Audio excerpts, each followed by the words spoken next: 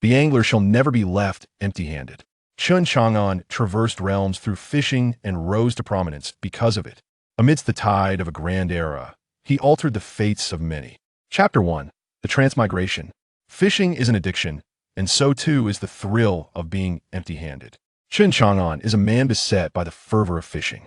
It is also a testament to his parents' foresight. Before the housing prices soared, they seized the opportunity of the initial wave of property redistribution, buying, demolishing, and repeating the cycle.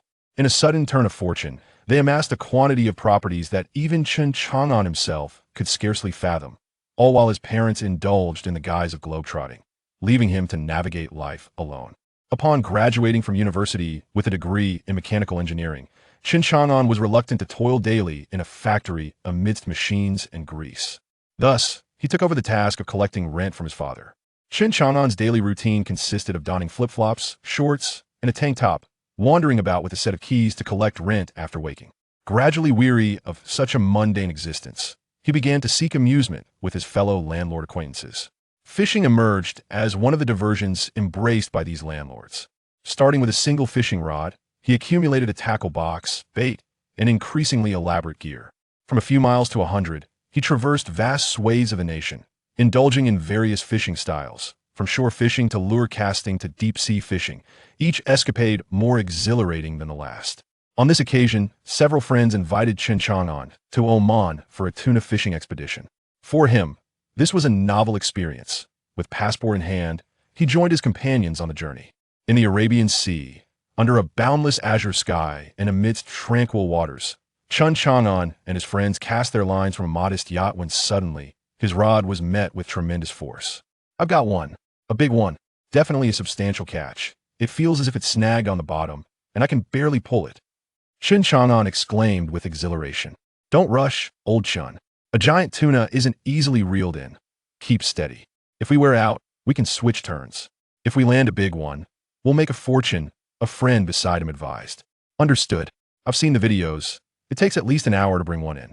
Yet this feels akin to fishing for a pig. I've been pulling for ages with no sign of yielding." A few minutes later, he called out, "Old Wong, come over and take my place. I'm nearly exhausted. This is ridiculous. I'm not fishing. It feels as though the fish is reeling me in. Coming. Let me have a turn." Just as Chen Chang'an was about to hand the rod to old Wong, a sudden jolt of force yanked him, rod and all, into the water. His friends on the boat, along with the local guide and captain, gazed in stunned disbelief, yet none ventured into the water to assist Chen Chang'an. They merely shouted in alarm. Chen Chang'an was equipped with an automatic inflatable life jacket, and as he plunged into the depths, he thought to himself, one may fall into the water, but the fishing rod must not be forsaken. Ultimately, he managed to reel in the fish, returning home to boast to those who had not joined. Had he failed to catch it and fallen overboard, he would have lost face in the most humiliating manner. Unaware of the impending danger, Chen Chang'an still hoped that his companions aboard the vessel would pull him back, only to find himself drifting further away from the ship due to the relentless waves. At some indeterminate moment, the waves upon the sea grew increasingly tumultuous. It was only after Chen Chang'an had distanced himself further from the boat that he sensed the peril, casting aside his fishing rod in a desperate attempt to swim back to the small craft. Already fatigued and beset by the rising wind and swell, despair began to envelop Chen Chang'an, and ultimately, he succumbed to unconsciousness beneath the onslaught of a monstrous wave. When consciousness returned, Chen Chang'an opened his eyes to behold a mottled wall and a ceiling fashioned from rustic wooden beams, sloping in an antiquated manner. As his awareness gradually resurfaced, he reflected, "I fell into the sea. Did old Wong and his crew rescue me? Old Wong is quite a decent fellow. I always thought him just an ordinary drinking companion, but he has truly saved my life this time." He prepared to rise and express his gratitude to old Wong, but as he lifted himself, a surge of pain coursed through his body, compelling him to recline once more. His attempted call of old Wong emerged as a rasping whisper. Before he could fully comprehend the situation, the sound of a chair toppling over nearby broke the silence. A little girl, perhaps 3 or 4 years of age, rushed to Chen Chang'an's side, her eyes filled with concern as she nervously exclaimed, "Big brother, you're awake?" Observing Chen Chang'an's bewildered expression and his feeble, hoarse attempt to speak, she turned and stumbled away, calling out, "Big brother is awake. Second sister, big brother is awake." This left Chen Chang'an alone, staring in astonishment at the unfolding scene before him. Chapter 2. Ancestry. Gazing at the two sisters before him, who bore a striking resemblance yet were as thin as reeds, Chen Chang'an found himself at a loss for words. What was the situation? Where was old Wang? The style of this house did not resemble that of Oman at all. These two sisters were clearly Chinese, conversing in Mandarin. Had I returned to China from Oman only to be rescued by these two sisters residing in China? Am I truly that fortunate? Could I be the favored child of destiny? Surely, I haven't traversed time and space, have I? As Chen Chang'an's mind teetered on the brink of collapse, the taller sister, unable to contain herself any longer, spoke up. Big brother, you've finally awakened. You've been unconscious for 3 days. Without you, my sister and I wouldn't know what to do. As she spoke, she embraced Chen Chang'an and began to weep. Seeing her in tears, the younger sister joined her in sobbing uncontrollably. Faced with the sight of these two sisters wailing, Chen Chang'an felt somewhat helpless, wanting to reach out and comfort them. But a sudden sharp pain surged through his head, and he promptly fainted. It turned out that Chen Chang'an had indeed traversed time, arriving in 1957. In the month of May, at number 95, South Tongluo Lane, in the city of Beijing. Wait a moment, why does this South Tongluo Lane feel so familiar? Although Chen Chang'an had visited Beijing in his past life, he had merely attended a flag-raising ceremony, climbed the Great Wall, and toured the Forbidden City for 3 days before departing. Why does this lane seem so well known? A courtyard? Isn't this reminiscent of the plot from the television drama The Courtyard, Filled with Affection? Had he somehow stepped into a television storyline? In this new body, he also bore the name Chen Chang'an, residing in the eastern wing of the courtyard's front yard. His father, Chen Hongping, had perished during the Korean War. His mother, Yang Zhiru, was unemployed, primarily caring for the children. Chen Chang'an was the eldest son, aged 16, having just graduated from junior high, with 3 younger sisters, Chen Xiaoying, aged 10, currently in elementary school, Chen Xiuhua, aged 6, yet to begin her schooling, and Xiujuan, aged 4. After their father's demise, their mother had been mired in sorrow, and after giving birth to the youngest, Xiujuan, her health had steadily declined. At this time, medical conditions were poor, and following her illness, she had never recovered. Over the past year, Chen Chang'an had struggled to balance his studies and care for his sisters, suffering from malnutrition himself. Witnessing the frail appearances of his sisters, he had sought the assistance of the third uncle in the courtyard, hoping to fish at Shikahai to provide some nourishment for them. However, the original occupant of this body had no knowledge of fishing. After sitting for too long, when he attempted to stand and stretch, he fainted due to low blood sugar and fell into the water. Fortunately, some kind-hearted fishermen nearby pulled him out. After 2 days in the hospital, during which he regained consciousness once, the doctor had assured him that there were no significant issues, allowing him to return home to recuperate. For reasons unknown, Chen Ping'an had then found himself transported into this body. Having pieced together the circumstances, Chen Chang'an breathed a sigh of relief. He had, in a manner of speaking, joined the ranks of those who had traversed time and space. If he could return, he would boast to his former drinking buddies about his extraordinary journey. He wondered if they would believe him. In truth, Chen Chang'an had felt quite lonely before his transition. An only child, he was shy and introverted, possessing few notable qualities beyond a modicum of courage. Now that he had the chance to relive his life, he hoped to lead a vastly different existence than that of his previous incarnation. Although he had not personally experienced 1957, who among future generations had not heard of it? The 3 years of natural disasters were fast approaching. Having taken over another's life, he felt compelled to shoulder their responsibilities, primarily ensuring that the original owner's 3 sisters thrived. If he could also earn some money through his own efforts, that would be even more splendid. Capability? Indeed, most traversers were endowed with systems and golden fingers. Where was his system? Chapter 3. No system. System? Are you there? System? Golden fingers? External enhancements? Where are you? Is this a stroke of misfortune or fortune? Is traversing time considered lucky? Let us assume it is. But to have crossed over without a system must surely be a misfortune. Without a system or golden fingers, how could he ensure that his sisters enjoyed a life of ease and abundance? From sadness to despair, from curses to acceptance, Chen Chang'an's emotions ebbed and flowed rapidly. What else could he do but accept? Having read numerous novels, he told himself that perhaps his system was merely delayed, or perhaps he had yet to meet the requirements. Maybe, he couldn't continue that line of thought. Opening his eyes, he saw his 2 sisters still weeping as they clung to him. Xiuhua, Xiujuan, please stop crying. Could you bring me a glass of water, perhaps? I'm parched. Instantly, the sisters ceased their sobbing, and the elder sister, Xiuhua, exclaimed, I'll get you some water. With that, she dashed out. The younger sister, Xiujuan, though no longer crying, clutched Chen Chang'an's hand tightly, blinking her large eyes as she asked in a sweet voice, Is your illness better now, brother? Will you still bring me candies every day? Hearing Xiujuan's words, Chen Chang'an couldn't help but smile. She truly was still a child. Just moments ago, she had been in tears, yet now, only a few minutes later, she was already thinking about sweets. With a smile, he replied, Xiujuan, you're so adorable. I will still bring you candies, but not every day, otherwise, your teeth will decay, and you'll end up with gaps in your smile.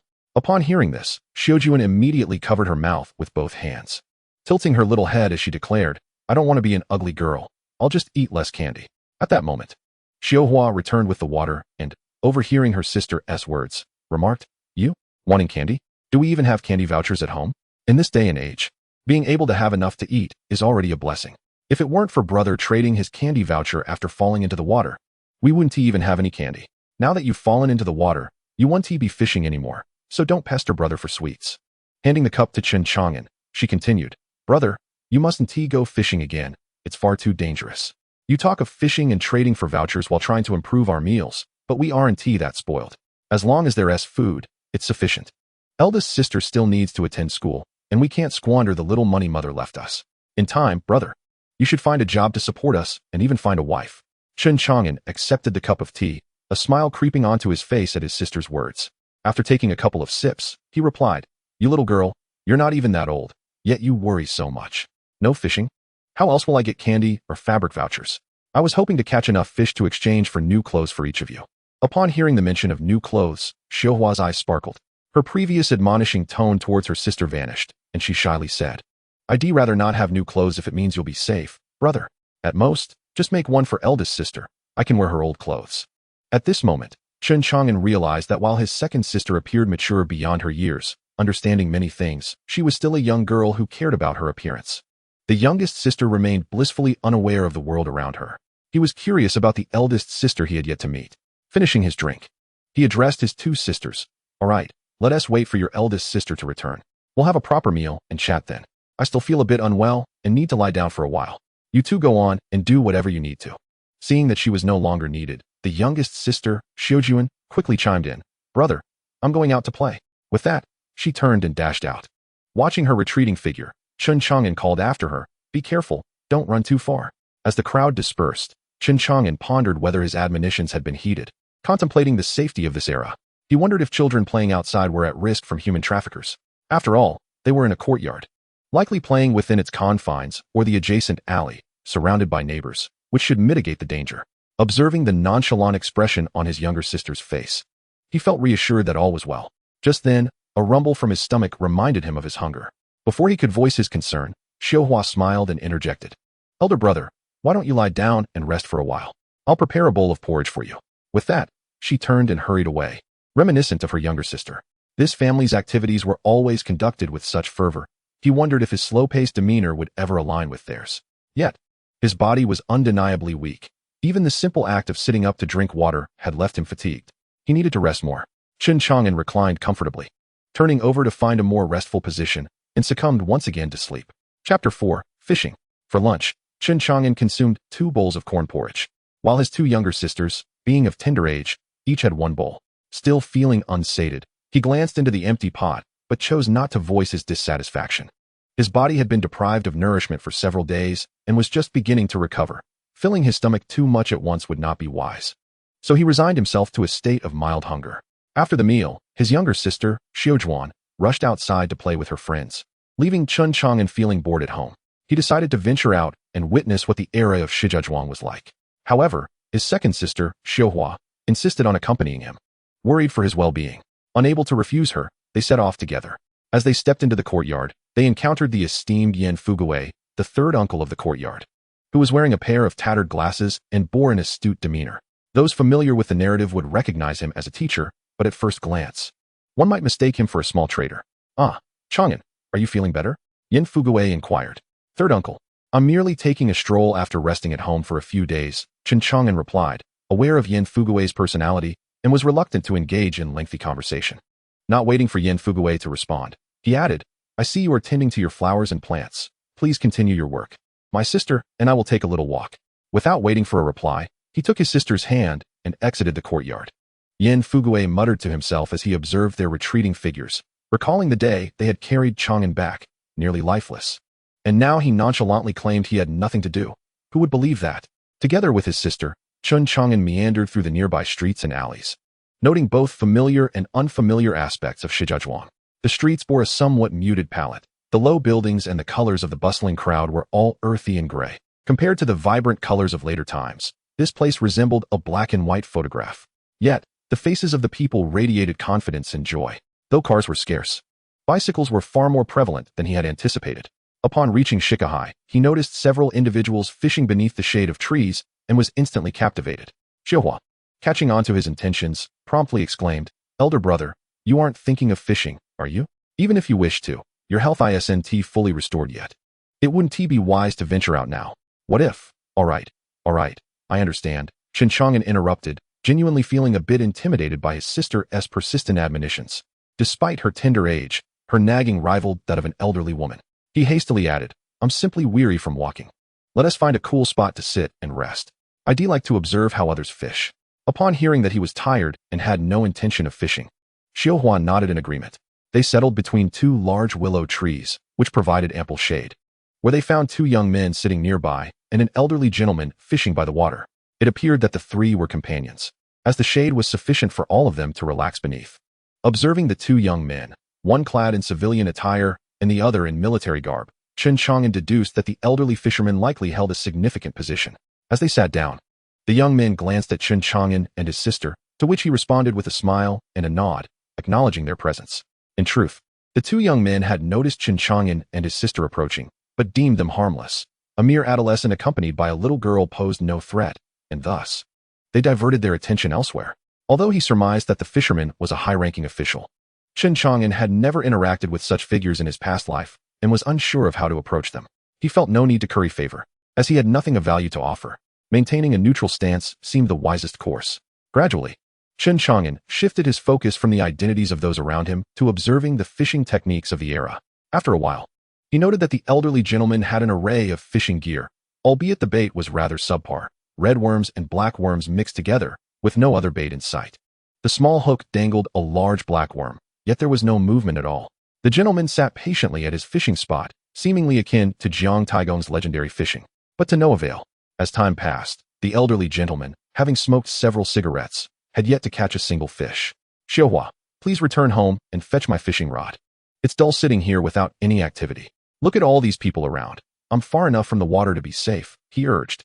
After glancing at the elderly fisherman and then at the water's surface, Xiaohua nodded and turned to retrieve the fishing rod for her brother. Before long, she returned, panting slightly, carrying Chen Chang'an's fishing equipment and a small pile of red worms. He then settled beside the elderly gentleman and began fishing.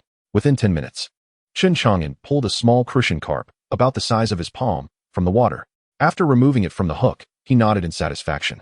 It weighed a few ounces. The elderly gentleman, however, stared in astonishment at Chen Chang'an's catch.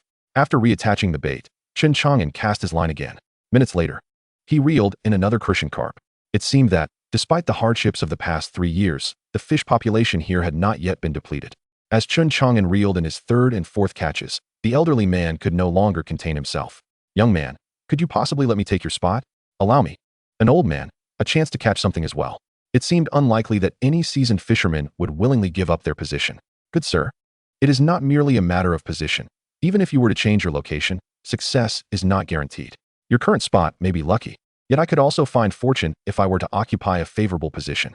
Observing the obstinate elder before him, who had failed to catch a single fish after an entire afternoon, it was clear he was an amateur angler. Thus, Chen Chang'an decided to offer a word of guidance. "My dear elder, this is not akin to Jiang Taigong's fishing, where only those willing to hook are rewarded. Fishing encompasses a vast array of knowledge.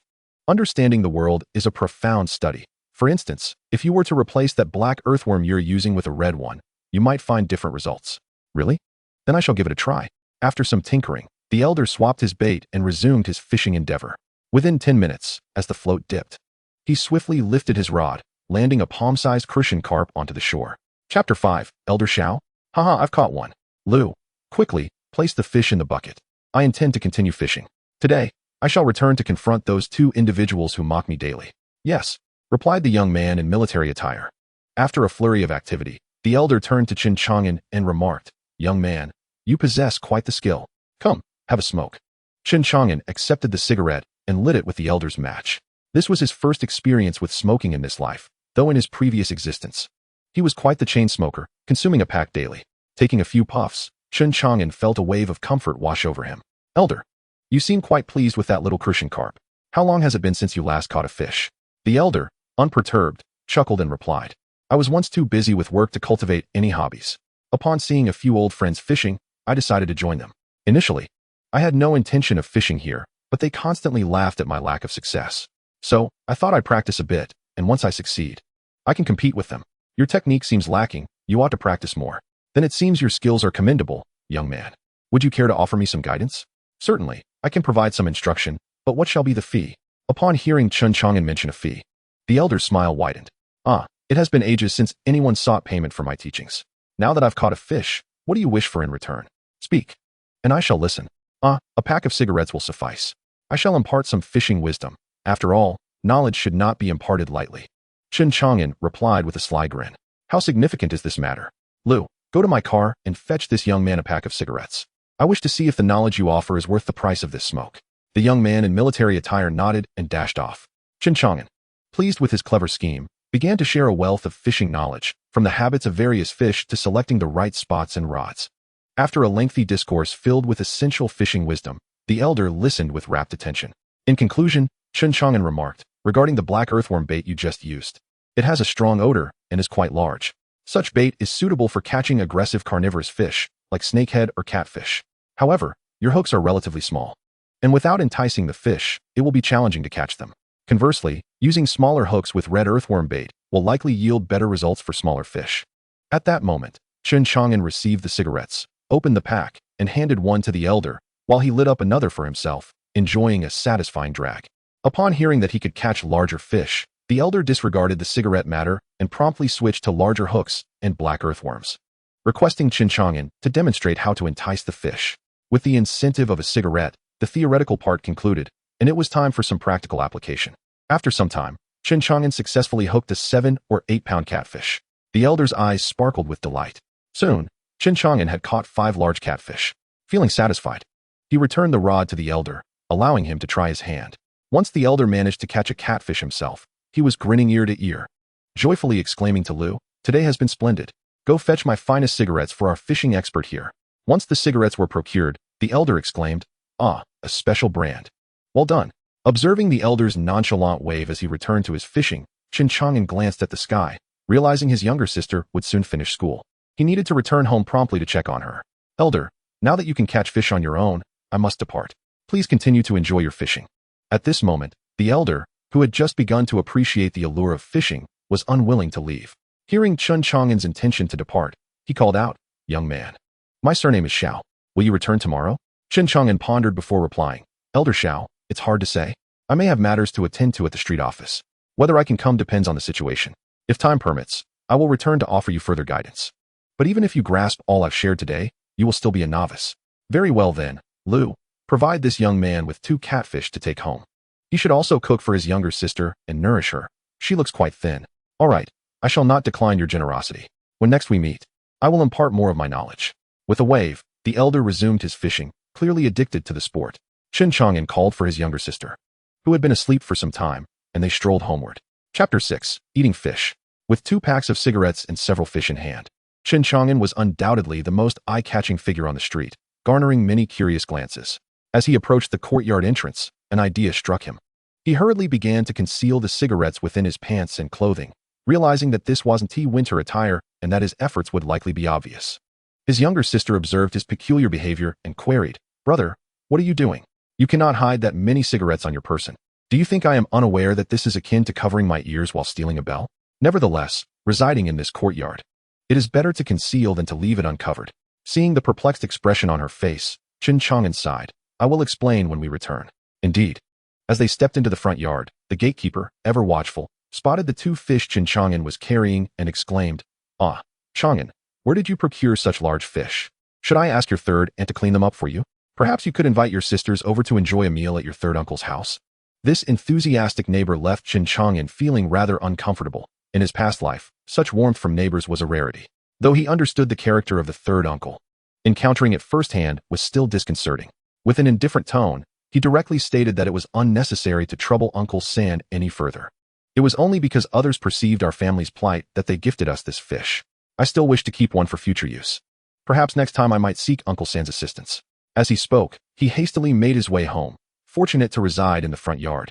Had he lived in the back, the audacity to carry it home would have been even more pronounced. Uncle San, having gained little from the encounter, pursed his lips and observed Chen Chang'an's retreating figure. Initially intending to grumble a few words, he suddenly called out, "Chang'an, what is that bulging thing you have hidden behind you? Show it to Uncle San." As he spoke, he approached Chen Chang'an with quick strides. How could Uncle San possibly uncover the cigarettes concealed on his person? If he were to reveal them, not only would he lose 2 packs of Zhonghua cigarettes, but he would also be accused of being stingy. These were Zhonghua, and given his lack of employment and funds, he was reluctant to even indulge himself with them, let alone present them to Uncle San. That would be akin to throwing meat buns to a dog. He opened the door, entered the house, pulled his still-dazed sister along, closed the door, and locked it in one fluid motion. He placed the fish in the water tank, concealed the cigarettes beneath the bedding, and stood at the door with an open pack of Zhonghua cigarettes, just as he heard Uncle San's persistent knocking. "Chang'an, it's your Uncle San. Open the door. I wish to have a word with you." Uncle San's voice boomed, drawing the attention of several neighbors from the front yard who began to gather. If this commotion continued, neighbors from the middle courtyard would soon arrive as well. Chen Chang'an, thoroughly vexed by Uncle San, reluctantly opened the door, positioning himself at the threshold to block Uncle San from entering while observing him craning his neck to peer inside. "Uncle San," he said, "let's keep it civil. We live in the same courtyard, and we see each other often. Don't let things get out of hand." Seeing the slightly fierce demeanor on Chen Chang'an's face, Uncle San realized his actions were unbecoming of a scholar. He chuckled and replied, "Oh, Chang'an, I was merely concerned for you. Very well, I shall not intrude any longer. I'll take my leave." With that, he turned and walked away, leaving the onlooking neighbors to disperse as there was no longer any spectacle to behold. Upon returning home, Aunt Sam pursued him, inquiring, "What did you see? Were you visiting their house for those 2 fish? Is it worth the trouble?" Uncle San shot her a glance and replied, "What do you know? That lad, Chen Chang'an, is hiding something. It's not something good if he dares not show it." Aunt San, intrigued, asked, "What could it be that he hides so secretively? Perhaps he has stolen something? Should we report him to the authorities?" Uncle San scoffed. "If you knew what it was, you'd report him. From what I saw, it looked like a pack of cigarettes. If I could just get my hands on it, I might snag a pack for myself." He then retrieved the cigarette he had tucked behind his ear, inspecting it closely and continuing, "Could be a pack of Zhonghua. I wonder where that boy procured such fine cigarettes." Meanwhile, Chen Chang'an, having seen off Uncle San, felt a wave of frustration wash over him. What a peculiar courtyard this was. Even Yan Fugue, a teacher, could not resist taking advantage. It truly resembled the tales told by many time travelers. Even the refuse truck passing by would seek a taste of the salt. Observing his second sister standing at the door, unsure of herself, he sighed and said, "Go fetch a cup of water for elder brother. Later, I will prepare braised catfish for you all." After drinking water and resting for a while, Chen Chang'an moved to the kitchen, which had been converted from a storeroom. He gazed at the 2 fish, one still alive and the other beginning to float belly up, and prepared to get to work. Before long, he heard his younger sister's voice. "Elder sister and I are back." He then noticed his younger sister leading a delicate-looking girl into the house, his elder sister, Chen Xiaoying. She scrutinized him from head to toe and coldly remarked, "Elder brother, are you well?" Then she approached him, patting his arms and legs, nodding in approval. "Good. That's all that matters. I was so worried. If you weren't here, the 3 of us sisters would surely be devoured by the people in this courtyard." This was Chen Chang'an's first encounter with his sister after awakening in this life. Hearing her speak so, he assumed she was aware of the courtyard's circumstances. Although she was aloof, she was still his sister, an icy beauty, which wasn't he so bad after all. "Are you all hungry? We're having fish for dinner tonight. Wash your hands and prepare for the meal." Chen Chang'an had cooked for himself in his past life, but in this kitchen, controlling the fire was challenging. He needed his second sister's help to ignite it. Now, it required a high flame to reduce the sauce. With the assistance of Chen Chang'an, his elder sister Xiaoying, and his second sister Xiaohua, the braised catfish and cornbread were soon ready to serve. Chapter 7. Qin Huairu wants fish. Goodness. As the aroma of the fish wafted through the air during the reduction, it spread throughout the courtyard, enticing all the neighbors. In the front yard, at Uncle San Yan Fugue's house, he remarked, "It seems that Chen's lad can cook fish quite well." He looked at the few corn buns and pickled vegetables on his own table and turned to his children. "Each of you can have 2 buns and 1 piece of pickled vegetable. With that fish aroma wafting in, hurry and eat, then off to bed." In the middle courtyard, at the Shaju household, one sniffed the fragrant air and muttered to himself, "The flavor isn't bad, but it pales in comparison to my own cooking. At the first elder's house, upon catching the scent of fish, he frowned and similarly expressed, "That's the Chun lad cooking fish again. I wonder if he'll send some over to the deaf old lady in the backyard. Such an inconsiderate kid, not even respecting the elders." At the Jia family, Bongging inhaled the fish scent and exclaimed, "I want fish. I want to eat fish." Seeing Jia Dongshu quietly eating without a word, afraid to ask his father, he shouted at Qin Huairu, "Mom, I want fish. I want fish." Observing her raucous son and her husband silently eating, Qin Huairu could only helplessly respond, "I'll buy you some tomorrow. We'll have fish then, all right?" "No, I want to eat it today. I want to eat it today." He then started crying and throwing a tantrum, prompting Xiao Dang in her arms to join in the crying as well, leaving Qin Huairu at a loss. At that moment, Jia Zhangshi interjected, "Huairu, if Bongging wants fish, just go to that Chun lad's place in the front yard and ask for some." After saying this, she got up to fetch a large bowl and handed it to Qin Huairu. "Hurry up. My grandson is waiting to eat fish." Receiving the large bowl, Qin Huairu felt somewhat exasperated. Looking at her wailing son, her husband who remained silent, and her mother-in-law's gaze that held a hint of threat, she gritted her teeth and turned to leave. Chen Chang'an and his 3 sisters were happily gathered around the dining table, each enjoying their cornbread dipped in fish soup. The sizable catfish, weighing 7 or 8 pounds, was nearly devoured by the 4 of them in no time. His younger sister incessantly praised how delicious it was and expressed her desire to have it again tomorrow, while his second sister narrated the tale of their elder brother's fishing exploits as they ate. The elder sister remained silent, yet the uncontrollable smile at the corners of her mouth suggested she was in good spirits. Chen Chang'an, who had previously only been alone in his past life, felt that having so many sisters in this new life was quite a blessing. Unfortunately, this pleasant mood was abruptly interrupted by a series of knocks at the door. Initially reluctant to answer, Chen Chang'an, hearing the persistent knocking, resigned himself to open the door. He found Qin Huairu standing at the entrance, clutching a large bowl, looking anxious and ill at ease. Upon seeing this, Chen Chang'an understood the situation and, feeling helpless, feigned ignorance as he asked, "Sister Jia, what brings you here?" After a moment of hesitation, Qin Huairu finally murmured, "Chang'an, my Bongging hasn't had meat in a long time. He is still quite young, in the midst of his growth years. Perhaps you could spare some fish for my sister-in-law's household, to satisfy the cravings of the children." As he spoke, he extended the large bowl in his hands. Chen Chang'an felt overwhelmed. Having lived for decades in a different era, he had never encountered such a situation. What kind of neighbor approaches with a large bowl, seeking food? It was clear that he could not comply. If Qin Huairu began to see him as a perpetual source of sustenance, it would become a troublesome affair. Yet, the challenge of how to decline left Chen Chang'an in a quandary.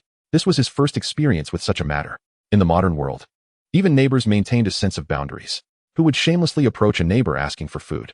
After much hesitation, and seeing the hopeful gaze of Qin Huairu, he finally spoke, "Sister-in-law, we are nearly finished here, and there isn't much left. Perhaps next time, do come earlier, and I shall serve you some."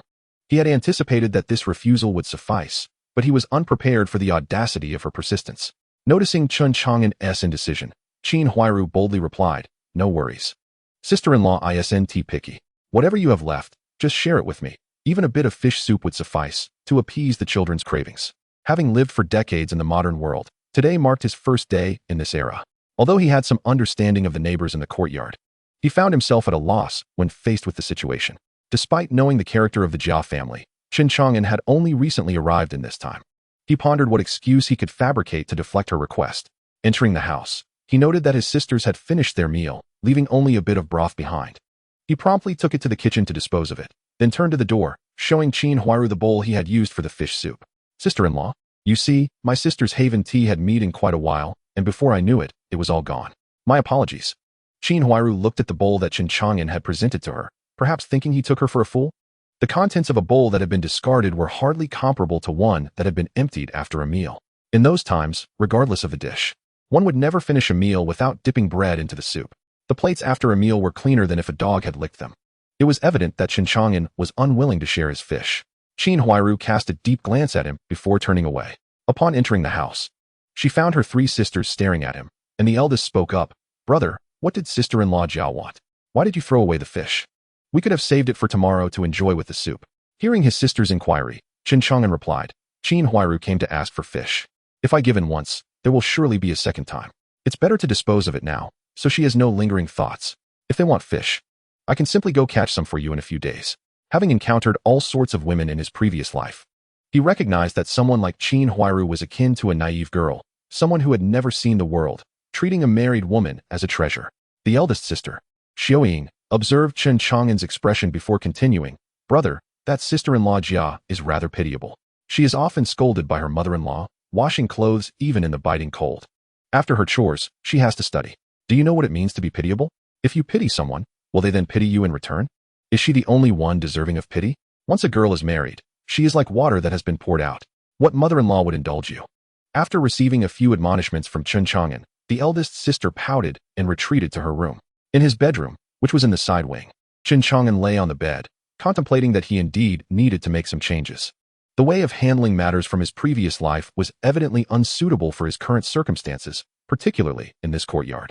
After returning home with the empty bowl, Qin Huairu was met with an irate Jia Zhangshi, who, upon seeing the bowl devoid of food, berated, "This little brat who brings calamity to his parents. Asking him for food is an affront. He wouldn't even part with a bit of fish soup." Observing Jia Zhangshi's rants while her husband and son silently consumed their meal, Qin Huairu remarked, "I arrived late. By the time I got to the Chen household, they had already finished eating, and even the fish soup was consumed by Chen Chang'an's sisters."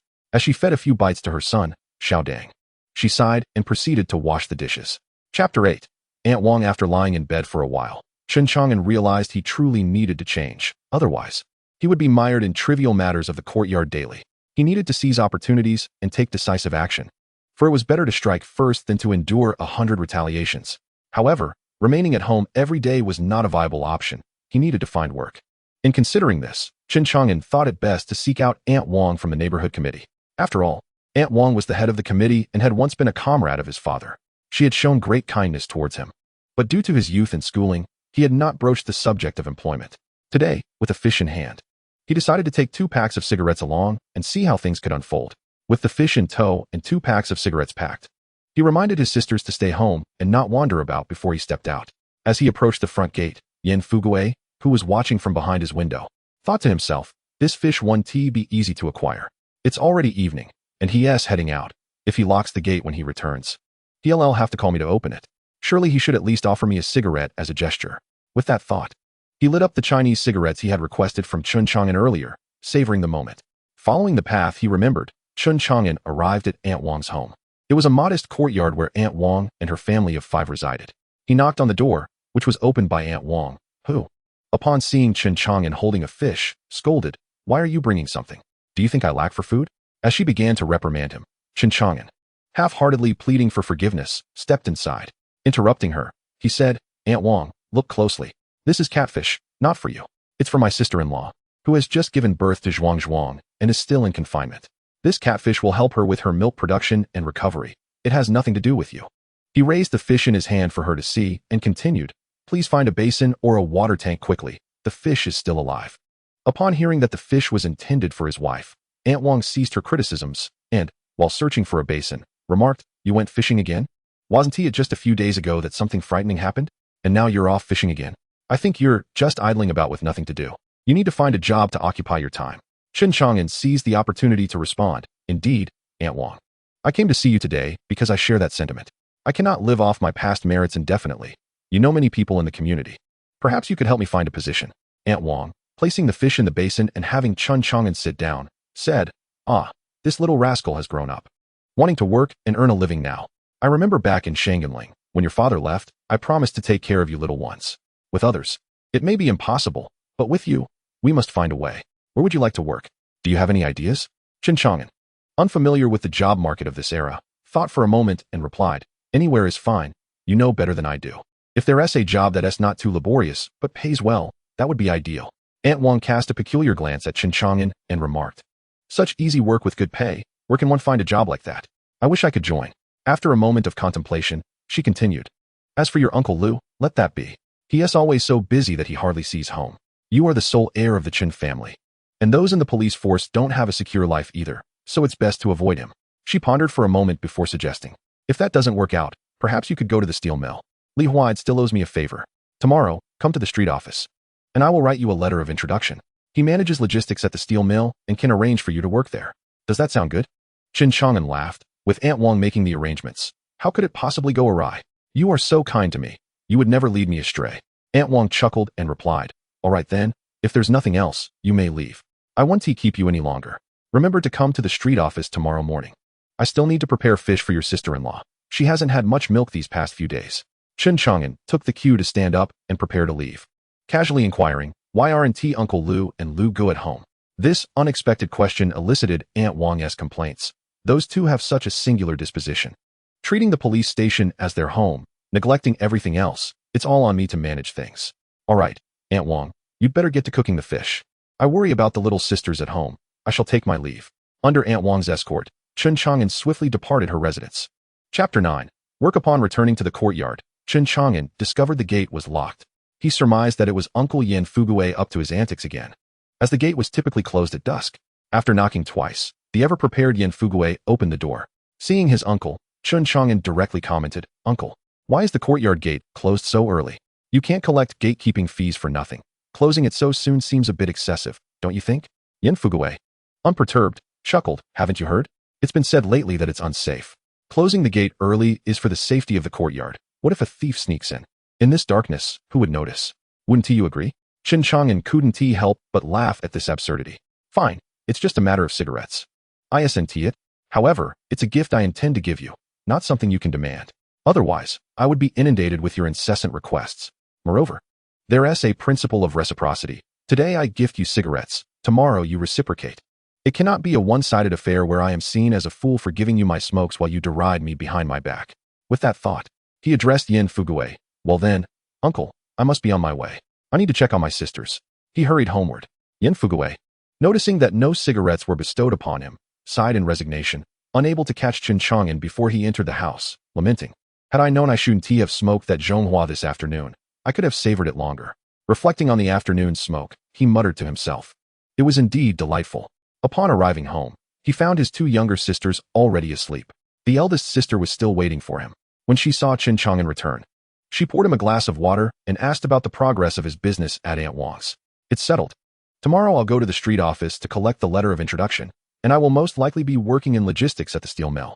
The elder sister, Xiao Ying, displayed no particular reaction, simply stating, "All right, then you should sleep early.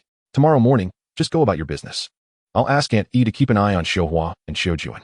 Chen Chang'an had initially hesitated to trouble Aunt E with watching over the two younger sisters, given Aunt E Zhonghai's formidable reputation for moral integrity. However, without Aunt Yi's help, there was no one else available. Tomorrow was Saturday, and those who worked would be at their jobs, while the few aunties at home were strangers to him. He couldn't possibly approach Qin Huairu. After some contemplation, he nodded in agreement. Once his sisters had retreated to their rooms, Chen Chang'an returned to his own small quarters. Gazing at the sparse furnishings, he sighed. The 3 years of natural disasters are approaching. For now, survival is the priority. The following morning, he awoke to find his eldest sister cooking in the kitchen. After washing up, he returned to find his younger sisters seated at the table, waiting for him. Observing the cornmeal porridge and pickles on the table, he thought about the fish he planned to cook that evening. He mused that in this era, fish was mostly wild-caught, far superior in flavor to the farmed varieties of the future.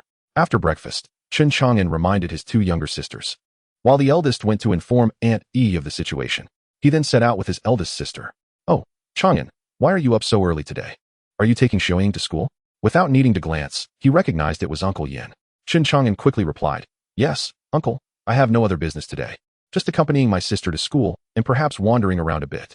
Watching Chen Chang'an and his sister walk away, Yan Fuguei muttered to himself, "They're not even going to school. They should be looking for work. Yet here he is enjoying fine cigarettes. What a vagabond." Chen Chang'an first escorted his sister to school. Then, noting that it was still early, meandered to the street office, only to find it still closed. It seemed he had arrived too early. An elderly doorman informed him that the director likely wouldn't arrive for another half hour. "Well, I suppose I'll wait." After handing the elderly gentleman a cigarette, they struck up a conversation. Unexpectedly, Chen Chang'an realized that the doorman was no ordinary man. Most had served as veterans, having fought against the Japanese and in the Liberation War. After sharing a couple of cigarettes, an exhausting 4 in total, they finally awaited the arrival of Aunt Wang. Upon seeing her, the doorman said, "You carry on, Wang. The director is here. Goodbye." Like a sycophant, he hurried to Aunt Wang's side, beaming with flattery. "Aunt Wang, I've been waiting for you for ages." Aunt Wang, spotting Chen Chang'an, smiled and said, "Ah, you little rascal, you're here bright and early, quite the eager beaver." "Of course, this concerns my job. How could I not be enthusiastic?" Chen Chang'an replied. "Come with me to my office." Chapter 10. Procurement Division 3. Once Aunt Wang finished writing the letter of introduction and stamped it, she handed it to Chen Chang'an, speaking earnestly. Chang'an, I want to accompany you for the reporting process. Once you start working, you must focus. You are the eldest brother, and soon your younger sisters will depend on you. Rest assured, Aunt Wang, as the elder brother, I bear the responsibility of providing for the family, Chen Chang'an assured her. Ah, you've truly grown up, becoming more like your father. If it weren't for… All right, Aunt Wang, let us not dwell on the past. I'm off to report to the steel mill now, correct? Chen Chang'an hastily interrupted, wishing to avoid the intricacies of Aunt Wang's history with his father. What's done is done. Go on, go on. Aunt Wang seemed to recollect something and directly urged Chen Chang'an to leave. Upon arriving at the steel mill and presenting the letter of introduction to the security department, he proceeded to Deputy Factory Director Li Huai's office. After knocking, he heard, "Come in." Noticing the Deputy Factory Director engrossed in his writing, Chen Chang'an introduced himself. Director Li, good day. My name is Chen Chang'an, and I was recommended here by Director Wang from the street office. As Li Huai lifted his gaze to meet Chen Chang'an, he continued, "Here is the letter of introduction from Director Wang. Please have a look." Li Huai scrutinized Chen Chang'an before picking up the letter and reading it. After finishing, he chuckled and addressed Chen Chang'an. "Ah, so you are old Chen's son. I knew your father. We were comrades in arms, all part of the same circle. Your employment should pose no issues. As for your duties, do you have any thoughts on what you'd like to do?" Chen Chang'an quickly smiled and said, "Since you and my father are comrades in arms, you do not treat me as an outsider. Therefore, I am also your soldier. Wherever you say to go, I shall go. And wherever you instruct me to strike, I shall strike." As he spoke, he retrieved the special cigarettes from behind his back, reflecting on how he had heard that although Li Huai was greedy and licentious, he was someone who, once he accepted a gift, would ensure that matters were properly handled. Despite his flaws, he indeed possessed the qualities of a leader, never allowing his subordinates to take the blame for his own missteps. As long as one proved to be useful to him, he would reciprocate the same usefulness. His shortcomings and strengths were glaringly evident, and having connections, he navigated a decade in leadership without incident. Such a person was worth aligning oneself with to safeguard one's own passage through that era, for once the reforms commenced, one could serve freely. Upon seeing the special cigarettes, Li Huai's eyes brightened, and he asked, "What does this mean?" Chang'an replied, "Ah, this is a gift from a fishing friend I met while fishing. I taught him how to fish, and this is his token of gratitude. What status do I hold to smoke such fine cigarettes? Among the leaders I know, only Director Li is esteemed enough for these." Li Huai chuckled, gestured towards Chen Chang'an, and casually placed the cigarettes into the desk drawer. After a moment of thought, he said, "Let us do it this way. You should first gain some experience in procurement. In the future, I will provide you with better opportunities. All right, Uncle Li, I shall heed your guidance. Let us start you as an 8th-level clerk with a salary of 33 yuan. Complete the procurement tasks, and after 3 months, you will be confirmed and promoted 1 level, akin to a vocational school graduate gaining permanent status. Here is a note. Go find the Human Resources Department." After receiving the note, Chang'an said, "Thank you, Uncle Li. I appreciate your assistance. I will head to Human Resources now." "Very well, I have some work to attend to, so you may go." Upon reaching the Human Resources Department, a deputy section chief welcomed Chen Chang'an, whose warm demeanor suggested an affiliation with Li Huai's faction. He guided Chang'an through the onboarding process, provided him with 2 sets of work uniforms, and escorted him to the Procurement Section 3, where they exchanged polite farewells.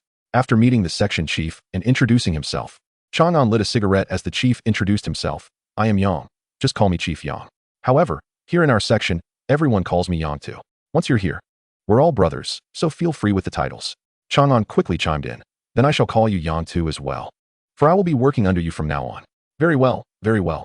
After taking a few puffs of the cigarette, Yang Tu continued, "In our factory, we handle the procurement for the cafeteria, primarily responsible for purchasing the daily meals.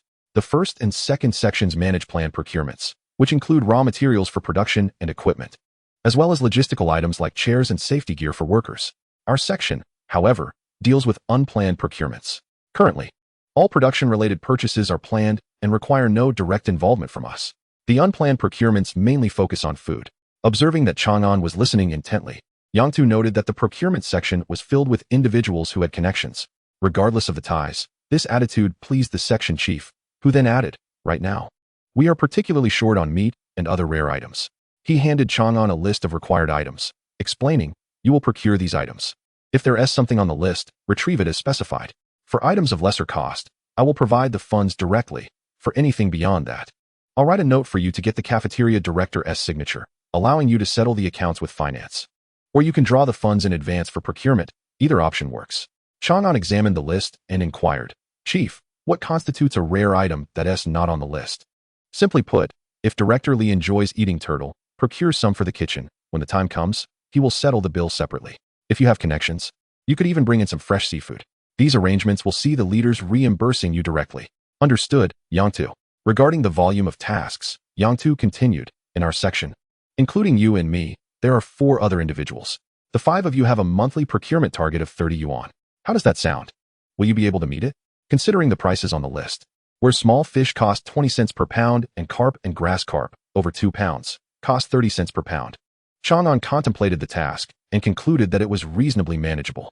No problem. I guarantee I will complete the task. Good.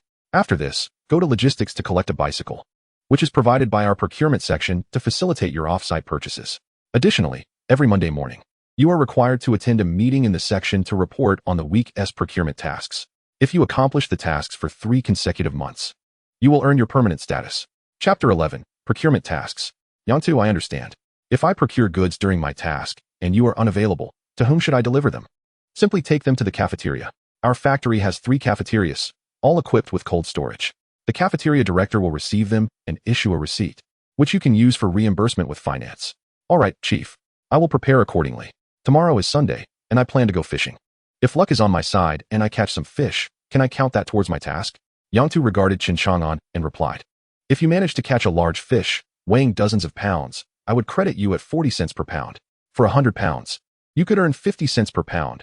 That would easily fulfill your monthly target, but of course, that hinges on your fishing prowess. All right, it's nearly time. Let us head to the cafeteria to exchange for some meal tickets. We should eat soon. After lunch, you should focus on your tasks. Lingering here won't help you procure anything. I want to return in the afternoon, so handle things as you see fit. Under Yang Tu's guidance, Chang'an exchanged his tickets for food and queued alongside Yang Tu to receive their meals. Arriving early meant fewer people in line, and as Chang'an approached, the cafeteria worker Sha Zhu called out, Oh, isn't that brother Chang'an? What brings you to our factory for lunch today? Come to my window, I'll serve you. Yang Tu glanced at Sha Zhu and asked Chang'an, Do you two know each other? Well, we're kind of neighbors. We live in the same courtyard. My family is in the front yard, and his is in the middle yard, Chang'an explained. Then go ahead, no problem. Sha Zhu asked, What would you like to eat? 1 meat dish and 2 steamed buns, please. Sha Zhu served Chang'an a generous helping of food and casually asked, So, you're working at our factory now? Upon seeing Chang'an nod, he continued, Which workshop are you assigned to? Have they arranged for a master to guide you? I know many people in the factory. Considering our connection, I can help you find a skilled mentor. Thank you, Brother Zhu, but I've been assigned to the procurement section. For now, there's no need for a mentor. If I need assistance later, I will reach out to you, Chang'an replied. All right then, you take care. Chang'an and Yang Tu found an empty table to eat their meal, and suddenly, Chang'an asked, Yang Tu, why is there no meat in this meat dish? Is there something wrong with Sha Zhu? Yang Tu laughed. For a dime, you expect to find chunks of meat? You're dreaming. It's merely a vegetable dish cooked with a bit of meat fat. Our cafeteria charges 3 cents for vegetarian dishes and 10 cents for meat dishes. However, meals with actual meat chunks are rare. Of course, if you were to procure several thousand pounds of fish for the factory, then you could certainly expect to see some. Upon hearing this, Chang'an quickly waved his hands. A few dozens or hundreds of pounds might be feasible, but several thousand? That is unattainable. Setting up a pond for farming could work, but who in this day and age dares to engage in aquaculture? Chang'an exclaimed, Yang Tu, are you joking with me? I don't have the ability to procure several thousand pounds of fish. Yang Tu merely chuckled, just a little jest. However, if you truly had that capability, I would promote you on the spot. When it comes to formalizing his position, Chen Chang'an began to calculate in his heart. From his memories of a previous life, he recalled that there were quite a few fishing spots around the city of Sijio. If he could find a suitable location to bait and catch some big green fish, reeling in 10 or so sizable specimens, totaling 100 or more pounds, would not pose a significant challenge. At 5 cents per pound, 10 pounds would yield 5 yuan. 100 pounds would bring in 50, and 200 pounds would net him 100. This was indeed feasible. Suddenly, Section Chief Yang, observing Chen Chang'an's fluctuating demeanor, interjected. What is going on? Are you really capable of catching over 1,000 pounds of fish? Chen Chang'an quickly dismissed the thought, realizing that such an endeavor was not as simple as it appeared and required careful consideration. He replied, Oh, I was merely contemplating how to fulfill this month's tasks. Yang, upon hearing this, chuckled and fell silent, knowing that if Chen could indeed procure 1,000 pounds of fish, it would be splendid, but if not, it was of little consequence. As a leader, he would still receive his share of the credit. After finishing their meal, Yang promptly returned home. Chen Chang'an, having completed his tasks at the factory, decided to head home as well. He pondered what preparations he needed to make for tomorrow's fishing trip and whether he could procure anything from Old Master Xiao. Chapter 12. Preparing for fishing. On the way home, he picked up some peach crisps for his two younger sisters, priced at 6 dimes per pound, cheaper than meat. Alas, he had no meat ration. Moreover, preparing meat in the courtyard would only invite trouble. It could lead to someone knocking on the door for meat, or worse, result in a public meeting with the risk of being reported. Rather than dealing with such hassle, he thought it wise to buy some pig's head meat instead. So, he decided to get 3 pounds of peach crisps and carried them home. Taking advantage of the absence of Yan Fugui, the gatekeeper, he entered the house to find his two sisters having a simple meal of cornmeal porridge with pickles. They were silent, their eyes fixated on the peach crisps in Chen Chang'an's hands. He placed the crisps on the table and smiled, saying, "Help yourselves, I bought these for you. Today, I registered at the steel mill, so I thought I'd bring you a little treat to celebrate." Watching his sisters joyfully munching on the peach crisps, Chen Chang'an reflected on the passage of 5 or 7 years. He realized it was time to purchase a few large jars for the family, especially as the year 1958 approached, when they would need to store more grain. He envisioned catching fish and perhaps keeping some alive in the jars.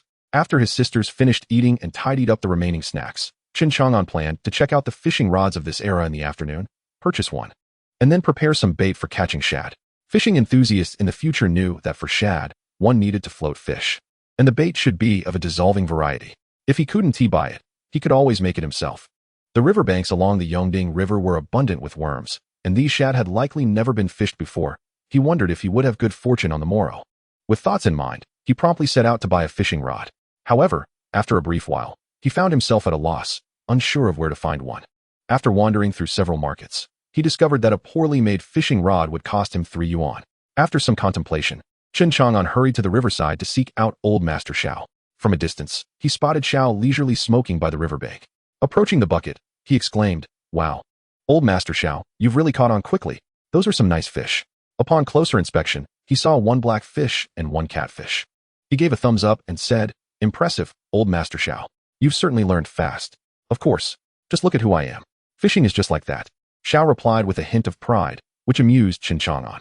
"Old Master Xiao, I plan to fish tomorrow, but I find myself without a proper rod. I see yours looks quite good. Where did you get it? I'd like to buy one too and show you my skills tomorrow," Chen Chang'an inquired. "You once find this rod easily. It was a gift. How about this? I'll give you one, but you must promise not to hold back on your skills." Xiao chuckled. "All right, you're trying to steal away all my fishing prowess. I'll come by tomorrow morning. I'll bring my own supplies. But I'd like a complete set similar to what you're currently using," Chen Chang'an agreed. Xiao nonchalantly consented. "Very well, you can get on with your preparations. I still have other things to attend to." With the fishing rod predicament resolved, it was already past 3 o'clock. In a rush, Chen Chang'an dashed back to the market to buy several pounds of wheat bran, tofu dregs, cornmeal, and garlic. Upon returning home, he first steamed them, intending to add garlic later. Lacking stinky tofu, he figured that shad enjoyed sour and pungent flavors, so he decided to add some sauerkraut soup and let it dry outside. By the time Chen Chang'an finished his tasks, it was already past 4.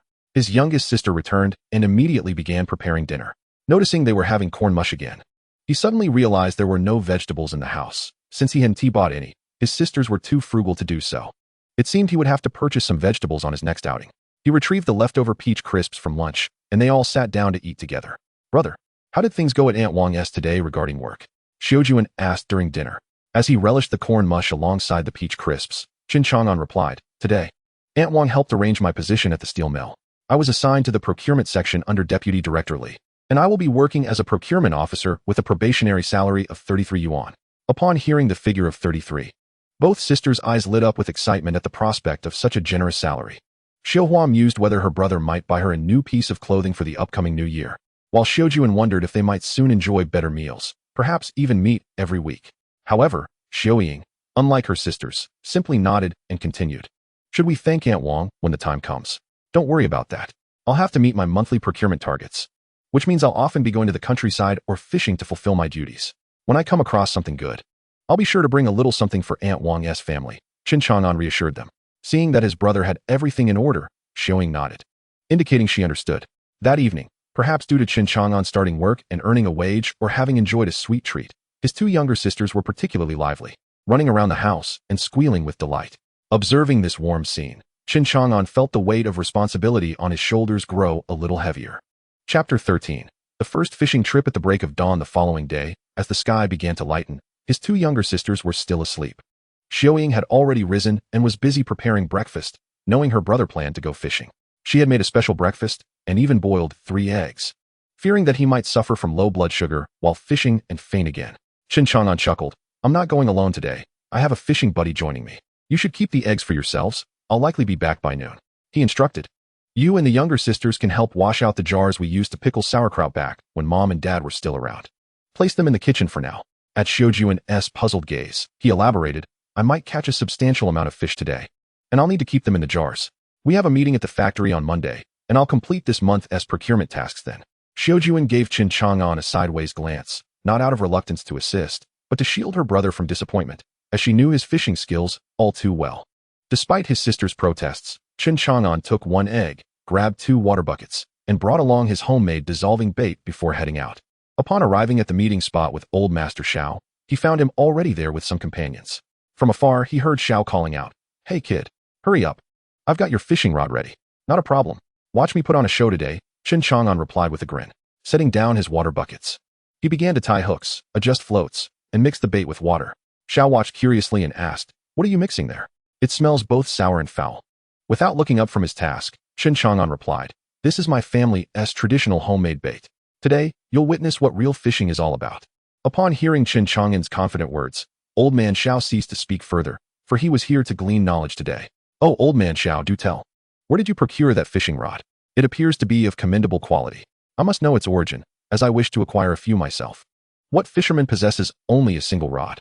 Observing the exquisitely crafted rod in his hands, it was indeed remarkable for this era. Ah, that is of no concern to you. It was left behind by those who fled.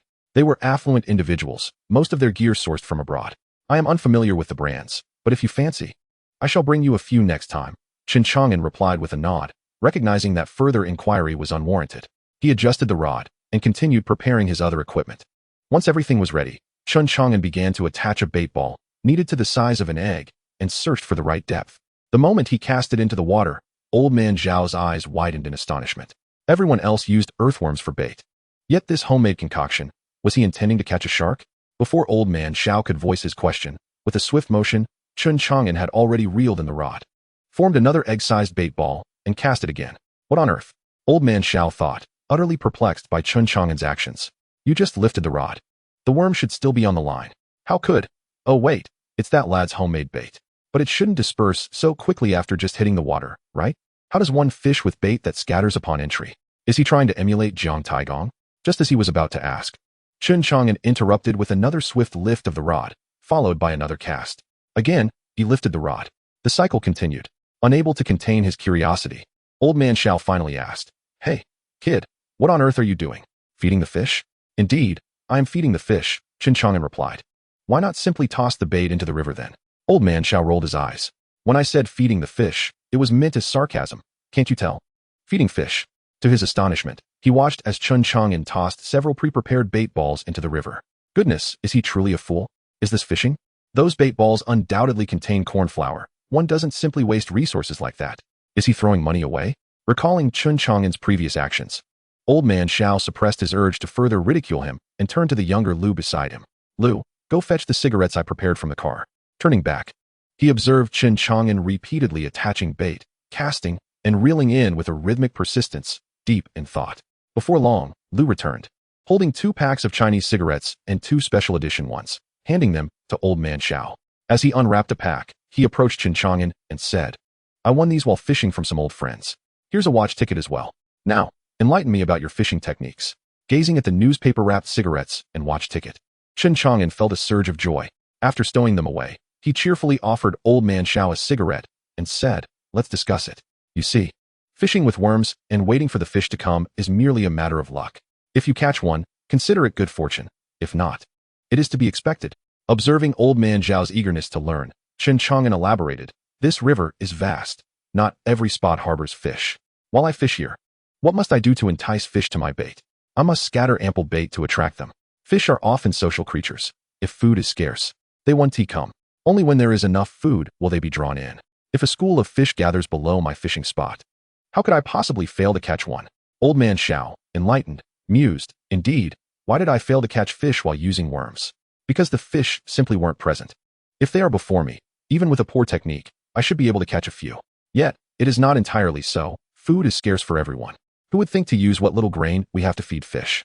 However, regarding fishing, this logic holds true. Without fish, one cannot fish at all. Only with fish present can one hope for a catch. Thus, the first step in fishing is to gather the fish to your location. A process known professionally as baiting the spot. Chen Chang'an continued. Old man Xiao nodded in agreement, smoking reflectively. Once he grasped this concept, Chen Chang'an continued. The bait I concocted is known as a cloud bait. What does that mean? It dissolves in the water, creating a cloud-like effect. As he spoke, he lifted the rod and cast it again, subsequently reducing the frequency of his casts. My method is called pulling for silver carp, targeting species like the bighead carp and the grass carp. To catch a specific type of fish, one must understand their habits. These fish filter feed, meaning they ingest plankton, then expel the water. Once my bait dissolves, they will consume it, inadvertently swallowing the hook. At that moment, I will lift the rod. With Chen Chang'an's explanation, old man Zhao's eyes sparkled with understanding. The intricacies of fishing were indeed profound, and he began to appreciate Chen Chang'an's insights. You certainly speak convincingly, but mere words without practice are futile. I shall observe your prowess in catching fish while you continue your boasting, old man Xiao remarked, somewhat unconvinced. With half an hour having passed, Chen Chang'an remained unhurried in his fishing, while old man Xiao grew increasingly restless. It has been half an hour, and I have seen several pounds of bait go to waste without a single fish in sight. Though your words are grand, seeing results is paramount. Noticing old man Zhao's agitation, Chen Chang'an said, Old man Xiao, your patience seems to falter. It has only been half an hour. Fishing is an exercise in self-cultivation. You have much to learn. Old man Xiao shot him a glare.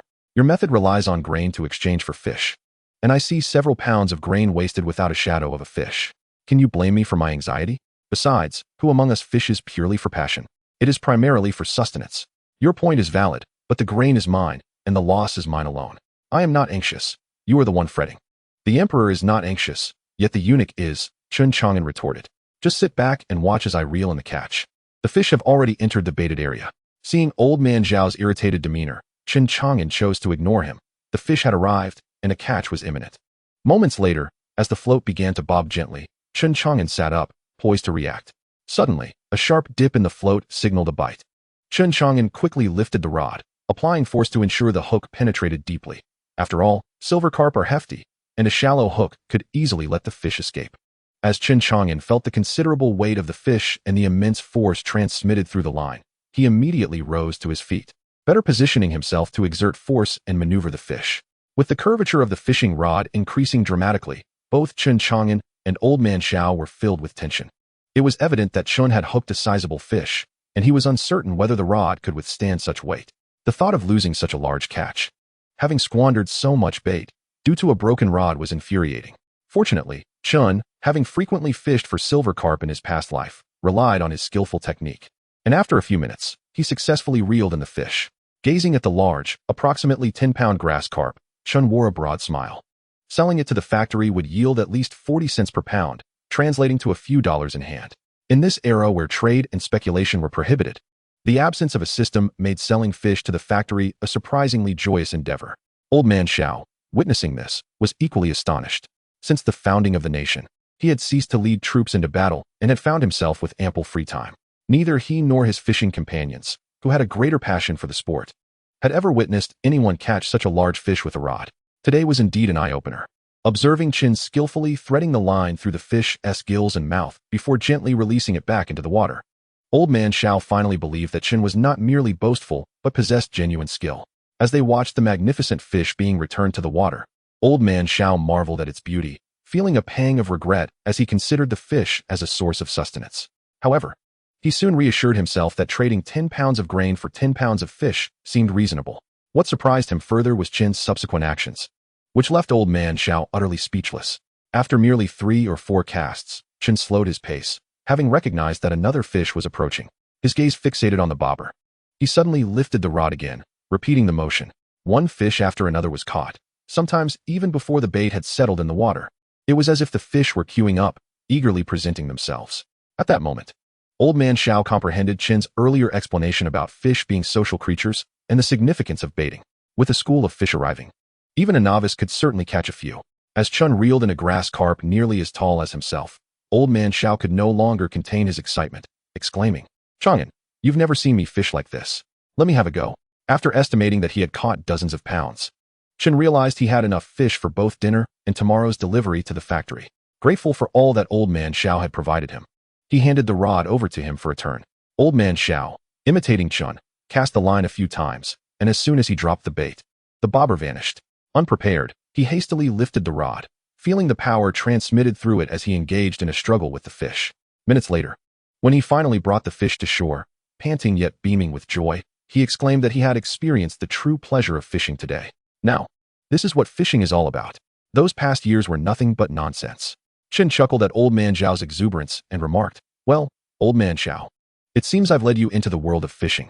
Old Man Xiao laughed heartily, and the two young men accompanying him joined in, as if they had stumbled upon a delightful secret.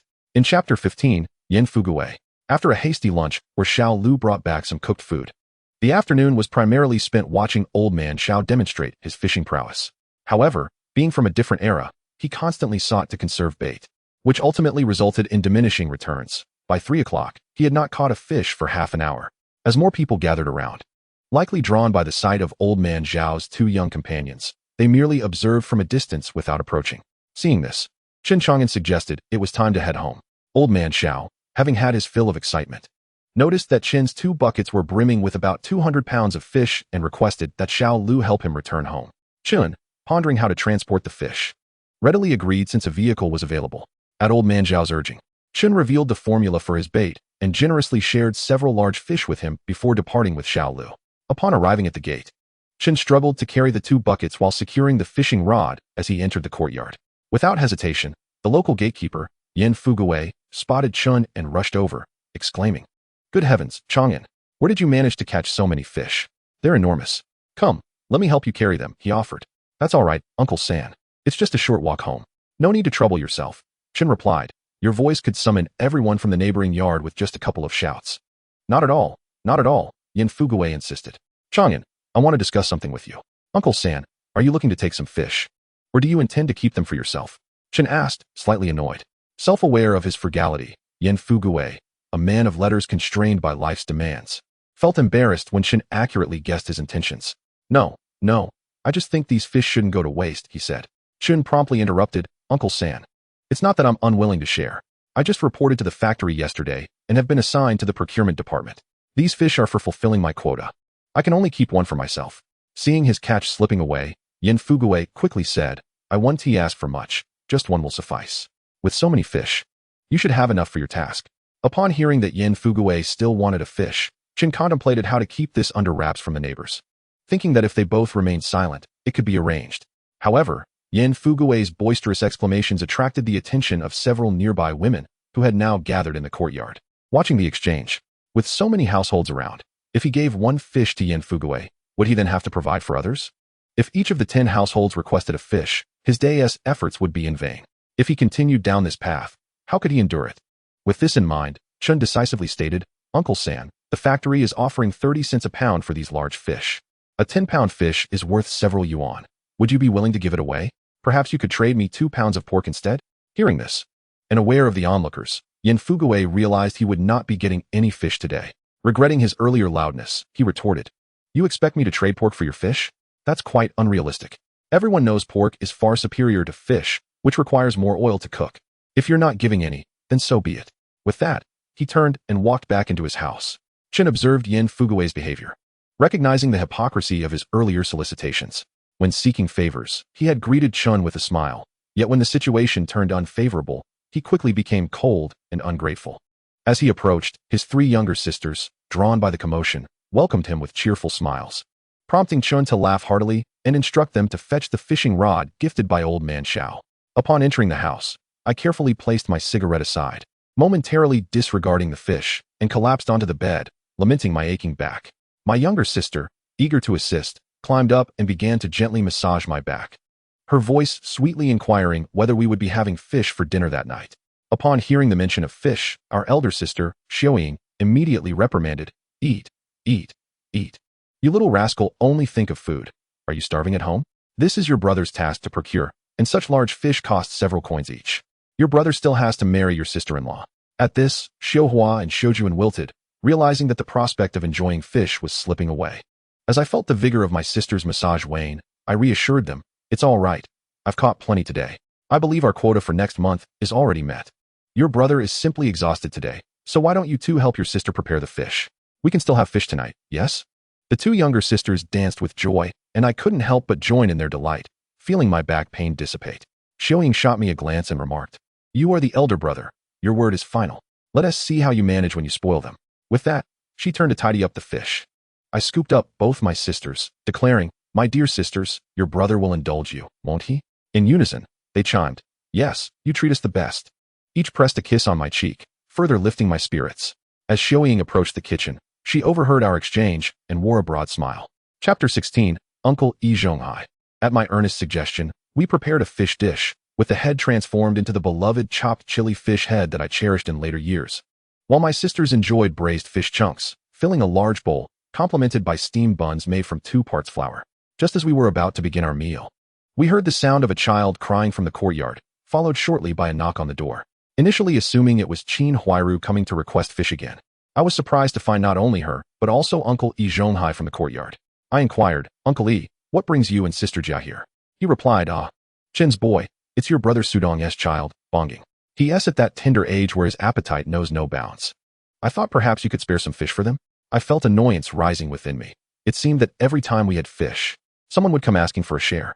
Did they not realize how brazen they were? After accommodating once, it seemed they expected it to become a habit. I responded, "Uncle Yi, I've gone through the trouble of cooking this fish for my sisters to satisfy their cravings. With times as tough as they are, who can afford to be so generous? If this continues, I might as well dine at your place." Uncle Yi retorted, Now, there's no need for such words. Aren't we neighbors? We should support one another. After all, it's said that distant relatives are not as helpful as close neighbors. Moreover, your brother Sudong's family is struggling. It's only right that neighbors lend a hand." I countered, "But the Jia family is not struggling, uncle. Jia Dongshu works, while Jia Zhangshi, Chen Huairu, Bonging, and Xiaodang depend on him. In contrast, I have my 3 sisters, no one working, and 4 of us to feed. Who, then, is truly in need?" Uncle Yi fell silent for a moment before continuing, "Well, if you don't wish to assist the Jia family, let us not dwell on it. I've heard you caught quite a few fish today. There are elderly women in our courtyard who are also in need, being both recipients of government aid and military dependence. Our courtyard has always been recognized as an excellent model of civility by the street committee. Since these fish are from your catch, which cost you nothing, wouldn't it be gracious to share a few with the elderly? After all, respecting our elders is a cherished virtue." I replied, "Uncle, it's not that I don't want to share. However, if you claim the elderly woman is a military dependent, I must ask, does she possess a glorious home plaque, as is customary? If so, I wasn't aware. Should she truly be a military dependent, rest assured, I would gladly share my food with her." Uncle E quickly interjected, "Let us not argue about military status. Honoring our elders is always a virtue. I assent it. You live in this courtyard. You can't always oppose your neighbors. You're not a child anymore. You understand the importance of community, right?" This old man seemed to be shifting from moral persuasion to veiled threats. I replied, "Uncle, while honoring the elderly is indeed commendable, it is primarily the duty of one's own descendants to care for their elders. That elderly woman is a recipient of government aid, and her welfare is the responsibility of the local authorities. If I am to deliver food to her, does that imply she is dissatisfied with the assistance she receives? I plan to visit the street office tomorrow and discuss with Aunt Wang about increasing the support for our courtyard's recipients.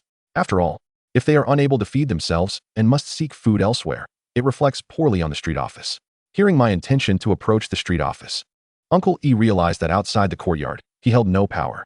He hastily replied, "There's no need to escalate matters to the street office. Such trivialities can be resolved within our courtyard. After all, we wouldn't want to jeopardize our chances of being recognized as an exemplary courtyard at year's end, since each household receives a small oil allowance. If you're unwilling, then so be it. Respect for the elderly should be voluntary, should it not? Am I to be deemed disrespectful simply for refusing to share fish? If you continue this way, don't blame me for severing ties." I asserted, as the saying goes, "One shouldn't strike a person's face nor expose their weaknesses. Is this your intention, to tarnish my reputation? If so, you shouldn't be surprised by my retort. You, being of such age without children or support, have surely heard of the plight of the elderly in society. If you wish for Jia Dongshu to care for you in your old age, you should treat him well. With your monthly salary of 99 yuan, You and your spouse can easily spare a little to help the Jia family. They would remember your kindness. Uncle E gazed at the growing crowd in the courtyard. Realizing he could no longer allow me to speak, he exclaimed, enough? Only those with dark intentions would think this way. I conduct myself with integrity. If you're unwilling to share fish, then I have nothing more to say. Without waiting for my response, he turned and left, leaving Chen Huiru standing there, bewildered. She had hoped that by bringing Uncle E into the discussion, she might secure some fish, but instead, the outcome was far from what she expected. I, too, felt no desire to converse further, closing the door and returning to my meal. The notion of neighbors being benevolent was a fallacy. One must simply focus on living well. Meanwhile, the onlookers, particularly the curious aunties, seemed to have uncovered a fresh piece of gossip, their chatter flowing endlessly. Chapter 17, Stealing Fish. Upon entering the house and observing the concerned gazes of my three sisters, I reassured them, it's nothing to fret about. Encountering such neighbors is merely our misfortune. Sooner or later, there would have been a quarrel. Otherwise, they would come asking for food daily, and it would be utterly tiresome. Having offended them this time, they are unlikely to return. I advised, from now on, you can play at home or visit your classmates, but avoid running around the courtyard.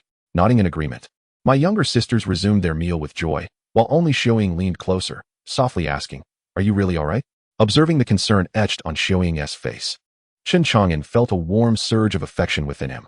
He reassured her, stating that there was nothing to worry about. He ought to prioritize his own well-being. It was evident to any discerning observer that this was merely a form of moral coercion.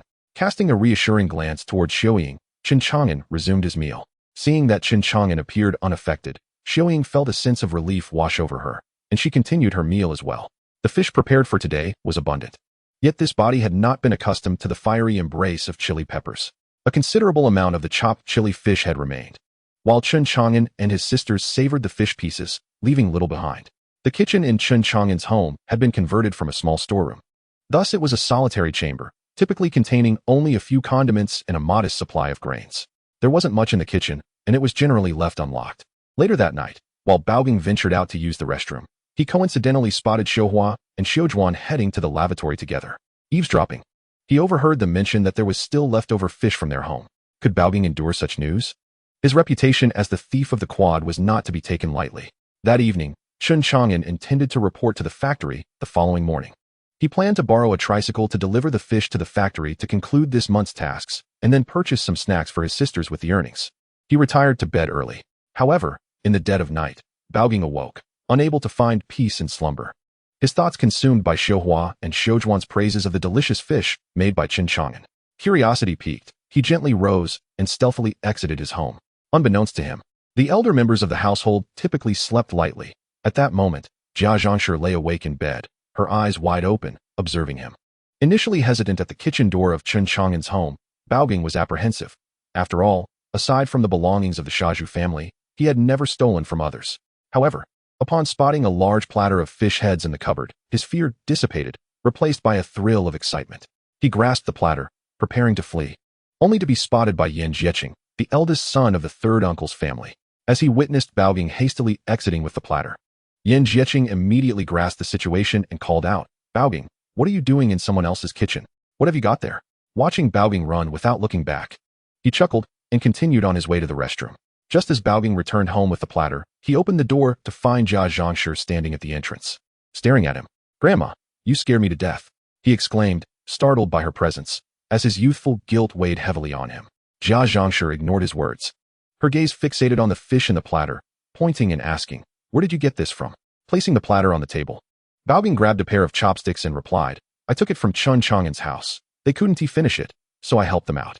Seeing Baoging already indulging in the meal, Jia Zhangshi hesitated for a moment before also taking a pair of chopsticks to join him. At this time, Qin Huiru had awakened, while Jia Dongshu and Xiao Dang remained asleep, observing her mother-in-law and son stealthily feasting on stolen fish in the middle of the night. With her mother-in-law joining in without a word, she hurried over and said, Mother, why are you eating too? If anyone finds out, we'll be utterly humiliated. Jia Zhangshi, indifferent, retorted, what does it matter? I only know that you and Dongshu Wanti prepare anything good for me, but my grandson knows how to honor his grandmother. With that, she continued to snatch fish from Baoging. Left with no alternative, Qin Huiru lay on the bed, stifling her sobs. She understood well that Jia Dongshu was timid, while Jia Zhangshi preyed on the weak. Within the household, she was the one being bullied, yet she stood as the family's front against the outside world. The thought of facing Chen Chang'an tomorrow, only to be compelled by Jia Dongxiu and Jia Zhangshi to apologize, deepened her sorrow. Noticing Qin Huairu in tears, Jia Zhangshi paid her no heed, merely pursing her lips as she continued to eat. Baobing, still young and accustomed to his mother's kindness, approached her with concern, asking, "Mom, why are you crying?" Frustrated and feeling wronged, Qin Huairu snapped, "Who told you to sneak out and steal from others?" Baobing, taken aback by her outburst, stood speechless. Jia Zhangshi, displeased with Qin Huairu reprimanding Baobing, interjected, "Baobing is a good child. You don't honor me, yet my dear grandson should be able to." Ignoring Qin Huairu, she turned to Baobing, asking, "Are you still eating? If not, it'll all be Grandma's." Baobing replied, "Grandma, it's too spicy. I can't eat anymore." He then rushed outside to the water spigot, guzzling water. Hearing him complain about the spiciness of the fish, Jia Zhangshi grumbled, "That Chen kid. Making the fish head this spicy. He must be doing it on purpose." She continued eating voraciously, hissing as she inhaled sharply. After finishing, she left the table in disarray and headed straight to bed, leaving the night in the courtyard tranquil and serene. Chapter 18, Selling Fish. As the morning sun streamed through the window, Chen Chang'an remained ensconced in the embrace of sweet dreams. Suddenly, a small hand gently prodded his shoulder, awakening him from his slumber. He slowly opened his eyes to see his sister Xiaoying standing beside his bed. "Brother, wake up," Xiaoying urged anxiously.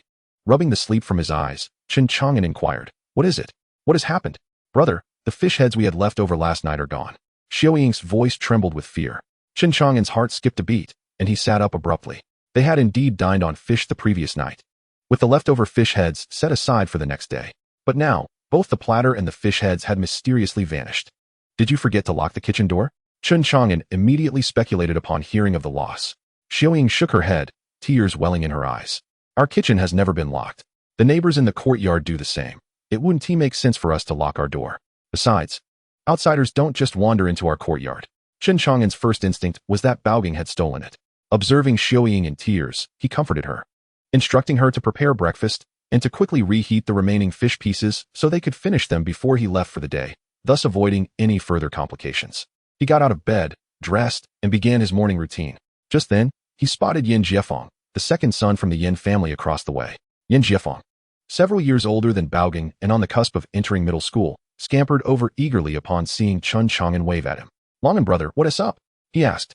Noticing the eager grin on Yin Jiefeng's face, Chen Chang'an pulled out 5 cents and handed it to him, saying, "Jiefeng, here is 5 cents. Could you help me find out who visited my kitchen last night to steal something?" Yin Jiefeng's eyes lit up at the sight of the money. 5 cents was a treasure, especially since his father was notoriously frugal and had never given him such an amount at once. After taking the money, he promised, "Don't worry, Long'an brother, I'll find out everything by lunchtime. No, I'll have it sorted out before noon." Chen Chang'an wasn't overly concerned. It was just a matter of a few cents, a casual move in the game of life. Nevertheless, he cautioned, "Just don't let your father find out. Or that money hastily." Yin Jiefeng hid the coins, exclaiming, "You're right. If my old man knows I got 5 cents, he'll be lucky to let me keep one." He hurried off to gather information. During mealtime, Xiaoying appeared somewhat despondent, prompting Chen Chang'an to console him, attributing his mood to the excessively spicy food he had prepared, which could lead to an upset stomach if consumed in excess. Initially, he had intended to discard it that morning, but this revelation seemed to lift Xiaoying's spirits slightly. Meanwhile, Xiaohua and Xiaojuan, having recovered from their ailments, showed little concern for household matters, focusing solely on the quality of their meals and their recreational outings. After breakfast, the employees in the courtyard began to leave for work one after another. It marked Chen Chang'an's first official day at the steel rolling mill, and as he donned his work uniform and stepped into the courtyard, he garnered curious glances, for not many were aware of his new position. A few gossiping ladies were preparing to inquire about how he had secured employment at the mill when they spotted Jia Zhangshi sprinting out of the courtyard with a chamber pot, racing towards the public restroom, followed closely by Bonging. The sight left Chen Chang'an and the onlookers in stunned silence, soon interrupted by a foul odor. Chen Chang'an swiftly covered his mouth and nose, rushing out of the courtyard. Once he had distanced himself enough to escape the stench, he exhaled deeply, contemplating the public restroom from a distance. However, with work time approaching, he had no choice but to head to the mill for his orientation. Upon arriving at the procurement section 3, he found only 4 unfamiliar colleagues, and the section head was absent. After sharing a few cigarettes to break the ice, they learned that the section head and higher-ups held meetings every Monday morning. The morning was typically consumed by a large meeting where factory leaders conveyed directives from the Ministry of Metallurgy, followed by smaller meetings led by various supervisors. which meant that the majority of the morning would be spent in discussions. The four colleagues introduced themselves as merely layabout fish, only fulfilling the necessary tasks each month and avoiding any additional time spent in the factory. Chen Chang'an was taken aback that in an era that valued dedication, amidst the legacy of labor heroes like Wang Jinxia, such peculiar characters could congregate in one section. It was hardly a coincidence. Time passed swiftly while they engaged in idle chatter until the section head returned from the meeting. Glancing at Chen Chang'an and the others, he simply remarked that there was nothing pressing and that they should continue with their tasks before retreating to his office. Observing the others comfortably settled, Chen Chang'an inquired and discovered they were waiting to return to the office after lunch in the cafeteria. After a brief conversation, they proceeded to the section head's office. Upon knocking, he was greeted with a "come in." As Chen Chang'an opened the door, section head Yang immediately recognized him, stating, "I knew it was you." Those four wouldn't bother knocking. If they had something to discuss, they would just barge in. He handed Chen Chang'an a couple of cigarettes and asked what he needed. After lighting one for the section head, Chen Chang'an explained, "Yang, I caught quite a number of fish by the river yesterday, live ones, currently kept in my home aquarium, weighing around 100 to 200 pounds. I find it difficult to transport them to the factory alone. Could you arrange for a vehicle? Even a small tricycle would suffice." Yang pondered for a moment and replied, "We do have a small tricycle at the factory, but the drivers are busy today, so it's unlikely we'll have one available." Chen Chang'an quickly added, "I can drive it myself. I can make a quick trip home and return in under an hour." After checking his watch and confirming it was 10:30, Yang agreed, reassured that he would return in time for lunch. Nodding in approval, he issued Chen Chang'an a ticket, and Chen Chang'an promptly exited. No sooner had he left the section head's office than he was surrounded by his four colleagues. Upon learning about the fish Chen Chang'an had caught, each clamored to forego their lunch and wait at the factory gate, eager to purchase a fish from him. Under their enthusiastic urging, he collected the tricycle and headed home to retrieve the fish. In less than 20 minutes, he returned to the factory on the tricycle, where he found the four eagerly awaiting his arrival at the gate. Each quickly selected a fish and tossed Chen Chang'an 5 yuan before dispersing. In the cafeteria, after weighing the fish with the cafeteria manager, it totaled 220 pounds at 50 cents per pound, resulting in a bill of 110 yuan for the fish and an additional 20 yuan for the aquarium, summing up to 120 yuan. By the time Chen Chang'an returned to his section after settling the payment, it was just past 11. Yang, seeing him back, inquired whether he had completed the paperwork. Chen Chang'an nodded, and Yang continued, "Today is the 20th. You fulfilled your monthly quota. In fact, next month S and the month after S quotas can also be considered complete. However, this single purchase does not define your position. Your formal employment status will still be evaluated over 3 months. If you manage another procurement within this month, you will be officially recognized, and your salary will be elevated. But that depends on your own aspirations. Enough talk, go have lunch." Reflecting on the fact that it was the 20th, Chen Chang'an considered he still had about 10 days left to fish again, thinking that securing a quicker transition to official status and a higher salary would be advantageous. Chapter 19, News. After finishing his meal at the factory, Chen Chang'an prepared to head home, contemplating whether to rest in the afternoon or go fishing. Considering that he had just fished yesterday, he decided to take a break and made his way home. As he approached the entrance of the courtyard, he spotted Yan Jiechao, the eldest son of his neighbor Yan Fugui, and his younger brother Yan Jiefeng, whispering in a corner. Seeing the two, Chen Chang'an approached and tapped Yan Jiefeng on the shoulder, asking, "Jiefeng, how did you fare with the task I assigned you this morning?" Upon recognizing Chen Chang'an, Yan Jiefeng promptly replied, "Chang'an, do you still doubt my ability to get things done? I've already gathered most of the information and was just waiting for you to get off work to share it. I didn't expect you to return at noon. Did I not inform Uncle San? He should have relayed it to you. I am now working in procurement at the steel mill, which essentially involves running around town to acquire supplies for the factory. Sitting in an office won't yield any results." Seeing the brothers nod in agreement, he continued, "Did you manage to uncover anything regarding the matter I entrusted to you this morning? What have you found out?" Yan Jiefeng hesitated momentarily and replied, "Well, it's quite simple. Last night, my elder brother Jiechao encountered Bongging coming out of your kitchen while he was heading to the restroom. My brother even called out to Bongging, who took off at lightning speed upon hearing him. For added credibility, he turned to his brother and asked, 'Right, brother?' Yan Jiechao nodded vigorously in affirmation of his brother's account. Yan Jiefeng went on, 'Furthermore, Bongging didn't attend school today. Jia's wife asked my father to excuse him. All morning, Jia Zhangshi and Bongging have been running to and from the restroom, suffering from diarrhea. It's evident that they must have pilfered something from your kitchen, leading to their upset stomachs. Otherwise, how could only those two be afflicted?' Upon hearing this, Chen Chang'an understood the situation. He pulled out 50 cents from his pocket and handed it to Yan Jiefeng, saying, 'Well done on this matter today. Here is a little something for you too. Use it to buy some food.' Just be sure your father doesn't find out. The two brothers beamed with joy, thrilled to receive the unexpected reward. Yin Jiefeng, having also earned some pocket change that morning, assured Chen Chang'an, "Don't worry, Chang'an. We know how to keep it under wraps. If you need anything else in the future, just let me know, and I'll ensure it's handled perfectly. All right, I'll be sure to come to you next time. You two go ahead and keep busy." "I'm heading inside," Chen Chang'an replied. As Chen Chang'an entered the courtyard, he noticed his two brothers whispering together for quite some time, indifferent to how they would split their earnings. Before long, the two brothers had vanished, leaving him unaware of their leisurely escapades. Upon stepping through the courtyard gate, he was pleasantly surprised to find that Yin Fugui, the gatekeeper, was absent, which lightened his mood considerably. Through the moon gate, he spotted a group of aunties gossiping in the central courtyard, pondering whether they were discussing the unfortunate incident involving Jia Zhangshi and her digestive troubles. Ignoring them, he headed home, whereupon entering, he found the two young girls, Xiuhua and Xiujuan, sipping kanji from their bowls. Furrowing his brow, Chen Chang'an inquired, "Why are we having kanji again? Can't we have something else for a change?" Xiujuan merely pouted, saying nothing, yet her eyes betrayed a hint of helplessness. Meanwhile, Xiuhua appeared somewhat embarrassed and softly stated, "Elder brother, I truly only know how to make kanji. It was always eldest sister who cooked for us. But once she discovered my knack for kanji, she stopped overseeing our meals at noon." Her voice dwindled, tinged with a sense of grievance. She continued, her tone quivering, "I never want to learn to cook again. If I can only make kanji, then no one will ever cook for me again."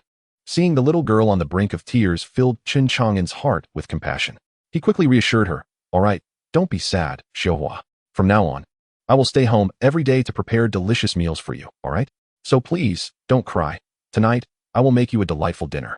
Upon hearing his promise, Xiuhua's face brightened with a smile, and she resumed enjoying her sorghum kanji, seemingly forgetting the earlier discontent. Chen Chang'an watched her silently, vowing to ensure that this adorable sister of his would lead a joyful and fulfilling life. After both sisters had eaten their fill and were coaxed into taking their afternoon nap, Chen Chang'an contemplated seizing the opportunity to visit the Jia family and inquire about the recent incident. While he could overlook the pilfered items, he believed a firm stance was essential. Otherwise, they might assume his silence indicated weakness, leading them to continue their thievery unabated. It was likely that he and Jia Zhangshi would never see eye to eye. She was a shamelessly ruthless individual, but seeking an explanation was distinctly different from engaging in a quarrel. Chapter 20, Jia Zhangshi. When Chen Chang'an arrived at the central courtyard, the gossipy aunties exchanged silent glances, seemingly communicating their curiosity. Why was this boy from the Chen family, who rarely graced the courtyard with his presence, here today? Wasn't it rumored he had started working at the steel mill? How could he suddenly appear? Were the rumors unfounded? The aunties simultaneously turned their gazes toward one among them. Ignoring the gossiping women, Chen Chang'an marched directly to the Jia family's door, knocking as he called out, "Qin Huairu, your son sneaked into my kitchen in the dead of night to steal food. Do you have nothing to say about this?" Upon hearing his words, the nosy aunties fell silent, their eyes gleaming with anticipation, sensing that a sensational scandal was about to unfold. Hesitant, Qin Huairu emerged from her home, unsure of how to respond, while Jia Zhangshi stormed out in a fit of rage, pointing an accusatory finger at Chen Chang'an. "You shameless wretch. How dare you come to our house? You know we can't eat spicy food, yet you insisted on making the fish so fiery. You left it uneaten in the kitchen, clearly intending to mock us." Chen Chang'an and the gossiping aunties were momentarily stunned by Jia Zhangshi's vitriol. How could she utter such words? For a moment, even he was rendered speechless. Seeing his silence, Jia Zhangshi grew even more arrogant, stating, "Because of your spicy fish head.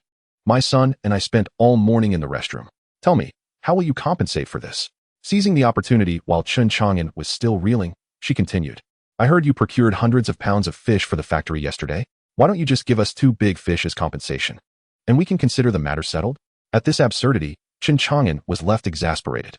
He had encountered unreasonable people before, but never to such an extent, having stolen from his home and then demanding compensation for their own misdeeds.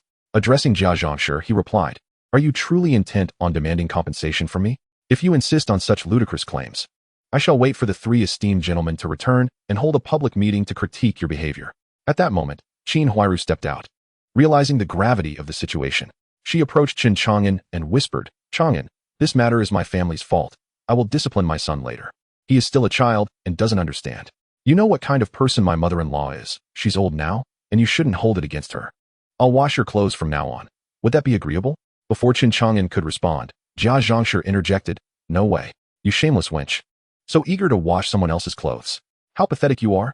Mother, please don't be unreasonable. Chen Huairu protested, but Jia Zhangshi struck her across the face, declaring, "You are truly disgraceful, rushing to offer your services. This does not concern you. Go back inside and stop embarrassing me." Watching Chen Huairu cover her face, tears streaming down her cheeks as she turned to leave, Chen Chang'an finally recognized the true face of Jia Zhangshi. "Very well, Jia Zhangshi. With the men absent from your household, I can't be bothered to engage with you further. If it comes to blows, you'll accuse me, a grown man, of bullying you. When everyone returns tonight, I will invite Director Wang from the neighborhood office, along with the 3 gentlemen from the courtyard, to critique you. Let us see if you maintain such bravado then. You, a rural woman, neither working nor contributing to society. I will recommend to the neighborhood office that you return to the countryside to farm." Having said this, Chen Chang'an turned and left, leaving Jia Zhangshi standing in stunned silence in the courtyard. Chen Huairu wished to rush after him to speak some comforting words, but alas, Chen Chang'an was already too far gone, leaving no opportunity for her. Upon returning home, he advised his sisters to stay indoors and not wander about before stepping out of the courtyard toward the neighborhood office. At the entrance, the same elderly man from before greeted him. After sharing a few words and lighting a cigarette, he waved Chen Chang'an inside, indicating that he was free to enter. After exchanging pleasantries with the clerical aunties in the large office, Chen Chang'an made his way to Aunt Wang's office door. He knocked. "Come in." Upon entering, he found Aunt Wang alone in the office. With a playful grin, he approached her, asking, "Aunt Wang, are you busy?" Seeing Chen Chang'an, Wang replied with a smile, "You've only just started working, and you're already here? I heard you've been assigned to procurement. Why aren't you at work?" "Oh, procurement doesn't entail much. Our supervisor merely requires us to check in every Monday. After all, as procurement staff, we're not constantly running about for unplanned supplies. As long as I fulfill my monthly tasks, I'm good," Chen Chang'an explained. Nodding, Wang responded, "That sounds all right. Are you able to complete your monthly tasks? Do you need me to help you brainstorm? I would appreciate Aunt Wang's assistance. My monthly task is simply to procure 30 yuan worth of materials at the steel mill's prices. Yesterday afternoon, I went fishing and had good fortune, catching over 100 pounds of fish. I just delivered it to the factory this morning, which means I've already completed 3 months' worth of tasks before my formal employment begins." Wang nodded. "Well, if it's not work-related, then it must pertain to your personal life. So go ahead, what is the matter?" Thus, Chen Chang'an found himself engaged in fishing, preparing fish for dinner, and during the late hours, stealthily acquiring fish while seeking out the Jia family. He relayed the account of his interactions with Jia Zhangshi to Director Wang. Upon hearing the tale, Director Wang inquired, "What are your thoughts on this? Are you genuinely considering sending Jia Zhangshi to the countryside?" Feeling aggrieved, Chen Chang'an replied, "It is not my desire to send her away. Rather, it is her shamelessness and unreasonable behavior that compel me. She incessantly stirs up trouble in the courtyard." Emboldened by the protection of old Master Jia, acting without fear, Director Wang probed further. "The protection of old Master Jia? Yizhonghai? What does that entail?" Consequently, Chen Chang'an elaborated on the matters concerning Yizhonghai, Jia Dongxiu, Shazhu, and the deaf old lady, explaining that these individuals were the ones perpetuating the ongoing turmoil within the courtyard. He continued, "I have no wish to engage in daily scheming and vigilance against them. Yi Zhonghai's desire for companionship is his concern, as long as it does not entangle me. My focus is to work diligently, support my younger sisters, honor Aunt Wang, and eventually marry, leading a tranquil life." After listening, Director Wang chuckled, "I expect you to honor her. Your brother Lu would certainly take issue with your sentiments." "Impossible. Lu is always so busy that he is often unreachable. However, I can still be of assistance when it matters most, wouldn't you agree?" Chen Chang'an quickly defended himself. Director Wang smiled. "All right, enough with the jesting. I am aware of the issues in your courtyard. Once the elders have finished work, I shall convene a meeting there to issue a warning. You should refrain from provoking them and simply focus on your own affairs." "Understood, I will heed Aunt Wang's advice," Chen Chang'an replied. After concluding the discussion, he bid farewell to a few aunties at the street office and leisurely exited the premises. Chapter 21, Military Exercises. Emerging from the street office, it was already past 3 in the afternoon. What should he do? With no need to attend work daily and having completed his tasks, he felt somewhat aimless. Well then, I shall visit old Master Shao by the river and engage in conversation. Perhaps I can glean something useful. Indeed, upon arriving at their usual spot, old Master Shao was present. Nodding toward the 2 individuals nearby, Chen Chang'an sat beside old Master Shao and remarked, "Old Master Shao, it appears you have yet to retire? Fishing here daily doesn't seem quite appropriate." Old Master Shao, upon recognizing Chen Chang'an, responded without anger, "I have devoted a significant portion of my life to serving the country. Surely I am entitled to a bit of rest? But you, being so young, should not be idling about with no school or job," retorted Chen Chang'an. "How can you say that? I am employed as a procurement officer at the steel mill. You know, the other day, I caught a substantial number of fish and sent them to our factory cafeteria, contributing to the sustenance of the working class. Does that not count as serving the nation? Old Master Xiao conceded. Very well, I shall let you pass this time. After that, he fell silent, gazing intently at his fishing float, although it was clear his focus had drifted elsewhere. Noticing the evident preoccupation of Old Master Xiao, Chen Chang'an inquired.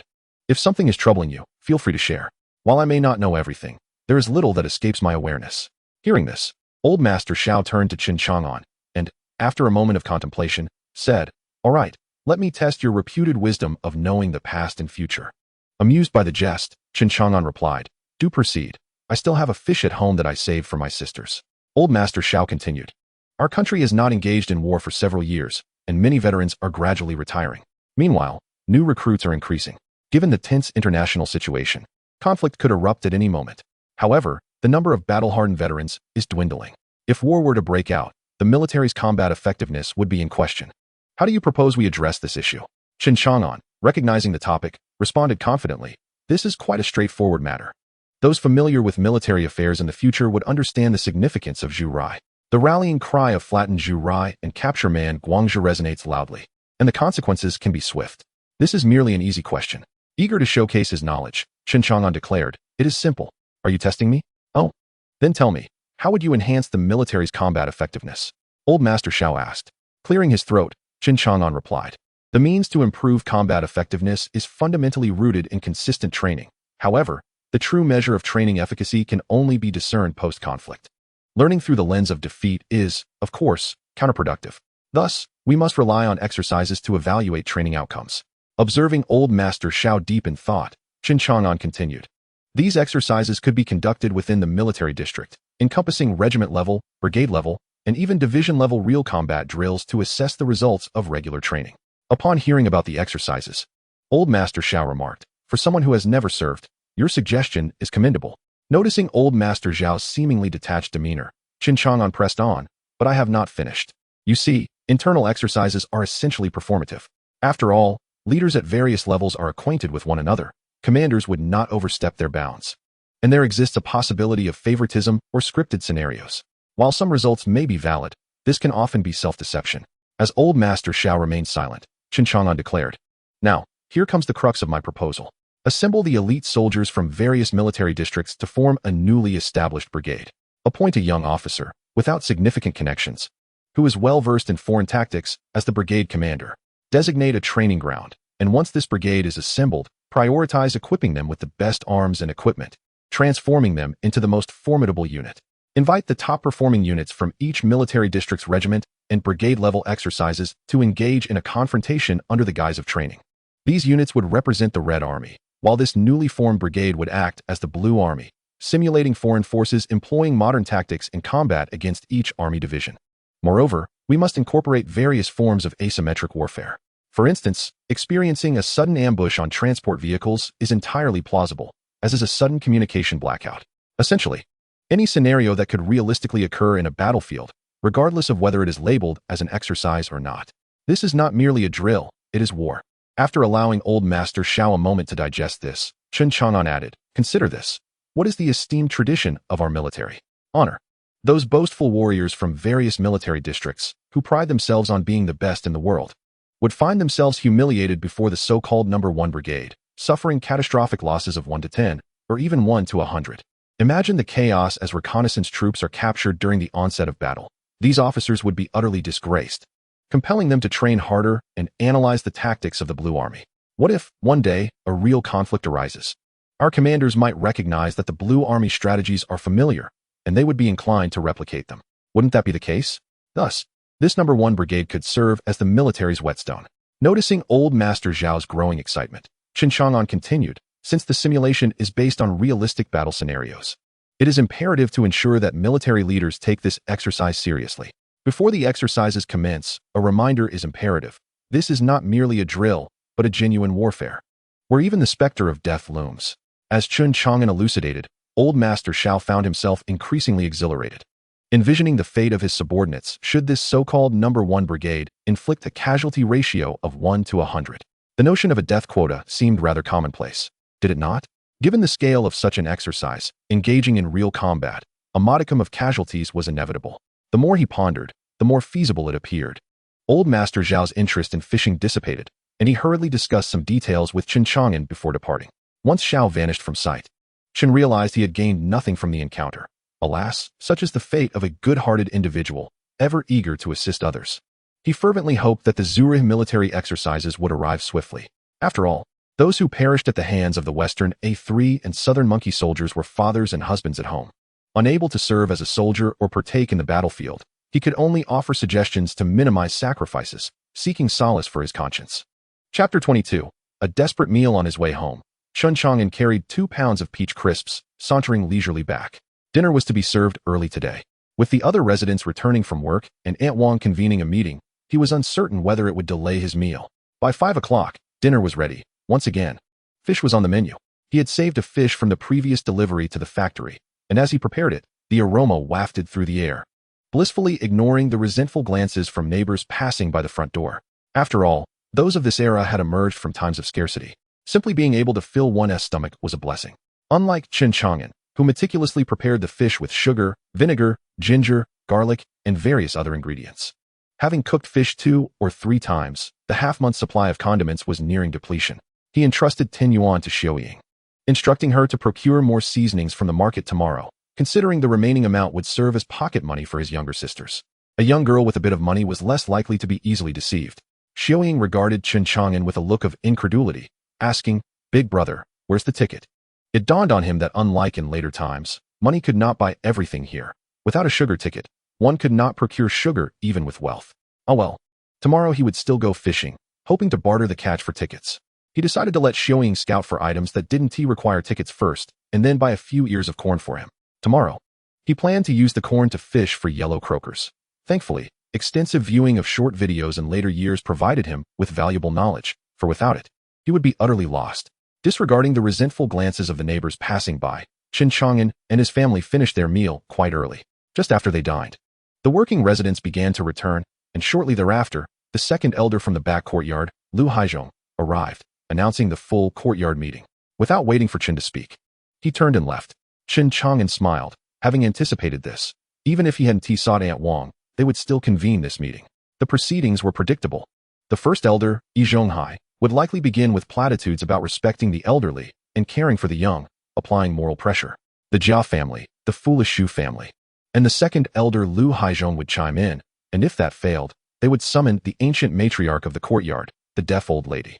Ultimately, the war god. The foolish Zhu would resort to physical violence.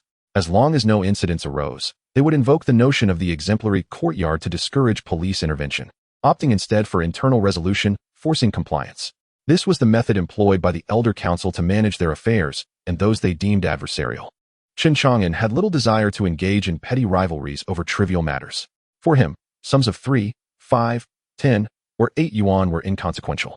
Were one truly in dire straits, borrowing or gifting such amounts was feasible, provided no underhanded dealings occurred. Harmonious coexistence was his priority. The residents were all employed. Borrowing was a means of emergency, not a remedy for poverty, and none among them were destitute. Yet, one ought not to treat others as fools, incessantly taking advantage of them while disparaging them behind their backs, which disgusted Chen Chang'an. In truth, he could empathize with those who had endured the hardships of the old society, especially the destitute. Though he had not experienced the wretched twilight of life that the destitute faced, he could well imagine it. As one aged, relatives and neighbors would incessantly borrow items, taking one today and another tomorrow, leaving one with no choice but to comply, exploiting one's frailty.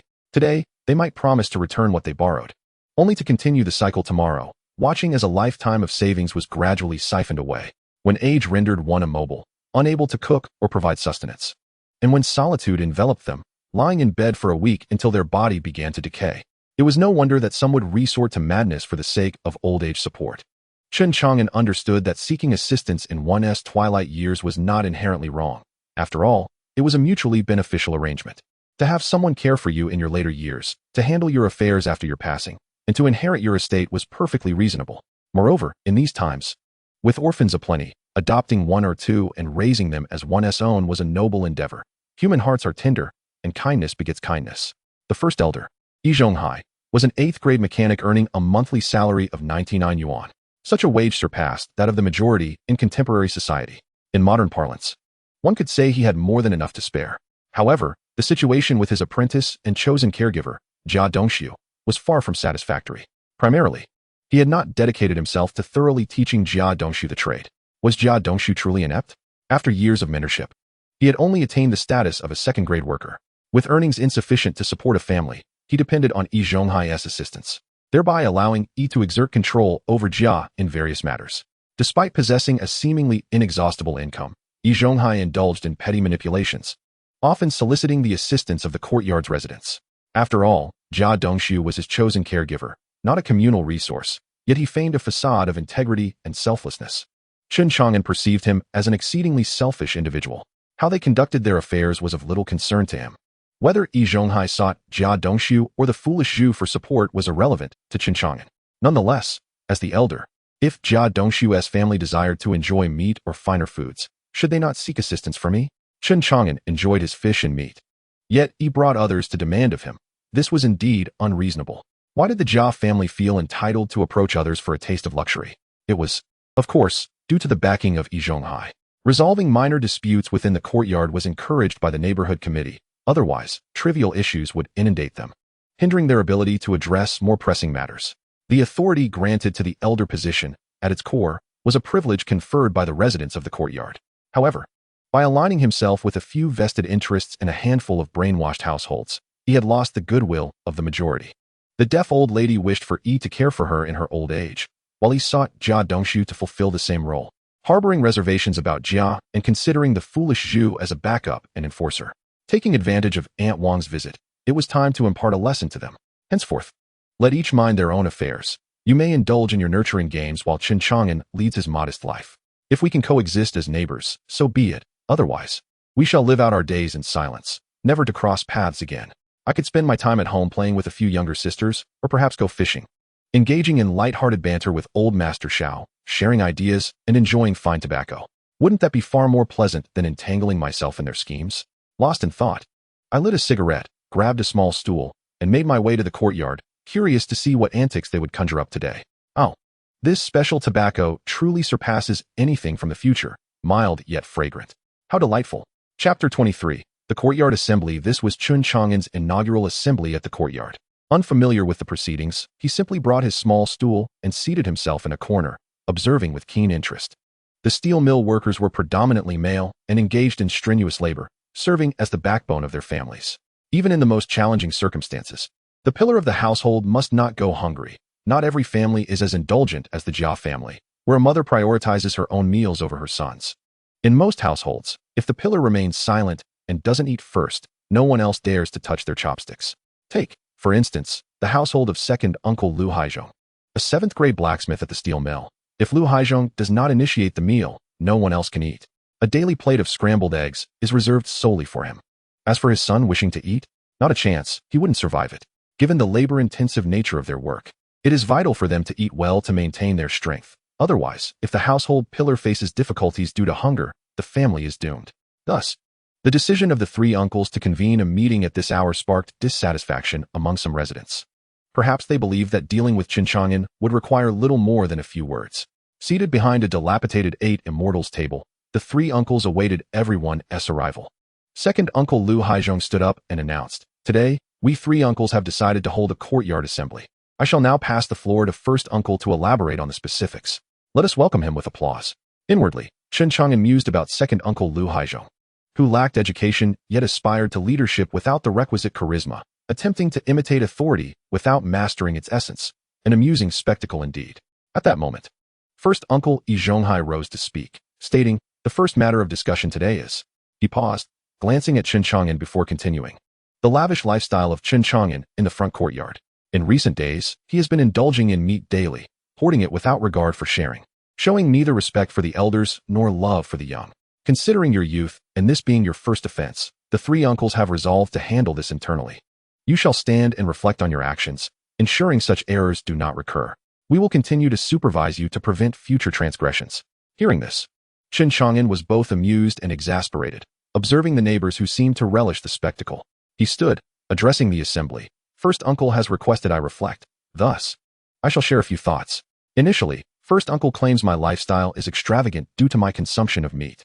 Everyone knows we live in a new China now. While it is not difficult to fill our stomachs, enjoying quality food is another matter altogether. This is why the riverbank is teeming with fishermen on Sundays, including our third uncle Yan Fugui, who sacrifices his rest to fish. What is his purpose? To catch fish to enhance his meals. If this is deemed lavish living, then third uncle must also be implicated. Jia Zhangshi, ever eager to stir trouble, interjected, "It's the same for everyone. You've never offered us any of your catch." However, upon seeing her son Jia Dongshu and first uncle Yi Zhonghai glaring at her, she quickly fell silent, muttering inaudibly. Third uncle, wide-eyed, wondered how this concerned him. "You may quarrel amongst yourselves, just do not involve me," he thought. Chen Chang'an continued, "If we consider those who fish for sustenance as living lavishly, then all who partake in fish must also be labeled as such. Among them are numerous leaders. First uncle, can you monitor them all? The state encourages fishing to improve our diets, yet here you are condemning it as extravagance. Are you opposing the state?" Observing the contemplative expressions on the faces of the neighbors and the furious countenance of first uncle, Chen Chang'an pressed on. "As for the claim that I hoard food and do not share, I ask you, first uncle, with your monthly salary of 99 yuan that you cannot exhaust, why not share a little with those of us who earn merely 20 or 30 yuan? One must learn to share. Furthermore, the assertion that I do not respect my elders or love the young is utterly unfounded. I hold my parents in high regard and cherish my sisters. Should I call them here to inquire?" The courtyard fell into a profound silence, with the three uncles rendered speechless. After Chen Chang'an concluded, he sat down, smoking and observing the reactions around him. Seeing first uncle at a loss, Shaju could no longer remain idle. He stood up to defend first uncle, declaring, "Regardless, first uncle is an elder. Saying you do not respect your elders is entirely unjustified." Chen Chang'an retorted, "Isn't it laughable for one who leverages their age to command respect, yet fails to show it in return?" Shaju, undeterred, advanced towards Chen Chang'an, fist clenched, menacingly stating, "Do you dare insult first uncle? Believe me, I will pound you." At this moment, first uncle sat silently at the eight immortals table, resembling a monk in deep meditation. Chen Chang'an cast a glance at him and addressed Shaju, "You know, in your previous altercations with Su Damao, it was first uncle who cleaned up after you. Su Damao feared you, and with his guilty conscience, he dared not report you. Should you choose to strike me today, I shall not hesitate to report you to the authorities, leading to your labor reform and potential job loss. I wonder if you are truly impulsive or merely feigning ignorance." Shaju disregarded Chen Chang'an's words, raising his fist in defiance as he sensed no remorse from Chen Chang'an. Just then, Yi Zhonghai interjected, "Enough, Shaju. There is no need to resort to violence over such trivial matters. Ultimately, Chen Chang'an's issues do not constitute a crime. They are merely matters of awareness, and whether he chooses to amend them is his own business." Chen Chang'an found the situation absurd, realizing their attempts to suppress him had turned into a ploy to tarnish his reputation. Continuing, first uncle Yi Zhonghai announced the second matter. As everyone is aware, the Jia family is facing difficulties.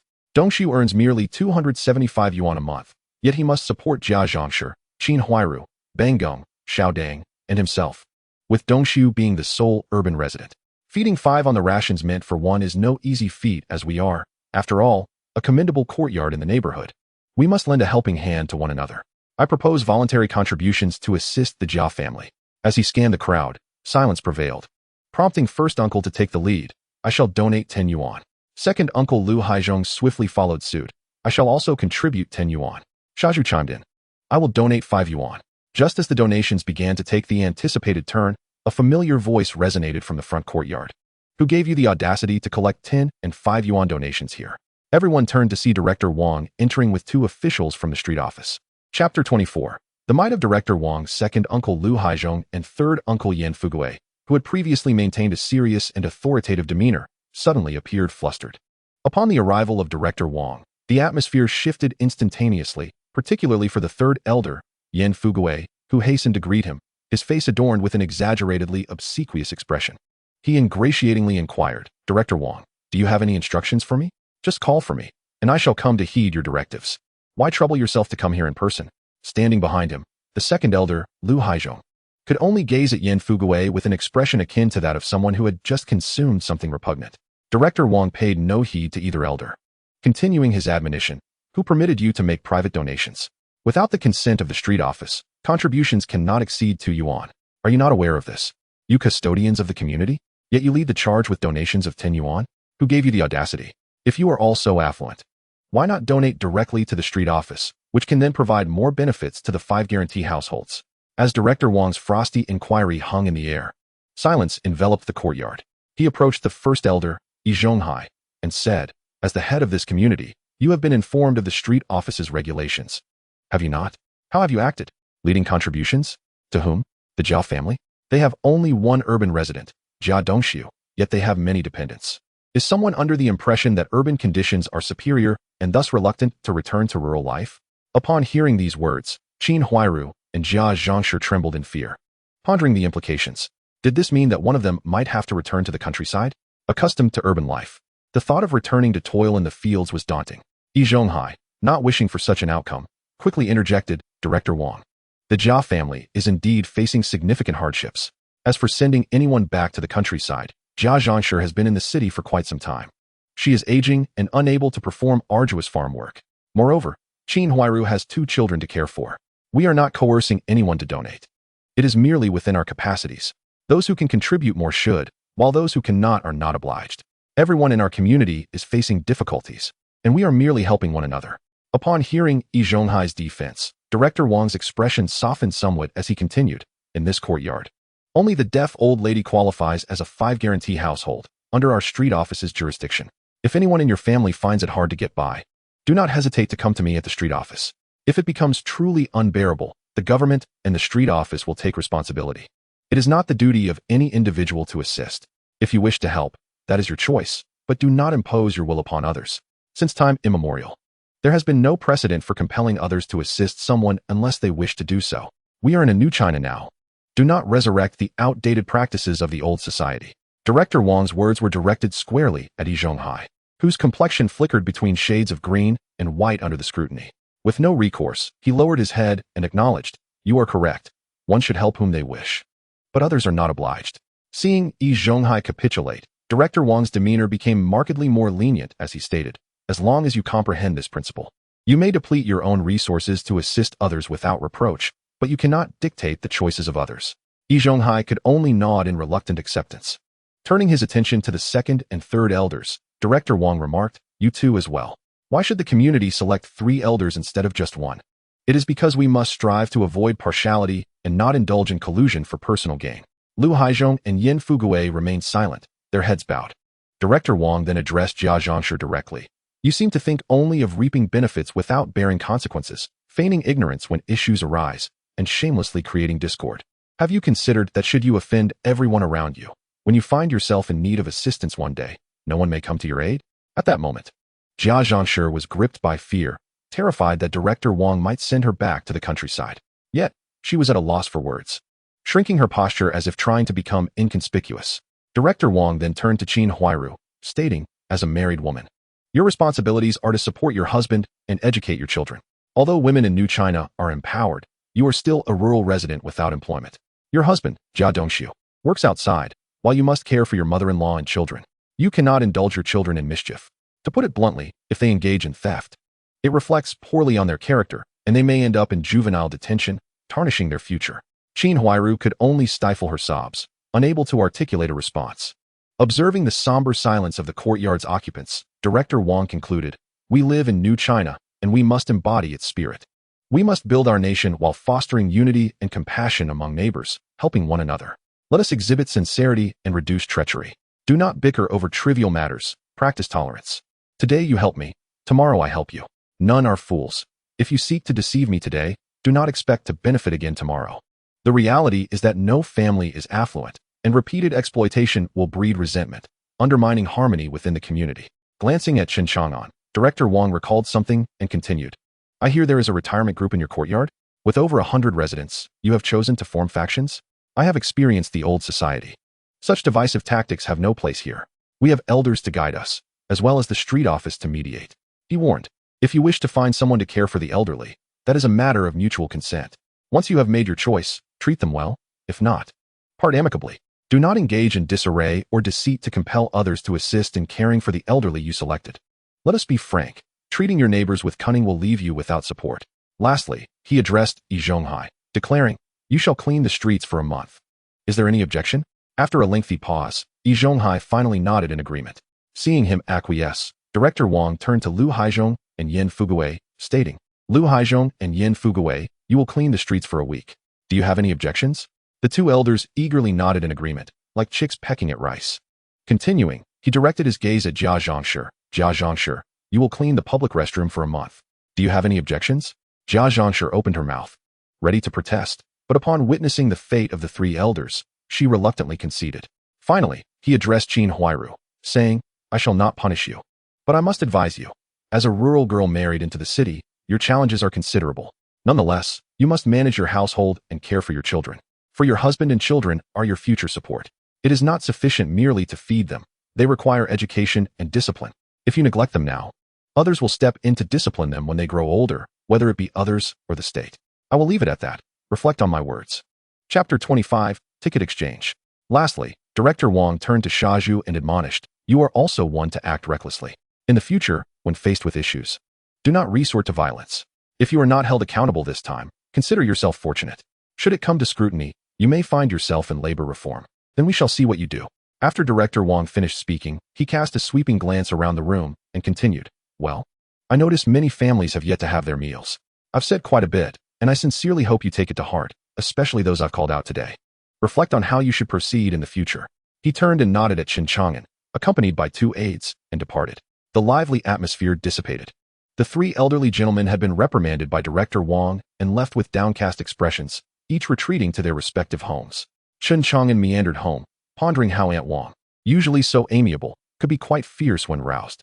Yet, it is undeniable that without some merit, one cannot hold the position of a street office director. Especially in the historical heart of the city, the role carries the weight of a department-level cadre. Surely, the courtyard should enjoy a period of tranquility now. Upon returning home, he found Xiaoying engrossed in her homework, while Xiuhua and Xiujuan chattered away, engrossed in their own conversation. In these times, entertainment was scarce, so he took the two young girls for a stroll before heading back. As they entered the courtyard, he spotted Yin Jiecheng and Yin Jiefang, instructing his younger sisters to return indoors to find Xiaoying and wash up for bed. Chen Chang'an lingered outside, engaging in conversation with the Yin brothers. From now on, keep an eye on the courtyard for me. If anything arises, inform me. And if anyone dares to bully my sisters while I'm away, lend them a hand. If necessary, come to the steel factory to find me, or seek out Director Wang at the street office. There will be rewards for your assistance. Once home, Xiuhua and Xiujuan had already fallen asleep. Xiaoying poured a glass of water for Chen Chang'an, who, after washing up, found himself at a loss for activities and ultimately succumbed to sleep. Before dawn the next morning, Chen Chang'an rose early, adhering to the routine of early to bed and early to rise. Today he planned to go fishing, having prepared cornmeal as Xiaoying had suggested. In later years, he would often fish in the south, particularly for the prized yellow perch during summer. Unfortunately, he currently lacked a lure rod and could only settle at a fishing spot, creating a bait area. Breakfast consisted of the familiar cornmeal porridge paired with a small portion of pickled vegetables. Such was the reality of this era. Though he had some leftover fish from the previous night, which proved quite delectable. Today, he took along the 2 buckets as before, but this time filled them with cornmeal and brought along a fishing rod obtained through special channels from Grandpa Xiao. With a small stool strapped to his bicycle, he set off. This time, he had invested considerably in the cornmeal, and his sisters had voiced their grievances, though the 3-year natural disaster had yet to arrive. Nevertheless, corn was not easily obtained and was rather pricey, yet Chen Chang'an intended to use it for fishing. He returned to Shikahai, the familiar fishing spot associated with Grandpa Xiao, and upon arriving, he scattered a handful of corn kernels to begin baiting the area. As he adjusted his bobber and prepared to cast, he threw out another handful. Noting the absence of anyone else around that early morning, including Grandpa Xiao, uncertain if he would return today, Chen Chang'an anticipated being chided for squandering resources or ridiculed for overfeeding the fish. With patience, he awaited the fish to bite, and after half an hour, the bobber submerged, he had a catch. Regrettably, it was not the desired yellow perch, but rather a carp weighing 2 or 3 pounds. It appeared that in these northern waters, carp, blackfish, and catfish were abundant. As Chen Chang'an continued to bait the area, more fish gathered, and he began to reel in catches frequently. The first bucket of cornmeal had transformed into a bucket of fish, and by this time, daylight had fully arrived, drawing more people to the vicinity. With 1 bucket of cornmeal remaining, Chen Chang'an ceased baiting and opted to fish leisurely for the rest of the day. Soon, someone approached, eyeing the bucket of fish and hesitantly inquiring, "Hello, comrade. Would you be willing to sell me a few fish?" Observing Chen Chang'an's stoic demeanor, the individual added, "Please don't misunderstand. I'm not after your fishing methods, as I don't fish myself. I just noticed you've caught quite a few, and I'd like to buy a couple to take home. We're out of meat tickets, and the children are getting a bit peckish. Realizing the man was likely unfamiliar with the regulations prohibiting direct fish sales, Chen Chang'an explained, I'm not refusing to sell. But the state has regulations. These fish cannot be sold, only exchanged. The man paused at this revelation, then grasped the situation, responding, I understand. Would it be acceptable if I traded you 2 industrial tickets for 2 fish? I don't need large ones, just enough for the kids. The fish Chen Chang'an had caught were modest in size, local varieties including small white fish and a few yellow perch. Suitable for a straightforward exchange rather than a significant sale. All right, Chen Chang'an replied. You can take 2 from the bucket once you hand me the tickets. The fish were not particularly large, and Chen Chang'an was indifferent to their size. As he continued to reel in fish, more individuals gathered around, curious about his catches. Today was not a holiday, and those fishing nearby were mostly older individuals. They frequently inquired about his fishing techniques and the price of fish, noting his use of cornmeal. While fishing with cornmeal seemed extravagant, if a few kernels could yield a bucket of fish, it was indeed a worthwhile endeavor. Many began to prepare to head back for cornmeal of their own, a notion Chen Chang'an regarded with indifference. The pace of fishing matched the speed of selling, maintaining a steady quantity of fish in his bucket. His collection of tickets grew diverse, including tobacco, alcohol, fabric, cotton, and even coal and sugar tickets. Suddenly, a familiar voice broke through the chatter. The fishing expert is doing quite well, I see. Tell me, how much for the fish in that bucket? Turning to see Grandpa Xiao had arrived, Chen Chang'an cast a skeptical glance at the old man, retorting, which eye of yours saw me doing business? This is called exchanging, not selling, understand? As Grandpa Xiao plopped down beside him, disregarding any semblance of decorum, he asked, What's the situation today? Nothing to do? Wasn't he the suggestion I gave you helpful? Upon mentioning his advice, Grandpa Xiao chuckled. Of course it was helpful, but I can't be the one doing everything. Can I? A leader must learn to delegate. Even Zhuge Liang wore himself out trying to do it all alone. Chen Chang'an laughed. All right then. So you're here to fish today? I'm nearly done. If you wish to fish, I can relinquish this spot to you, as I've been baiting it since morning. Grandpa Xiao, grinning broadly, replied, Perfect. Today, I'll benefit from your efforts. He turned to his aide, instructing, Xiao Lu, go to the car and bring me my fishing rod. And don't forget to bring our fishing expert, Little Chun, a couple of cigarettes. After all, this spot isn't to be taken without compensation.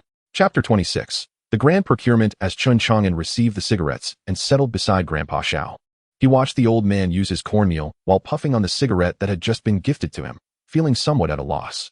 With lunchtime approaching, he prepared to pack a yellow perch and several small white fish, gathering the numerous tickets he had exchanged. He decided to give all the remaining fish to Grandpa Xiao, then leisurely made his way home.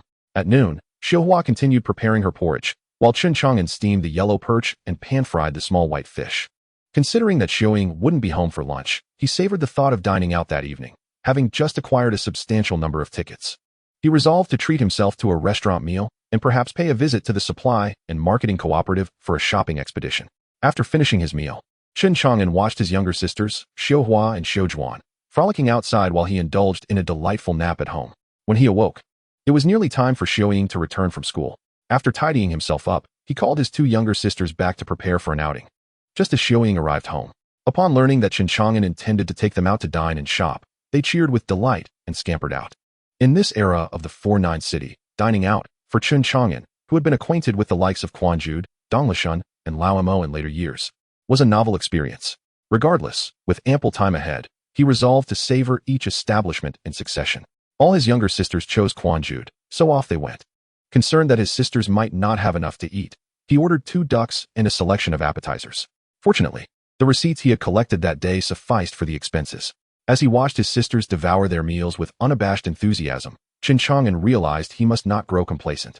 He needed to fish more frequently to earn additional receipts, ensuring a better life for his sisters. Following this sumptuous feast, his sisters' bellies were round and content. And Chen Chang'an found himself agreeing that the roast duck of this era surpassed that of the future. He packed 2 duck carcasses and headed straight to the supply and marketing cooperative with his sisters. Transforming into a modern-day tycoon, he purchased hairpins and fruit candies for his sisters. Noticing some fabric, he remembered his promise to make clothes for Xiaohua and procured enough material for all 3 sisters, along with some pastries. Joyfully, they returned home, and upon calculating their expenses for the meal and shopping, Chen Chang'an noted he had spent over 20 yuan, an alarming figure.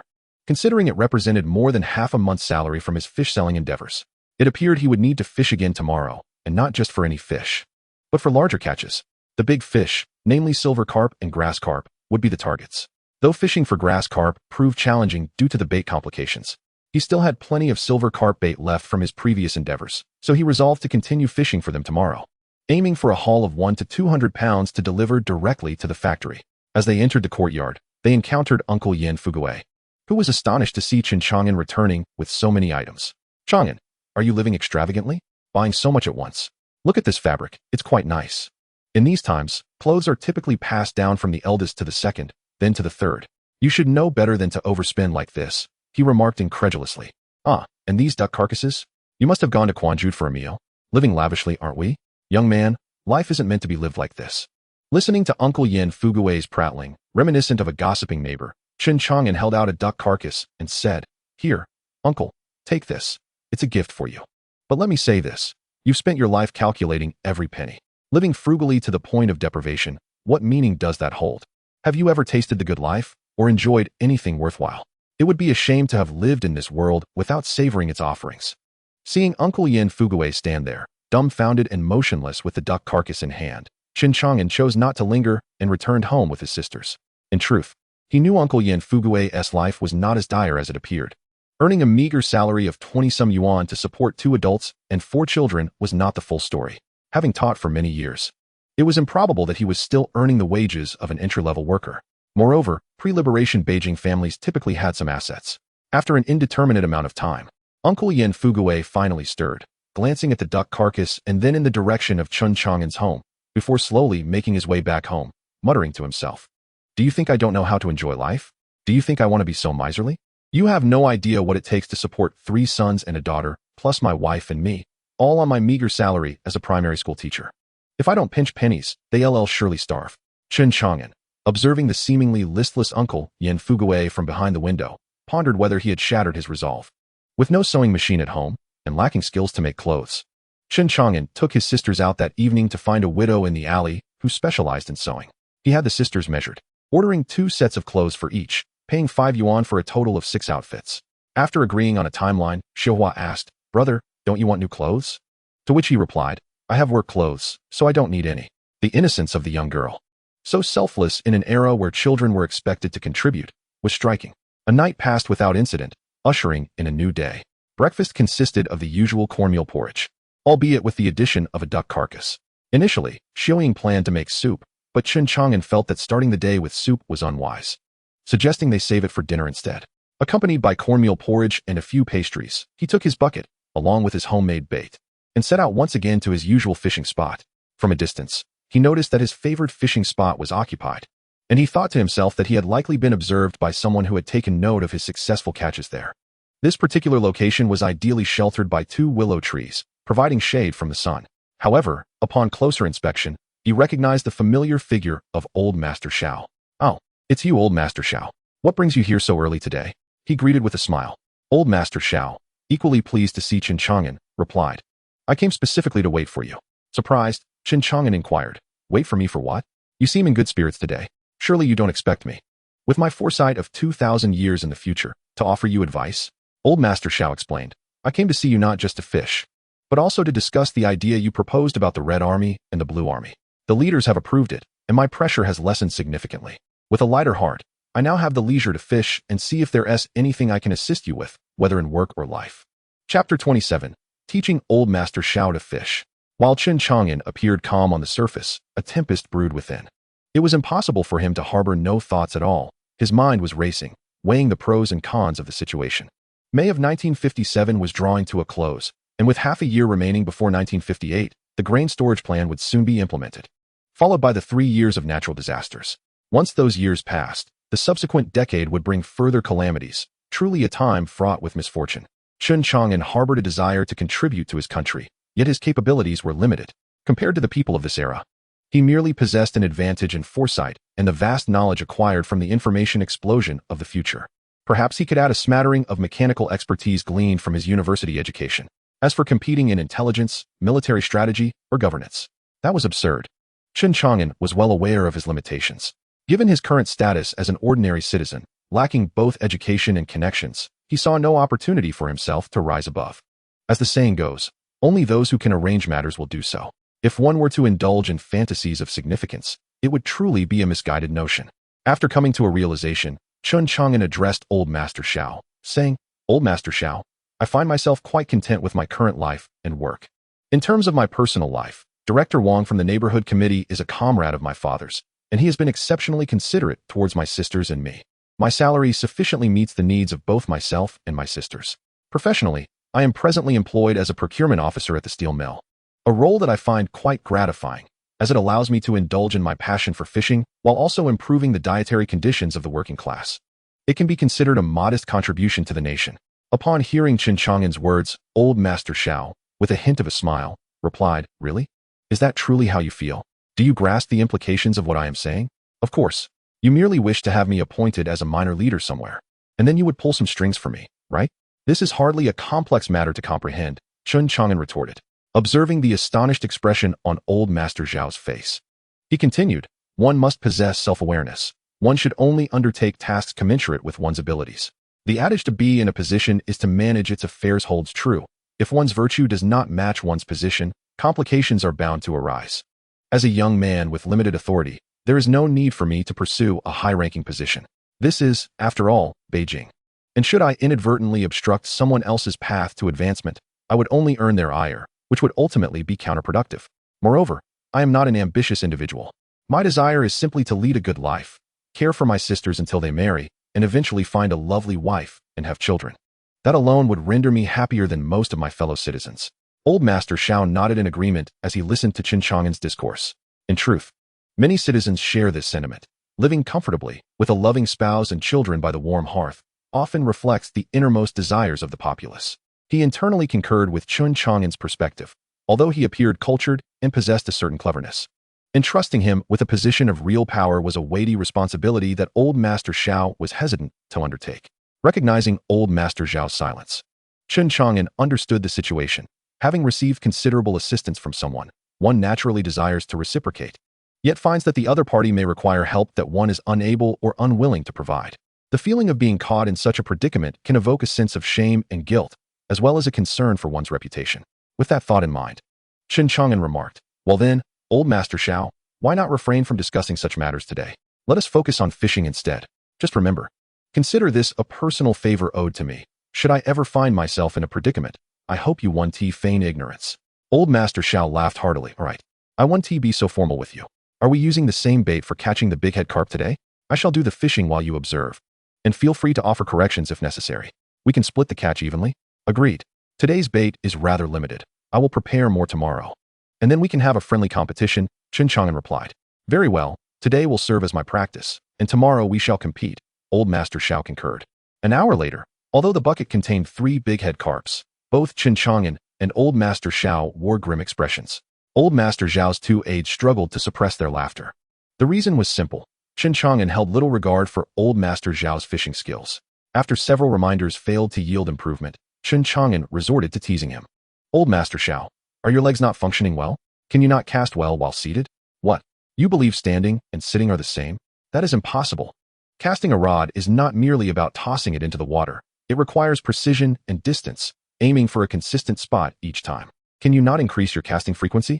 Especially after hooking a fish, your handling scared the others away. Speeding up will keep them gathered. Hurry up. Your reflexes are rather slow. Can you not see the bobber going under? When lifting the rod, it must be swift and forceful. Otherwise, the hook won't penetrate deeply and the fish will escape. Be gentle, gentle. Guiding a fish is not like a tug of war. Keep the rod upright, and if it were a tug of war, you would snap the line. Move a bit back and forth while standing. Oh dear, did you snap the line? I warned you to heed my advice. Was that a tug of war?" Chen Chang'an continued. "Even the thickest line cannot withstand that kind of treatment. Perhaps you should tie a steel wire. Surely that would not snap." Old Master Xiao's aides were nearly doubled over with laughter, while Old Master Xiao himself remained silent, his face darkened. Chen Chang'an persisted, "With your current skills, you are fortunate to have encountered me. Otherwise, your fishing endeavors would rely solely on luck. And you wish to compete with me tomorrow? I assure you, with your skills, I could take on 10 of you." Old Master Xiao could no longer contain his irritation and retorted, "Enough. You, young man, have ruined my good mood for fishing with your incessant chatter. You claimed a single person could outdo me? Tomorrow, I shall bring 2 friends along for a 3-on-1 match to see who is superior." It was not that Chen Chang'an underestimated Old Master Xiao. After an afternoon of snapping lines multiple times and losing fish repeatedly, he had lost count of the missed opportunities. With such performance, Chen Chang'an truly did not know the meaning of defeat. Upon hearing that old Master Xiao would summon 2 assistants, Chen Chang'an dismissed it nonchalantly, saying, "Feel free to bring them. I am not the least bit intimidated by you in the realm of fishing."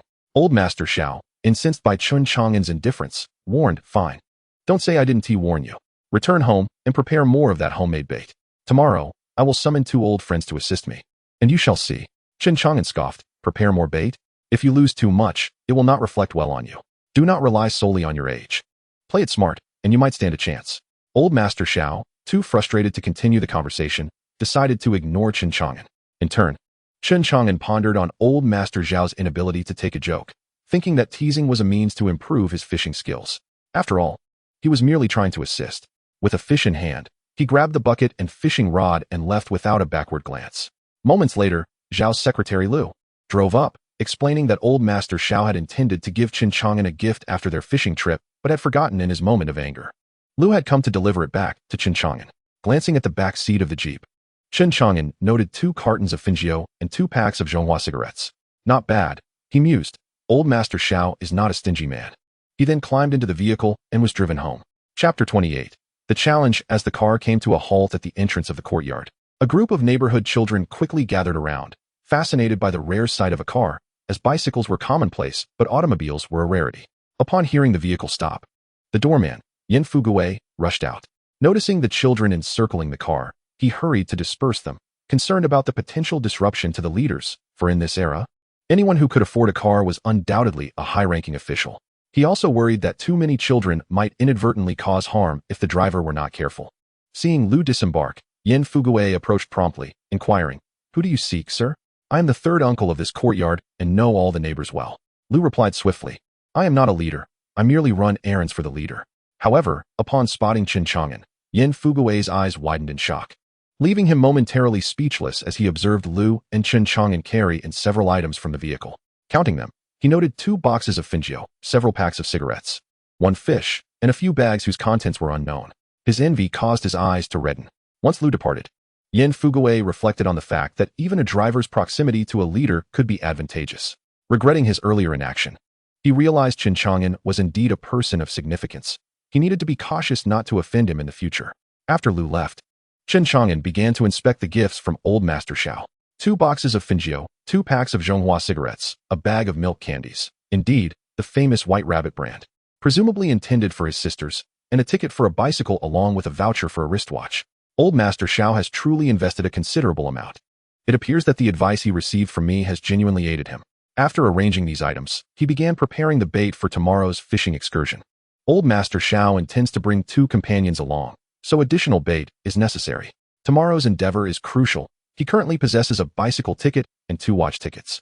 He has yet to collect the bicycle provided by the factory, so he can forego purchasing one for now. Tomorrow, he will gauge how many fish he can catch. If the haul is substantial, acquiring a watch can also be expedited. The following day dawned early, for indeed, the early bird catches the worm. Although the early worm may also fall prey to the bird, Chen Chang'an is no mere worm. At the very least, he is a bird. As the first light of dawn broke, he arrived at the familiar spot, where he soon spotted several individuals waiting in the distance, prompting him to quicken his pace. Upon seeing Chen Chang'an approach, old Master Xiao hurriedly ran over and grasped his hand, while Xiao Lu took charge of 2 full buckets of homemade bait. He then remarked, "My 2 older brothers look down on me, claiming they will form a team of 2 against us. Do you have confidence, Xiao Chen?" After pondering for a moment, Chen Chang'an replied, "No problem, but are we competing based on the number of fish caught or total weight? If it's by number, I may be at a disadvantage since they likely catch smaller fish, which could lead to a quick win for them."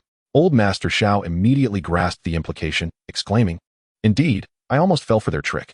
Let us go confront them." He led Chen Chang'an to the 2 elderly gentlemen, introducing them. "This is your Uncle Chen, and this is Uncle Nya.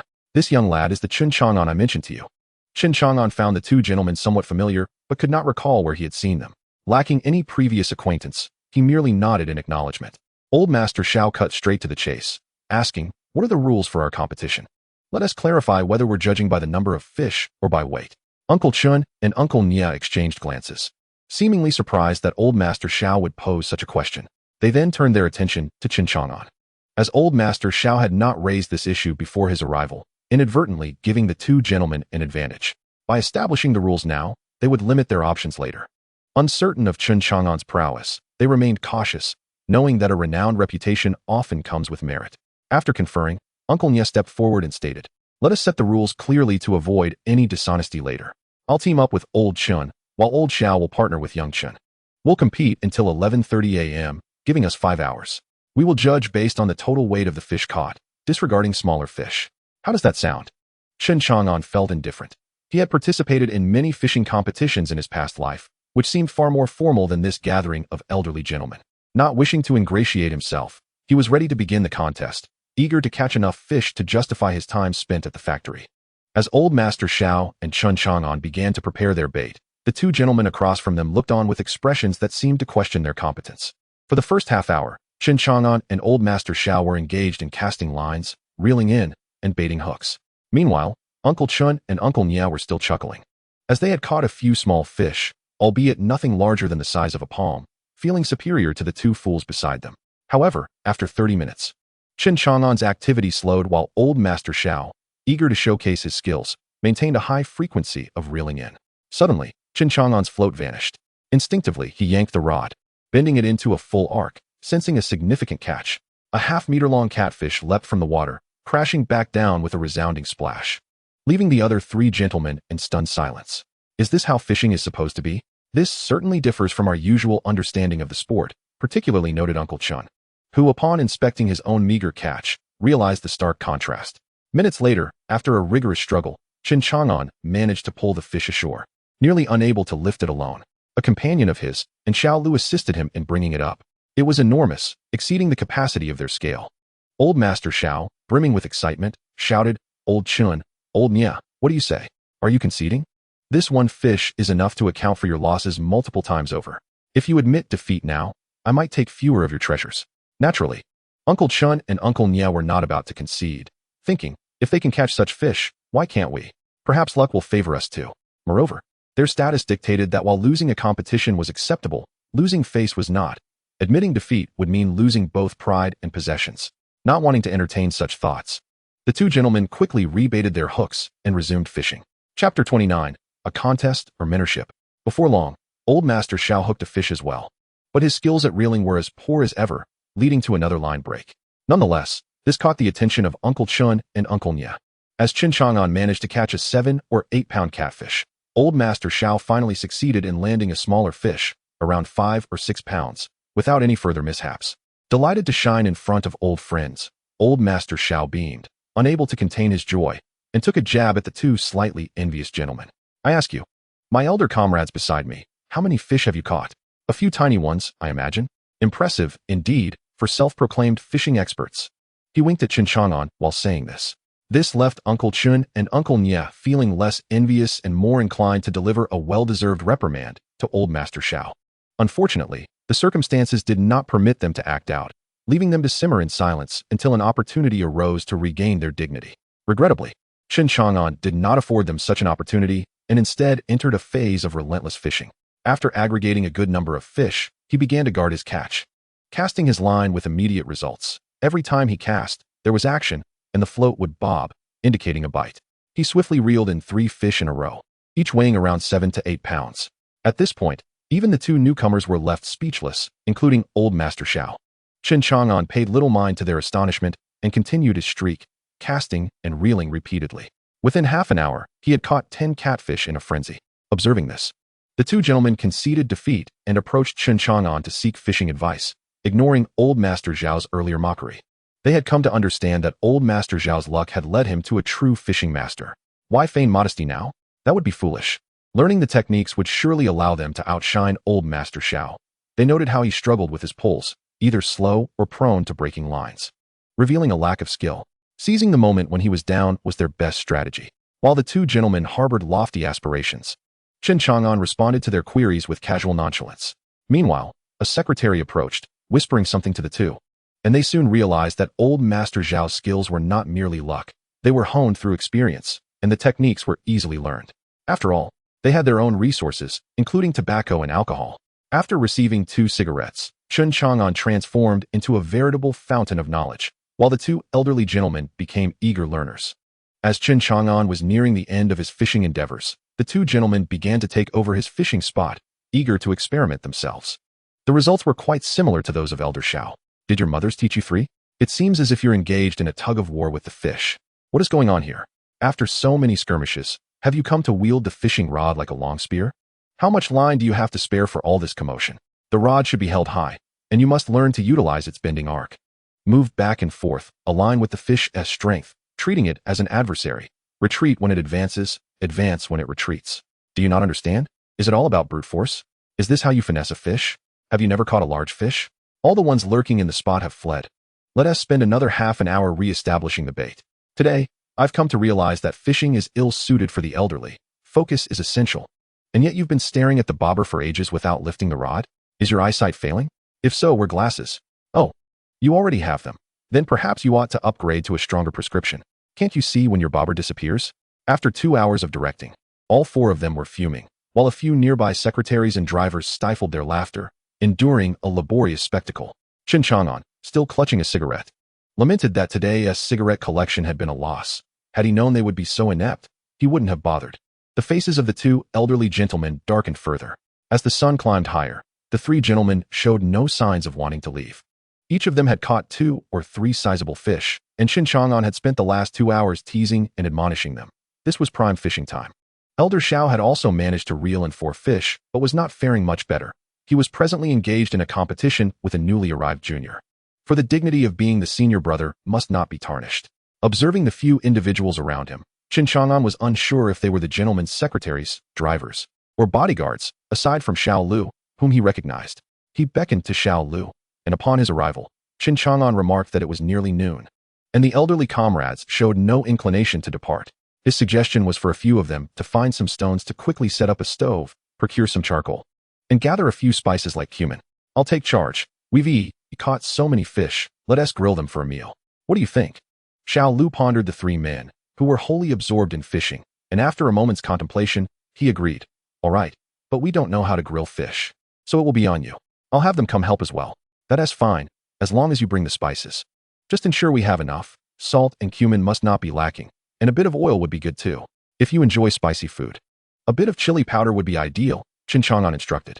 Got it, I'll go prepare, Xiao Lu replied. Watching Xiao Lu scamper off, Chen Chang'an felt assured that everything would be in order, as they were all capable individuals working for the leaders. Approaching the water's edge, he addressed the 3 elderly gentlemen. Are you comrades planning to stay a while longer? If so, let us enjoy some grilled fish together. Allow you to sample my culinary skills. We are not merely adept at fishing. Ah, splendid. To partake in the fruits of our own labor, self-caught and self-cooked. It's a splendid idea, Elder Xiao affirmed. The other 2 nodded in agreement with Chen Chang'an's proposal. Before long, various supplies including charcoal, spices, and a pot appeared, and a makeshift stove was erected, complete with everyone's lunchboxes, including one for Chen Chang'an. This efficiency was commendable, prompting Chen Chang'an to reflect on the impressive organization. He selected 2 fish, each weighing over 10 pounds. That should suffice for 8 people. If it turns out to be insufficient, they could fend for themselves later. Noticing the spices brought, he realized someone had a penchant for spicy food, which made things easier. One fish would be prepared as a spicy fish head. The other as grilled fish. He immediately set to work. Soon enough, Chen Chang'an had finished cooking. Laying out a few newspapers he had salvaged from the gentlemen's cars on the ground, placing the dishes atop, and calling out, "The meal is ready.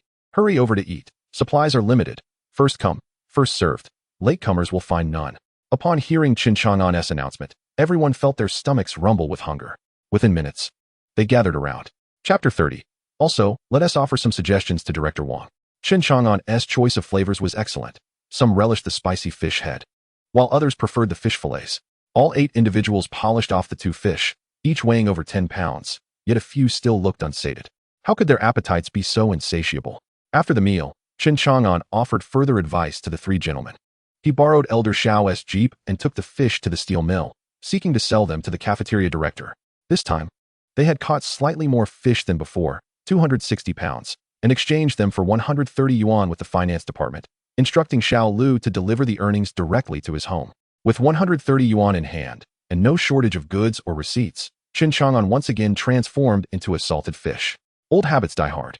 Another Monday arrived, and that morning, Chen Chang'an was to report to the factory. After indulging in a few days of leisure, he found the sudden need to rise early somewhat jarring. Were it not for the persistent nudging of Xiaoying, his little alarm clock, he might have struggled to awaken. Upon arriving at the factory, he found that the other 4 salted fish were already engrossed in animated conversation. After a brief inquiry, he learned that one of his colleagues had just submitted this month's task, a half a pig. Chen Chang'an was taken aback. A half pig. Suddenly, he felt an urge for pork, contemplating a purchase after work. Should he opt for a pork knuckle or red braised meat? As he pondered, Section Chief Yang strolled in. As today was relatively uneventful, and the factory meeting concluded swiftly, he approached Chen Chang'an directly and said, "I heard you managed to catch quite a lot of large fish for the factory recently?" "Yes, Chief Yang. I was fortunate enough to catch quite a few and delivered them to the cafeteria," Chen Chang'an replied. "Well, you've not been here long, but your capabilities are commendable. Starting next month, you will be formally appointed," Section Chief Yang announced. "Once formalized, you will be a level 7 staff member, equivalent to a graduate from a secondary vocational school. Your salary will be 375, but the salary for this month will still be calculated at the intern rate." "I understand. Next month I'll be formalized, so this month I'll still receive the intern salary." "I comprehend," Chen Chang'an responded promptly. "All right, I've relayed everything necessary. You may get back to your work," Section Chief Yang waved him off. Only a short time had passed since work commenced, and several idle colleagues had already returned home. Chen Chang'an sat alone in the office, somewhat at a loss as to what to do. After all, this was an unplanned procurement, and it was entirely normal to not remain at the factory. Who would sit in the office to procure supplies? Observing that the office was empty, he decided to leave early, just as the others had. Reflecting on how this job was introduced to him by Director Wang, he felt it appropriate to express his gratitude. Regardless of how well-connected their 2 families were, it is better to err on the side of courtesy. At the market, he spotted some Crucian carp for sale and bought a few pounds, along with 2 pounds of meat and 2 pounds of pastries before heading home. After a light lunch of pastries to tide him over, knowing he would have a hearty dinner later, Chen Chang'an prepared to greet Xiaoying when she returned from school. He gathered a bag with a cigarette, 2 bottles of Fingio, the meat and fish, and a handful of milk candies, setting off with his 3 younger sisters. The little ones, aware that they were headed to Director Wang's house for a meal featuring meat and fish, bounced along joyfully, each with a piece of candy in their mouths. Upon arriving at Director Wang's residence, it turned out that she had just returned home as well. Upon seeing Chen Chang'an accompanied by his family, her initial thought was that once again, the residents of the courtyard had bullied him. However, upon hearing Chen Chang'an announce his official employment status, Director Wang felt a wave of joy for him. After all, in these state-owned enterprises, a formal position is akin to an iron rice bowl, a job that can be passed down to the next generation. With such employment, Chen Chang'an is assured that, barring any significant errors, he will not lose his job, and in the future, his children could take over his position. As before, the household consisted solely of Director Wang, her daughter-in-law, and the recently born infant, Zhuang. The 3 younger sisters had never encountered such a tiny baby, and they surrounded Zhuang with curiosity, as in their minds. They were still the youngest. Their desire to touch the baby, yet fearing they might harm him, elicited amusement from Chen Chang'an. Upon entering Director Wang's home, he was relieved to find that he need not cook. Director Wang and his sister-in-law took charge of the meal preparation, while Chen Chang'an and the 3 younger sisters kept an eye on Zhuang. At just 6 months old, Zhuang was beginning to sit up, waving his little hands and babbling with delight. However, not long after, he burst into tears, leaving the sisters at a loss. Chen Chang'an surmised that he was either hungry or needed a diaper change. Therefore, he promptly asked Xiaoying to summon his sister-in-law, as he felt incapable of handling either task. Finally, mealtime arrived, and the aroma of braised pork filled the air. At least half of it found its way into Chen Chang'an's stomach. After the meal, he sank into a state of lethargy. Once Director Wang finished tidying up, she took a seat beside him and inquired about the situation at the steel rolling mill. "What has happened at the rolling mill?" Chen Chang'an replied, "You know I work in the procurement department. I might as well be an outsider. As I'm always away from the factory, only reporting in every Monday morning and hardly knowing anyone there." Director Wang nodded in understanding and said, "Well, that's that." Chen Chang'an pressed on, "Annie Wang, if there's anything you wish to discuss, please feel free to tell me. If you're curious about something, just let me know. We had quite a bit of gossip in our department this morning, and I'll share everything I know. If I'm unaware of something, I can find someone to inquire for you." After listening to Chen Chang'an, Director Wang sighed. "It's nothing of great importance. Merely that there are too many residents in our district without jobs, and the street office is overwhelmed. In truth, there aren't many places for the street to arrange employment. Your position is a result of my personal connections. After all, I was once comrades with Li Huide. They still owe me for arranging positions for 1 or 2 individuals. However, this is but a drop in the bucket, and the goodwill will diminish over time. One cannot continually ask without giving in return. Yet, there has indeed been an increasing number of young people seeking work from the street office lately. and it's not sustainable for so many youths to remain idle. Upon hearing this, Chen Chang'an replied, that's the issue. As the street office director, you actually have the means to address it. Director Wang's eyes lit up. Then what do you propose? After a moment of contemplation, Chen Chang'an suggested, you could collaborate with some manufacturers, such as a match factory, to produce matchboxes. First, procure the materials and store them in a warehouse.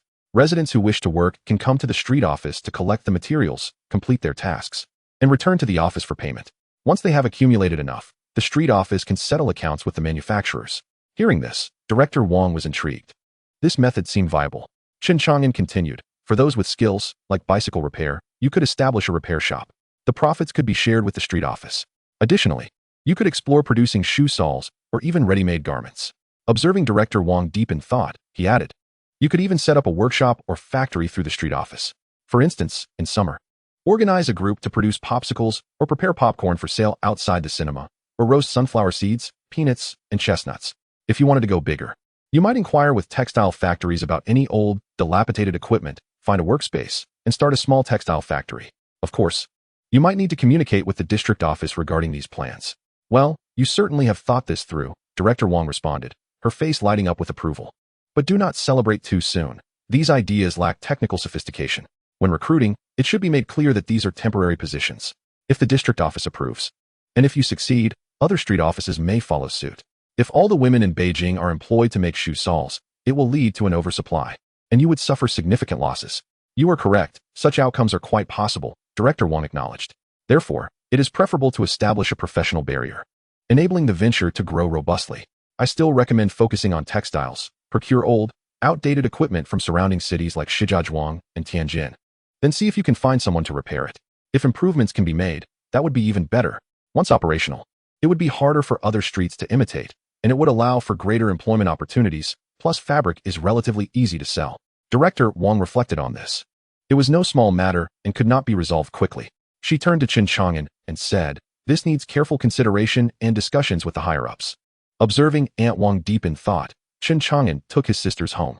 Upon entering the courtyard, they encountered Su Damao, who had been absent for several days, particularly during the courtyard meeting, where his boisterous nature would have thrived amidst the commotion. Su Damao, who resided in the back courtyard, was a film projectionist at the steel mill and had grown up alongside Shaju, their relationship marked by a rivalry that was both affectionate and contentious. Su Damao was not particularly strong and often found himself outmatched in fights, resorting to sharp words instead. Shaju, who looked down on him, frequently engaged in physical confrontations, leaving Su Damao frustrated and unable to retaliate, trapped in a cycle of insults and quarrels with Shaju and his group of elderly residents. Recently, Su Damao had been on a business trip to the countryside for a film screening and had just returned to hear about the recent events in the courtyard. Knowing that Chen Chang'an had dealt with the elderly group brought him a sense of delight, but also a realization that cooperation with Chen Chang'an was essential in dealing with them. As Chen Chang'an returned home, Su Damao approached him eagerly, saying, "Brother, you are the man." He gave Chen Chang'an a thumbs up and continued, "I've heard that the elderly group has been much quieter these past few days. Those who were penalized to sweep the streets are now coming and going at odd hours. I admire your prowess." Chen Chang'an modestly replied, "Oh, it's nothing much. Besides, it wasn't me. It was their own actions that drew Director Wang's ire." Su Damao agreed, Right. It was Director Wang who dealt with them. Brother, I've been away in the countryside, and my wife has gone back to her family since it was dull being alone. Tomorrow evening, I'll treat you to dinner as a token of gratitude for helping me settle the score." Su Damao was a true opportunist. Not only was he a notorious gossip, but he also embodied the archetype of a friend who finds solace in another's misfortune. He was the type who would report you if you thrived better than he did. Such a character was not someone to be deeply involved with or trusted with secrets. One would do well to maintain a cordial, yet distant relationship, merely a companion for revelry. After Chen Chang'an pondered for a moment, he remarked, "All right, then tomorrow I shall indulge in Damao Ji's culinary skills." Upon hearing Chen Chang'an's agreement, Su Damao beamed with joy and responded, "Excellent. Just come over directly tomorrow. You needn't worry about the three little ones. I'll have Xiao Yi bring some dishes over for them to enjoy together." With that, he hummed a tune that Chen Chang'an could not comprehend and returned home. After arranging for a few younger sisters to wash their feet and retire for the night, Chen Chang'an counted the tickets he had on him. With no plans for the following day, he resolved to catch some small fish to exchange for more tickets, saving up a little extra money for unforeseen circumstances. The next day, Chen Chang'an awoke early once more, heading to the familiar spot to continue his fishing endeavors with corn kernels. Today, the elder companions were absent, and he resumed his noble pursuit of fishing for ticket exchanges. As dinner approached, he carried a 2-pound carp and a bottle of fingio to the backyard of Su Damao's residence. "Damao Ge, are you home?" Chen Chang'an called out while knocking at the door.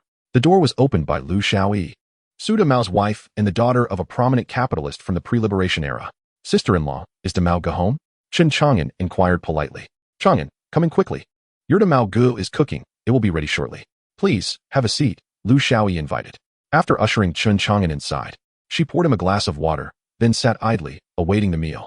Once Su Damao finished cooking, Lu Xiaoyi took a portion of the dishes to serve the young girls, Xiao Ying and her companions. "Come, Chang'an. Let me toast you a glass in gratitude for helping me vent my frustrations," Su Damao said. "There's no need for that, Damao Ge. I have already stated that this is Director Wang's affair. It has little to do with me," Chen Chang'an replied. Su Damao waved his hand dismissively and said, "Brother, do not be modest. I am fully aware of the situation. It is precisely because those people fail to recognize the mountain that they have provoked your ire."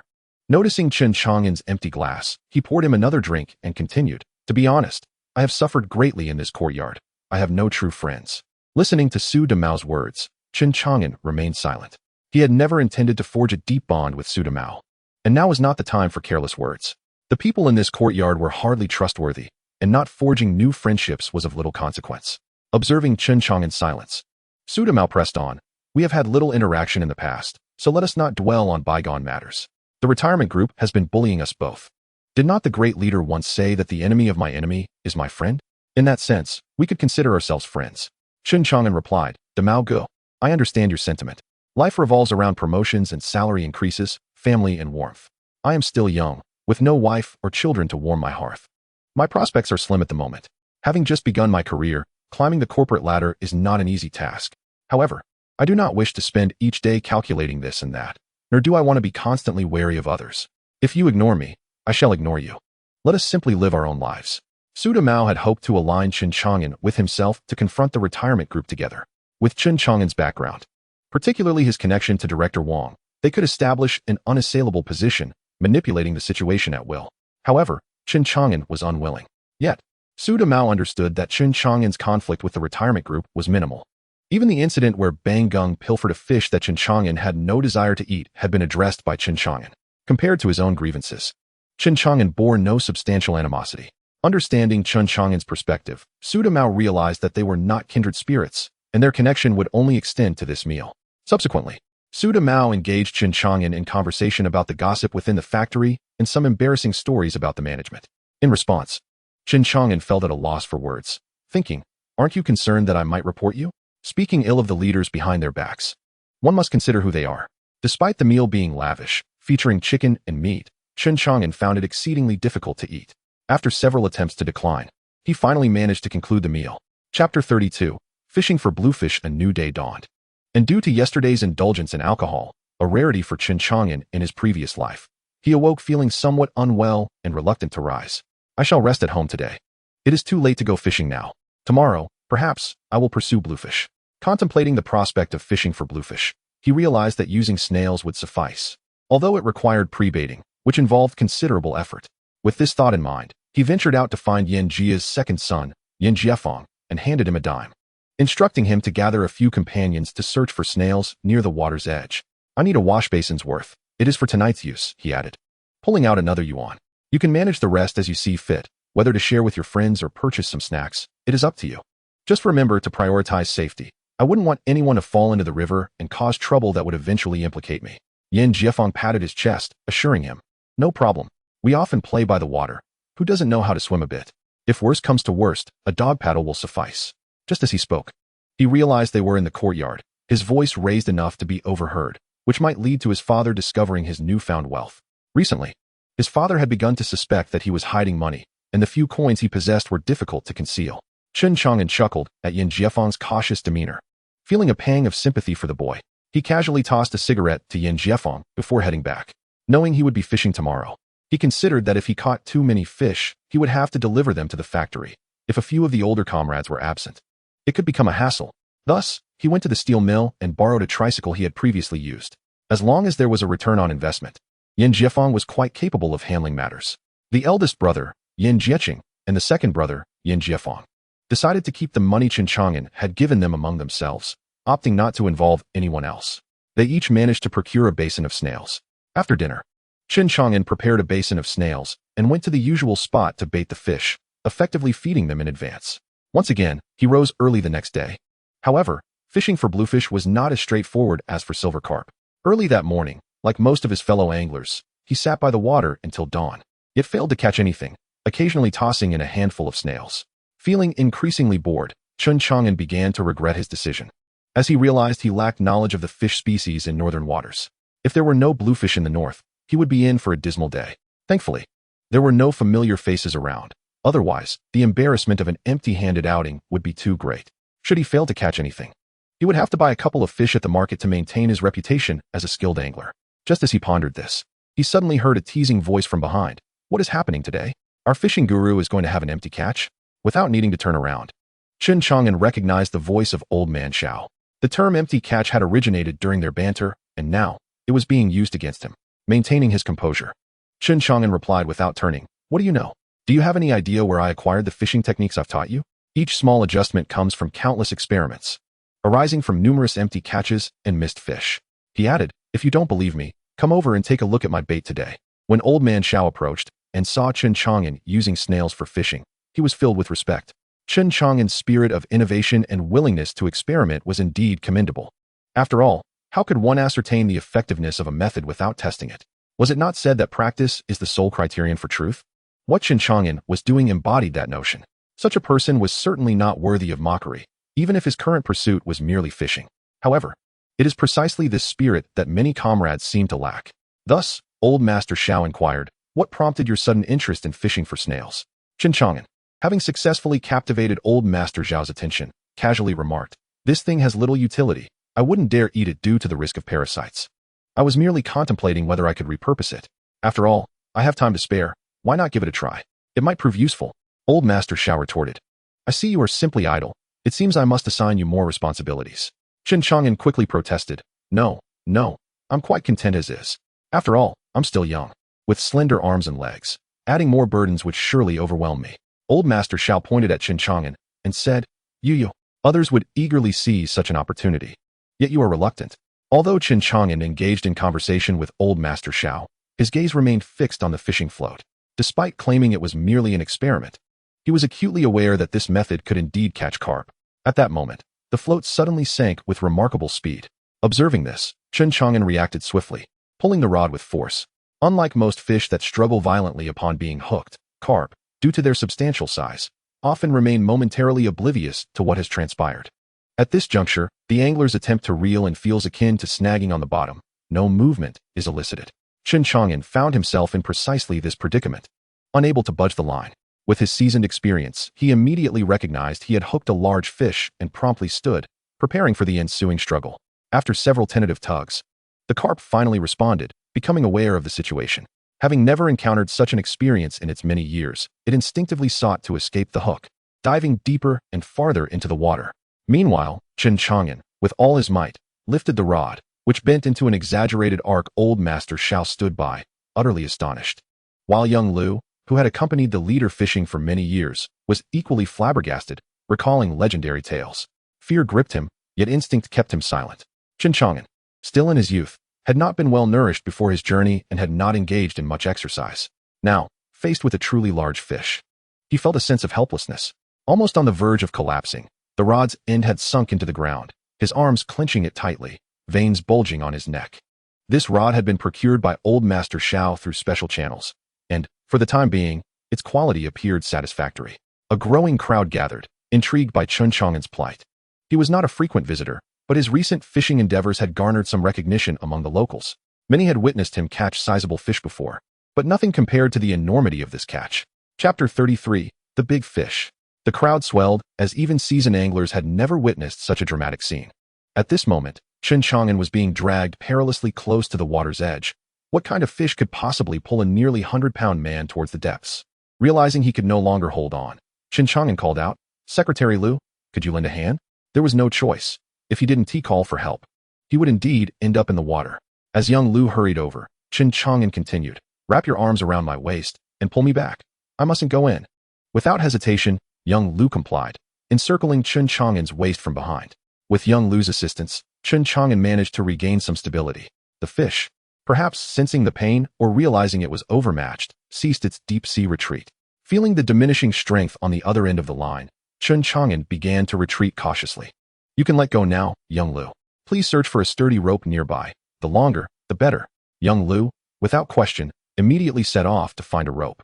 As Chen Chang'an stepped back a few meters, the fish suddenly leaped from the water, eliciting gasps from the onlookers. A massive, dark, and rounded fish burst forth, glistening with a greenish hue under the sun's rays. With a resounding splash, the fish soared several meters into the air before crashing back into the water, sending droplets flying and forming a miniature rainbow. The surrounding murmurs and exclamations merged into a cacophony. Someone shouted, "A dolphin! It's a dolphin!" Immediately, others retorted, "This is shikahai. Where would a dolphin come from?" Another chimed in, "I've heard there are pufferfish in the Yangtze River in the south. Could this be one of them?" The notion of a pufferfish gained traction among the crowd. The fish that had leapt from the water, now no longer feeling pain due to the slack line, reacted instinctively and swam towards what it perceived as safety, heading deeper into the water. This sudden movement intensified the pressure on Chen Chang'an. He found himself sitting on the ground, clutching the rod, veins standing out prominently on his neck. The struggle between Chen Chang'an and the giant fish resumed, and once again, he found himself losing ground. It was becoming a tug-of-war. Chen Chang'an quickly stood and took a few steps forward, raising the rod before sitting back down to contend with the fish once more. At this point, there were no better strategies. It was a test of endurance. As Chen Chang'an felt himself weakening, he took several steps forward, repeating the cycle, drawing perilously close to the water's edge. Among the onlookers stood individuals stronger and heavier than him, but perhaps none possessed the skill to control the fish as well as old Master Xiao, making it easy for the situation to devolve into a tug-of-war or even a broken rod. If it came to that, he would have no choice but to concede. This fish was likely over 70 pounds, the largest he had ever caught in this world. Of course, he had caught larger carp in his previous life. Just as Chen Chang'an contemplated surrendering, young Lu returned, bringing with him several meters of hemp rope. Chen Chang'an eagerly tested the rope's strength, finding it satisfactory. With no other options at hand, he quickly instructed young Lu to help him tie the rope to the fishing rod. Once secured, Chen Chang'an positioned himself at the water's edge, gripping the rod that was on the verge of being yanked from his hands, and promptly loosened his grip. In his previous life, this was known as a slip knot. When fishing for large specimens, should the fish suddenly exert its strength, the slip knot prevents the rod from being torn away or yanked out before one can react, allowing the angler to retrieve the rod and continue the battle. In fact, when he had caught a 100-pound carp in his past life, he had utilized a slip knot as well. Observing Chen Chang'an's deft maneuver, many in the crowd began to murmur their admiration for his resourcefulness in a critical moment.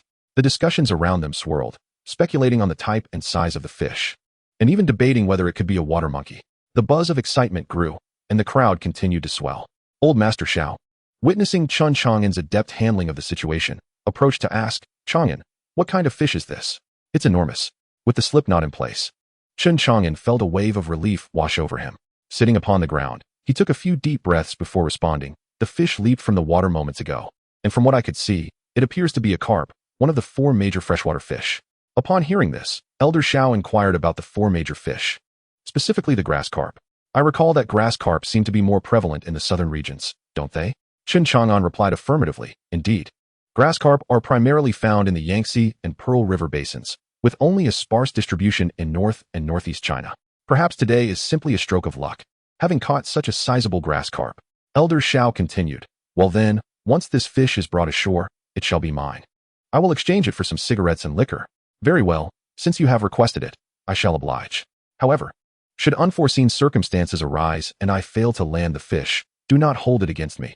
Chen Chang'an replied nonchalantly. For Chen Chang'an, this fish was somewhat superfluous. He had previously caught larger fish. Selling them to the steel mill, even for a mere 70 pounds at 50 cents per pound, amounted to only 30-odd yuan. Not to mention the exhausting labor of transporting them. Trading for a bit of tobacco and alcohol was far more appealing, as Elder Xiao would not let himself be at a disadvantage, and he would not have to shoulder the burden of transportation. If the onlookers were to discover how Chen Chang'an felt about this, he would surely be scorned. In these times, 30-odd yuan was a considerable sum, equivalent to many people's monthly salary. The notion that one could catch a fish in a short span that could trade for an entire month's wage, yet Chen Chang'an found it unworthy, would be met with incredulity. Chen Chang'an secured the catching line to his arm, allowing the fish to dart about, occasionally tugging at it. After nearly an hour of effort, he finally grasped the fishing rod once more. This time, The fish exhibited far less vigor than during its initial struggle against him. Before long, it was pulled to the riverbank, where Chen Chang'an handed the rod to Elder Xiao and, along with Xiao Lu, descended into the water. Together, they managed to hoist the fish out. Before them lay a fish over a meter long, its shape reminiscent of a carp, yet resembling a small pig, exaggeratedly plump. Its dark body shimmered with green-tinted scales, indeed a sight to behold. As Chen Chang'an and Xiao Lu held the fish, they were met with gasps of astonishment from the gathering crowd of anglers. Some among them had fished their entire lives and had neither seen nor heard of such a creature. In an era lacking in entertainment, even in future times, posting on social media could garner a wave of praise and attention. Chapter 34, Director Huang. The crowd continued to swell, with even those not there to fish arriving to witness the spectacle. Sensing the gathering throng, Elder Xiao, wary of potential trouble, hurriedly placed the fish in his vehicle and departed. Chen Chang'an, initially intent on continuing to fish, found that many in the crowd recognized him, having seen him while he was catching the fish. Consequently, he lost interest in fishing and hastily packed up to leave. Upon returning to the courtyard, third uncle Yan Fugui saw Chen Chang'an returning with the fishing rod and eagerly asked, "Chang'an, I heard someone caught a monster over by Shikahai. Did you see it?" Chen Chang'an replied, "Yes, there were many onlookers, but it was merely someone who caught a large fish. How did it become a monster in your account?" Yan Fugui pressed. How big was the fish to attract so many spectators? Not overly large, perhaps around 70 to 80 pounds, Chen Chang'an replied dismissively as he made his way home. Upon hearing 70 to 80 pounds, Yan Fugui was taken aback, pondering, 70 to 80 pounds? What kind of fish could grow that large? If that is not a monster, what is? Chen Chang'an returned home and took a rest. Initially, he had no intention of fishing for grass carp again. Their rarity and difficulty in catching them, combined with the potential for unwanted attention, seemed too cumbersome. However, after dinner that evening, glancing at the remaining half-basin of snails, he reconsidered and decided to fish for another day. After all, it would be wasteful to let them go to waste, as he had spent 2 yuan purchasing them. As before, he prepared to fish for grass carp the next day, having scattered half a basin of snails that night. Chen Chang'an then went to bed. Unexpectedly, upon arriving to fish the following morning, he encountered Elder Xiao. "Have you retired? You seem to have ample time to fish every day."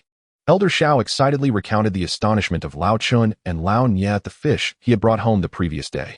The two then began fishing together. Today was more routine, as they caught 2 or 3 grass carp weighing over 20 pounds each, while Elder Xiao managed to reel in one weighing over 10 pounds. As they fished and chatted, someone approached and asked, "Would you be willing to sell the fish you've caught?" Those familiar with purchasing fish in Shikahai knew that one could not simply buy fish. They had to offer something in exchange. If one approached directly to buy, most would assume they intended to report them. Chen Chang'an and Elder Xiao exchanged glances, both furrowing their brows. The stranger quickly amended, "Exchanging is fine, I can do that. Allow me to introduce myself. I am Director Huang from the Jidaeku Supply and Marketing Cooperative." He produced a letter of introduction and continued, "I have purchasing authority, and you can sell to me. Whatever you wish to exchange, as long as I have it, we can negotiate." Elder Xiao, with only one fish, intended to keep it for himself, so he turned to Chen Chang'an. Chen Chang'an stated, "There are just these 2 fish, not worth much. What can you offer in exchange?" Director Huang replied, "Currently, I have an abundance of canned fruit. Fish are valued at 50 cents per pound, and the canned goods at 60 cents per can. I also have some milk candies, though they are pricier at 2 yuan 50 per pound, and eggs at 65 cents per pound. That is all I have for now. My prices are reasonable. What do you think?" Chen Chang'an glanced at Elder Xiao, who gave a slight nod, and thus he agreed. Once the exchange was settled, they proceeded. Elder Xiao continued fishing while Chen Chang'an accompanied Director Huang to the Supply and Marketing Cooperative. The fish weighed 37 pounds, amounting to 18 yuan 50 cents. And Chen Chang'an exchanged for a little of everything. After all, one could not eat fish every day. Now, Chen Chang'an had lost interest in consuming fish. He traded for 2 pounds of milk candies, 5 pounds of eggs, and the remainder for canned goods, which provided a bit of a snack. At least with the added treats, he would not have to drink plain water constantly, but could enjoy a can to soothe his throat. The eggs could be stir-fried for dinner that evening. After the transaction, Director Huang inquired, "May I ask your surname, young man? Where do you work? Perhaps we could collaborate in the future." Being the director of the Supply and Marketing Cooperative, he was keen on potential cooperation. Chen Chang'an replied, "My name is Chun, and I currently work as a purchasing agent at the steel mill, primarily sourcing non-plant materials." Upon hearing this, Director Huang beamed, "Ah, I have a great relationship with your deputy factory director Li. We are practically family." Chen Chang'an smiled. "Indeed, we are." Chen Chang'an's smile only further delighted Director Huang. As Li Huaid was responsible for logistics at the steel mill, and it seemed Chen Chang'an was also part of his circle.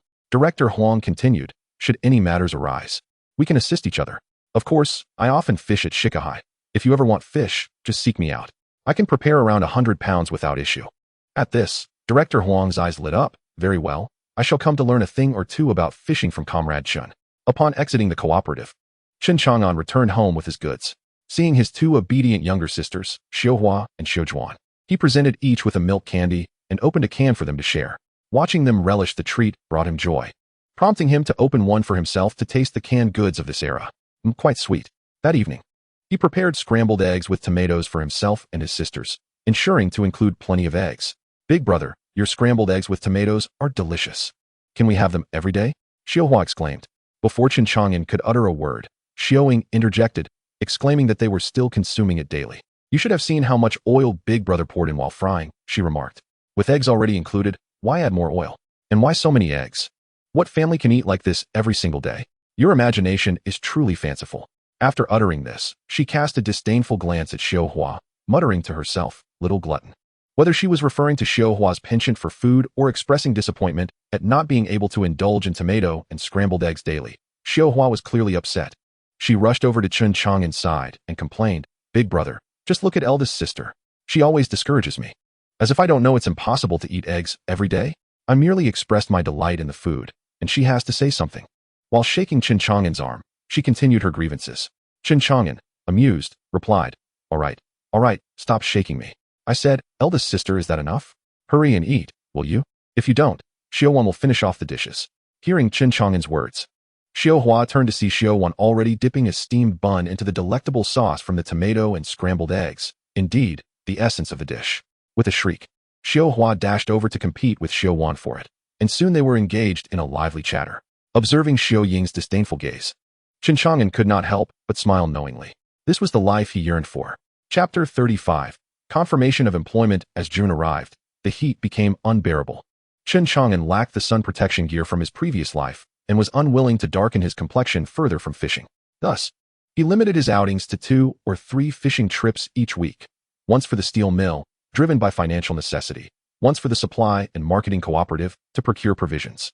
On occasions when he lacked a ticket or the weather was bearable, he might venture out for a 3rd time. Regardless, he still ended up sun-kissed. Chen Chang'an could only console himself, acknowledging that life's demands left him no choice. It was Monday again, and while Chen Chang'an engaged in idle banter with 4 colleagues in the procurement office, Section Chief Yang summoned him to his office upon returning. Starting this month, you have been officially confirmed, he announced. Noticing Chen Chang'an's lack of expression, he continued, however, based on your recent performance, you have managed to procure several 100 pounds of fish each month for the factory. Director Li believes your performance has been commendable, thus you have been promoted, with your administrative level adjusted to that of a confirmed university graduate at level 22, equivalent to a level 4 clerk, with a monthly salary of 56 yuan.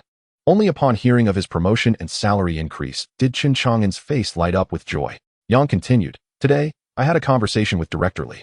I have been with the steel mill since before the liberation, back when it was still owned by the Liu family.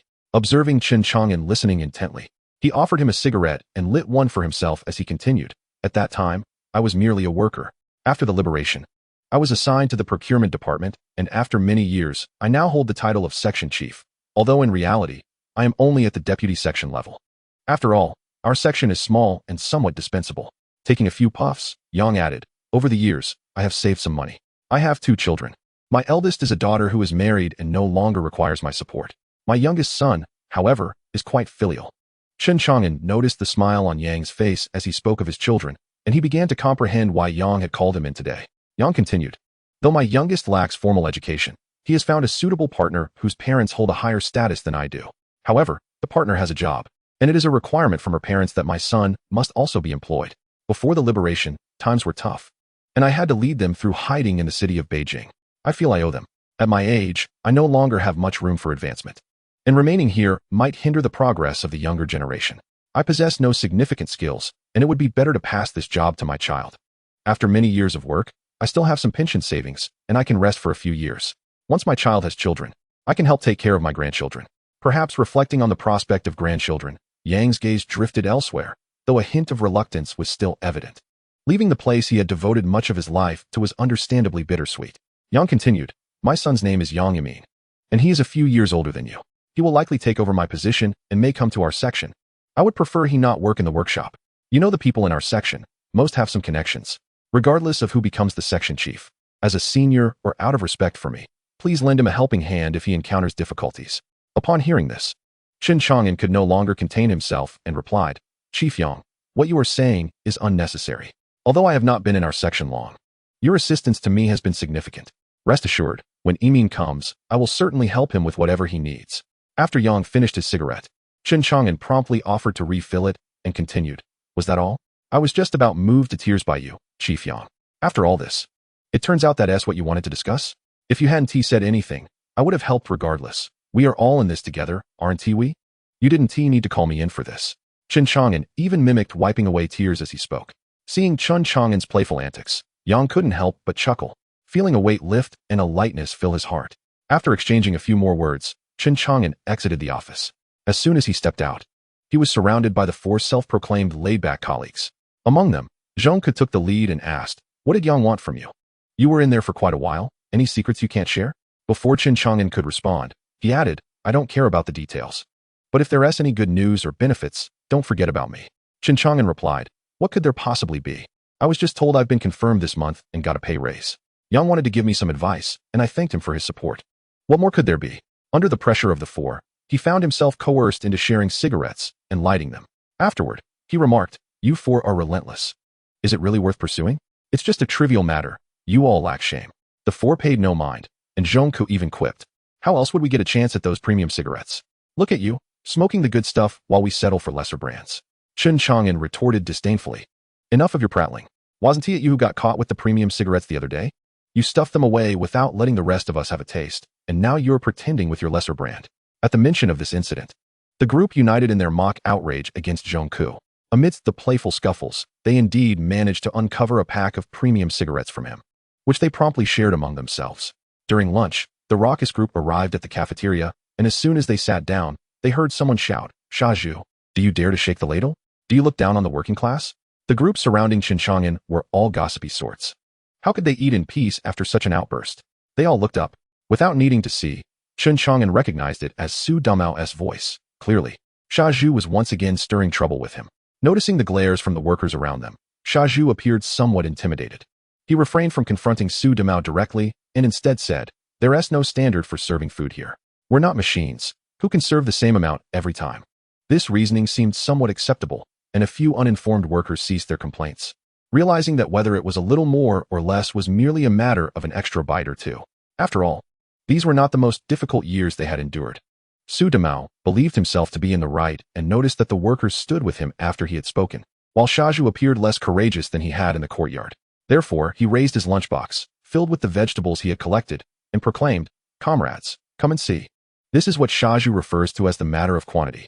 The amount of vegetables is beyond anyone's control. Is this not an act of bullying? As the crowd gathered, they examined Su Damao's lunchbox, which indeed contained significantly less food than usual. It was evident to all that this was a deliberate act, not merely a matter of a little more or a little less. The atmosphere grew charged with indignation. After all, even a factory director ought not deprive the workers of their sustenance.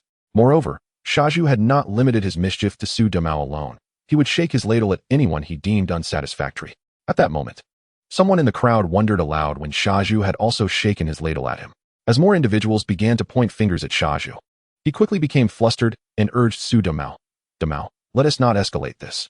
It was merely a mistake on my part. I will serve you another spoonful, and we can consider this matter settled. How does that sound? Su Damao had not anticipated that the situation would escalate to this extent. Initially, he sought out a few comrades who shared his plight to support him, enabling him to argue his case against Shaju with conviction. Now, however, the fervent crowd threatened to overwhelm Shaju at any moment. Should things go awry, Su Damao realized he could not escape culpability, as he had been the one to provoke the incident. At this juncture, the two men's thoughts converged, both wishing to downplay the severity of the situation. Observing all of this, Chen Chang'an recalled the time when Shaju had even attempted to strike him during the courtyard meeting. Consequently, he hastily finished his meal and bid farewell to a few acquaintances before rising to leave. Just as he was about to exit the cafeteria, Chen Chang'an shouted, Anyone who dares to shake their ladle at the workers, punish him. Without looking back, he strode out of the cafeteria.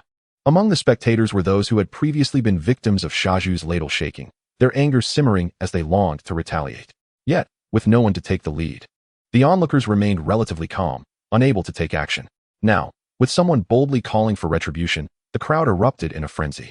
The scene quickly descended into chaos as some from the rear attempted to push forward, while those in the front merely wished to observe.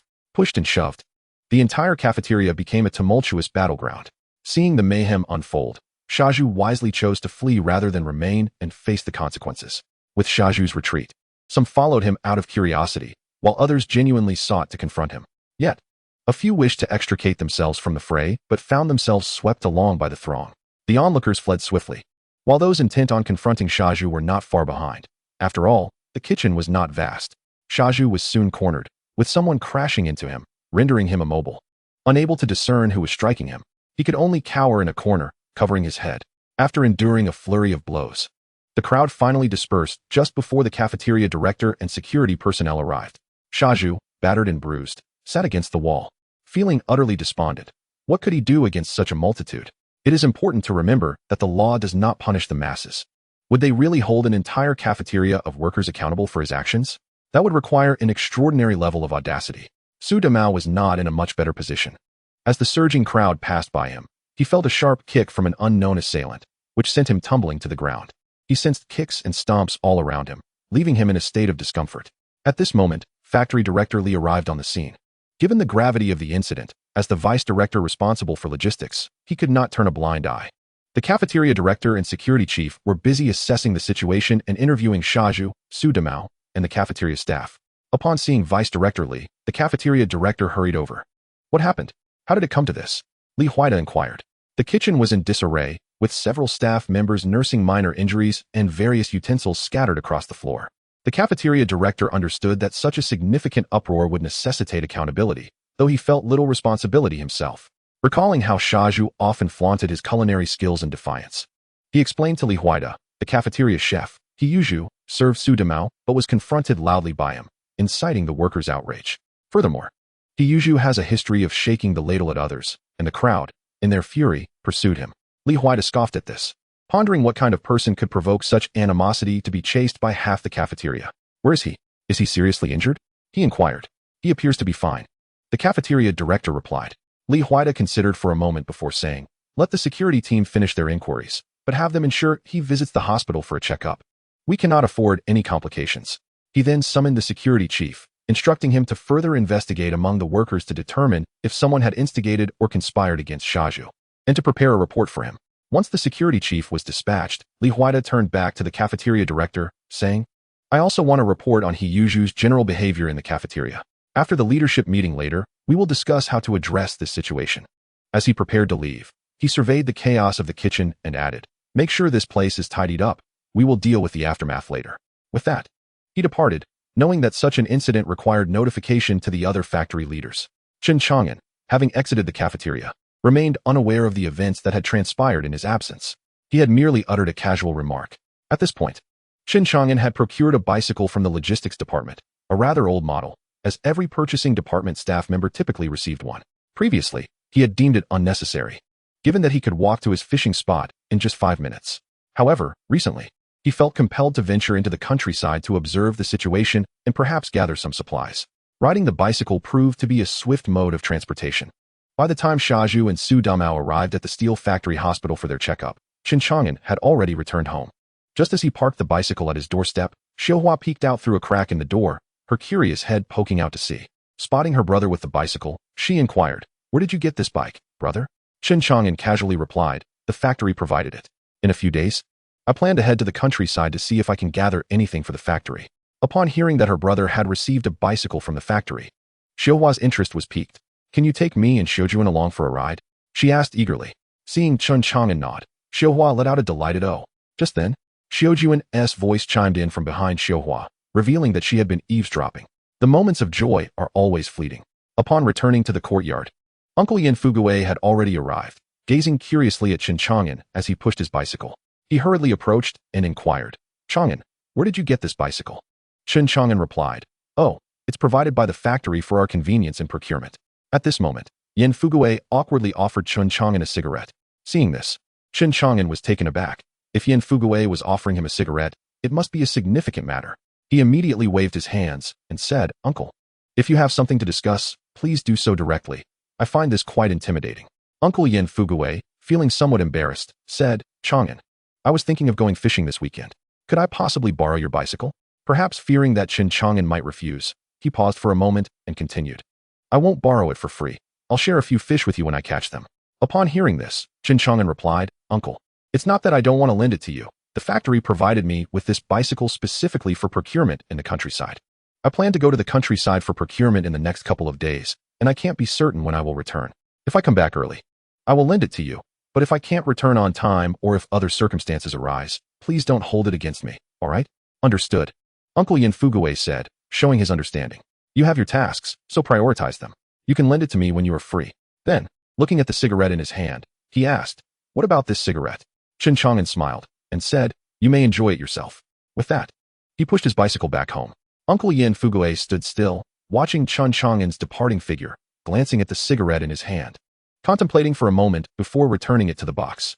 He turned and headed home, feeling a bit disheartened. Upon returning home, he found Xiaoying gazing at him with a resentful expression.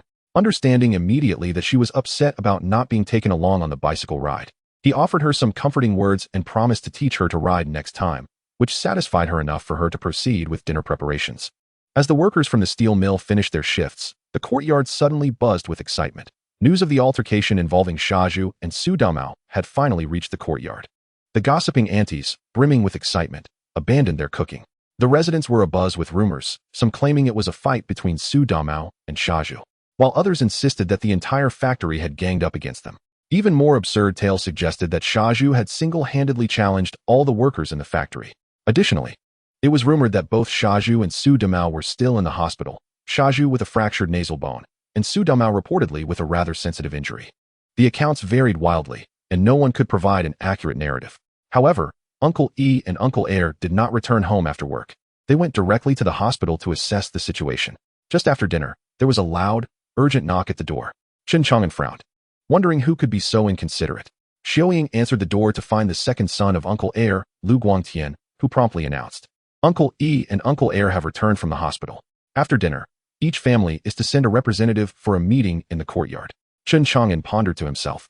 Shaju and Su Domao's fight is a personal matter. What purpose does a courtyard meeting serve? Are we to discuss donations for their medical expenses? Resignedly, he decided to treat it like a leisurely stroll and a chance to witness the spectacle. After dinner, he grabbed a small stool and settled into a corner of the courtyard. After a while, he saw Shaju and Su Damao return. Su Damao appeared to be walking somewhat awkwardly, but otherwise seemed fine. In contrast, Shaju's nose was heavily bandaged, resembling a mask, which was quite conspicuous. The three uncles followed closely, taking their seats behind the 8 immortals table as the courtyard began to fill with residents. Uncle Air stood up and addressed everyone. Today, we convened this courtyard meeting primarily to discuss the altercation involving Shaju and Su Damao in the factory cafeteria. Although Shaju had only sustained a nose injury, speaking would still be an ordeal for him. Moreover, having prided himself as the undefeated champion of the courtyard, this injury left him feeling humiliated, and he sat silently with his head bowed. Su Damao, though walking with a hint of discomfort, was still able to voice his thoughts. Hearing Uncle Air's words, he immediately interjected, Uncle, your statement is inaccurate. I did not engage in a fight. It was the factory workers who attacked Shaju. I merely found myself caught in a misfortunate situation. Uncle Air Lu Haizhong, interrupted by Su Damao, appeared displeased and retorted, Doesn't this bear any responsibility on your part? Why is it only you who got injured while no one else did? Your involvement is not just significant, it's considerable. While Su Damao argued that if Shaju hadn't stirred up trouble, he wouldn't have been attacked, Shaju and Uncle Yi Zhonghai exchanged glances, their expressions darkening. Uncle Air Lu Haizhong seemed at a loss for words, realizing the extent of Shaju's poor reputation for having so many people chasing after him in anger. Noticing Uncle Air's hesitation, Uncle Yi Zhonghai stood and stated, Su Damao, we are not here to discuss whether Shaju provoked anyone. We are here to address your actions. Su Damao, taken aback, asked, What actions? I am merely a victim. How does this concern me? Uncle Yi Zhonghai replied, You and Shaju reside in the same courtyard. Even if Shaju did provoke others, it was merely a jest, perhaps resulting in a missed meal. However, you incited the workers' emotions, leading them to assault Shaju. If such a large group attacked him, what if something serious happened? Can you bear the consequences, Su Damao? Chen Chang'an couldn't help but chuckle at the absurdity of Su Damao's reasoning, finding it both amusing and ludicrous. Su Damao, astonished, argued back, if Shaju hadn't provoked others, Would there have been such a violent response? At that moment, Uncle Yin Fugue stepped forward, stating, "Whether Shaju provokes others is his business. But your incitement for the workers to attack him is indeed a fact. We all live in the same courtyard. We should not be so divided." Hearing Uncle Yin Fugue's words, Uncle Yi Zhonghai quickly added, "Indeed, our courtyard is built upon respect for elders and camaraderie. Your actions are akin to a rotten apple that could tarnish our reputation. If rumors about our courtyard spread, it will be detrimental to our standing." As Su Domao fell silent, Uncle Yi Zhonghai continued, "If our reputation suffers, the young men here looking to marry will face difficulties. When inquiries arise, and they hear of someone like you, Su Domao, they may hesitate to consider marriage." At this point, families with eligible young men began to show signs of concern. Chapter 38, Director Huang's Dilemma. Generally, it was inconsequential to watch the drama unfold from the sidelines, but when it implicated oneself, the stakes changed dramatically. Everyone quickly chimed in. "You cannot expect us to bear the consequences of your misdeeds." "Precisely. What now? If our children cannot find spouses, will they come to live with you?" Su Damao felt the mounting animosity against him, sensing that the world was turning against him, and his demeanor began to mirror Shaju's agitation. At that moment, Lu Shaoyi emerged. Having heard the commotion, and upon seeing everyone targeting Su Damao, she rushed to his side, gripping his arm, and shouted at the crowd. "What has our Damao done wrong? Why treat him this way?" No one paid heed to Lu Shaoyi, the daughter of a capitalist. In the new China, workers held the reins of power. Capitalists? They were the targets of disdain. Who would fear her? Upon hearing the voice of Lu Shaoyi, Su Damao finally emerged from his state of confusion. Raising his head, he scanned the surroundings with a bewildered gaze. And when his eyes landed on Chen Chang'an in the corner, a spark of recognition ignited within him. "Chang'an, do you also believe it was my fault?" he inquired. Chen Chang'an, upon hearing Su Damao's words, let out a silent sigh, realizing that this matter had circled back to him. The incident had originated from him, and it seemed fate had intertwined their paths once more. Observing Su Damao's expression, which was a blend of sorrow and despair, Chen Chang'an, who had initially intended to remain silent, felt compelled to speak. After all, despite Su Damao's shortcomings and poor rapport with others, he had never targeted Chen Chang'an himself. In that moment, Chen Chang'an recalled the adage about the interdependence of lips and teeth. Today, if one were to witness suffering without offering aid, who could say that tomorrow they would not find themselves in a similar predicament, facing the ire of others with no one to come to their rescue? The formidable Yi Zhonghai, with his status and moral coercion, might someday turn against him. With these thoughts in mind, Chen Chang'an suggested, "As for today's events, the factory leadership has yet to express their opinions.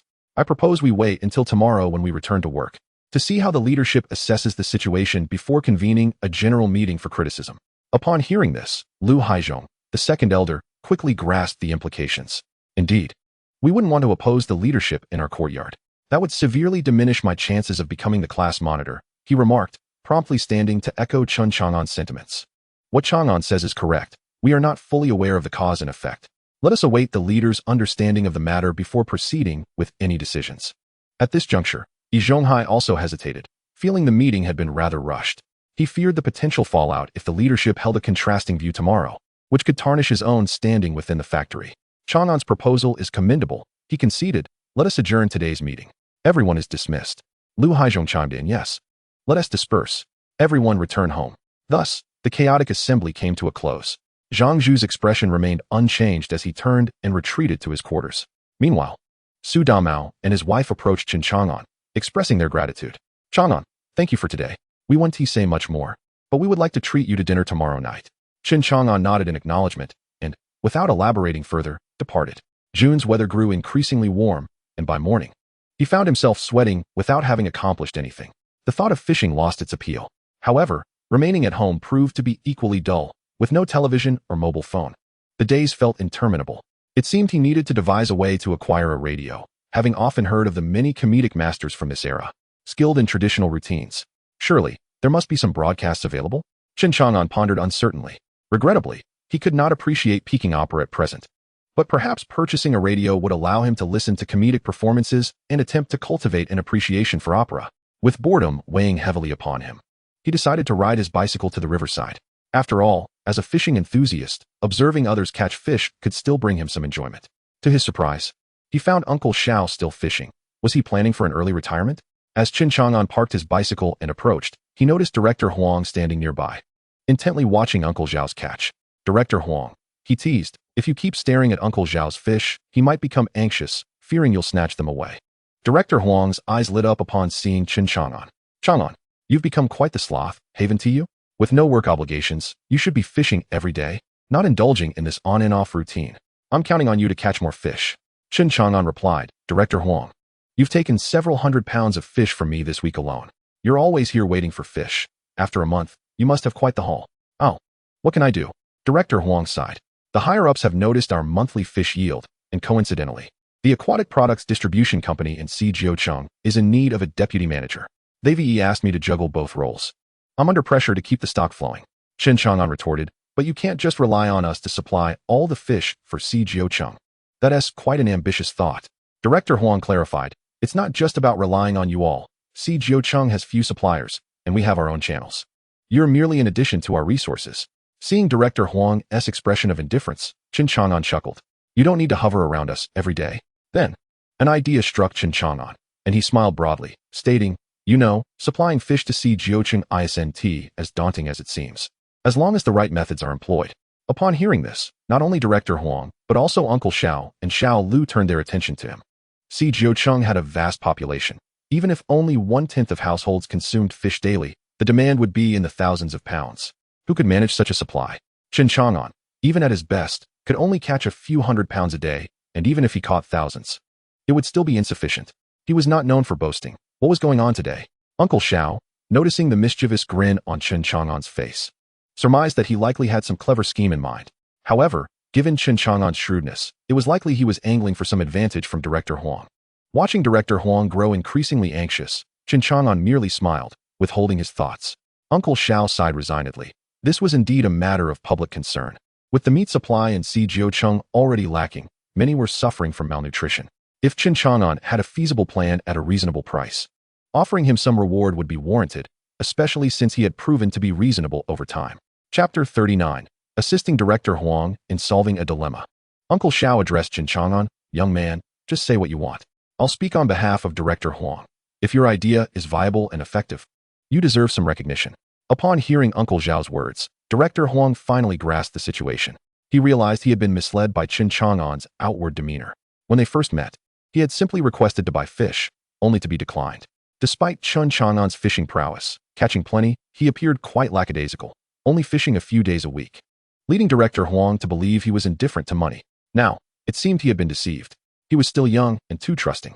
Having known Chen Chang'an for a short while, he had been misled by his exterior. Was it possible to find someone who wasn't concerned about money in this day and age? Realizing this, Director Huang quickly said, Yes. Chang'an, if you have any difficulties, feel free to tell me. Even if your idea turns out to be of limited use, given how often you've assisted me, I must show my gratitude.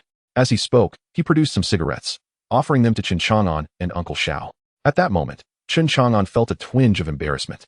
He had been somewhat coercive, yet the other party remained rather open. Actually, I have no substantial demands, he admitted.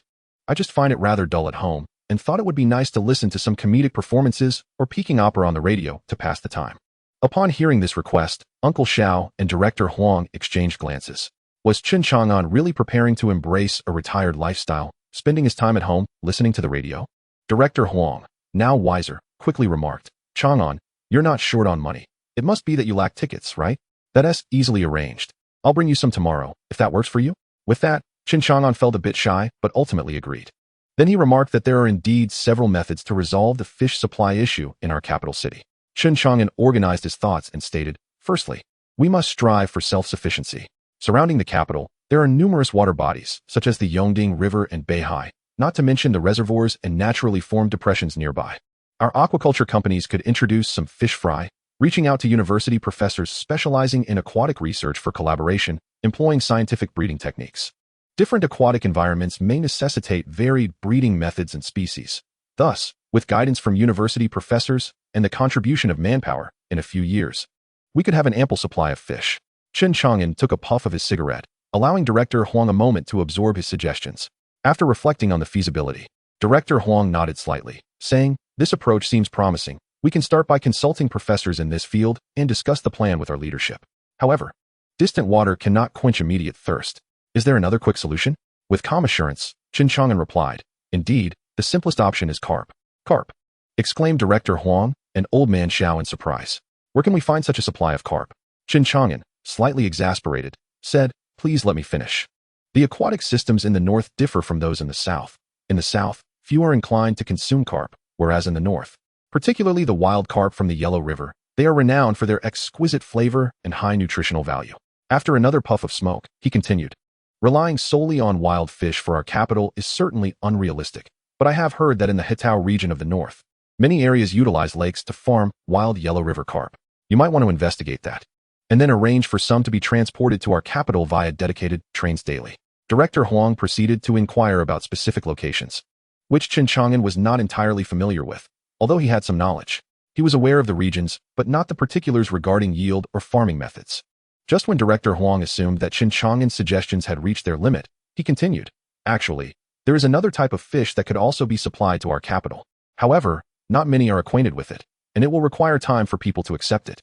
Director Huang quickly interjected, as long as it's not poisonous and is indeed meat, I find it hard to believe that we wouldn't consume it, even if we haven't seen it before.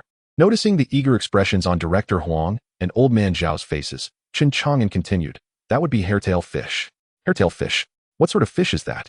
With both Director Huang and Old Man Zhao looking puzzled, Chen Chang'an elaborated, hairtail fish, also known as knife fish, are classified as sea fish. They are distributed along our country's coastal areas, and their yield is remarkably high. They travel in schools, and if you consult any seasoned coastal fisherman, they will be familiar with their migratory patterns. One cast of the net can yield a bountiful catch. Furthermore, these fish are delicious, nutritionally rich, and their availability is commendable.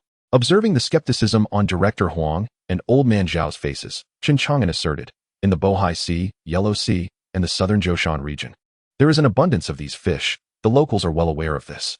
Just ask around. Director Huang was beginning to believe Chen Chang'an's words. After all, one would not possess such detailed information without some understanding of the subject. He then asked, but we rarely hear about hairtail fish. If the supply is low, it won't have much impact, and if the supply is too high, what if it floods the market? Chen Chang'an chuckled, that's simple. We can work with local establishments or modify the recipes to suit the tastes of our capital.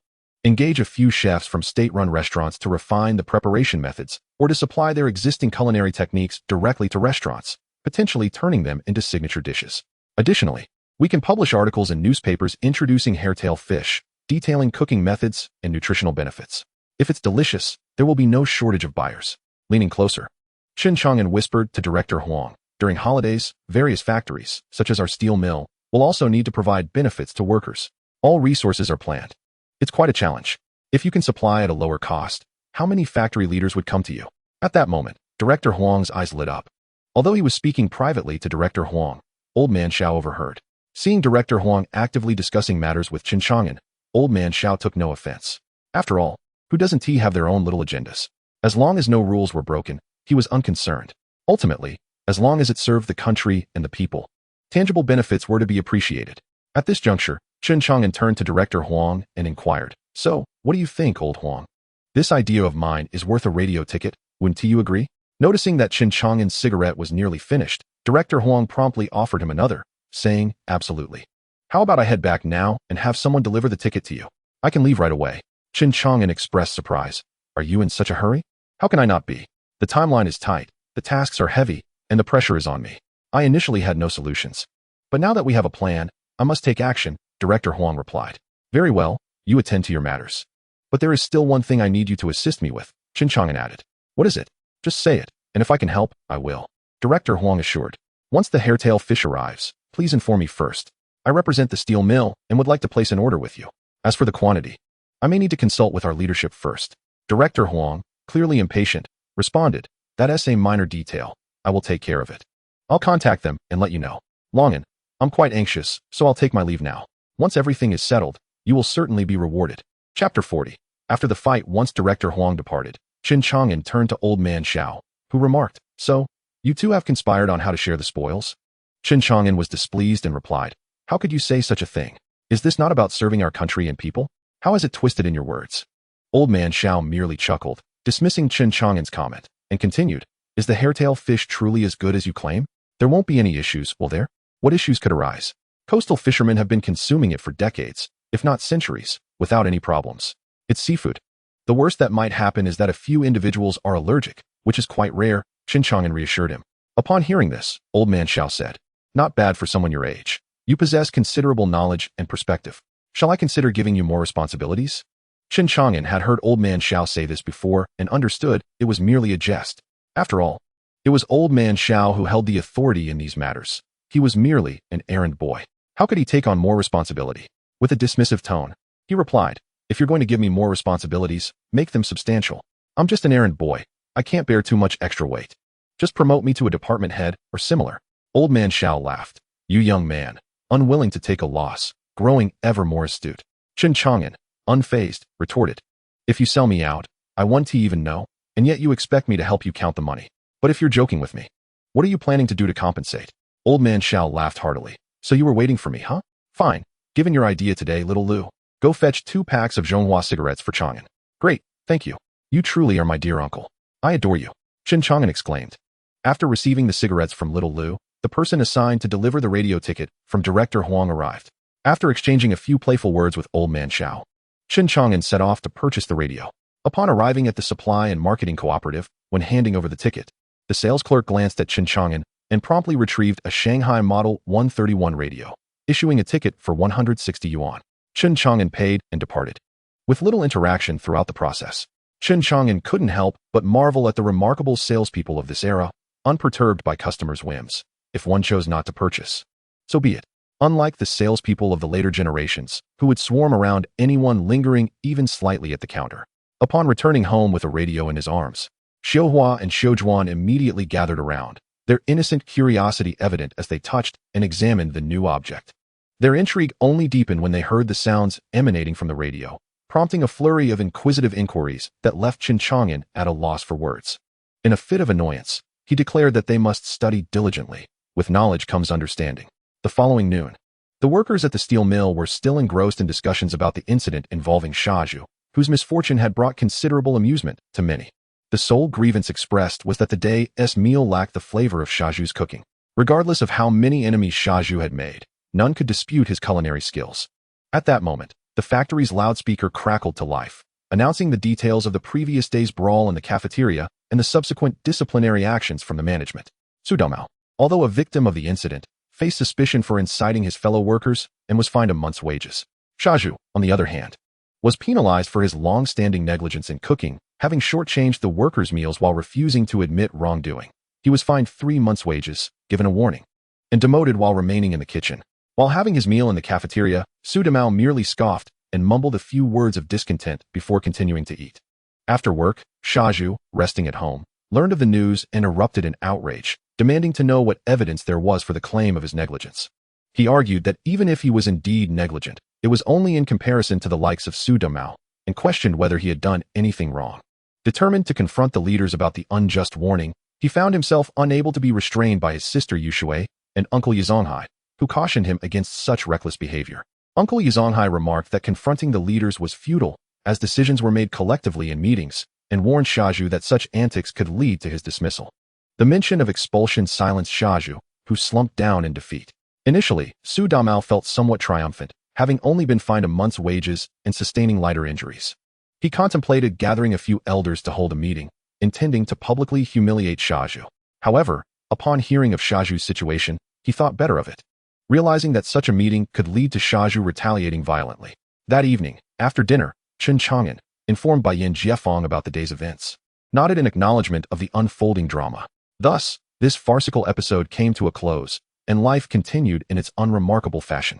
Chen Chang'an dutifully reported to the factory every Monday, indulged in fishing on 2 days, and fulfilled his tasks with Huang Director on another day. On pleasant days, he would catch a few small fish in exchange for tickets, leading a life of comfort and joy.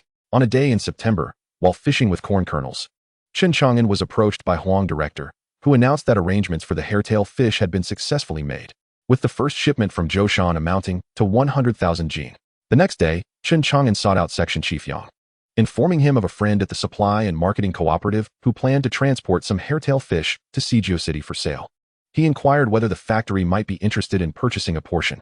After understanding the situation, Section Chief Yang escorted Chen Chang'an to Li Huaide's office. Upon seeing Chen Chang'an enter, Li Huaide greeted him with a smile, remarking that he had not been treated as a nephew. Recalling how warmly Chen Chang'an had addressed him upon his arrival, Chen Chang'an quickly replied, "Li uncle, I haven't achieved anything significant yet, and I wouldn't want to intrude on your busy schedule." Li Huaide nodded. suggesting that Chen Chang'an should call him next time, expressing his interest in fishing together on the upcoming weekend. Turning to Section Chief Yang, Li Huai asked why he seldom visited. Yang explained that they were there to discuss the possibility of procuring a substantial quantity of hairtail fish. Although Li Huai, being close to senior management, was somewhat familiar with hairtail fish, he did not think much of it, assuming it was merely a few hundred jin, barely enough for the kitchen. He casually inquired if a requisition was necessary, and upon seeing both Yang and Chen Chang'an nod, he pressed further about the quantity and pricing. Yang was aware that the quantity was considerable but lacked specific figures, thus turning to Chen Chang'an for clarification. Chen Chang'an explained, Li Uncle, I am acquainted with the deputy manager of the supply and marketing cooperative in charge of procuring hairtail fish for Suzhou City. I suggested this plan to him. This first order consists of a total of 100,000 jin, which should arrive in a couple of days as a trial to gauge sales. I believe we could manage 20 to 30,000 jin without much issue. How much? Li Huai exclaimed in surprise. 20 to 30,000 jin should be feasible. It's certainly negotiable, Chen Chang'an replied. Li Huai, facing his own challenges with the upcoming National Day, appreciated the assistance Chen Chang'an was providing. Ah, Chang'an, you truly are a lifesaver for your Uncle Li. Come, have a cigarette, old Yang, sit down and join us. Li Huai was in high spirits. After a moment, Li Huai continued, our workers have worked hard, and we have nearly completed the tasks assigned by the department ahead of schedule. However, I have been running around trying to secure some basic goods like basins and cups, and even then, we can only manage a couple of cans per person. It has been a struggle, and securing any meat has proven even more challenging. Your contribution is invaluable. After some deliberation, Li Huai added, you will represent the factory in this matter. With nearly 10,000 workers, distributing 4 jin of hairtail fish per person would amount to 40,000 jin. The factory can afford to pay 30 cents per jin. Can you negotiate that? Chen Chang'an, uncertain of the pricing, felt it was reasonable and agreed. All right, Li Uncle. I shall proceed without delay. I'll finalize the arrangements now to prevent other factories from seizing the opportunity, as we have no idea when the next shipment will arrive. Go ahead, Chang'an. Once it's settled, there will certainly be rewards for you, Li Huai assured him. Chen Chang'an promptly left, pondering whether Li Huai would actually deliver on his promises. Chapter 41, Procuring Hairtail Fish. Chen Chang'an went to the supply and marketing cooperative, but could not locate Huang Director. So he made his way to the seafood company, finally finding Huang Director still in a meeting. After waiting for a considerable time, he was greeted by Huang Director with a smile. Chang'an, I cannot thank you enough. Since I came to the seafood company, I've been able to achieve some results and establish my footing. If the hairtail sells well in Suzhou City, I owe you a great deal. As he spoke, he prepared tea and offered cigarettes to Chen Chang'an. Huang brother, you needn't fuss over me. I have matters to discuss with you as well, Chen Chang'an replied. Is it regarding the hairtail? Huang Director inquired. Indeed, I briefed our factory's director Li about the hairtail, and he is quite knowledgeable on the subject. So I wanted to discuss it further with you, Chen Chang'an explained. How significant will this batch of ribbon fish be for our steel mill? And what about the pricing? Chen Chang'an inquired. Director Huang, upon hearing this, chuckled and replied, this ribbon fish is quite promising. Following your suggestion, the yield is exceedingly high, and the local market simply cannot absorb it. Although it is indeed food, it does not compare to staple grains. After sipping his tea leisurely, Director Huang continued. As soon as the local aquatic company calls upon fishermen to catch ribbon fish, they respond with enthusiasm, and the purchase price is barely less than 10 cents per pound. Suddenly recalling something, he took a puff of his cigarette, furrowing his brow as he remarked, however, transportation poses a challenge. It must first be frozen. And then we need to arrange for train cars. The initial batch of ribbon fish exceeded previous expectations, totaling 120,000 pounds. Regarding the price, it's not that I wish to offer you a higher rate. It's simply that this is the first time, and many expenses regarding equipment and transport are considerable. If I set the price too low, I would struggle to justify it on my end. Let us settle on 25 cents per pound for now, and we should be able to reduce it to 22 or 20 cents later. How much does your steel mill require? 40,000 pounds. What do you think, Brother Huang? Is that feasible? Director Huang smiled and replied, not at all difficult. Very few outside know about this batch of ribbon fish, and no one has approached us proactively. We just had a meeting discussing promotional strategies. The publicity department has already mobilized. The fish haven't even arrived, yet we can begin marketing them, just in time for the National Day holiday. Upon hearing this, Chen Chang'an felt reassured. His primary concern was that other factories might catch wind of the news and seize the opportunity. With the task nearly finalized, he felt at ease and began to savor his tea. After a casual conversation, they agreed on the delivery time and location. Chen Chang'an returned to the steel mill to report the situation to Li Huai. Upon learning of the 40,000 pounds of ribbon fish at 25 cents per pound, Li Huai mused that the immense pressure weighing down on him had finally been lifted. He felt as though he had achieved a significant milestone. Looking at Chen Chang'an, who had aided him, his smile grew warmer. Chang'an, how are things at the mill? Do you have any needs, either at work or in your personal life? Chen Chang'an thought to himself that Li Huai was quite decent, always ready to return favors when assistance was provided, regardless of how he had ascended the ranks or his character. At least he displayed the demeanor of a leader. Life is manageable, and work is going well. He replied promptly. Li Huai pondered for a moment before saying, by the end of the year, your department head, Old Yang, will be retiring, and his son will be stepping in. Are you aware of this? Chen Chang'an replied, I know a little. It seems Old Yang's son hasn't secured a formal job, and his fiancé's family requires that he has one. Yes, I know the family of his fiancé. They aren't particularly easy to deal with. But let's not dwell on that. With Old Yang retiring, your department is in need of a head. What do you think about taking on more responsibility? Li Huai suggested. Chen Chang'an was taken aback. Me? How could I possibly manage? I'm still quite young, having only recently been confirmed in my position, and my rank is insufficient. That wouldn't garner respect, would it? Li Huai dismissed his concerns. What do you mean insufficient? Young? Such notions are irrelevant. You are currently at level 22. We can elevate you to level 20. Your department is small. Acting as the head will suffice. For now, I will promote you one level, and once the ribbon fish procurement is completed, you can advance another level. Young? Who else can procure unexpected supplies for the workers? I'll ensure you receive your due promotion. After contemplating the matter further, he continued, for the time being, let us proceed like this. I'll facilitate things for you, but keep this under wraps. Chen Chang'an quickly assured him, Uncle Li, I understand. Upon exiting Li Huai's office, Chen Chang'an felt the distinct advantage of having connections. It seemed as though his rank was skyrocketing. A few days later, Chen Chang'an's name appeared on the steel mill's announcement board. Comrade Chen Chang'an from the procurement department has procured nearly 1,000 pounds of unplanned freshwater fish for the steel mill within a month, significantly contributing to the workers' meals. After consideration by the leadership, he has been promoted to level 3 clerk. This is hereby announced. This small notice, hardly noticeable among the myriad of announcements, did not create much of a stir. Many did not even know who Chen Chang'an was, only that they could occasionally enjoy fish, which was procured by this buyer. The workers had only gratitude for him. As the notification arrived that the ribbon fish would reach 49 City in 2 days, Chen Chang'an began to prepare for the task ahead. He first visited Director Wang at the street office, inquiring if they required ribbon fish for welfare distribution. Director Wang, with a beaming smile, requested a few thousand pounds, primarily for the street office staff and for distributing to the elderly and those in need. The street office's request was modest, and they would coordinate the delivery with the steel mill.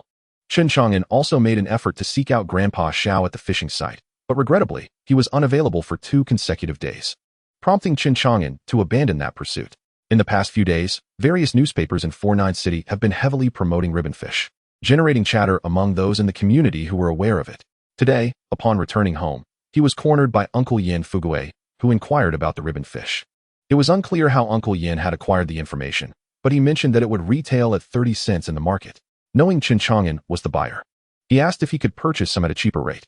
Chen Chang'an couldn't help but chuckle at the absurdity, responding, Uncle Yin, if you buy 1,000 pounds, I might be able to leverage some connections to get you a 10-cent discount per pound. How does that sound? Uncle Yin muttered, but I can't sell it. How long would 1,000 pounds last? And 10 cents off? I do need that much money to begin with. Observing the disappointment in Uncle Yan's eyes, Chen Chang'an felt a mix of sympathy and bemusement. It wasn't as if Uncle Yin couldn't get by. If anyone mentioned that Uncle Yin earned over 20 yuan a month, Chen Chang'an would be the first to doubt it. It was not that he couldn't manage. He could simply buy a couple of pounds when available at the market to savor the taste, yet he still wanted to haggle for a discount. Chapter 42. The ribbon fish has arrived. A few days later, Chen Chang'an received word that the ribbon fish had arrived. He promptly informed Li Huai and Director Wang. When both parties gathered, there was a flurry of greetings exchanged. Li Huai and Director Wang were well acquainted, along with their respective accountants and staff. Together with Chen Chang'an, they proceeded to the train station. The steel mill had the largest contingent, accompanied by numerous transport vehicles. Chen Chang'an led the way toward the warehouse, where Director Huang awaited them, and more greetings ensued. After brief introductions, Li Huai remarked, Director Huang, this ribbon fish will be delivered regularly to 49 City in the future, so we will need your assistance in logistics. If any issues arise, I'll have Chang'an reach out to you. Director Huang responded amicably, of course. This ribbon fish is essentially Chang'an's initiative, and his efforts have been instrumental in making this happen. It's no trouble at all. Director Wang added, our request is relatively small, mainly for elderly residents, veterans' families, and those in need. Upon hearing this, Director Huang reassured him, "Rest assured, your order is not large. We will prioritize your needs. If conditions permit later on, we may even waive the payment for this portion." This prompted a wave of gratitude from Director Huang. As the group entered the warehouse, a chill enveloped them. Chen Chang'an, leading the way, shivered involuntarily. The process of unloading and weighing commenced, with accountants from both sides settling accounts on the spot. After a long day of work, Chen Chang'an returned home with 10 pounds of ribbon fish, a personal gift from Director Huang. Though he initially hesitated to accept it, he could not refuse the kind gesture. Once again, at the entrance of the courtyard, Uncle Yin Fugui blocked Chen Chang'an's path, inquiring, "Ah, Chang'an, what delectable treats have you procured today? May I have a glimpse?" Chen Chang'an pondered for a moment about the frozen ribbon fish. In such sweltering weather, it would certainly spoil without refrigeration. It would likely perish by tomorrow if left at home. Since Uncle Yin had initiated the conversation, he wondered if he might sell him a couple of fish. Would he be willing to buy? With this thought, he presented the fish to Yin Fugui, explaining, "These are ribbon fish I received as a token of gratitude for assisting someone from the supply and marketing cooperative." Uncle Yan's eyes widened as he immediately asked, "Is this the same ribbon fish that has been making headlines in the newspapers lately? It looks rather daunting." He then suggested, "Why not allow me to prepare it for you?" Chen Chang'an contemplated and handed over 2 fish, stating, "After all, this ribbon fish is still meat and holds some value. I won't ask much from you, uncle. Just the cost price of 50 cents will suffice." Upon hearing this, Uncle Yin abruptly withdrew his outstretched hand. He had initially thought that, at the very least, it was still meat, and he could improve his household's meals today, curious to see if the ribbon fish was as delicious as the papers claimed. However, the notion of paying for the fish was unexpected. Would he not simply purchase the fish himself? Why should he give Chen Chang'an money? He had been astute all his life. He wouldn't let a young lad like Chen Chang'an outsmart him and tarnish his lifelong reputation. Noting Uncle Yin's reluctance to pay, Chen Chang'an chuckled, "Uncle, surely one cannot take things for free wherever one goes."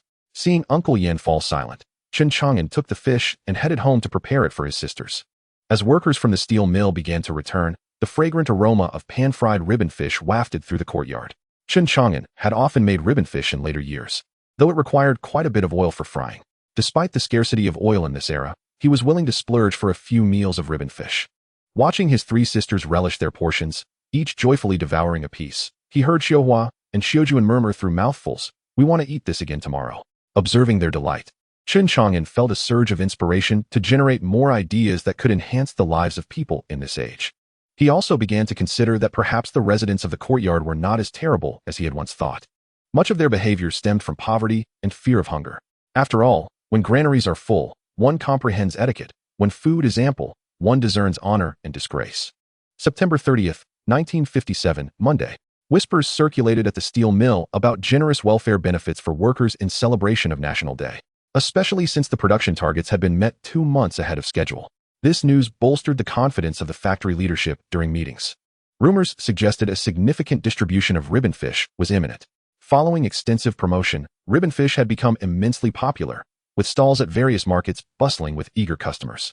The newspapers had lauded the nutritional value of ribbon fish, emphasizing its richness and minimal bones, making it suitable for children. Moreover, it did not require meat coupons. Priced at 3 cents per pound, with 2 to 3 pounds being sufficient for a meal. Cut into pieces, it could serve as a delightful treat for the entire family. The taste was appealing, suitable for all ages, and the shared joy of family meals contributed to the increasing lines of people waiting to purchase fish. Despite its availability, many residents of the city had yet to taste ribbon fish, while those who had were boasting about its deliciousness, elevating its reputation throughout the area. After a morning meeting, the factory's public relations department announced over the loudspeaker that work would be suspended the following day, with the focus on machine maintenance. They then instructed each workshop to orderly receive supplies under the guidance of their respective supervisors. From morning until afternoon, various workshops collected their rations, with lunch featuring ribbon fish. Those who received ribbon fish chatted in small groups, while those still awaiting their turn fidgeted anxiously. The buzz of conversation filled the workshops. After lunch, Chen Chang'an set off for home, but encountered Director Wang along the way. The street office was also distributing holiday benefits, and with a shortage of manpower, Director Wang enlisted Chen Chang'an's help. Reluctantly, he returned home to drop off his belongings before heading straight to assist Director Wang. The discussions and reassurances had little to do with Chen Chang'an. He merely awaited his turn to receive supplies, carrying both grain and ribbon fish home. After an afternoon of work, Director Wang invited Chen Chang'an and his sisters for dinner. After returning home to gather the welfare items, he brought his sisters to Director Wang's residence. Regrettably, Uncle Lu, whom they had not seen for a while, was still absent, but Lu Ge was home. While Director Wang and his wife prepared the meal, Lu Ge and Chen Chang'an enjoyed tea and conversation. Chang'an, I heard from my mother that you're working in procurement at the steel mill now? Lu Ge inquired. Yes. Lu Ge, it's been quite some time since we last met. Are the police always this busy? Indeed, there have been numerous matters to attend to. So I won't bore you with the details, Lu Ge replied. That's fine. I understand the need for discipline. I can't assist much, but if you need fish, feel free to let me know, Chen Chang'an offered. Such matters are beyond my purview. I merely oversee my team's work. These concerns do not fall within my responsibilities, Lu Ge responded. Before they could delve deeper into conversation, Director Wang called them to dinner. As they sat down, he served each of Chen Chang'an's sisters a piece of ribbon fish, remarking, let us all sample Aunt Wang's culinary skills. By the way, Chang'an, you have done a commendable deed. You have added a new dish to every household's table in our city. With praises from Lu Ge and Chen Chang'an's sisters, Director Wang sampled the fish himself, nodding in approval. Indeed, it's quite good. Don't underestimate this dish. It offers significant assistance to the people. Well done, Chang'an. Aunt Wang didn't misjudge your character. Flattered by the continuous compliments, Chen Chang'an humbly replied, Aunt Wang, please, no more praise. I might become too proud. After enjoying a delightful meal filled with laughter, Chen Chang'an escorted his sisters home. As they walked through the alley, the aroma of ribbon fish filled the air. Most households were enjoying the same dish that evening. Chen Chang'an felt a swell of pride. His suggestion had contributed a cost-effective, meatless option to so many family tables. With a cheerful demeanor, he told his sisters that they could open a can of sweets later, each enjoying a piece of candy, but they must brush their teeth afterward. Yay! The sight of his sisters' joyful smiles filled Chen Chang'an with even greater happiness. After the National Day festivities, work resumed at the steel mill, but each evening, Chen Chang'an would catch the scent of ribbon fish wafting through the air, eliciting a knowing smile. This led Xiaoying to wonder if he was unwell. Now, Xiaohua also accompanied Xiaoying to school every morning. Indeed, she had begun her first year of elementary school. As the weather gradually turned cooler, Chen Chang'an contemplated repairing his home. The house had yet to be renovated since their arrival, and he feared the winter chill might be too harsh. In his previous life, he had lived in an era of global warming in the southern regions. Thus, he was uncertain about the coldness of the north. However, he understood that the outdoor temperatures in this era's northern regions remained significantly low. In this room, we must ensure that the doors and windows do not allow the wind to seep through. A fire pit should be constructed alongside a stove reminiscent of the 1980s. One that burns honeycomb coal and is equipped with a chimney, thus ensuring warmth permeates the space. The layout of the room requires careful reconfiguration, and the furniture ought to be entirely replaced. It would be prudent for my sisters to temporarily reside with Aunt Wang. That very evening, Chen Chang'an visited Aunt Wang's residence, where he disclosed his plans for the renovation of the house and the intention for himself and his sisters to stay with her for a while. Upon hearing this, Aunt Wang remarked that their house indeed required some repairs, and she would introduce him to someone who could assist, advising him to negotiate directly with the individual. Following her words, Director Wang led Chen Chang'an to a nearby alley and called out, Old Qian, come out quickly. I have some work for you. Turning to Chen Chang'an, he explained that Old Qian is affiliated with the neighborhood committee and handles various repair jobs for them. He assured Chen that if he had the time, he could purchase materials himself, but if not, Old Qian could procure them as well. He is quite reliable. As they spoke, a robust man in his 40s emerged. Seeing Director Wang, he hastily approached and exclaimed, Director Wang, how considerate of you to come here at such a late hour. You could have just sent a message. I would have come to find you. Director Wang, unperturbed, introduced Chen Chang'an as his distant nephew, whose house needed some tidying up. He instructed Old Qian to take a look the following day and discuss the pricing with him. Without hesitation, Old Qian agreed, stating that he would handle the matter well, even without a fee, as it was a favor for Director Wang. Director Wang reassured him that the payment would be fair and that he wouldn't be taken advantage of. He simply needed the job done well.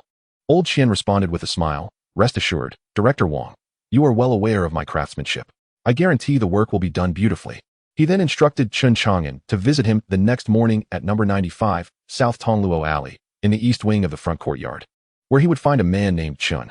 With that, Director Wang departed briskly, foregoing pleasantries and getting straight to the point. The following morning, after sending off Xiaoying and Xiaohua, Chen Chang'an waited in the house with Xiao Wan for Old Qian's arrival. Upon his arrival, Chen Chang'an offered him a cigarette, and after some polite exchanges, he began to outline his plans for the house renovation. Old Qian, let me share my ideas with you and see if they are feasible, Chen Chang'an began. Old Qian took out paper and a pen, replying, go ahead, I'm listening. Chen Chang'an continued, I intend to convert the main room into a living area and partition off a bedroom adjacent to the ear room, which I would like to be slightly larger. I have 3 younger sisters who are still quite small and will need to share a sleeping space, so we will need a Kong. As for the ear room, I will occupy it alone, also with a Kong, with 2 beds connected to the small storeroom next door. Currently, that storeroom serves as the kitchen, so I would appreciate it if you could oversee its repairs. Noticing old Qian diligently jotting down notes, Chen Chang'an paused before continuing. The roof of the small storeroom has some leaks. I would like it lifted a bit. And could you also see if it's possible to install a drainage system for a toilet? This way, the water from the kitchen and the toilet can drain away. Of course, we will also need to relocate the water supply. Old Qian interjected. This is quite a significant undertaking, and the expenses will likely be considerable. Chen Chang'an, hearing this, replied, the financial aspect is manageable. What about the relocation of the water supply and the installation of the drainage system? That will certainly require the neighborhood committee's approval. I've observed the layout of your courtyard, and it is feasible, but we will need their consent. Old Qian assured him. The neighborhood committee should be agreeable, provided that your renovations do not create issues for others. Additionally, Chen Chang'an hesitantly mentioned, I would like to construct a cellar in my ear room, but I'm not sure how difficult that will be. Old Qian looked at him curiously, asking, Isn't there already a cellar in your kitchen? Why would you want to dig another? Cellar? Where? I had no idea. How do you know this? Chen Chang'an was astonished, realizing that an outsider was aware of something he had overlooked in his own home. Old Qian replied, Actually, I have quite a connection with your family. I was the one who remodeled this storeroom. I believe it was your father who commissioned me to build a cellar. It's right here in this little kitchen for convenience in storing vegetables. He then guided Chen Chang'an to the entrance of the cellar, which was concealed in a corner beneath a cabinet, where the fish head from the dish he had not finished had been stolen by a stick. To his surprise, he discovered the entrance to the cellar concealed beneath the cabinet. Chen Chang'an did not rush to descend, but instead, Old Qian, understanding the situation, asked, Would you prefer me to handle both labor and materials, or should I provide you with a list, and you can purchase the materials yourself? After a moment of contemplation, Chen Chang'an opted for the all-inclusive package, reasoning that it would be inconvenient to procure various materials himself. After all, there is no such thing as kickbacks these days, right? At most, one might falsify accounts, but that would be easily detected. Old Qian confirmed, I won't charge you excessively. This will be at cost. To complete your renovations, I'll need 3 workers and about 7 days. If you provide lunch, I'll charge you 300. If we bring our own meals, it will be 310. Does that sound acceptable? Chen Chang'an did not hesitate, agreeing to the terms. For the sake of keeping warm this winter for myself and my sisters, 300 it is. At least it will last until I am married. He handed Old Qian 200 yuan up front, considering he would need to purchase materials. They agreed that Old Qian would return in the morning to commence the work. Once Old Qian departed, Chen Chang'an moved the cabinet aside to reveal the door to the cellar. He cautiously opened it, exchanged the stale air, lit a candle, and descended into the depths. The cellar was not deep, merely a few steps down, and its area was modest, just a few square meters, illuminated only by the flickering candlelight. Holding the candle, Chen Chang'an carefully traversed the walls of the cellar, discovering a moderately sized box nestled in one corner. Despite the moisture causing some decay, it remained relatively well preserved. Chen Chang'an lifted the wooden box. It was not overly heavy. Tucking it under his arm, he continued searching the cellar with the candle, but finding nothing else of interest, he made his way back to the surface. Cradling the box, he returned to his room and placed it on the table. After securely locking the door, he began to inspect the box with great care. The exterior bore signs of rot in several places. Had it not been for Chen Chang'an, it might have crumbled into dust after a few more years of neglect. The box was not locked, but featured a rusty iron clasp. Upon opening it, the first thing that caught his eye was a handgun wrapped in oiled paper. After examining it closely, he noted its exquisite craftsmanship, protected by layers of oiled paper. It showed no signs of rust, alongside a number of bullets. Chen Chang'an, not being well-versed in firearms, could only recognize a few names like the Hanyang rifle, the Type 38, and the Mosin Nagant, but identifying them in person would pose a challenge. The only handguns he was familiar with were those referred to in wartime dramas, and he had heard of the Desert Eagle from gaming. Reluctantly detaching the magazine to inspect it, Chen Chang'an discovered it was devoid of ammunition. He merely toyed with the firearm, feeling both bewildered and hesitant to tamper further.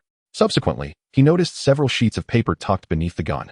Setting the weapon aside, he picked them up for a closer look.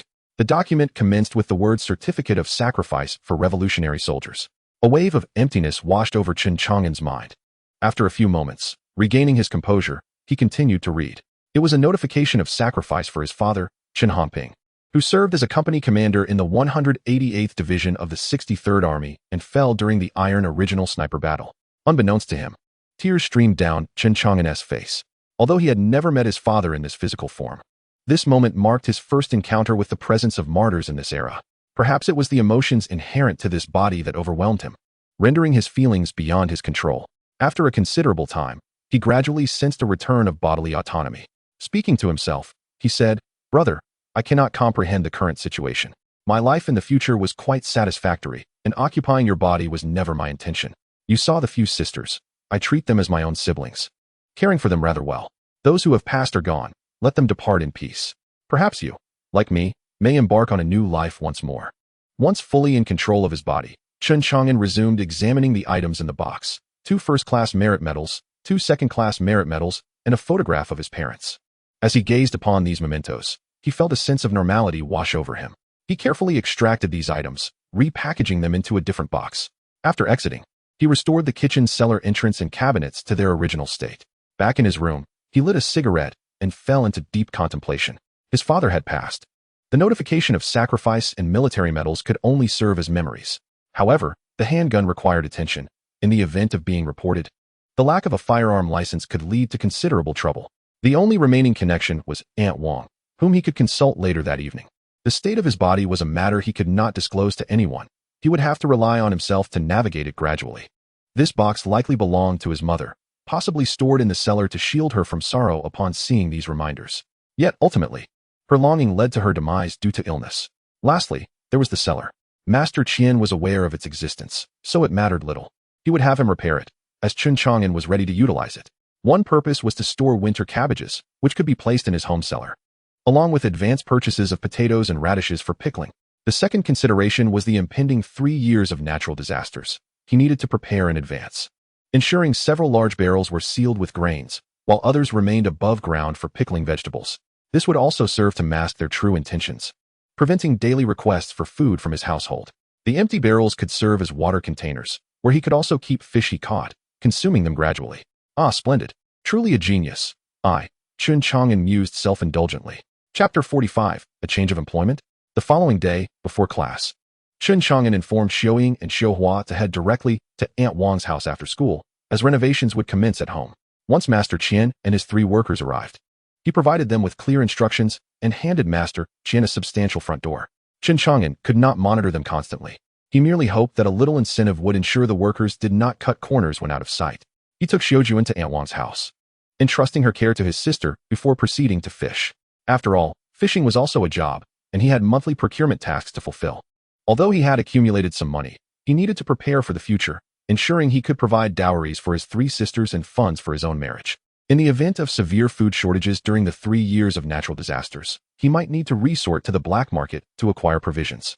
As he fished, lost in thought, old Xiao stealthily approached from behind and clapped Chen Chang'an on the shoulder, startling him. Anger surged within Chen Chang'an as he turned to berate the intruder, only to be met with old Xiao's familiar visage, leaving him speechless and aggrieved. "Stop pretending, you rascal.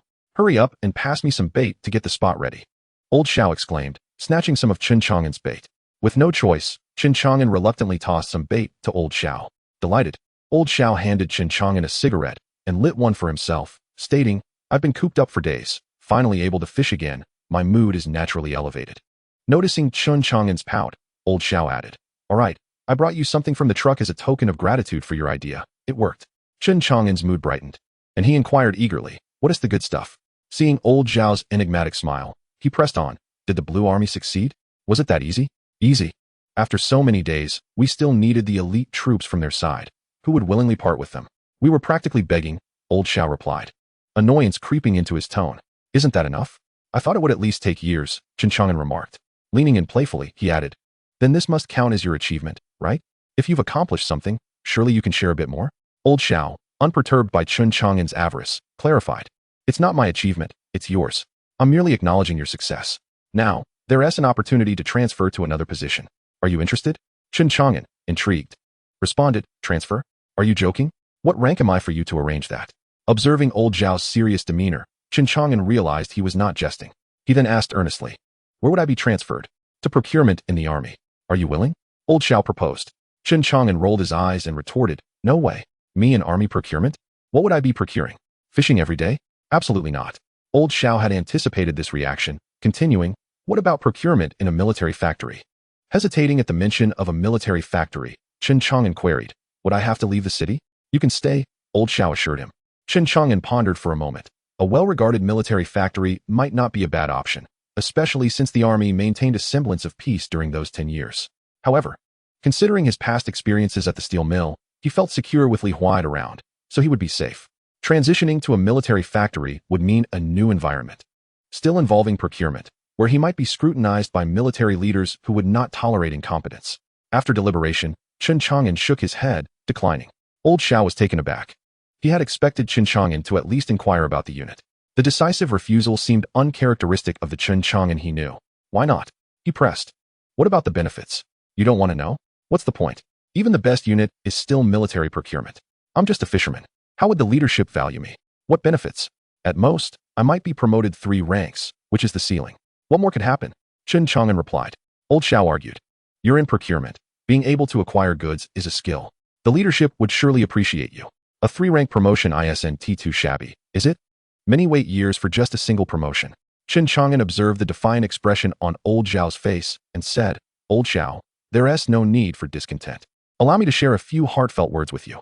Lighting a cigarette for Old Xiao before igniting one for himself, he continued, in truth, I possess a certain expertise in machinery. Procurement is merely a means of subsistence for me. Yet, I am inherently rebellious and have little regard for authority, which compels me to lead myself. Were I to assume the role of a chief, where everything is dictated by my decisions, I am quite confident I could achieve remarkable results, though it might also lead to unforeseen chaos.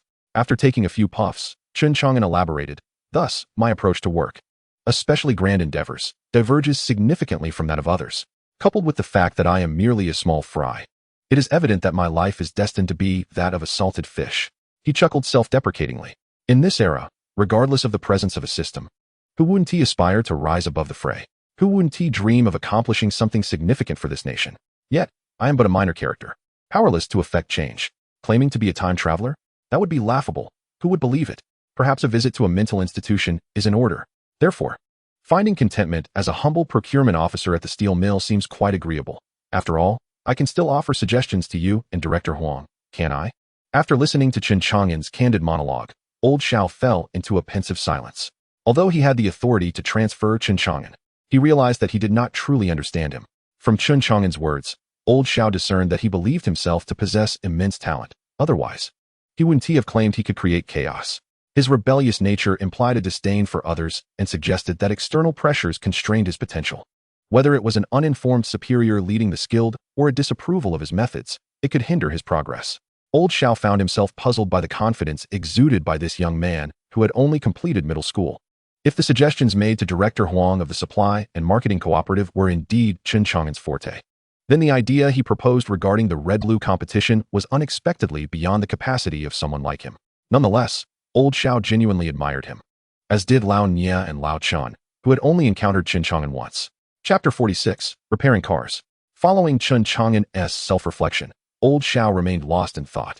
Chen Chang'an, however, paid little mind, feeling quite satisfied with his current life. Caring for his younger sisters and enjoying fishing at work made for a lifestyle reminiscent of his past, fitting perfectly with his aspirations as a salted fish. Subsequently, the two engaged in a peaceful fishing session, and Old Xiao refrained from mentioning the matter of transfer again. By afternoon, Chen Chang'an estimated that he had caught around 600 pounds of fish. Using Old Xiao's vehicle, he set off to deliver the fish to the steel mill. Everything was proceeding smoothly until, on the way back, Old Xiao's car broke down midway. In this era, most vehicles were either Soviet-aid or imports, and drivers were expected not only to operate the vehicles, but also to perform repairs. Xiao Lu, equipped with tools, exited the vehicle and began tinkering with the engine. Old Xiao's ride was a 4-door GAZ off-road vehicle, a luxury imported from the Soviet Union. Even in the modern era, Chen Chang'an had heard of this model. Possessing a modicum of knowledge about cars and engines, Chen Chang'an curiously approached as Xiao Lu lifted the hood. Unlike the neatly arranged components found in contemporary vehicles, this era's cars appeared somewhat rudimentary. Observing Xiao Lu fumbling about, Chen Chang'an inquired, Lu, how is it? Can it be repaired? At that moment, Xiao Lu was sweating profusely, anxious about the delay since he was supposed to return to pick up Old Xiao after delivering Chen Chang'an. I haven't pinpointed the issue yet. It just shut off suddenly, he replied, his frustration evident. Chen Chang'an felt a twinge of concern.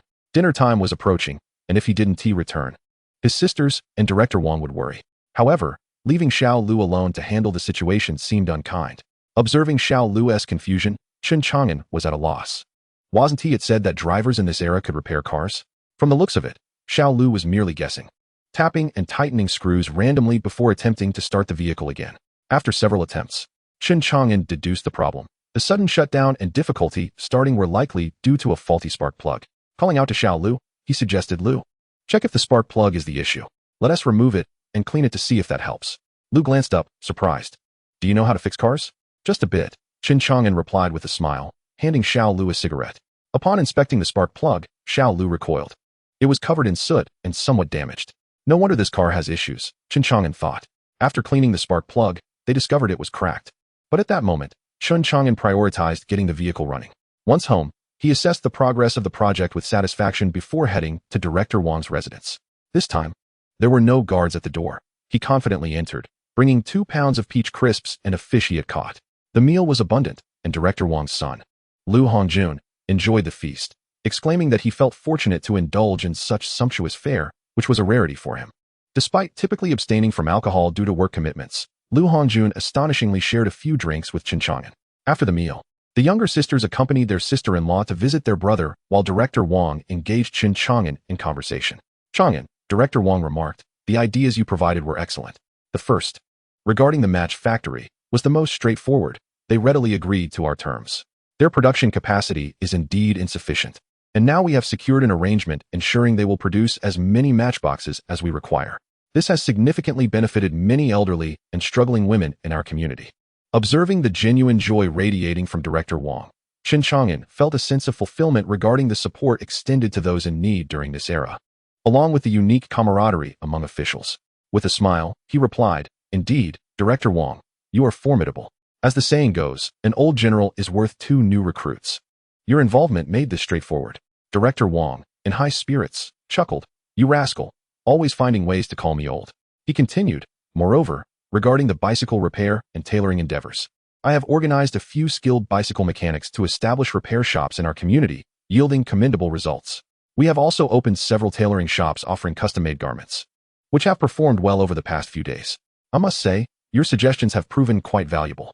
At this point, Chen Chang'an could only smile sheepishly, content to assist Director Wang. After all, isn't the essence of relationships, be it among friends or relatives, rooted in mutual support? Director Wang elaborated. The most challenging issue is the establishment of a small textile factory.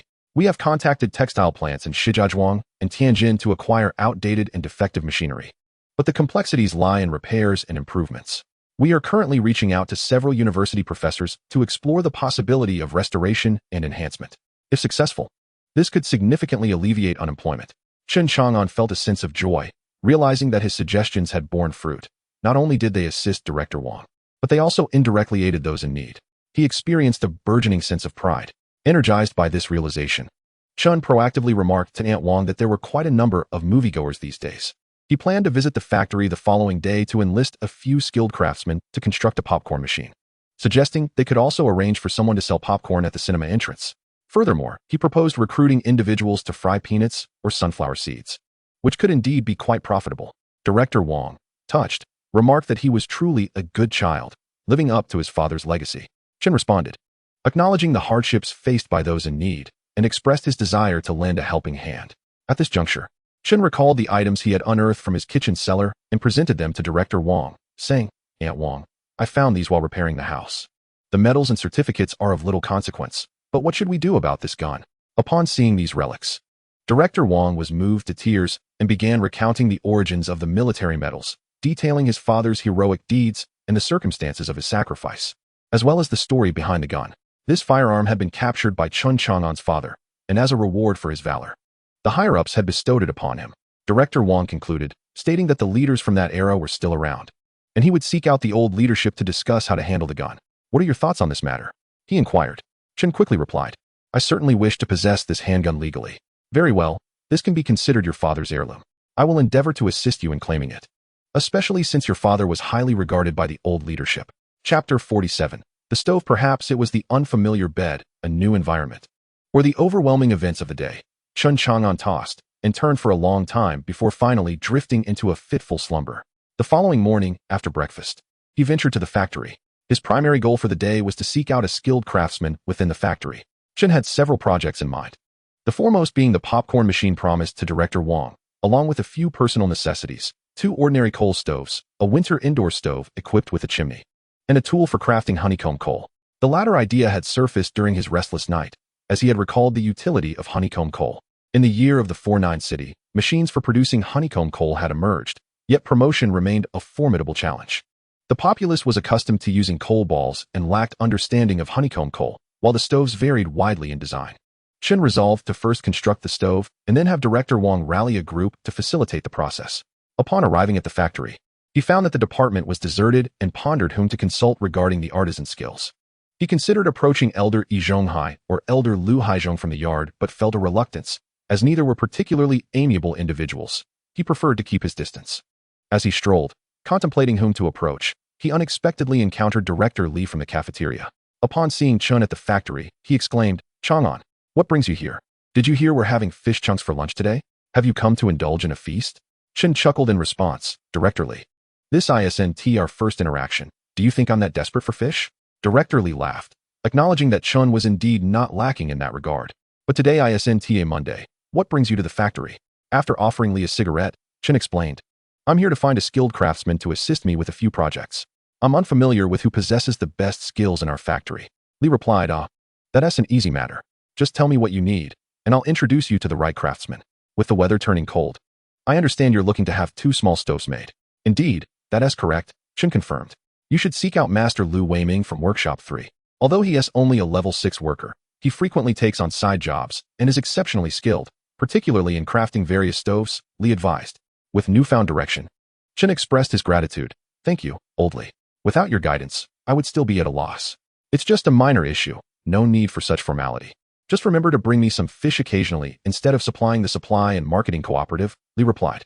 "I've heard you've sent quite a bit of fish to them this month. The steel mill is your true home. Don't forget where your loyalties lie." Chen quickly responded, "You're mistaken. Before each fishing trip, we agree to share with them, but we often catch less when it's our turn. Next week, let us skip supplying the cooperative and deliver everything to you instead. How does that sound? Now that's the spirit. We're all on the same team here. They have plenty of ribbon fish already. They don't need our freshwater fish. Well, I must be off. Don't forget to enjoy those fish chunks for lunch," Li said with a wave as he turned to leave. Watching Director Li depart, Chen mused that this encounter hardly felt coincidental. One couldn't help but wonder if he had come specifically to discuss this matter. Chen shook his head with a wry smile, unsure if this could be classified as an unequal distribution of spoils. Upon reaching the entrance of Workshop 2, Chen refrained from entering, opting instead to send someone to summon Master Lu Weiming outside. He was reluctant to step inside for 2 reasons. The machinery of the era was notoriously loud, and merely standing at the entrance was already deafening. Additionally, he felt it would be inappropriate to intrude into someone else's workspace. After a brief wait, a lean man, approximately 1.75 meters tall, emerged from the workshop. He glanced at Chen and then around the vicinity, confirming that Chen was the only one present before inquiring. "Did you call for me? I don't believe I know you." Chen stepped forward, saying, "Master Lu, greetings. I'm Chen Chang'an from the procurement section of the steel mill." Lu Weiming nodded in acknowledgement and asked, "What can I do for you?" "I've heard about your excellent craftsmanship and was hoping you could assist me in crafting a few stoves," Chen replied, offering Lu a cigarette. He then elaborated on his requirements regarding the materials for the stove cores and exteriors, as well as the design for the indoor stove. When Lu didn't fully grasp some details, Chen even resorted to sketching on the ground. He also described the tool for manually making honeycomb coal, which Lu deemed straightforward. Finally, they discussed the creation of tools for frying popcorn. Chen illustrated his ideas as he spoke, while Lu occasionally posed questions. After a period of contemplation, Lu remarked that the first 2 stoves and tools posed no significant challenges. However, the last stove presented a complication. If not sealed properly, it would leak gas, requiring meticulous craftsmanship and collaboration with other craftsmen. After further deliberation, Lu proposed, "I'll start by using materials from the factory. You can pay me a small fee for my labor. As for the factory materials, whether you pay for them or not is entirely up to you." "How does that sound?" Chen readily agreed, finalizing the quantity and timeline with Master Lu, who then returned to his work in the workshop after finishing his cigarette. Upon returning to the procurement section, Chen retrieved several newspapers and began perusing them. He found himself at a loss for what else to do, and reading the papers seemed a reasonable way to pass the time. At noon, Chen returned to the cafeteria to sample the fish chunks. Expecting them to be the silver carp he had provided, only to discover they were actually ribbon fish. Chen Chang'an was taken aback. Was it not said that the ribbon fish was currently enjoying robust sales?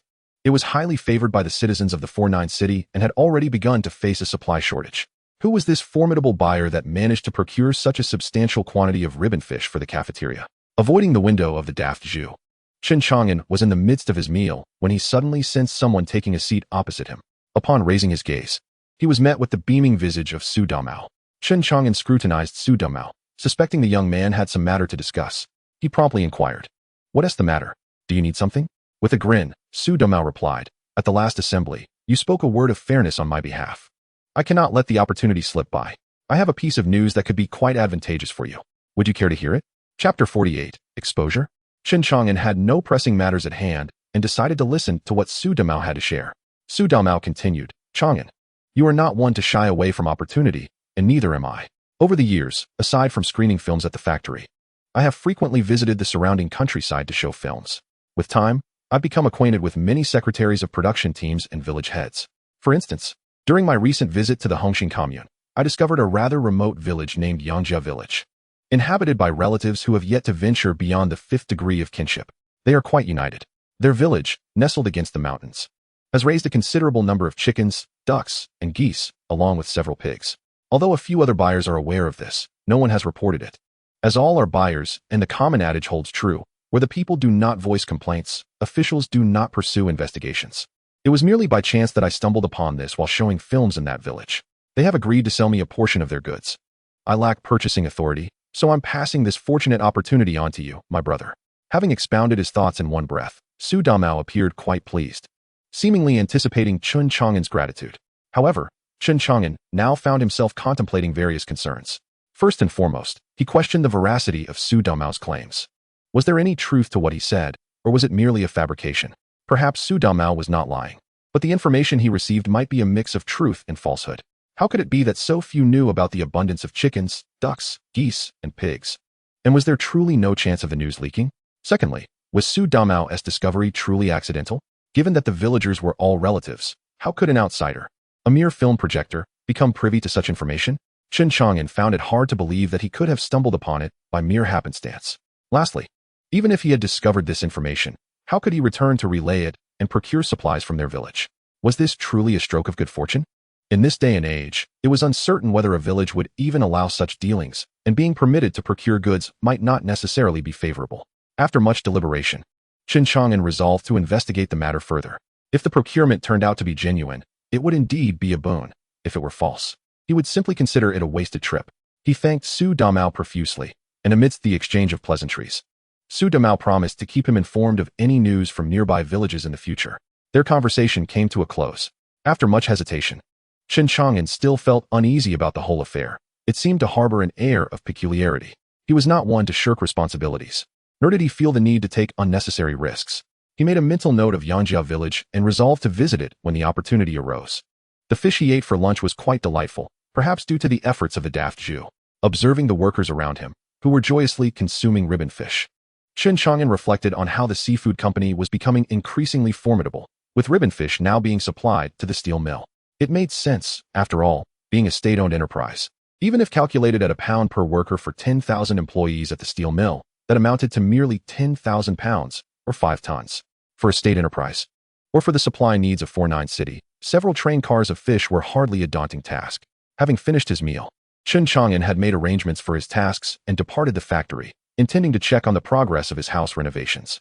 Passing by the supply and marketing cooperative, he noticed sodas being sold at the entrance and suddenly recalled that he had yet to try the renowned Bei Binjiang soda since coming here. Autumn was already upon them. If he did not indulge now, he would miss the chance to enjoy it before winter rendered it a frozen lump. Contemplating his younger sister, who was still residing with Director Wang, Chen Chang'an hesitated momentarily. He had no financial constraints, so he thought to himself, why not just buy it? A few remarks, 1 tea cost me anything. As long as I have the audacity, I 1 tea shy away from the heat. Not only did he purchase a copious amount of Bei Binjiang soda, but he also acquired a few pounds of meat with his ration coupons before heading to Director Wang's residence. Upon entering with so many items, his sister immediately began to chide him for his lack of thriftiness and extravagant spending, but Chen Chang'an feigned ignorance. Ultimately, she began to suggest finding him a partner to hasten his marriage and manage him, which prompted Chen Chang'an to hastily retreat. I am still a child. I have not yet had my fill of play. I am a successor to communism. Until I reach the legal marriage age, what right do I have to marry? I, Chen Chang'an, cannot break the law. Upon his arrival, Master Qian approached him to report on the progress of the renovations.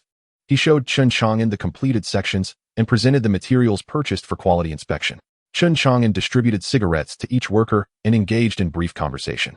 After confirming that the repairs would be completed in a couple of days, he turned his attention to Shikahai, for fishing was his true passion.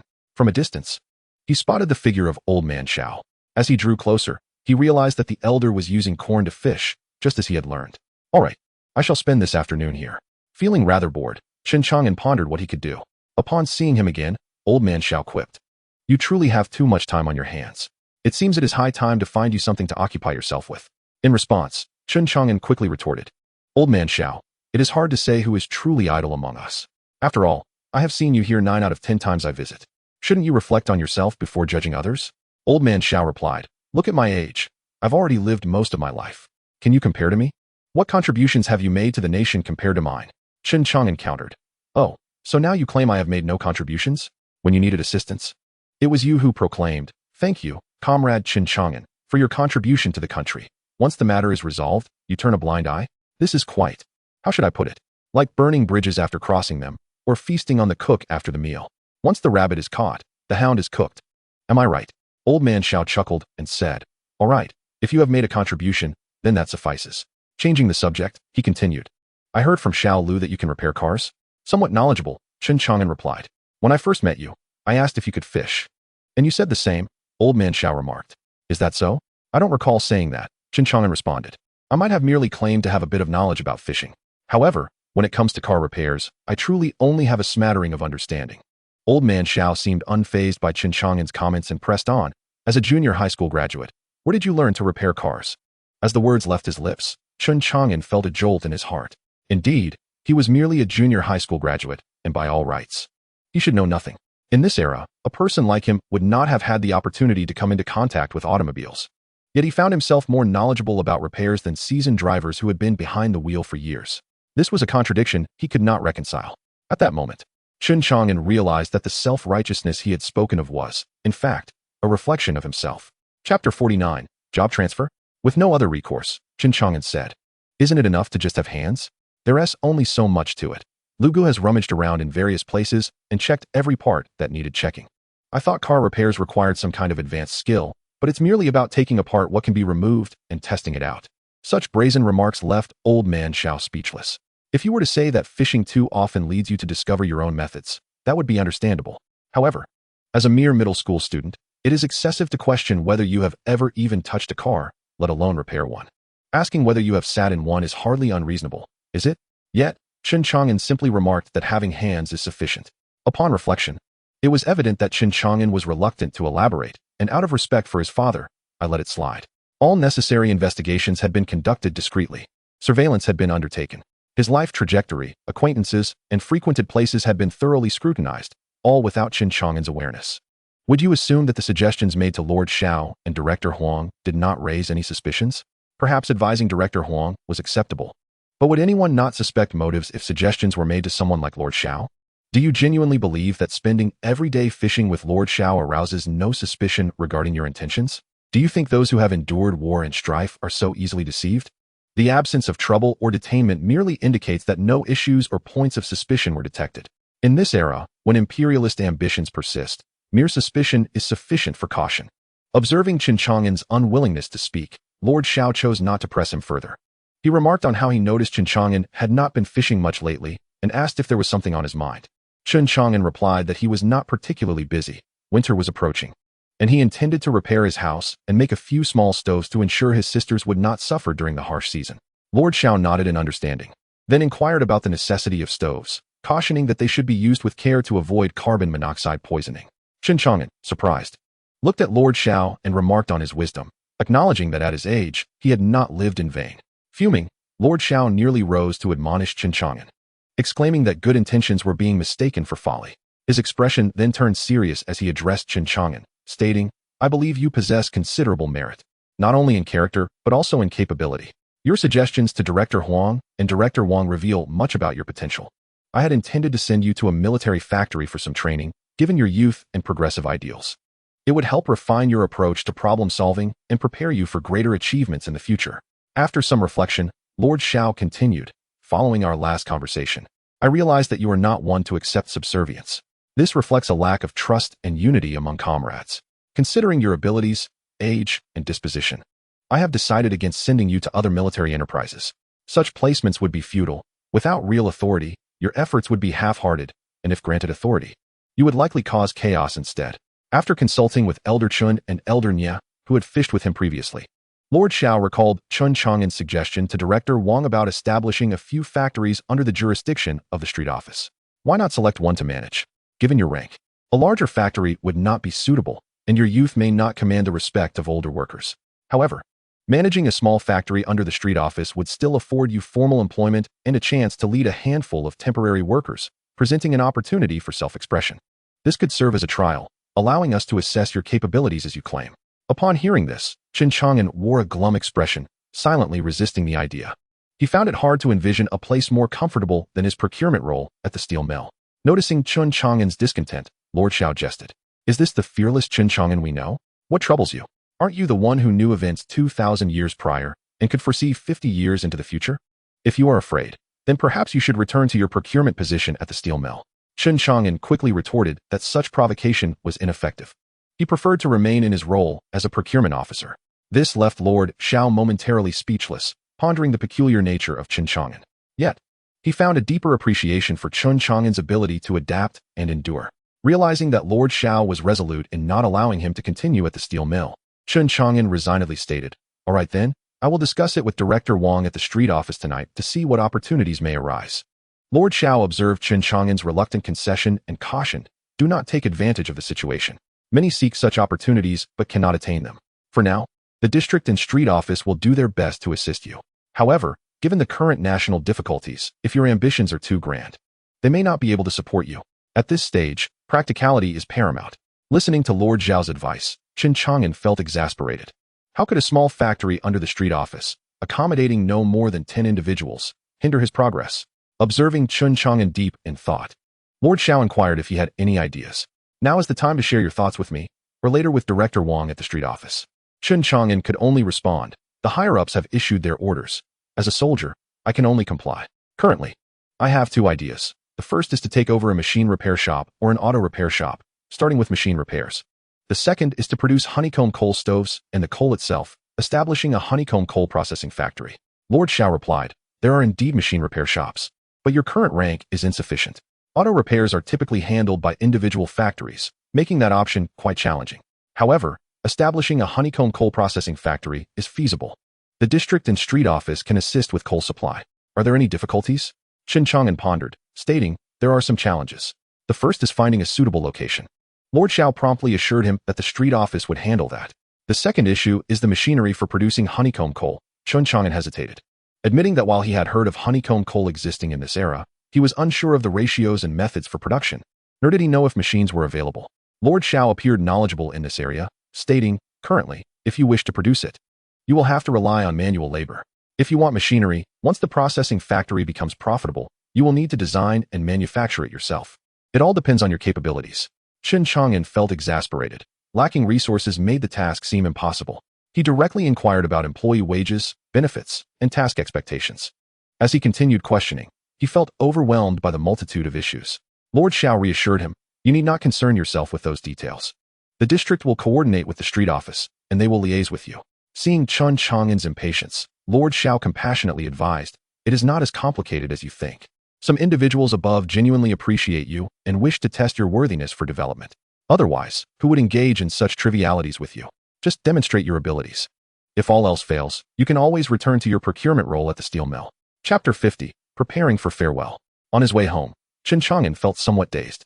He could scarcely believe he was facing such circumstances. Would anyone believe him if he told them that high-ranking officials regarded his abilities favorably and had chosen to nurture him as a factory manager? He feared he would be dismissed as a fool or a madman, lost in a daydream. Chen Chang'an found himself questioning, "Am I truly set to become a factory manager? Have I ever managed anyone in my life? Do I genuinely possess the capability to excel in such a role?"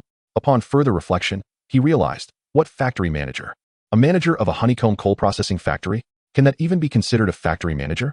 With only a handful of workers and no machinery. Relying solely on manual labor seemed trivial. He chuckled at the absurdity, realizing that he was merely grasping at straws. After coming to terms with it, Chen Chang'an walked home with renewed vigor.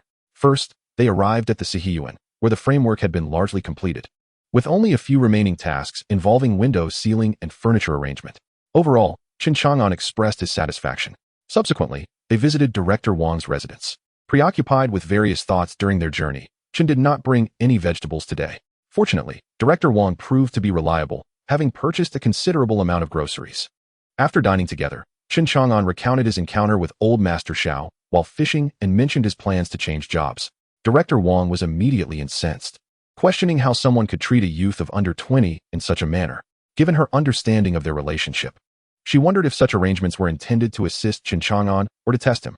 In that moment, Director Wang transformed from a mere housewife into a seasoned warrior.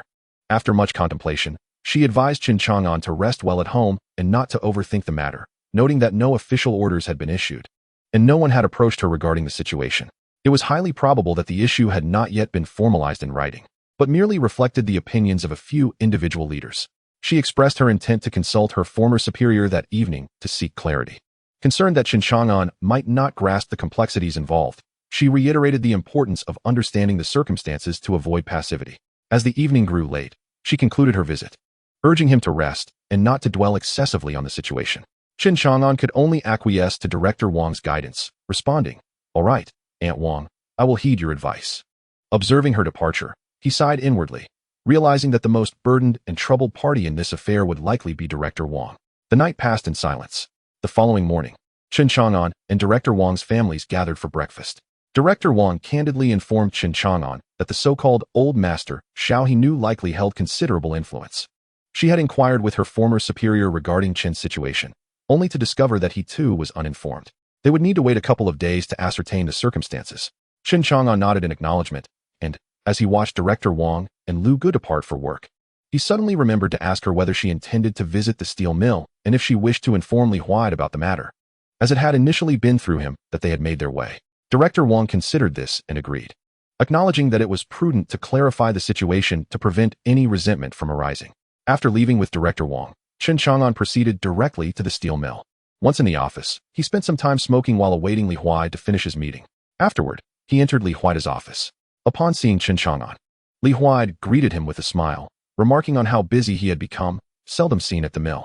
He noted that Chen's previous visit alongside their section chief had been for official business, but this time, Chen was alone, indicating a personal matter. "Am I correct in my assumption?"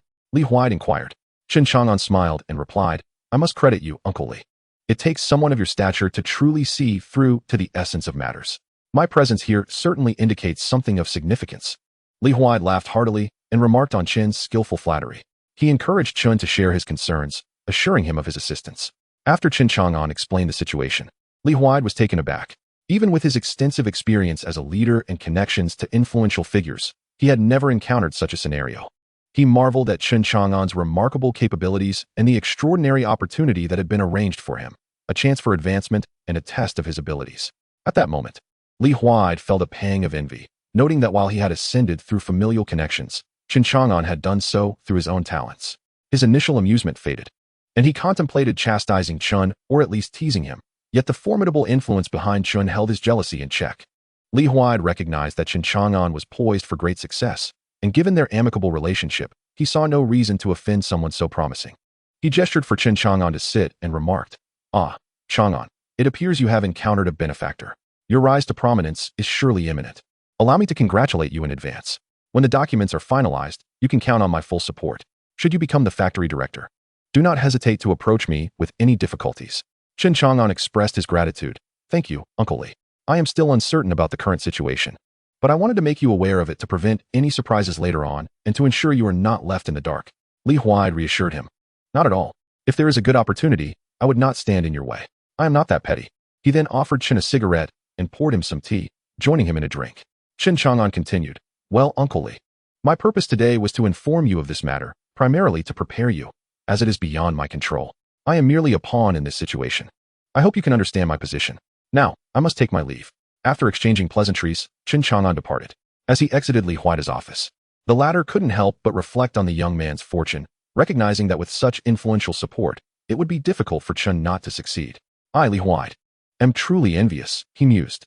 Returning to his own office, Chen Chang'an awaited the lunch hour before heading home, mindful that every meal saved was a meal gained.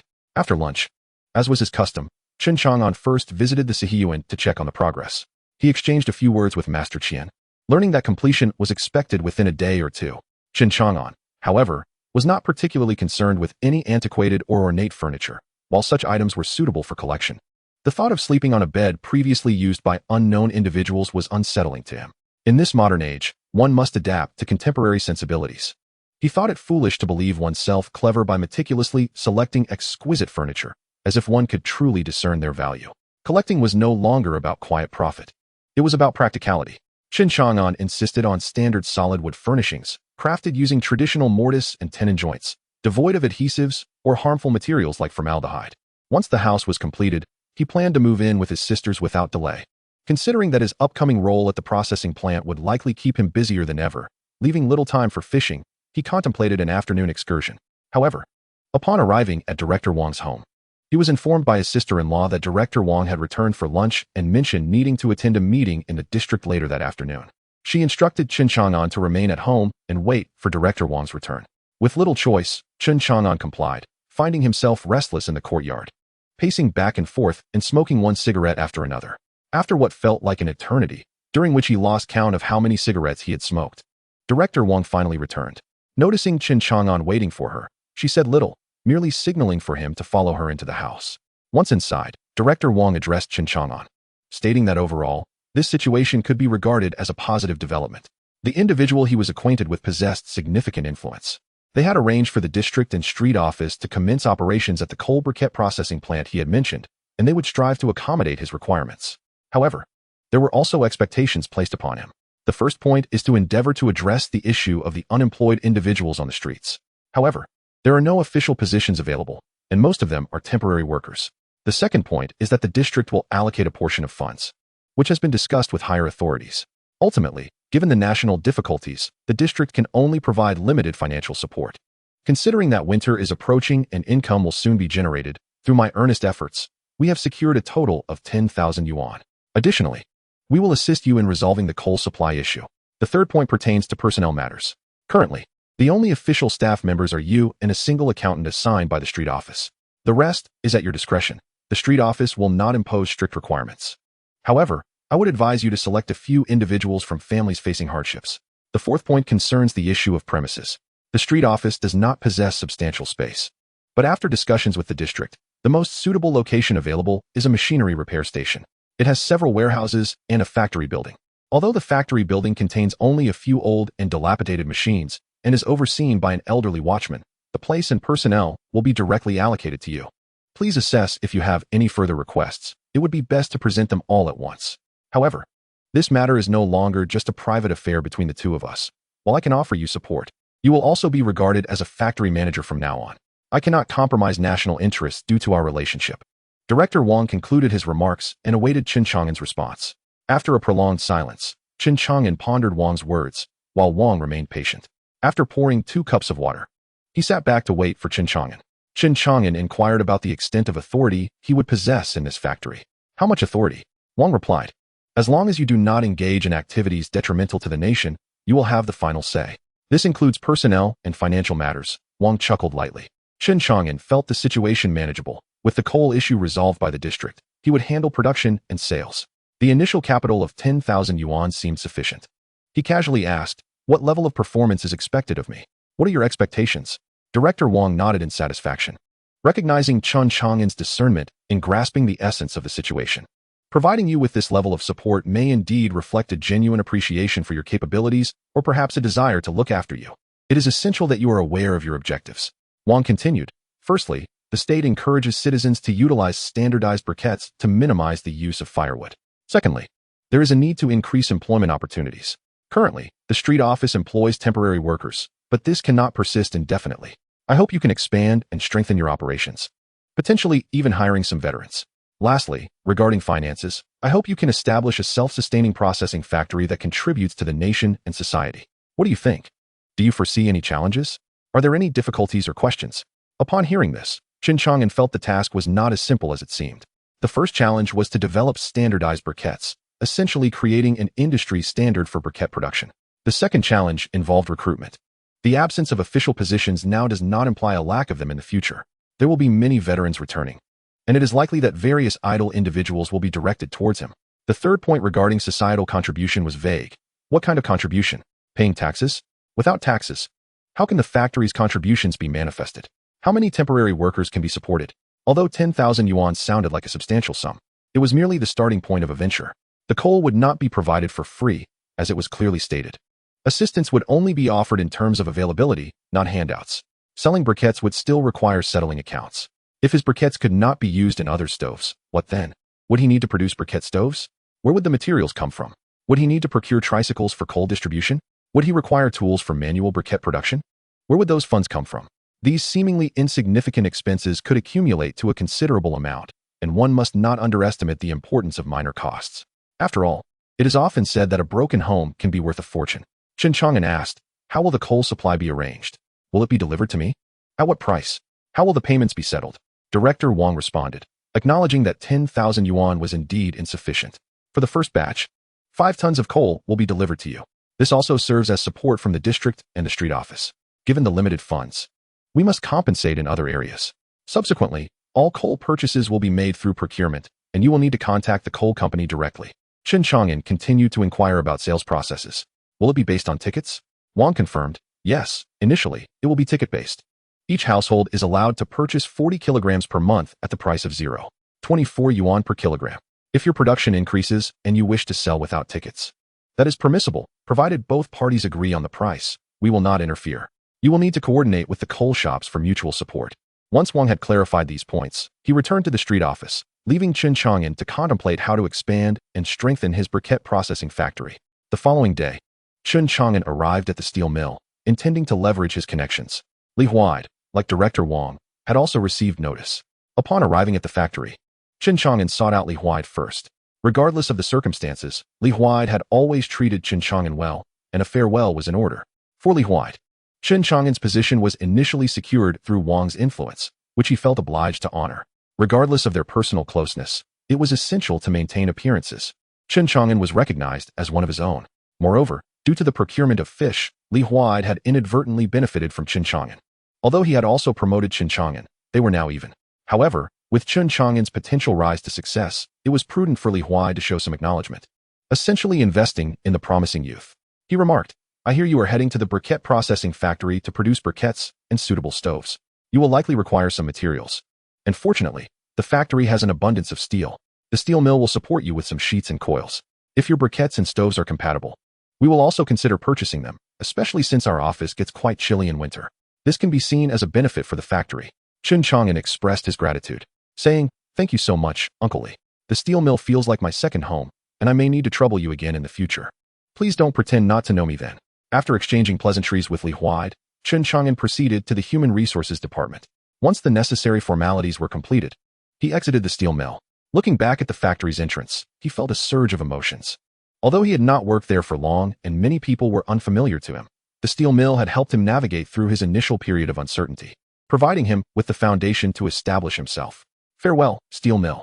On his way back, Chen Chang'an stopped by the supply and marketing cooperative to purchase a large front door before returning to the courtyard. Master Qian was outside, smoking, while several other craftsmen were tidying up the site. Upon seeing Chen Chang'an, Master Qian extinguished his cigarette, then welcomed Chen Chang'an inside. As they walked through the premises, Master Qian highlighted the furniture, materials, rooms, and the newly leveled cement floor. He also described the writing desks and wardrobes made for Chen Chang'an's sisters, as well as his own desk and the newly updated kitchen cabinets and cellar. Chen Chang'an was very pleased and promptly handed over the remaining 110 yuan along with the large front door to Master Qian.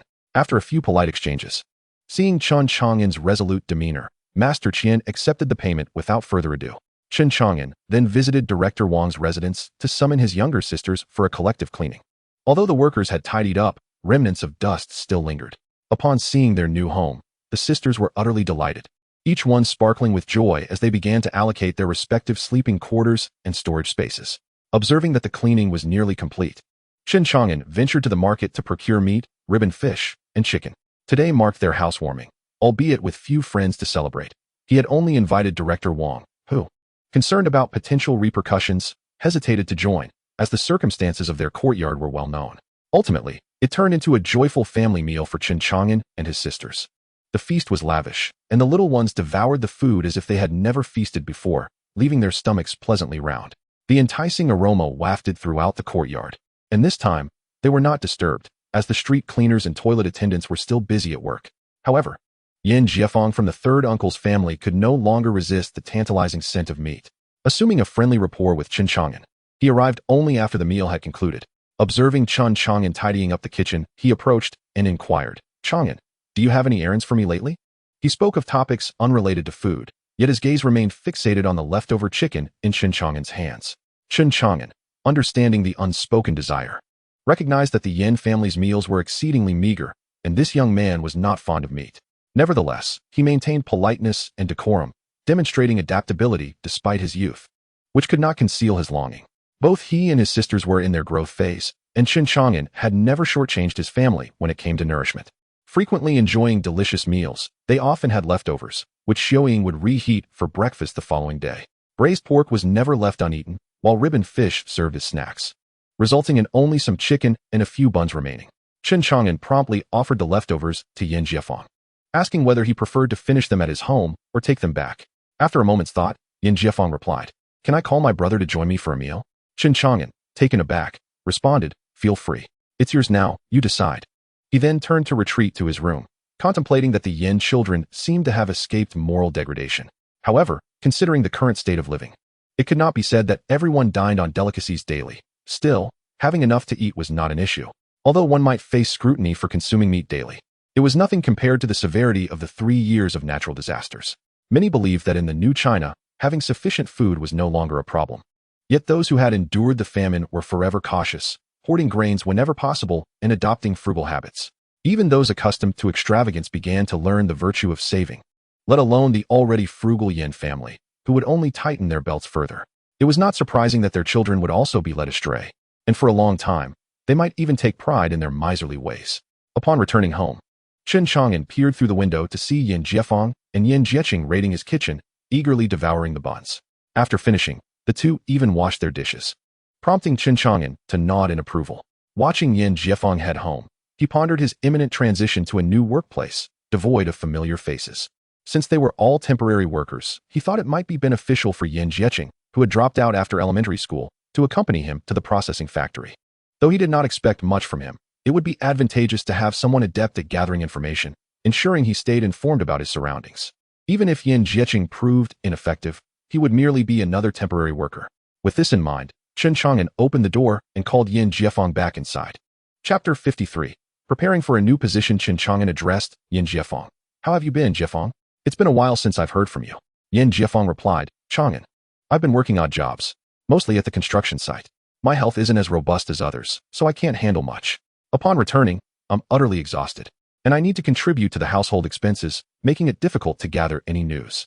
Chen Chang'an chuckled at this, recognizing the Yin family's notorious frugality, remarking that they were not lacking in funds. He mused that when the children grew up, securing stable jobs or starting businesses, the true test would be whether they could outsmart one another. With this thought, Chen Chang'an devised a plan. "Since you're so good at calculations, let's see how well you can strategize." He continued, "Jiefeng, I've been assigned to the briquette factory in Suzhou City. Since I lack familiar faces there, how about you suspend your odd jobs and join me at the factory? Although it's just a temporary position, it offers better prospects than the construction site. If luck is on your side, you might even secure a permanent role. What do you think?" Upon hearing this, Yin Jiefeng immediately responded, "I'm in, Chang'an. Thank you so much. From now on, I'm your loyal follower. Wherever you lead, I will follow." Seeing Yin Jiefeng overwhelmed with gratitude, Chen Chang'an chuckled and remarked, "You used to keep me informed about courtyard news, and now that I have good fortune, I thought of you first."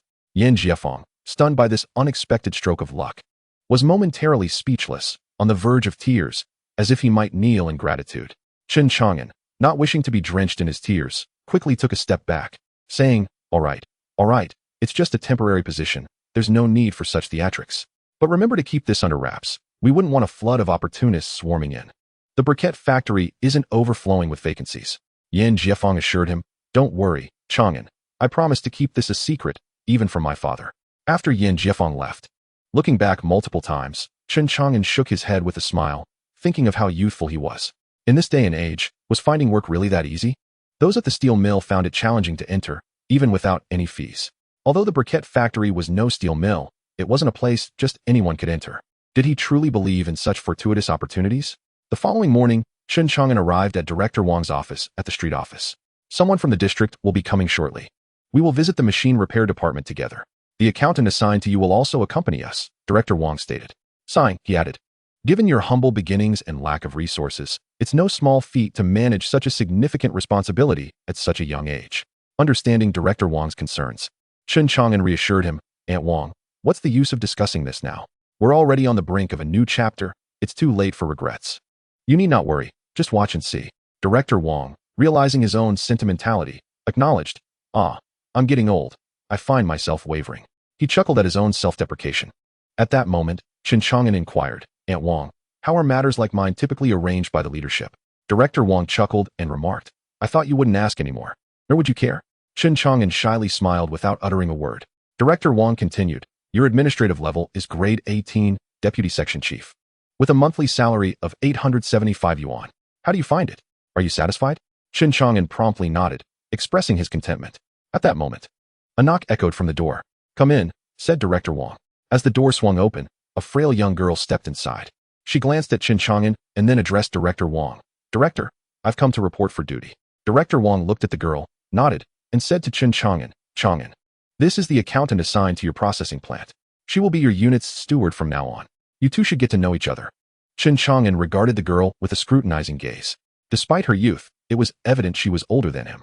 He extended his hand confidently and said, I am Chen Chang'an. We will be working together, so please bear with me if I make any mistakes. The girl graciously shook his hand and replied, I am Wu Haiyan. We are all in this together. After their introduction, Director Wang addressed Wu Haiyan, saying, Haiyan, this is the leader of the briquette processing plant appointed by the organization. He will be in charge of all matters concerning the plant. Turning to Chen Chang'an, he added, Haiyan has graduated from a technical secondary school and has worked at the street office. This time, seeing that you are both young, I arranged for Haiyan to be your accountant. Let me make it clear, you must not look down upon her. Chen Chang'an immediately protested, Aunt Wang, she is my steward. My financial guardian. Do I look like a fool who would make things difficult for my own wallet? Upon hearing Chen Chang'an's words, Director Wang smiled, acknowledging his understanding. Wu Haiyan also chuckled softly, sensing that Chen Chang'an might not be entirely reliable, but as long as they could get along, it would suffice. After all, their connection remained with the street office. No matter how poor the plant turned out to be, they still had the street office as a safety net. At that moment, another knock resounded. Come in. This time, a middle-aged man entered, casting a glance at Chen Chang'an and Wu Haiyan before nodding. He then addressed Director Wang, Director, I hope I'm not late. Before coming, District Chief Zhou held me back for quite a while with instructions, so I arrived a bit late. Please don't mind. Director Wang looked at the newcomer, speechless, and nodded, saying, Zhou, stop your antics. I know you too well. He then introduced, allow me to present Chen Chang'an, the soon-to-be factory director of the briquette processing plant. This is Wu Haiyan, the plant's accountant. As Chen Chang'an heard Zhou's mention of District Chief Zhou, he realized the man was someone of considerable importance. When Director Wang referred to him as Zhou, Chen Chang'an had already deduced his identity. He mused that regardless of the era, such matters were not uncommon. Even he had experienced similar situations. Zhou, after hearing the introductions, beamed and said, both of you are our promising young comrades. Let us all work together to build our nation. Director Wang, observing the meaningless pleasantries exchanged, interjected, all right, enough of this. Let us set off without delay. Zhou quickly replied, you are the leader, we are your subordinates, and we will follow your lead. Director Wang jokingly chided, you are not my subordinate. Among the four, only Chen Chang'an lacked a bicycle, so he had no choice but to accompany Director Wang on his bike. The 3 bicycles carried the 4 of them to the old machinery repair department. Although the machinery repair department was not far from the street office, the bike ride took about 10 minutes. Chen Chang'an contemplated how he needed to buy a bicycle soon, as commuting without one would be quite inconvenient. Upon arrival, Chen Chang'an looked at the dilapidated entrance and frowned. It appeared exceedingly run down, resembling a long-neglected dangerous building. Would this place be suitable for operations? He cast a doubtful glance at Director Wang. Surely, such a place could not be viable for establishing a factory. If the building were to collapse one day, the responsibility would ultimately fall upon him. Chapter 54, Seeking Sponsorship. Director Wang, noticing Chen Chang'an's gaze, promptly stated, "What are you looking at? It's merely the entrance that needs some work. Once we start earning, we can repair it ourselves." He then turned to the elderly guard who had exited the guardhouse, saying, Come, old Lu, let me introduce you. This is your future factory director, Comrade Chen Chang'an, and this is accountant Wu Haiyan. You three will be the original staff of the processing plant." Once Chen Chang'an, Wu Haiyan, and old Lu exchanged pleasantries, Director Wang led them on a brief tour of the factory. The space was reasonably large, consisting of one workshop and 6 spacious warehouses. One of the warehouses still housed some tools and raw materials from the former machinery repair station. There was a row of 10 small bungalows at the entrance, each approximately 20 square meters in size. This constituted the entirety of the factory's infrastructure, with the remainder being overgrown land. Chen Chang'an pondered how to allocate these areas. The warehouses were more than sufficient. Even a single warehouse could accommodate 20 tons of coal without issue. Inside the workshop, there were a few antiquated machine tools. But Chen Chang'an did not have the time to examine them closely. For now, they would be manually producing briquettes, but in the future, they could employ machinery in the workshop. The small bungalows at the entrance could serve as an office, and if conditions allowed, could also function as dormitories. Additionally, he considered setting up a small kitchen in 2 of the bungalows. Chen Chang'an estimated that the factory would likely require around 30 temporary workers. Given the labor-intensive nature of briquette production and transportation, if conditions permitted, establishing a small canteen would ensure everyone had enough to eat. In the second bungalow, previously the conference room of the machinery repair station, Director Wang convened a meeting. He first announced the organizational appointments of Chen Chang'an and Wu Haiyan. Following a slew of bureaucratic formalities, he finally inquired if Chen Chang'an faced any difficulties. After a moment of contemplation, Chen Chang'an articulated, "How do we go about recruiting the necessary workers? I plan to establish several teams. The first team will focus on briquette production, requiring workers to crush coal, yellow clay, and mix them with water, followed by molding with manual tools and drying. This team will need about 10 people. The second team will be responsible for furnace construction. I have designed several types of furnaces and chimneys, which also require skilled labor to craft. Ideally, the street office could help find a few craftsmen experienced with furnaces. The third team will be in charge of coal delivery. Initially, 3 to 5 human-powered tricycles would be optimal. If each person had a tricycle, 5 vehicles and 5 workers would be ideal. Adding myself, Sister Wu, and old Lu to the mix, we would need roughly 20 people. I also wish to establish a canteen for lunch. The canteen would require 1 or 2 cooks. Are there any directives from the street office or district regarding this?"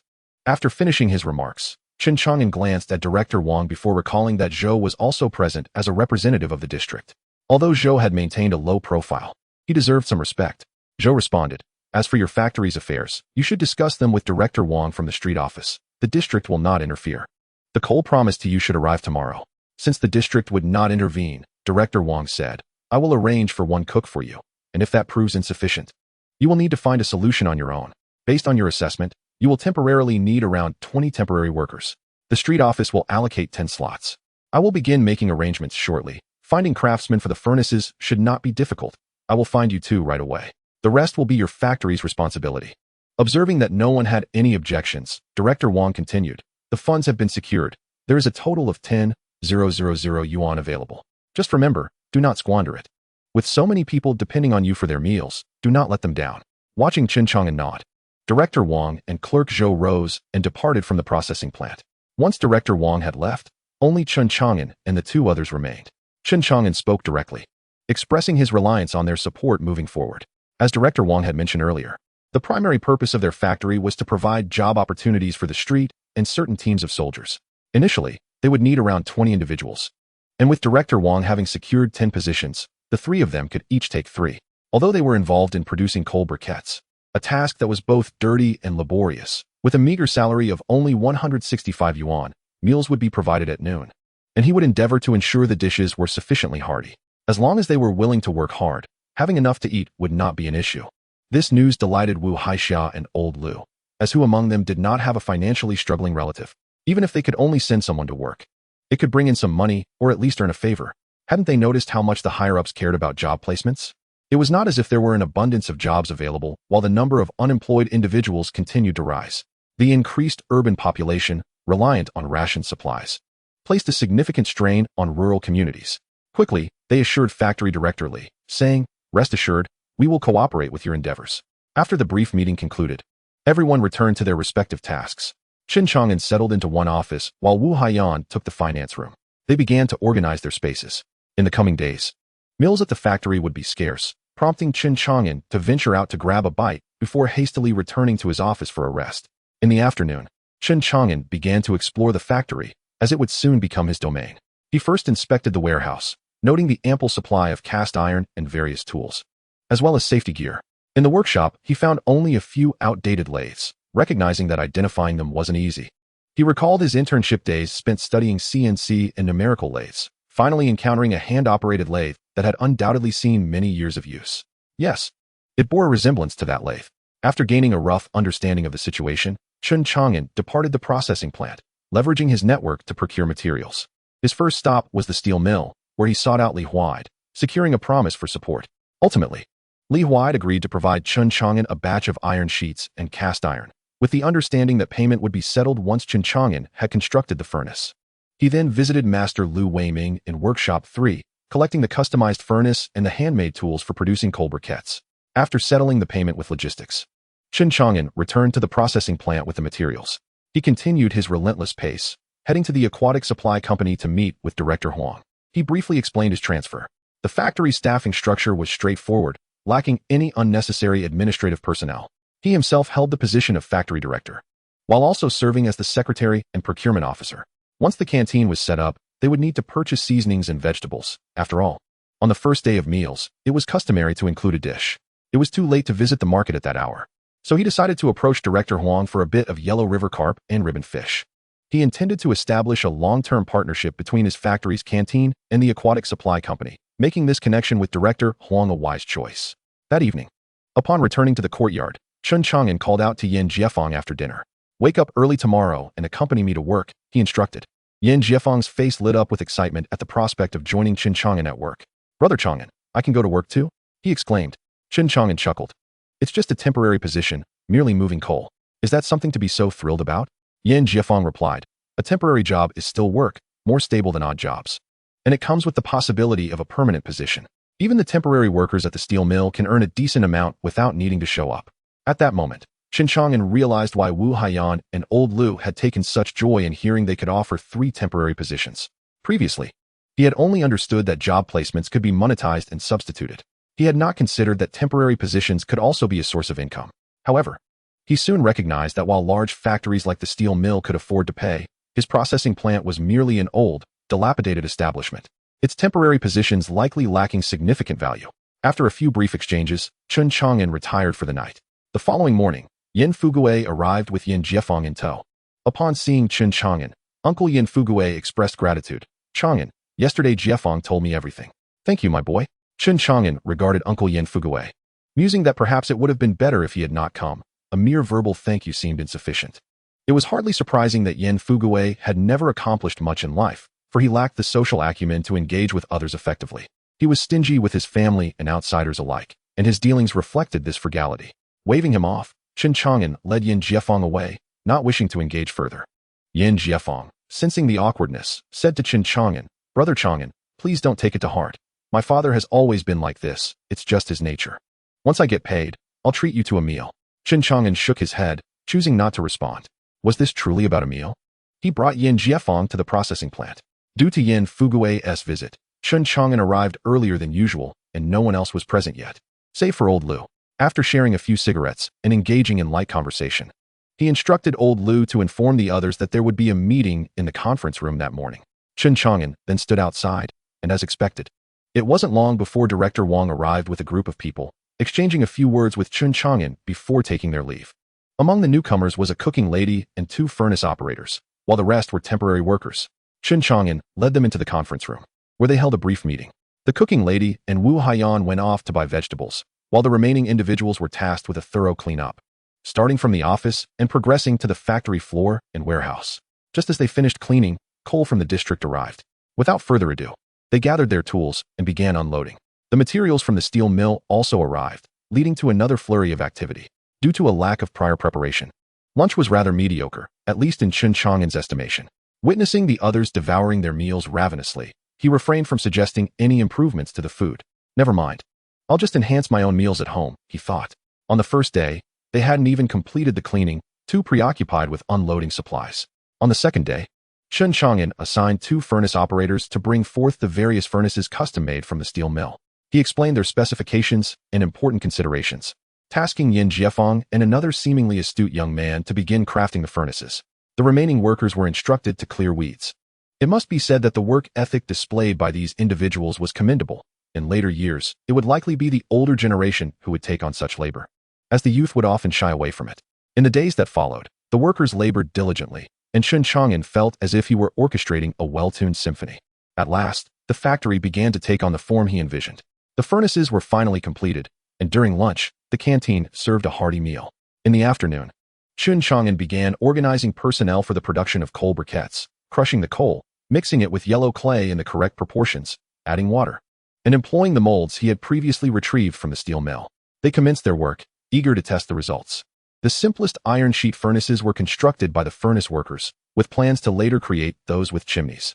Once the first batch of furnaces and coal briquettes was ready, Chen Chang'an began testing them, placing them at the security station with old loo to boil water.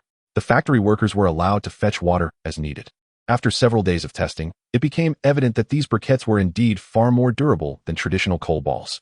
Chen Chang'an promptly arranged for a cart and set off with the furnaces and coal briquettes to visit Director Wang at the street office. Upon entering the street office, Chen Chang'an was greeted by the sight of Director Wang engaged in lively conversation with a group of elderly ladies in her spacious office. He approached her with a smile, exclaiming, "Aunt Wang, I've come to see you." Director Wang, surprised by his visit after only a few days, promptly inquired if there was an issue at the factory. "Nothing urgent," Chen replied. "We completed the stove and honeycomb coal. I brought one over for you to try and see how well it works." Director Wang retorted, "Then why am I here? Shouldn't you be testing it at your factory?"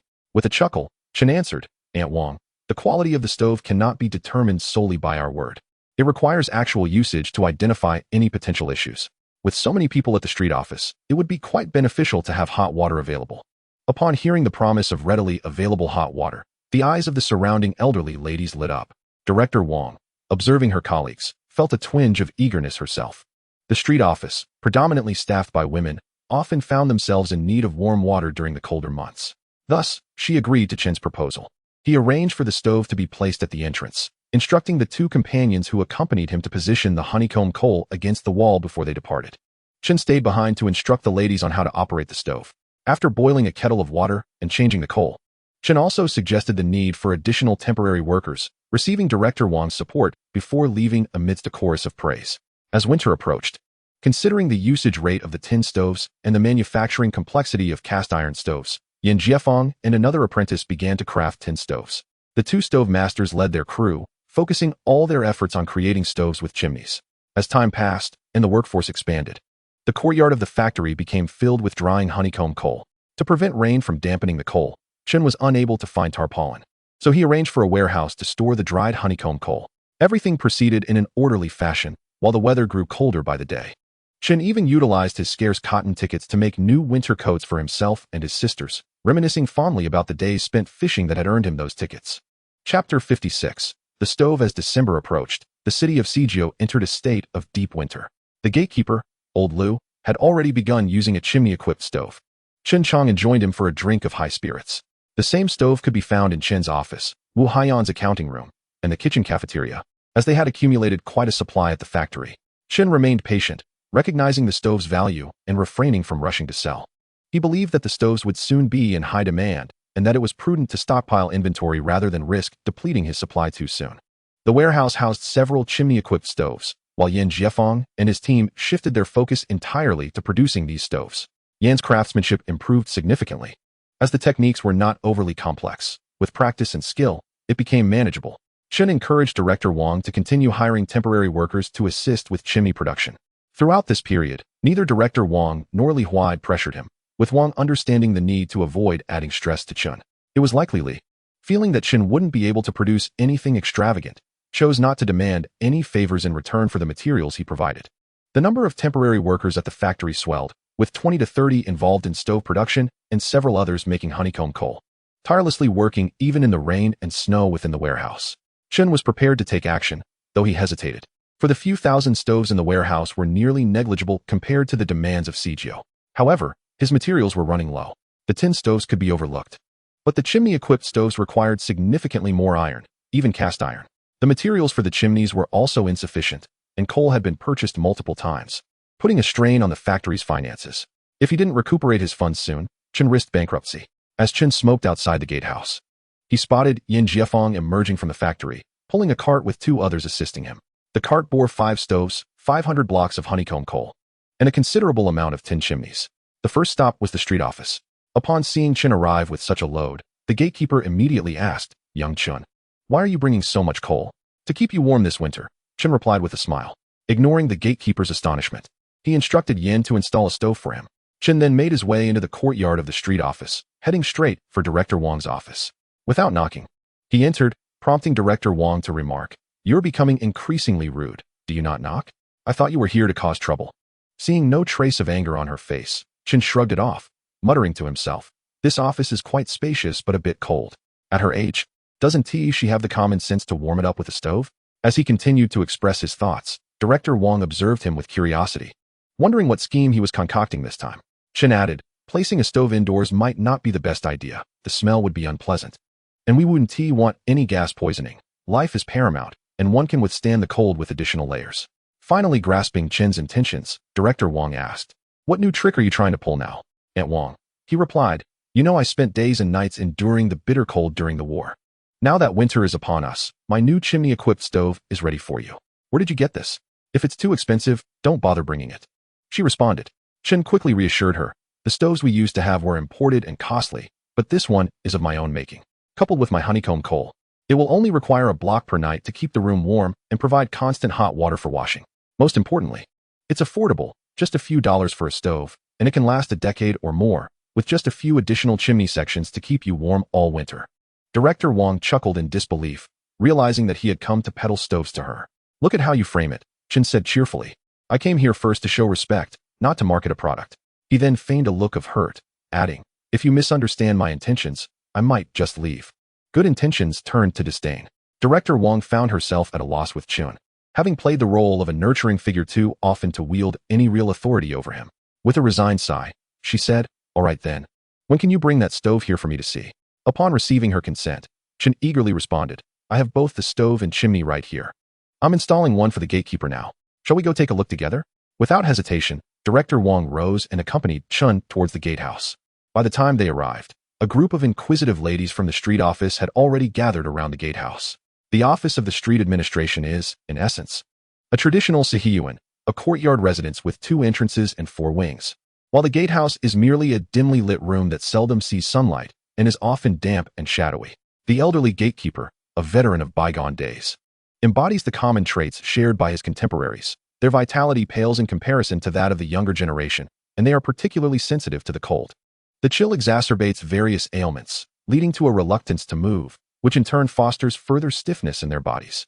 Many of these elderly individuals have endured the hardships of war, having marched through icy landscapes or sustained injuries on the battlefield. Even if they have survived the scarcity of medical care, they are left with lingering health issues that resurface with the onset of winter, making movement cumbersome and often accompanied by headaches and dizziness. The cold also constricts their blood vessels, heightening the risk of cardiovascular diseases. The gatekeeper is no exception to this plight. When Yin Jiefeng and his companions finished setting up the stove, the atmosphere in the gatehouse transformed instantaneously. The formerly chilly air seemed to warm, and the gatekeeper, with hands that had almost lost sensation, could feel the heat radiating from the chimney. When the first kettle of hot water was ready, the gatekeeper brewed a cup of tea with a hint of high-quality tea leaves. The warmth coursing through him from the tea was invigorating, a welcome reprieve from the cold. As Chapter 57 unfolds, titled Delivering Warmth, Chen Chang'an and Director Wang arrived at the gatehouse, only to find several elderly women, frail and unwell, pressing their hands against the chimney for warmth. One elderly lady, particularly cold, had even dragged a stool to sit beside the stove, her legs nearly resting atop it. The gatekeeper found himself pushed aside, unable to approach the comforting heat, and could only watch helplessly from a distance as he smoked, his expression a mixture of resignation and frustration.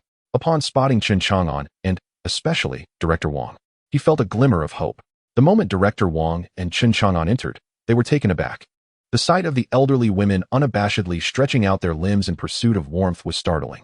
The rush of heat that enveloped them was almost overwhelming, causing Director Wang, already chilled from the outside, to shiver involuntarily. The gatekeeper seized the opportunity to voice his grievances, exclaiming to Director Wang that if he preferred not to guard the entrance, he should just say so, for having these women invade his space was hardly preferable to returning home to tend to his grandchildren. Before Director Wang could respond, the women, feeling the warmth invigorate them, began to chatter animatedly, expressing their gratitude for the stove that was strategically placed at the entrance. They remarked how Chen Chang'an's gesture was meant to honor them, and they chided the gatekeeper for his ingratitude, pointing out that soon they would have their own stove, rendering his establishment less appealing. The gatekeeper, confronted by the spirited retorts of the formidable elderly women, retreated to his chair in silence, puffing on his cigarette while keeping his head down. Observing the unfolding situation, Director Wang turned to Chen Chang'an and inquired whether there were more stoves available. Chen Chang'an, sensing the urgency of the matter, promptly directed Yin Jiefang and his team to begin installing stoves in the other rooms. The installation was straightforward, requiring no specialized skill. All that was needed was to select an appropriate spot for the stove, while the women eagerly assisted with the chimney setup. Lighting the stove was equally uncomplicated, as everyone had experience in igniting fires at home, and the few technical nuances, such as adjusting the air vents, posed little challenge. Once Chen Chang'an and Yin Jiefang finished their tasks, having primarily relied on Yin Jiefang's efforts, Chen Chang'an exchanged pleasantries with the elderly women before hastening to the processing plant. Time was of the essence, for even in his absence, the workers in the cafeteria would soon require their meals. With the physically demanding work they engaged in, a hearty meal was essential, and any delay could mean there would be little left to share. After a frenzied rush, they managed to return just in time for lunch. With winter's arrival, procuring vegetables for the cafeteria had become increasingly difficult. Chen Chang'an had already discussed this issue with Director Wang at the street administration, noting that the supply of winter cabbage was on the horizon, alleviating his concerns. Occasionally, they would also receive shipments of ribbon fish, ensuring that living conditions remained satisfactory. Moreover, beginning the next day, the processing plant would start selling coal to the public. For now, however, Chen Chang'an intended to prioritize the sale of stoves. With coal sales as a supplementary venture, mismatched stove and coal models would render the latter useless. After lunch, Chen Chang'an engaged in casual banter with several workers until it was time to resume work. He then loaded a few carts with thousands of briquettes and dozens of stove chimneys before heading to the steel rolling mill. Upon arriving at the steel mill, Chen Chang'an made his way directly to Li Huai's office. Eager to dispel any misconceptions that he was there to beg for favors, he promptly declared, "Uncle Li, I have come to repay a debt." Hearing this, Li Huai's face broke into a smile, and he responded, "Chang'an, there's no need for that. Those items were merely my way of congratulating you on your new position. Consider it assistance between brother units." If not for the warmth of Li Huai's smile, Chen Chang'an might have been convinced. He asserted that whether it was a matter of public-to-public relations or Li's support for a brother unit, he had come to provide assistance in return. Li Huai chuckled at this and awaited Chen Chang'an's further explanation. Chen Chang'an continued, expressing gratitude for the trust placed in him, noting that the briquette processing plant had achieved modest success in producing a stove equipped with a chimney. Given the bitter cold of winter, he had brought a few stoves to conduct experiments with the leadership at the steel mill to assess their effectiveness. Li Huai's face brightened at this news. Regardless of the outcome, Chen Chang'an's initiative was commendable. After some discussion, they decided to install the stoves in the gatehouse and the security department, where night shifts necessitated warmth. Upon reaching the security department, the announcement of new stoves prompted a flurry of activity as everyone eagerly pitched in to help. Before long, the stoves were installed, and once ignited, the room quickly filled with a comforting warmth. As for the black smoke escaping from the chimney, who really cared? Li Huai observed the glowing briquettes and, using tongs, added a piece into the stove along with a kettle of water, which soon began to boil. He remarked to Chen Chang'an, "This stove is quite impressive." After discussing the pricing, Li Huai promptly ordered 100 stoves and 30,000 briquettes. With a sigh of relief, Chen Chang'an realized that he had finally made a successful debut in the market. With both the street administration and the steel mill utilizing the stoves, word would spread, and soon others would consider bringing them into their homes, thereby fostering a growing reputation for the processing plant. Upon returning to the processing plant, Chen Chang'an promptly briefed Wu Haixiao on the materials delivered to the street administration and the steel mill, ensuring they were properly accounted for. Tomorrow, he planned to take a team to the steel mill to coordinate directly with their logistics and finance departments, as securing the funds promptly was imperative. In this modest processing factory, a small family business, a few hundred or 1,000 yuan could sustain them for quite some time. Before the end of the workday, Chen Chang'an personally invested in a stove, chimney, and 500 yuan worth of honeycomb coal. Yin Jiefang assisted by pulling a cart back home. After a brief flurry of activity, the stove was set up, and Yin Jiefang returned home. Chen Chang'an offered him a pack of cigarettes, but did not invite him to stay for dinner, fearing that Uncle Yin Fugui might become overly demanding and cause unnecessary trouble. Chapter 58. Everyone agrees it's good. The younger sisters gathered around the stove, peering at it curiously. In their memories, the coldest winter days were often spent indoors. Prolonged exposure to the cold could easily lead to frostbite on their hands and ears, particularly for Xiaoying, the eldest sister, who frequently had to venture out in winter to cook for her siblings and wash clothes with cold water. Each winter, her hands would become as gnarled as a chicken's foot. Such was the inevitable reality. Which girl did not toil at home before marriage?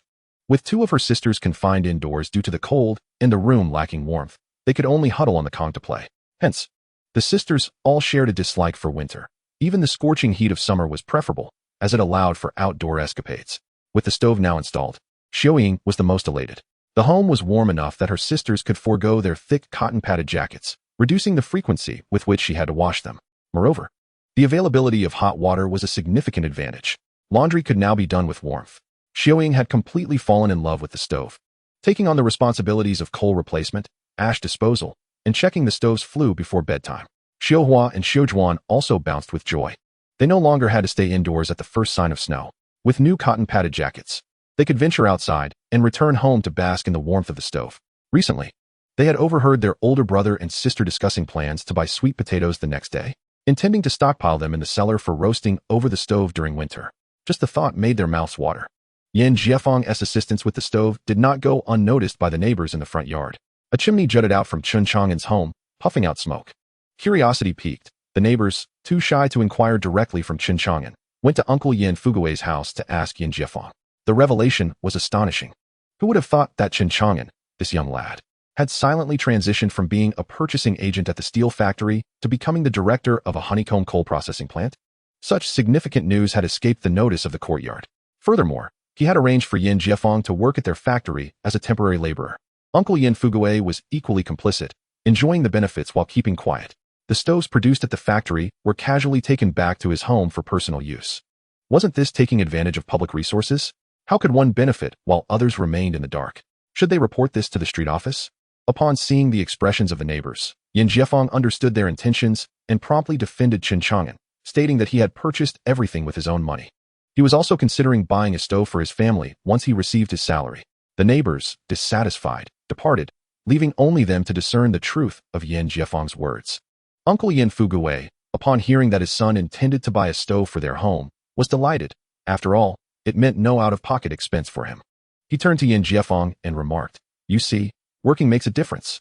Tell me, how much coal does your stove consume?" Yan Jiefeng replied, "I think it's quite economical. A piece of coal weighs about 2 jin, and if we conserve it, 3 pieces can last a day. With 500 or 600 jin of coal, we could get through the entire winter." Observing Uncle Yin Fugui still calculating, he continued, "Moreover, the stove remains lit, keeping the house warm and providing continuous hot water. It's quite convenient." Uncle Yin Fugui realized the practicality. 3 pieces of coal a day meant that for 100 days, they would only need 300 jin of coal. A winter could be comfortably managed with a maximum of 500 jin, without any personal expenditure. The more he contemplated, the more pleased he became. Lighting a cigarette and telling Yan Jiefeng, "When you get paid, be sure to bring home a stove." That evening, an official from the street office arrived with news that the honeycomb coal processing plant had begun selling honeycomb coal and stoves. They highlighted the benefits of the honeycomb coal stove: safe and reliable. As long as used properly indoors, the risk of carbon monoxide poisoning was minimal. The allure of having hot water available 24 hours a day for washing, cooking, and bathing was undeniable. Durable, made from cast iron, they could withstand a decade or more of use, provided they weren't deliberately damaged. They welcomed residents interested in purchasing to visit the processing plant the next day. Once the street office official departed, the neighbors immediately surrounded Chen Chang'an and Yan Jiefeng. After all, the news of Chen Chang'an's new role as the director of the honeycomb coal processing plant had only just reached them that afternoon. And now the street office was announcing the opportunity to buy stoves. With such readily available information, it seemed foolish to seek answers elsewhere. Faced with the enthusiasm of the neighbors, Chen Chang'an felt resigned but recognized the necessity for the factory's benefit. Reluctantly, he invited the neighborhood women inside to see the stove. Surely, seeing it in person would dispel any doubts.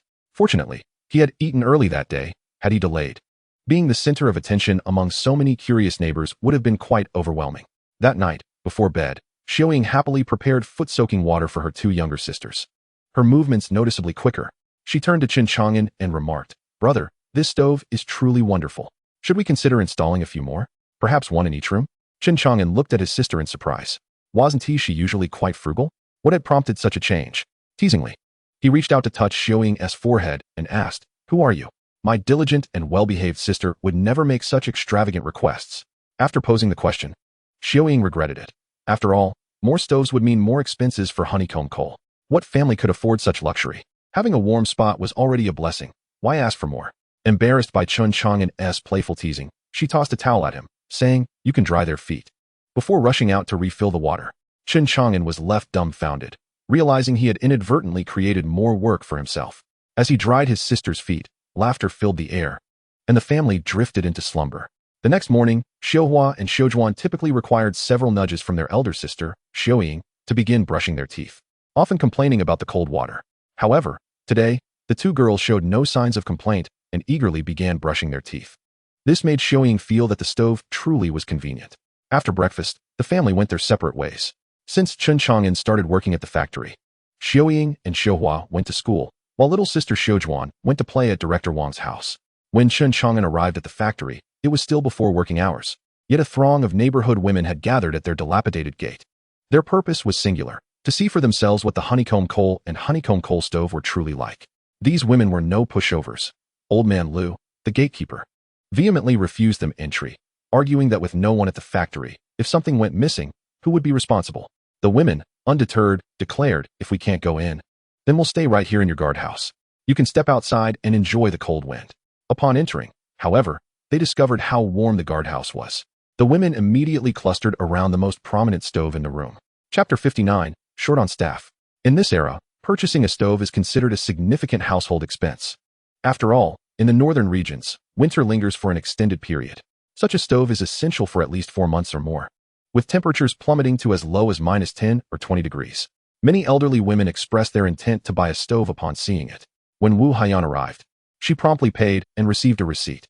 Chen Chang'an began organizing the transportation of stoves and coal using carts, ensuring they were delivered to the residents' homes and that the honeycomb coal was placed in designated spots. This labor was indeed arduous, often leaving them unable to return for lunch. Chen Chang'an arranged for the cooking aunties to save some food for them. A single cart could only serve a few households in a day, primarily because there were not many apartment buildings during this time. Otherwise, the task of carrying coal up and down stairs would have been even more taxing. The entire processing factory possessed only 5 carts. Once they were all dispatched, Chen Chang'an urged the production workers to expedite their output, anticipating a surge in demand for stoves once people recognized their benefits. It appeared that both the number of carts and personnel would need to be increased. After exchanging a few words with Wu Haiyan and the gatekeeper, Old Lu, Chen Chang'an headed back to the street office. He greeted the receptionist and proceeded directly to Director Wang's office. As he passed through the main office, several street office workers praised him, extolling the virtues of the stove and how much warmer their homes had become. The gossip had become even more engaging, leaving Chen Chang'an feeling somewhat embarrassed, realizing that the warmth of the room was merely enhancing their gossip sessions. After exchanging a few pleasantries with the women, Chen Chang'an hurriedly entered Director Wang's office. Director Wang was busy at her desk and looked up, momentarily distracted from her work, and remarked, "What's the matter? Are there tigers chasing you?" Chen Chang'an immediately replied, "Not just tigers, but a whole pack of them. The women here are relentless. If I don't flee, they might strip me bare. I find it puzzling that they began by praising me and ended up wanting to undress me." Director Wang chuckled, "Your stove is well crafted. They likely want you to experience how cold it is without clothes in the nest." Chen Chang'an feigned indignation, saying, "Aunt Wang, have I provided you with a stove only to be subjected to such treatment? If that is the case, I might refrain from visiting you in the future." He then muttered, "To have people undressing upon meeting, isn't that akin to a band of ruffians?" Director Wang burst into laughter, unable to contain herself. And after observing Chen Chang'an's increasingly woeful expression, she said, "The aunties simply have a fondness for you. You should consider yourself fortunate. If someone else were here, you'd be lucky if they didn't berate you." Seeing Chen Chang'an still wearing a sour expression, appearing on the verge of tears, Director Wang softened her tone. "All right. I'll speak to them next time. The young are often shy, and I'll ensure they don't tease you." She then inquired, "Didn't I ask the street office staff to notify the residents about the stove? Why are you here again?" Shifting to serious matters, Chen Chang'an abandoned his earlier pretense of grievance, stating, "It's south precisely because the street office informed the residents that I was besieged by a throng of aunties this morning, eager to purchase stoves and honeycomb coal. I had just arranged matters at the factory when I rushed here for assistance." Director Wang remarked, I know the factory is busy, yet you still find time for banter. What is the issue now? Other small factories are doing just fine. You seem to be the only one with constant problems. Look at that small textile factory you initiated. It has been running smoothly for several days now. They're doing well. It's not like you. Relying on your connection with me to exploit my resources, is it? Having spent considerable time with Director Wang, Chen Chang'an had unwittingly adopted her colloquialisms. He shrugged it off, responding, Of course, you are Aunt Wang. Who else would I turn to for support? Director Wang shot him a glance, but her smile only grew wider. Chen Chang'an continued, While I have come seeking your assistance, I also believe I can help resolve some issues, don't you think? You? What problems can you possibly solve? Director Wang asked skeptically. Chen Chang'an replied, How can I not solve problems? Our small factory has certainly alleviated some employment issues for the street office, hasn't it? The stoves we provided are undoubtedly beneficial. Observing Director Wang's silence, he added, Isn't this an expansion of our business? We simply need more people to deliver coal and perhaps a few additional carts. Director Wang chuckled. Finding people is a minor issue, but securing carts is a big deal. Isn't it? Is your funding running low? Chen Chang'an awkwardly nodded. Yes, there are dozens of mouths to feed. We've purchased coal several times. And with only 5 carts, our stockpile is piling up. We urgently need to expedite sales. That is why I'm here seeking your support. Director Wang pondered for a moment. There are no extra carts available, but many residents possess carts and usually seek odd jobs outside.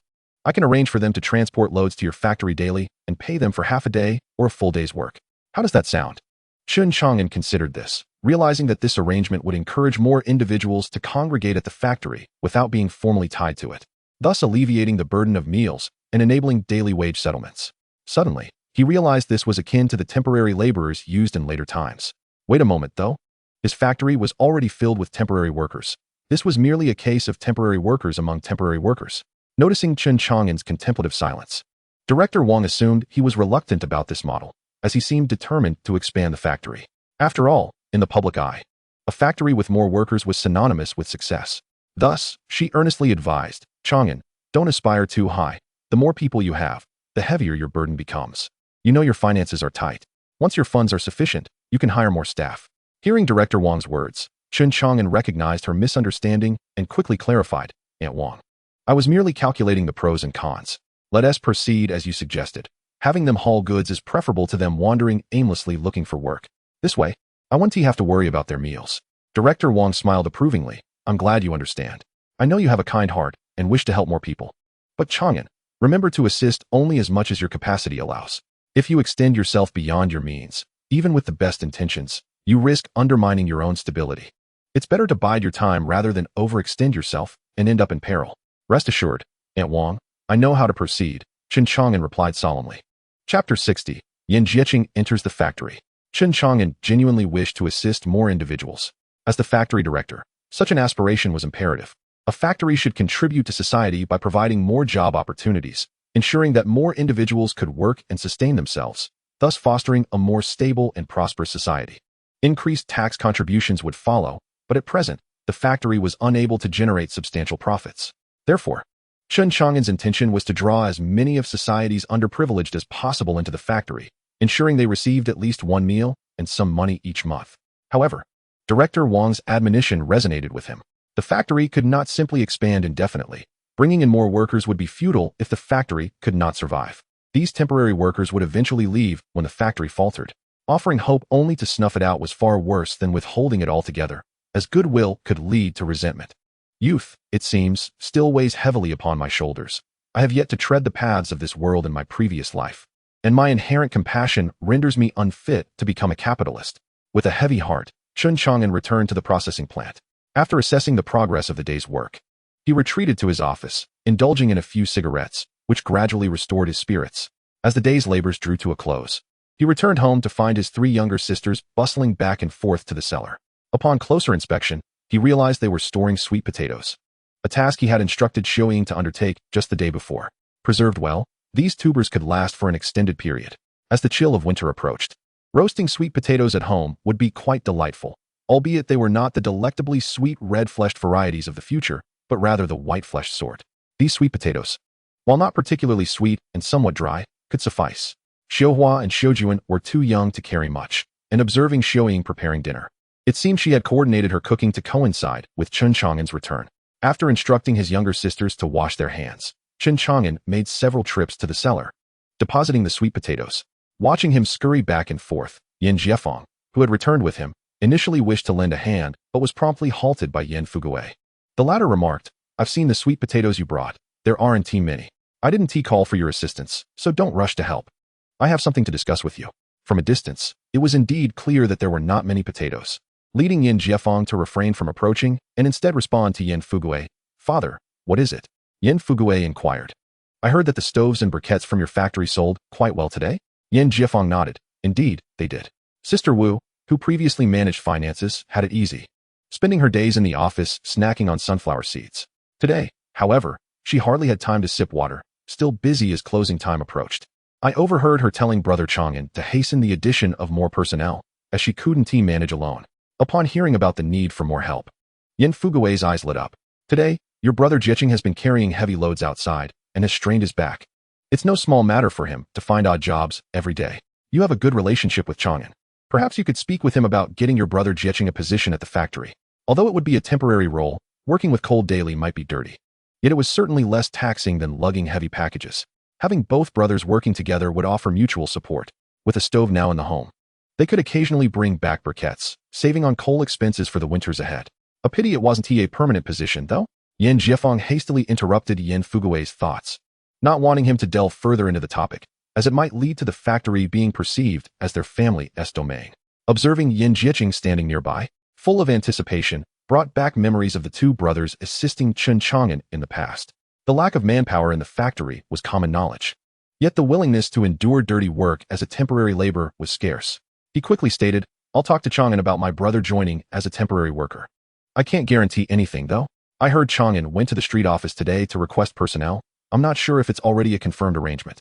After all, it was a small factory, and every movement of Chen Chang'an was closely watched. Yin Fugui insisted, "This is the nature of temporary work.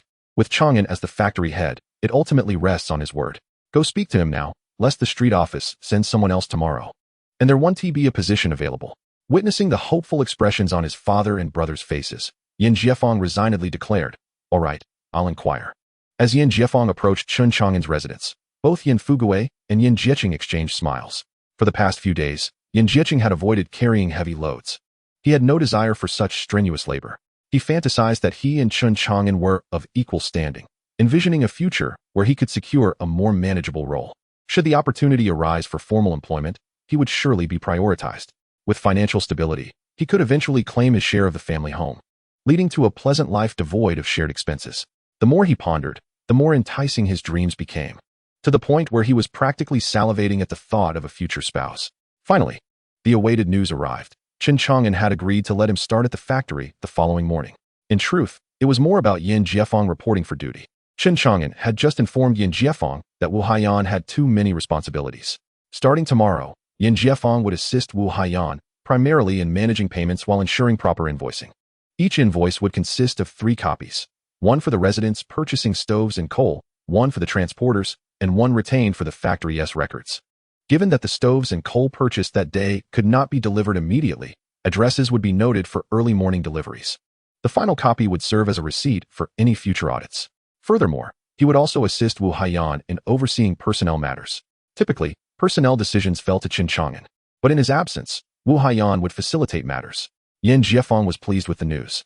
At least he wouldn't have to deal with coal every day and would be seated in an office instead. Yin Fugui shared in his joy, as this arrangement spared him from incurring expenses. A temporary position without financial outlay was indeed a pleasant surprise. With both his eldest sons earning $185 each month and contributing a mere $3 for living expenses, he calculated a comfortable surplus. Yin Jieching felt that his dreams were now within reach, and today marked the first step toward their realization. Upon hearing that Yin Jieching would be joining the processing plant, Chen Chang'an readily agreed, recognizing Yin Jieching as his most trusted aide.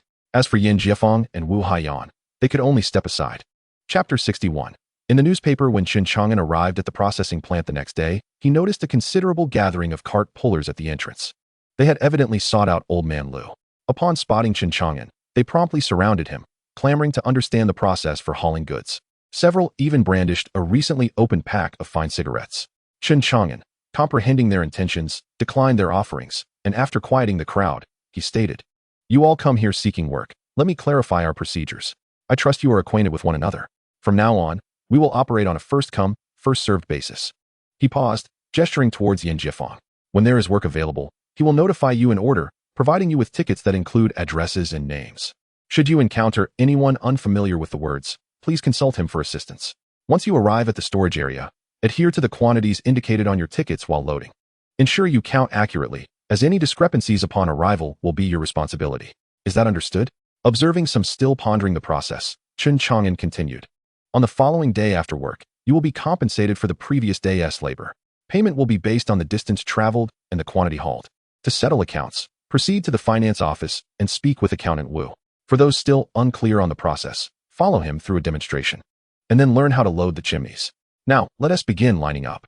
Turning to Yin Jiefang, he inquired, "Did you comprehend everything I just conveyed? Allow them to wait outside with their carts first, and lead this group through the accounting room, and then to the warehouse. After that, you and your brother Yin Jieching should teach them how to assemble the chimneys. It's quite straightforward, and they will grasp it with just a glance. Arrange them in an orderly queue. They can also wait at the entrance of the accounting room while the carts are placed at the warehouse door, lined up against the wall in accordance with the queuing order. After collecting their tickets in the accounting room, they can proceed directly to the warehouse to retrieve their goods. Once these tasks are completed, let your brother Yin Jiefang head to the warehouse, together with the other 2 individuals in the warehouse.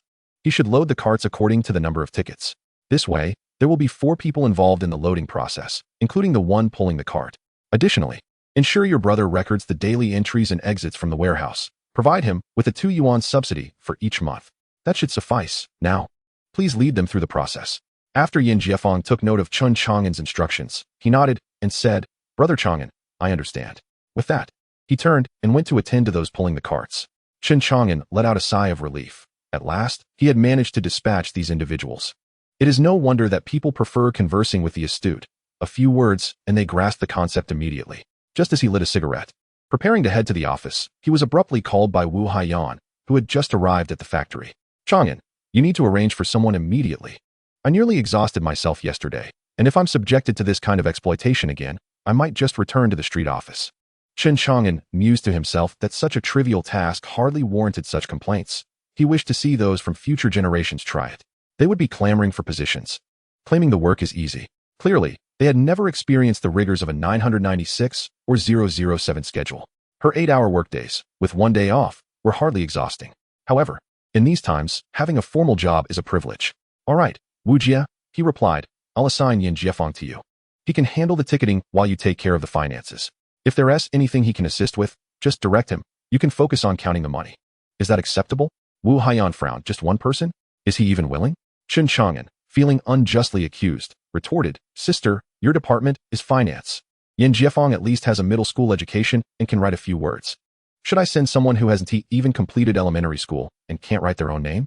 Wu Haiyan shook her head in response. Having someone uneducated would be more trouble than it's worth. They would only create chaos, and in the end, I would be the one overwhelmed. She had no choice but to acquiesce. After seeing Wu Haiyan off, Chen Chang'an prepared to enjoy another puff of his cigarette, only to realize it was nearly finished.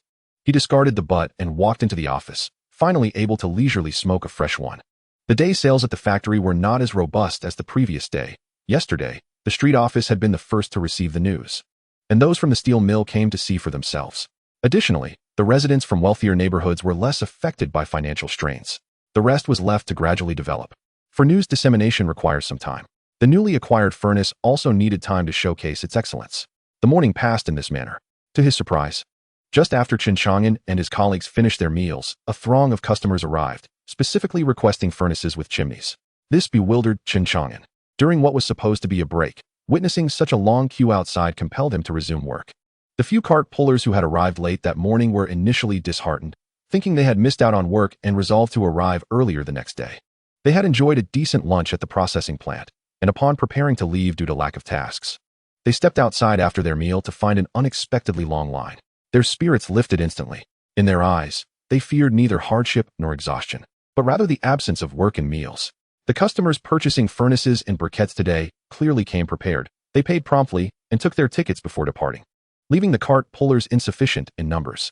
Consequently, they had no choice but to arrange for deliveries the following day, ensuring that the tickets for each delivery time were gathered together by Yin Jiefang. Observing the long queue, Chen Chang'an wondered how this reputation could have spread so swiftly. Something felt amiss. Moreover, most of the individuals appeared to belong to well-off households. He even spotted several women in official attire. Driven by curiosity, Chen Chang'an approached one of the women in uniform. "Good day, ma'am. I am the factory manager of this briquette plant, and I would like to inquire how you learned about us." The woman looked at the young Chen Chang'an and replied, "Haven't you seen the newspapers? You're a factory manager, and yet you should cultivate a habit of reading them." Noticing the perplexed look on Chen Chang'an's face, she continued, "This morning's Sijiaching Morning News and the Guangming Daily both featured reports on this." Chen Chang'an then comprehended the situation. As he stood before this woman, who seemed intent on further educating him, he hastily excused himself and left. Reading newspapers? What are those? With so few individuals in the office, and during busy times, Chen Chang'an himself had to step in.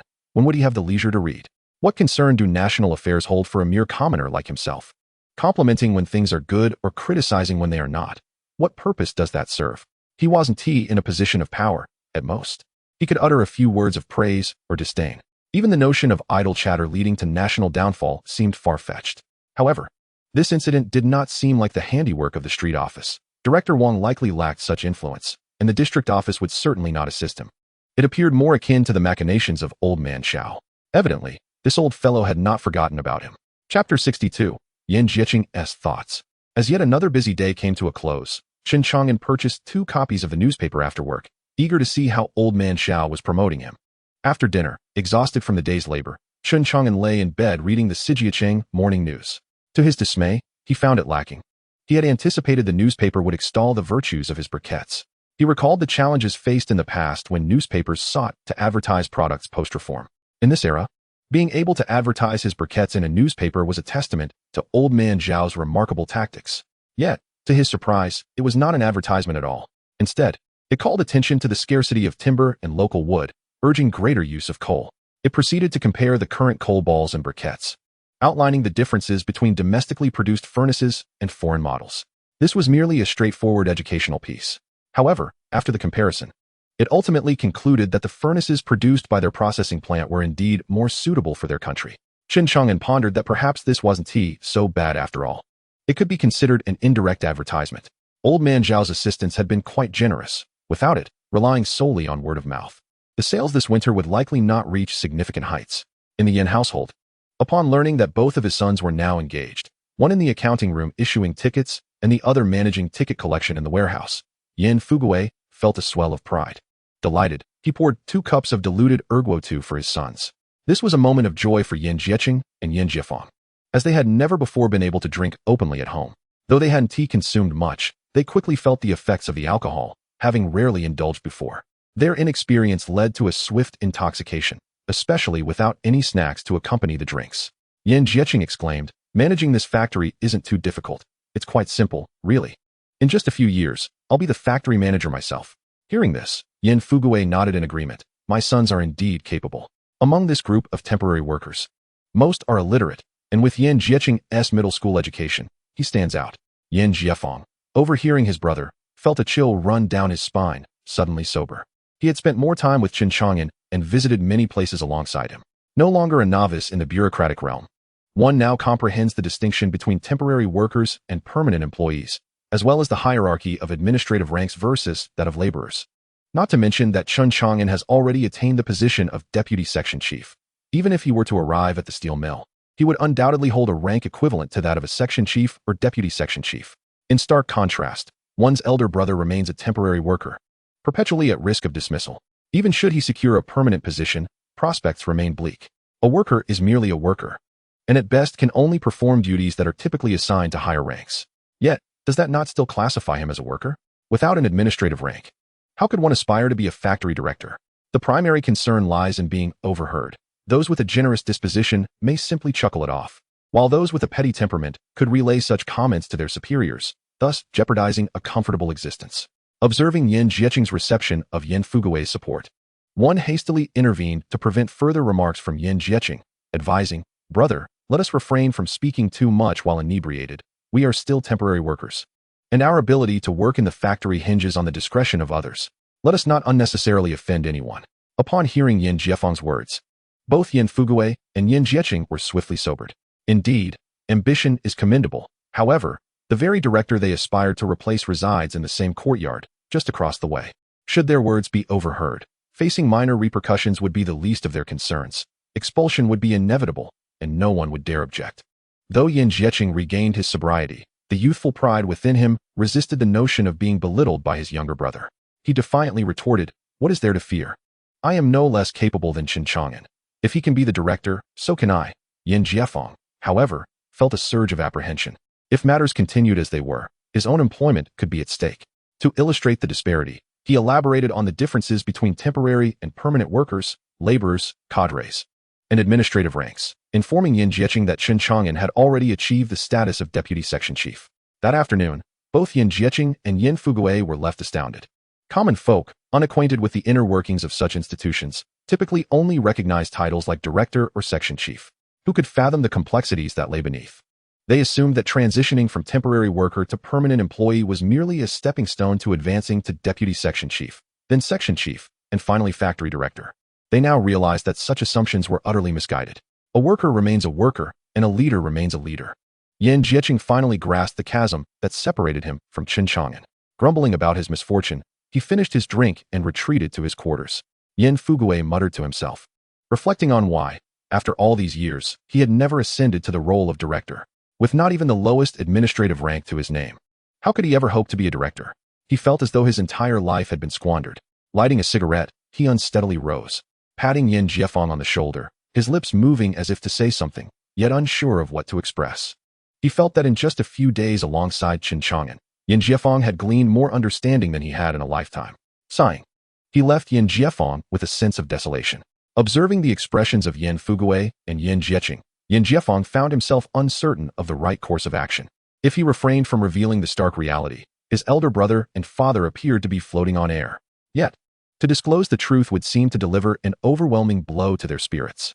In that moment, Yin Jiefeng found himself at a loss for words. The night passed in silence. The following morning, Chen Chang'an, along with brothers Yin Jieqing and Yin Jiefeng, made their way to the factory.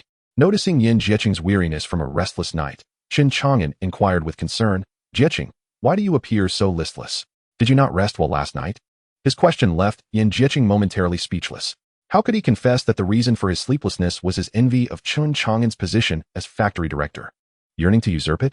He merely muttered an acknowledgement of his poor rest, offering no further explanation. Observing the palpable difference in Yin Jieqing's demeanor compared to their first day at work, Chen Chang'an cast a puzzled glance at Yin Jiefeng. Faced with his elder brother's lack of composure, Yin Jiefeng reluctantly explained, "I am not sure what he ate yesterday, but my brother suffered from a bout of diarrhea last night, spending most of the night rushing to the public restroom and hardly getting any sleep." Upon hearing this, Chen Chang'an nodded in understanding. The drawbacks of their courtyard were apparent. In such frigid weather, one had to venture outside to the public restroom. When afflicted with diarrhea, one had to run swiftly to avoid a regrettable accident. This was precisely why Chen Chang'an had endeavored to renovate and build a restroom before the cold set in. In such bitter temperatures, even a brief visit to the restroom required efficiency, lest one's backside become numb from the cold. Chapter 63. Will I have to disburse the wages myself? Yin Jieqing's despondent attitude did not hinder Chen Chang'an's work ethic. Days passed in this manner, and as the weather grew colder, the reputation of the honeycomb coal spread, resulting in ever-increasing sales for the factory. Today, Chen Chang'an visited the street office to consult with Director Wang. With wages due to be disbursed soon, it was previously agreed that the street office would handle the factory's payroll, and Chen Chang'an had come to discuss the source of the funds. "What? We must resolve our own wages?" Chen Chang'an exclaimed, his agitation palpable. "This was not the arrangement when I was appointed as the factory director." Observing Chen Chang'an's animated demeanor, Director Wang replied unhurriedly, "What good is your agitation? It was indeed stated that your factory's wages would be managed by the street office. However, the funds allocated to the street office are also disbursed from the district, and each sum has its designated purpose. If the district has not allocated these funds, how can I provide you with wages?" Seeing that Chen Chang'an was about to retort, Director Wang continued, "The street office does possess a pool of working capital from the factories, but it cannot be misused. At present, your factory is generating income. And considering the short time frame and numerous planned orders, the factory is in disrepair. Thus, we have not anticipated requiring you to submit profits. But surely, you cannot imply that you cannot afford the wages for dozens of temporary workers?" As Director Wang smiled, seemingly confident in his hold over Chen Chang'an, the latter felt a surge of indignation at the audacity of such a senior figure. Suddenly struck by an idea, he queried, Aunt Wang, could it be that the district's funds allocated to our factory were intercepted by you? Realizing that his underhanded tactics might be uncovered, Director Wang, despite his seniority, sought to maintain face in front of the younger generation. Chang'an, the district has indeed allocated funds, but they are minimal, covering only the wages for 20 temporary workers. Noticing Chen Chang'an's evident skepticism, Director Wang pressed on. In truth, it is beneficial for these funds to remain with the street office. Unable to contain himself, Chen Chang'an exclaimed, Aunt Wang, please do not deceive me. I did not receive wages last month due to not working enough days the previous month. And now you cannot expect me to go another month without pay. Director Wang, exasperated, spoke earnestly. Chang'an, the leaders appointed you as factory director to assess your capabilities. Your factory's accounts still contain a significant amount of funds. If you can manage the payroll without relying on state money, the higher-ups will trust you even more. This is an opportunity to demonstrate your competence. Self-reliance is the key to prosperity. Chen Chang'an hesitated. His visit to the street office was not solely to secure funds. The factory's accounts indeed had ample resources to cover wages. However, the distinction between quietly disbursing wages and seeking assistance from superiors to do so was profound. After all, a child who cries receives milk. Some benefits ought to be secured in return. As Chen Chang'an's eyes flickered, he remarked to Aunt Wang, I shall refrain from quibbling over wages, yet I implore you to allocate some personnel to me, for I am in dire need of workers, particularly those with skills. The individuals you have provided thus far are either utterly untrained, capable only of rudimentary tasks akin to laborers, or illiterate, unable to grasp even the simplest of complexities, which leaves me quite exasperated. Director Wang, after listening, expressed his own helplessness, stating, I too am at a loss. Who among the educated would wish to toil in coal transportation? Your operations lack technical tasks, so I shall arrange for a few more laborers, preferably those with a bit of wit. He then contemplated and continued, moreover, I shall devise another solution. Previously, the street office had a machinery repair factory, which is on the verge of closure. When I attend the district meeting, I will inquire with the leaders. If nothing can be arranged, we might consider merging your factory with theirs, allowing their staff to be reassigned to your workshop. Upon hearing this, Chen Chang'an felt a surge of joy. The workers from the repair factory must possess machine operation skills, and he could coordinate their production efforts to procure equipment, potentially facilitating the creation of honeycomb coal machinery. Nevertheless, he lamented, Aunt Wang, I am not a junk collector. Why must you send me every sort of individual? Director Wang, recognizing Chen Chang'an's obstinacy, adopted a serious demeanor and retorted, what more do you expect? Would you have me send you graduates from vocational schools or universities? Would you even want them? Even if you did, they would refuse to work for you. A honeycomb coal processing plant needs only a workforce. Understanding the futility of further insistence, Chen Chang'an swiftly shifted to a more agreeable expression, stating, then, Aunt Wang, please send any junior high school graduates or similar candidates from the repair factory my way. Director Wang, seeing through Chen Chang'an's motives, chuckled and inquired, did you not claim you were not a junk collector? With a sycophantic smile, Chen Chang'an replied, I am indeed a collector of junk, not picky at all. I accept whatever comes my way. After finalizing the terms with Director Wang, Chen Chang'an exited the office, nearly beaming with delight. Indeed, the most crucial aspect was the workers from the repair factory, who could operate machines, making it feasible to develop simple machinery without significant issues. Ultimately, Chen Chang'an added, to my knowledge, when the steel mill's formal workers receive their wages, they are also issued industrial vouchers, 1 voucher for every 10 yuan earned. However, these are reserved for formal employees. I am uncertain how this applies to our temporary workers. Director Wang pondered briefly and stated, for now, let us provisionally allocate 1 voucher per person. He handed Chen Chang'an a stack of industrial vouchers. Chen Chang'an, without further deliberation, accepted them and bid farewell to Director Wang. As Chen Chang'an stepped outside, Director Wang too wore a broad smile. The district had indeed allocated a substantial sum to the processing factory, along with a considerable number of industrial vouchers. Originally, Director Wang had negotiated with the district to cover 3 months' wages while the street office would manage 2 months. Should no progress be observed within 6 months, Chen Chang'an would return to the steel mill, resuming his previous duties. This clever maneuver not only saved Director Wang 2 months' wages, but also netted him an additional 3 months' worth. With the street office's activities yielding surplus funds, he found himself considerably enriched. After all, this modest processing factory had drawn in 50 to 60 temporary workers. Persuading Chen Chang'an to manage payroll meant the district's funds could be reallocated elsewhere. It was merely a matter of needing personnel. Those without work were plentiful. This venture promised significant profits. As for the industrial vouchers, their cost would not be deducted from his share. he could simply provide them on the next occasion. Had Chen Chang'an been privy to Director Wang's thoughts, he would surely have cursed him as a wily old fox. While Chen Chang'an anticipated district funding, he did not foresee that it would be allocated based on actual headcount. After all, the initial agreement was for 20 positions, which entailed salaries for over 20 individuals. The remainder would need to be managed independently. Reflecting on the wages of these 20 workers, it seemed advantageous to exchange them for some talent. Little did he realize that his cleverness would inadvertently lead to significant losses. However, Chen Chang'an harbored his own plans. In the end, whether he profited or incurred losses remained uncertain. Chapter 64. Salary distribution. The sentiments of the Yin brothers at the processing factory were indeed a study in contrasts. The younger brother, Yin Jiefeng, shadowed Wu Haiyan daily, absorbing a wealth of knowledge, especially as they shared an office.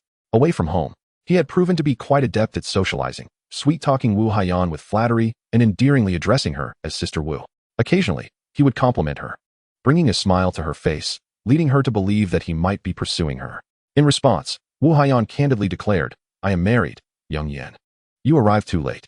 Had I met you sooner, perhaps you would have stood a chance." This revelation left Yin Jiefeng blushing profusely. Yet, as their relationship evolved, it paradoxically strengthened. In this unexpected turn of events, Yin Jiefeng gained valuable insights into accounting matters and increasingly regretted not having dedicated himself to his studies, leading to a newfound passion for learning. Conversely, Yin Jiecheng, upon realizing the disparity in administrative ranks between himself as a temporary worker and Chen Chang'an, the deputy director, found his motivation waning. He wandered around with a sullen demeanor, sighing heavily, and became increasingly reluctant to assist in warehouse tasks. He began to adopt a defeatist attitude. Initially, his colleagues treated Yin Jiecheng kindly, considering he was a neighbor of the factory director. For the first few days, he performed reasonably well.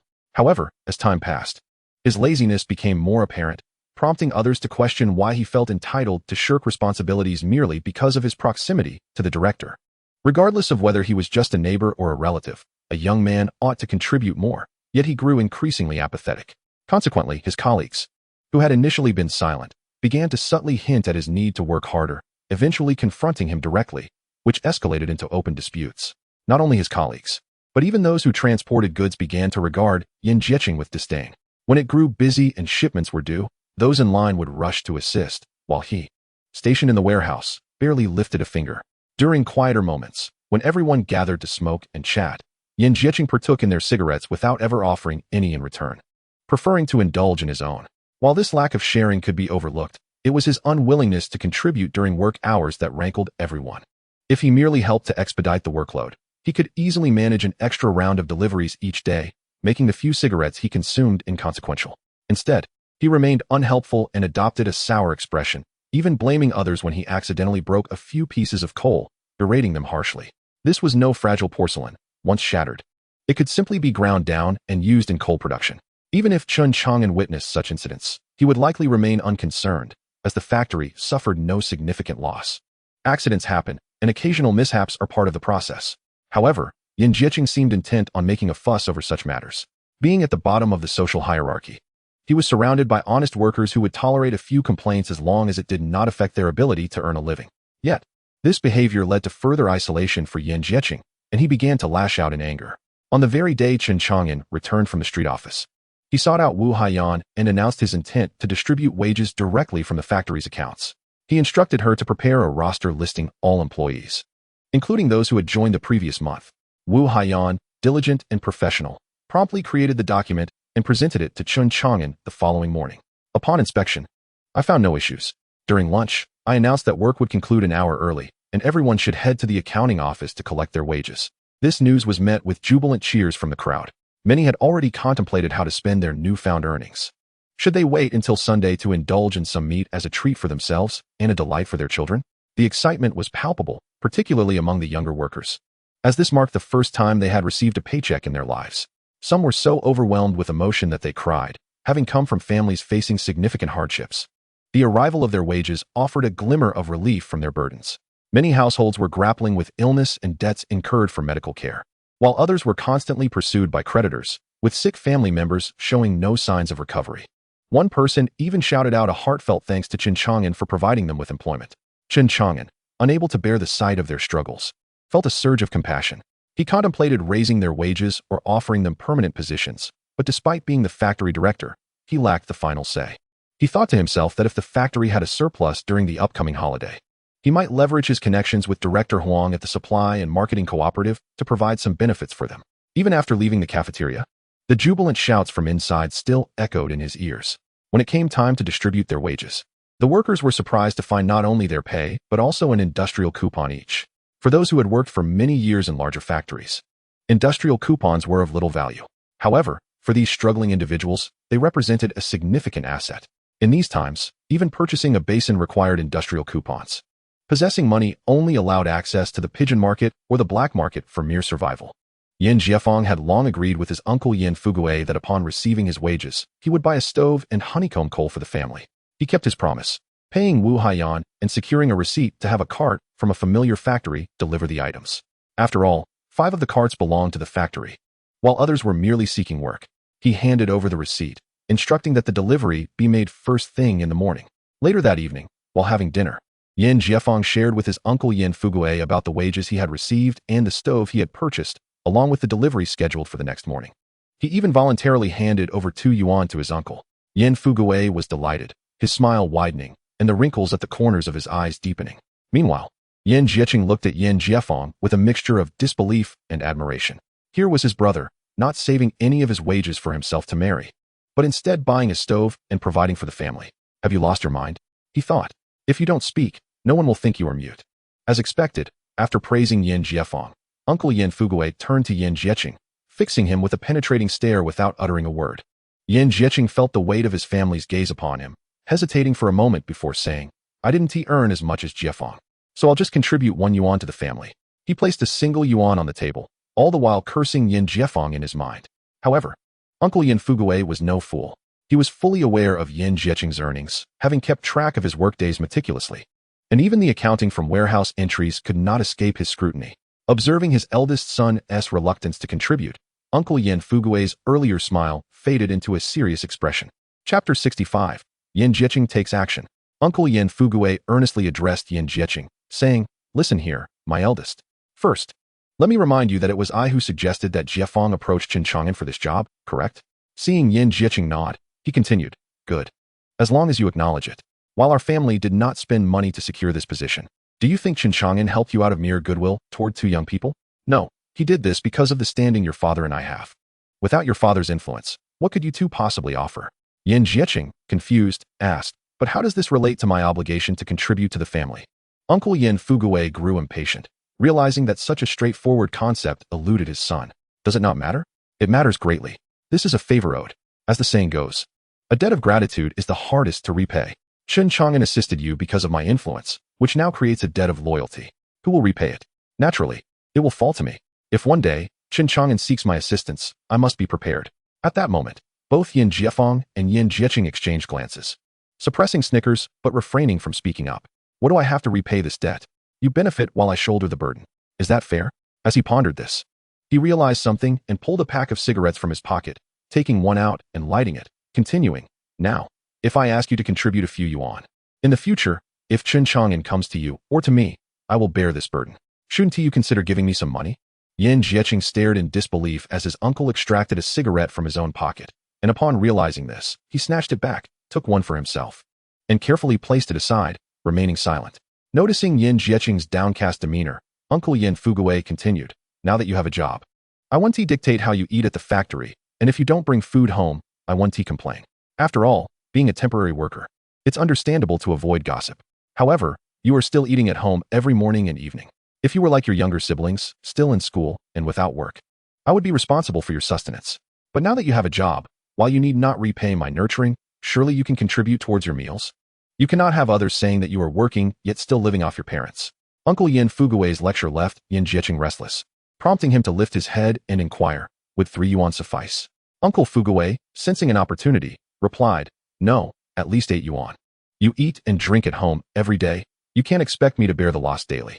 Yin Jiecheng understood that arguing with his father was futile, knowing precisely what kind of man he was. Yet, he wished to negotiate, placing 5 yuan on the table, insisting, This is all I can give. Beyond this, I have nothing left, as I need to eat at the factory and buy cigarettes. Uncle Fugui promptly pocketed the 5 yuan, conceding, 5 yuan is acceptable. But your brother has already spent money on a stove and bought 100 yuan worth of coal. You must purchase at least 200 yuan worth of coal from the factory tomorrow, and I won't ask anything more of you this month. Faced with his father's incessant penny pinching, Yan Jiecheng could only nod in agreement, inwardly cursing both his father and his brother Yan Jiefeng repeatedly. Especially Yan Jiefeng. While he understood his father's nature, he had not anticipated his brother's actions. Little did Yan Jiecheng know that in the future, such behavior would be termed the king of coupons. Reluctantly, Yan Jiecheng agreed. Uncle Yan Fugui, pleased, felt optimistic about the future, envisioning that with both sons employed, the family's finances would improve. However, as he glanced at his 3 sons, he remembered how his youngest had drained his resources and considered the impending marriages of all 3. His fleeting thoughts of improving their meals were extinguished in an instant. It is said that the early bird catches the worm. And both Chen Chang'an and Yan Jiefeng rose early each day. Chen Chang'an believed in leading by example, disapproving of leaders who arrived late, relying solely on their status. By arriving early, he could witness the throngs lining up to buy coal, which filled him with a sense of accomplishment. Yan Jiefeng's early arrival at work was primarily to absorb as much knowledge as possible from Wu Haixia. In fact, he secretly hoped that Wu Haixia would come in later, allowing him the opportunity to manage the finances and issue receipts himself. Yan Jiecheng, on the other hand, found himself in a predicament. On the first day, he observed Chen Chang'an and Yan Jiefeng reporting to work. After all, one must create a favorable impression on their superiors when starting a new job. So he reluctantly joined them. However, when the early hours became unbearable, he allowed Chen Chang'an and Yan Jiefeng to go ahead, only to be roused from his slumber mere minutes later by his father, Yan Fugui, who flung the covers off him. In the midst of Yan Fugui's incessant murmurs, he begrudgingly rose to wash up, and from that day forth, he began to accompany Chen Chang'an to work each day. Throughout the journey, Yan Jiecheng pondered the promise he made to Yan Fugui about purchasing 200 yuan worth of coal for the family. His thoughts were not focused on spending money, but rather on devising a way to transport the coal home without incurring any expenses. Chen Chang'an had often remarked on the simplicity and strong sense of responsibility of the people in this era. Furthermore, given that it was merely a small factory with a few dozen employees, the regulations were far less cumbersome than in later times, where obtaining a receipt required multiple departmental approvals. As long as Wu Haiyan collected the money, Yan Jiefeng would issue the receipt, and the workers would take it to Yan Jiecheng to collect the goods. On the surface, everything appeared to be in order, but it sparked an idea in Yan Jiecheng's mind, to conspire with the delivery workers to acquire more goods. There was no need for anyone else. As long as Yan Jiecheng collected the receipt stating 300 yuan worth of coal, he could claim it was 500, and instruct the cart workers to load the extra coal accordingly. The additional 200 yuan worth of coal could then be split between himself and the cart workers. Although the profit wasn't substantial, the daily accumulation would add up significantly over the course of a month. With this plan in mind, arriving early with Chen Chang'an to the factory had its advantages, especially since he was the only one among the cart crew who shared a mutual understanding with Yan Jiecheng. As he approached Inai lair, he called out, "Brother Inai, come here for a moment. I have something to discuss with you." Initially reluctant to engage, Inai lair held a similar disdain for Yan Jiecheng as most workers did. However, seeing the hesitation on Inai lair's part, Yan Jiecheng produced a freshly purchased pack of cigarettes from the road and offered one to him. Grudgingly swayed by the gesture, Inai lair followed Yan Jiecheng to a secluded corner. After presenting his proposal, the two quickly reached an agreement, hashing out the details in hushed tones. Yan Jiecheng concluded, "This plan is my brainchild, and I bear the greatest risk. For today, consider this 200 yuan worth of coal as a personal endeavor. It's our first trial to see if we can pull this off. Once you leave the factory, deliver the coal to my home. What do you say?" Inai lair, expecting a more audacious demand, was surprised by the modest proposal. He nodded in agreement, albeit with a growing sense of contempt for Yan Jiecheng, thinking that if it weren't for the desire to acquire more coal from the factory, he would have ignored him altogether. When work hours commenced, Inai lair retrieved his receipt from the accounting room. 1 stove, 5 chimneys, and 400 yuan worth of coal. Anxiously, he approached the warehouse and handed the receipt to Yan Jiecheng. Despite his outward calm, his trembling hands betrayed him. In contrast, Yan Jiecheng, emboldened by ignorance, took the receipt and confidently informed several colleagues in the warehouse, 1 stove, 5 chimneys, and 600 yuan worth of coal. As the others, including Inai lair, began to move the items, Yan Jiecheng, for the first time, joined in to assist. Ignoring the incredulous stares, he worked alongside them, for he had a vested interest in 200 yuan worth of coal for his own household. Upon returning home that evening, Yan Jiecheng was elated by the praise from his family. It wasn't merely the compliments that brought him joy, but the realization that he had discovered a new avenue for financial gain.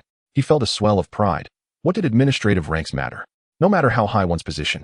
Even as a temporary worker, he believed he could thrive just as well as any factory manager. Yin Fugui, pleased with his eldest son's acquisition of 200 yuan worth of coal, treated each family member to a diluted cup of wine during dinner. Yin Jiqing, brimming with confidence and no longer the despondent figure he once was, downed his drink in one gulp. Unfortunately, he did not have the opportunity to boast, as he promptly collapsed beneath the table. Yin Fugui observed his son's inebriated state with a smirk, thinking it was a waste. Next month, when it came time to settle accounts, he resolved to reduce the amount poured for him. After all, it would be excessive to waste even a drop on someone who could barely savor the taste before succumbing to intoxication. As another Monday dawned, and with the factory's operations now stabilized, old Lu ceased holding meetings altogether, opting instead to remain in the gatehouse. Claiming his age rendered him incapable of contributing meaningfully to discussions. Whether he was present or absent made little difference, and thus he simply stopped attending.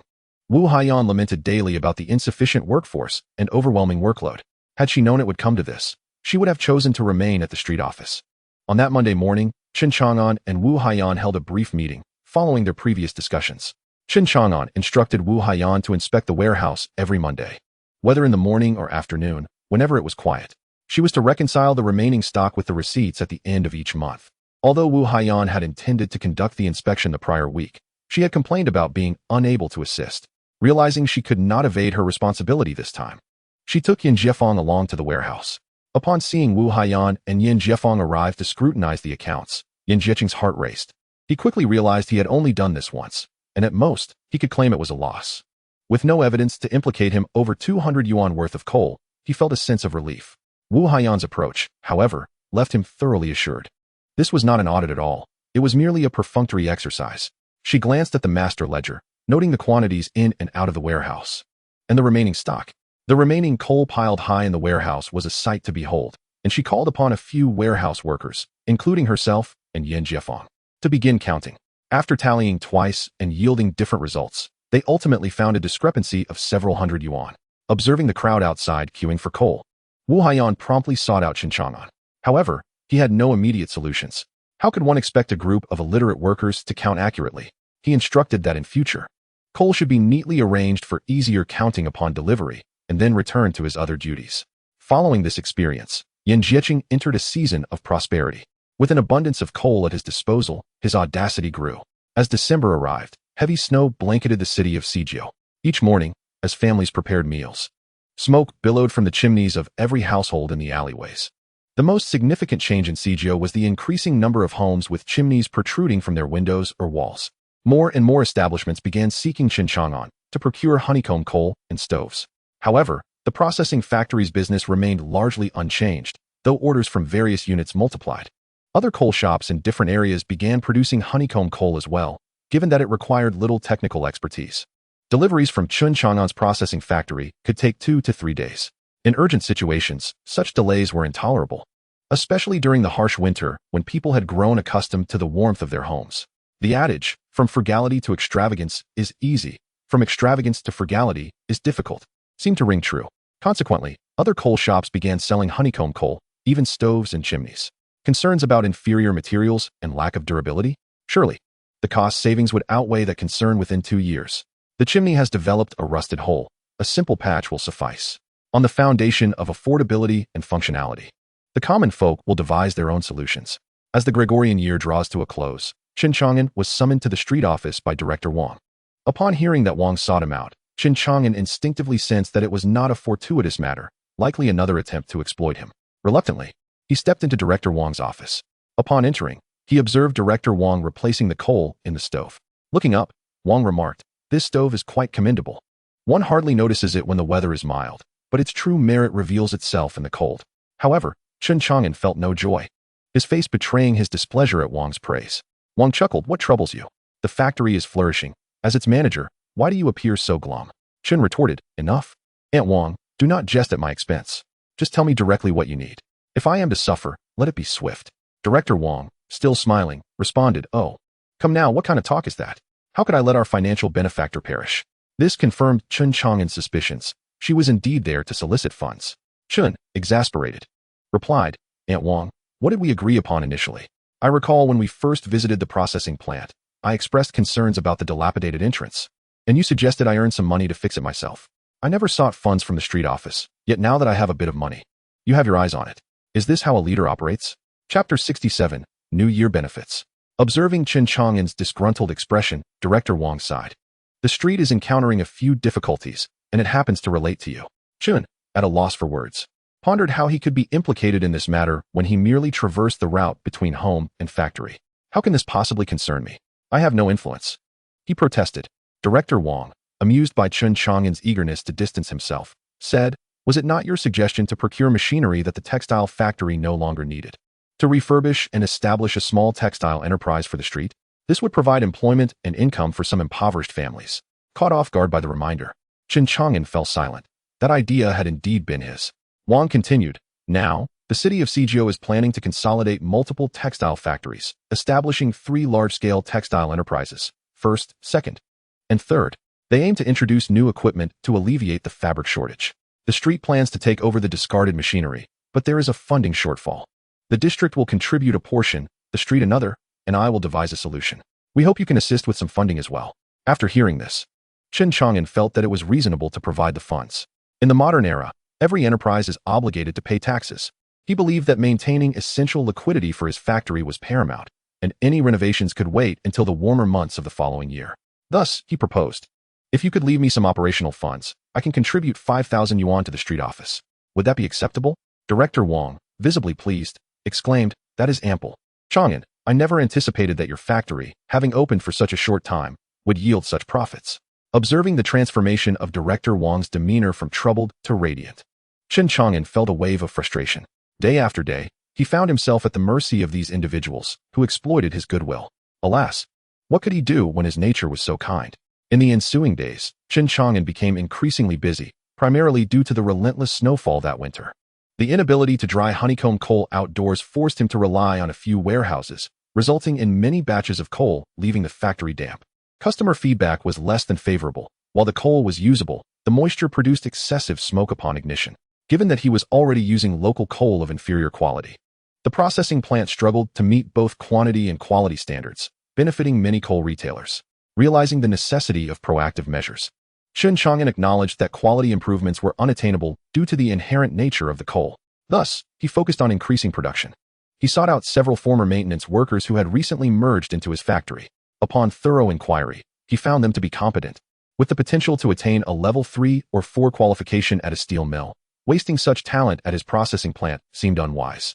With the intention of not squandering resources, he shared his thoughts with them, sketched a preliminary design, and instructed them to begin experimentation in the workshop. They were to procure whatever was lacking, and if it could not be purchased, they should attempt to fabricate it themselves, aiming to create machinery for producing honeycomb coal. Even a rudimentary machine with a conveyor belt would be more efficient than manual labor. Time flowed steadily as Chen Chang'an immersed himself in work, and soon 1958 arrived. With the Spring Festival approaching in January, after discussions with Wu Haiyan and Director Wang, Chen resolved to grant the factory a 5-day holiday. As the year's end loomed closer, Chen found his responsibilities multiplying.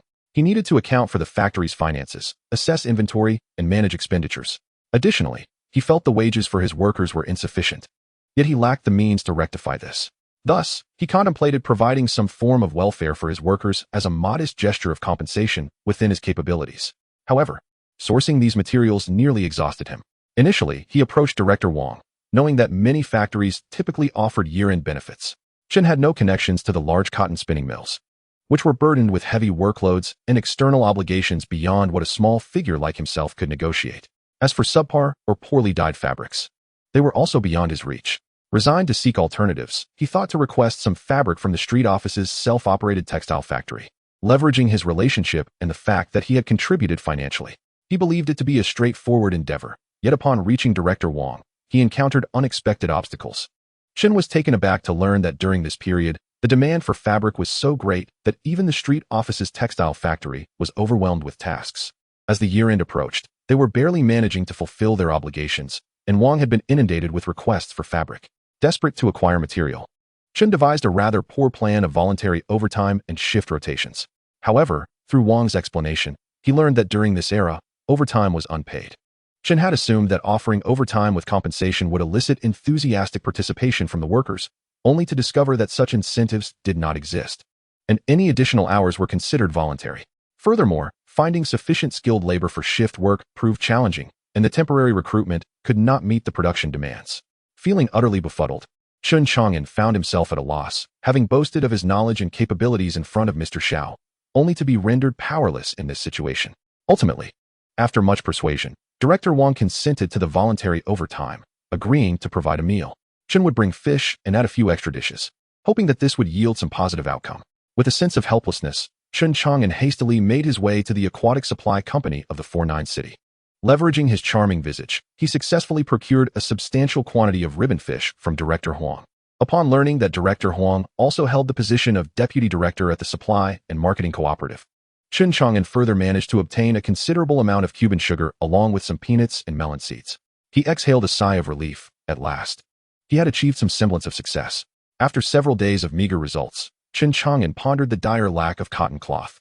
Resolutely, he decided to allocate 100 yuan worth of coal per person as a compromise. Simultaneously, Yan Jiecheng was basking in the season of spring. Having begun a lucrative venture in honeycomb coal alongside an lauer, he indulged himself daily, smoking peony or Qianmen cigarettes with abandon, his extravagant demeanor attracting many curious glances. Occasionally, he would forego dinner at home, prompting someone to inform Yin Jiefeng of his brother's frequent dining out. However, as the younger brother, Yin Jiefeng felt it was not his place to interfere in his elder brother's affairs. Chapter 68. The incident involving Yin Jiecheng believed that his current lifestyle represented true living, contrasting sharply with his previous existence, which he considered unworthy even of a dog. Each day, a pack of peony cigarettes graced his routine. What were peony cigarettes, you ask? They were the cigarettes reserved for officials, typically enjoyed only by those in power. He relished the opportunity to dine out every few days. Indeed, having lived for so long without ever tasting anything exquisite at home, these outings opened his eyes to the culinary delights of the world. Indulging in an array of gourmet dishes, this was what life was meant to be. He fantasized about securing a permanent position at work, earning a higher salary, marrying a wife, and raising several children, an idyllic vision of perfection. After concluding his procurement of New Year's supplies, Chen Chang'an commenced the year-end auditing process alongside Wu Haiyan and Yin Jiefeng. When Chen Chang'an diligently began inspecting the warehouse 2 days later, Yin Jiecheng remained rather indifferent. After all, the warehouse had undergone numerous inspections during this period, and no issues had arisen. Transitioning from initial trepidation to a demeanor of calmness, he had settled into the role of an experienced hand, attending to his responsibilities. However, it was not long before Yin Jiecheng sensed something amiss. Chen Chang'an retrieved the stubs from the accounting room and compared them with the quantities recorded in the warehouse. As Yin Jiecheng watched Chen Chang'an pull out a large stack of receipts, a sense of alarm washed over him. He had initially been unaware of the complexities involved. He had presumed that the receipts were merely duplicates, one for the purchaser and one for the supplier, a notion many shared. It was only later that he learned from Yin Jiefeng that 3 copies were made, with one retained in the accounting room as a stub. This realization sent him into a panic, especially after 2 days of inspections, conducted by Wu Haiyan, yielded no discrepancies. Lacking peony cigarettes to smoke, Yin Jiecheng found himself increasingly restless, spurred on by Ni Lauer's urgings, and thus resumed his activities. During his inspection, Chen Chang'an uncovered irregularities. Initially, he dismissed them as potential clerical errors pertaining to invoicing or inventory. Yet, as the 2nd and 3rd days unfolded, discrepancies continued to emerge daily, consistently reflecting a shortfall of 200 yuan worth of coal. It dawned on Chen Chang'an that something was decidedly wrong. He promptly summoned Wu Haiyan to assist him in the investigation, retrieving the inventory records for comparison. Upon cross-referencing with Wu Haiyan, they discovered that since December, the factory had been incurring a daily loss of 200 yuan's worth of coal, accumulating close to 10,000 yuan. Even at 2 fin per piece, this represented a substantial sum in those times. Chen Chang'an's mind raced. It was evident that an insider was at play, most likely within the warehouse. Given that Yin Jiecheng was responsible for the warehouse's inventory, he became the prime suspect. Chen Chang'an discreetly concealed the warehouse ledger and accounting stubs before exiting the factory, instructing old Lu to ensure that no one could leave before his return. Without delay, Chen Chang'an sought out Director Wang at the street office. Upon witnessing the pallor of Chen Chang'an's face as he entered, Director Wang felt a sinking sensation in her heart. He had always greeted her with a smile, never once appearing in such distress. She promptly inquired, "Chang'an, what has transpired? What is the matter?" After conveying his findings to Director Wang, she too felt a surge of anxiety. Such matters could be of significant magnitude. In a large state-owned enterprise, the resolution would be straightforward. Simply notify the security department to apprehend the culprits and search their residences. The factory leadership would typically decide on internal handling, and as long as the losses were compensated, the situation could be managed discreetly. However, the circumstances were different for Chen Chang'an. His factory lacked stature, and though he held the title of factory manager, his authority was limited, and he was far from being a leader. As a subordinate unit of the street office, such an incident would cast Chen Chang'an as the main responsible party, even if he bore no direct involvement. A failure to exercise adequate supervision could jeopardize his future political career. The immediate priority was to identify the culprit and recover the lost funds. Director Wang rose. Making her way out of the office, Chen Chang'an understood the gravity of the situation. He had little recourse but to follow closely behind her. Director Wang wasted no time, heading straight to the finance office, summoning several finance personnel to accompany her. En route to the processing plant, they made a stop at the local police station. After a brief discussion with the station head, several police officers joined their ranks. When the sizable contingent entered the processing plant, it drew numerous curious gazes, even prompting old Liu, who typically remained indoors, to emerge. This is bad. Something significant is about to unfold. I wonder if my aging body will still find a place in this factory, he mused. Guided by Chen Chang'an, Director Wang proceeded to the warehouse, where she found 3 individuals still present. With a simple wave of her hand, several police officers swiftly moved in to detain them. Chen Chang'an was instructed to produce the ledger and receipts, allowing the street office's finance personnel to conduct an audit. At this moment, Chen Chang'an, Wu Haiyan, and Old Liu, the 3 founding members, stood silently by, watching the proceedings unfold. The police separated the 3 individuals for questioning in the accounting office, while those in the warehouse awaited the financial assessment. Given that the factory had not been operational for long, the finance personnel quickly established the situation, which aligned with Chen Chang'an's findings. Concurrently, the police interrogation concluded, confirming that Yin Jieqing was indeed the culprit in the warehouse. He disclosed his accomplice, Ai Lauer, who was currently out delivering coal. Personnel had already been dispatched to apprehend him. As for the embezzled funds, Yin Jieqing had squandered nearly all of his share. At this revelation, Director Wang breathed a sigh of relief. 200 yuan was not an exorbitant amount. Even if the stolen funds could not be recovered, the family could be held accountable for repayment. The greater concern was the potential fallout. It was preferable to keep the matter contained. Given the magnitude of the incident, it was inconceivable that Yin Jiefeng, present in the accounting office, remained unaware. Moreover, he was left in shock, grappling with the reality that his elder brother was implicated in the theft. No wonder his brother had been so lavish with money of late. What should he do now? As the situation approached resolution, Director Wang instructed the finance team to deliver the ledgers to the police station, while she requested Chen Chang'an and Wu Haiyan to accompany her to the station. The remaining personnel were free to resume their duties. On the way to the police station, Director Wang inquired about how policies had been formulated. Upon learning that Wu Haiyan and Yin Jiefeng had been scheduled for joint warehouse inspections each month, she promptly requested that Yin Jiefeng join them at the police station for further clarification. After a flurry of activity, the police station became crowded, with all relevant personnel subjected to questioning. After an exhausting afternoon, the details of the situation finally became clear. However, Director Wang hesitated to draw any conclusions, needing to report to the district for a decision on the severity of the punishment. Except for Yin Jieqing and Ai Lauer, everyone else was allowed to go home. Chapter 69. Yin Fugui pays a visit. Dragging his weary body, Chen Chang'an and Yin Jiefeng walked silently into the courtyard.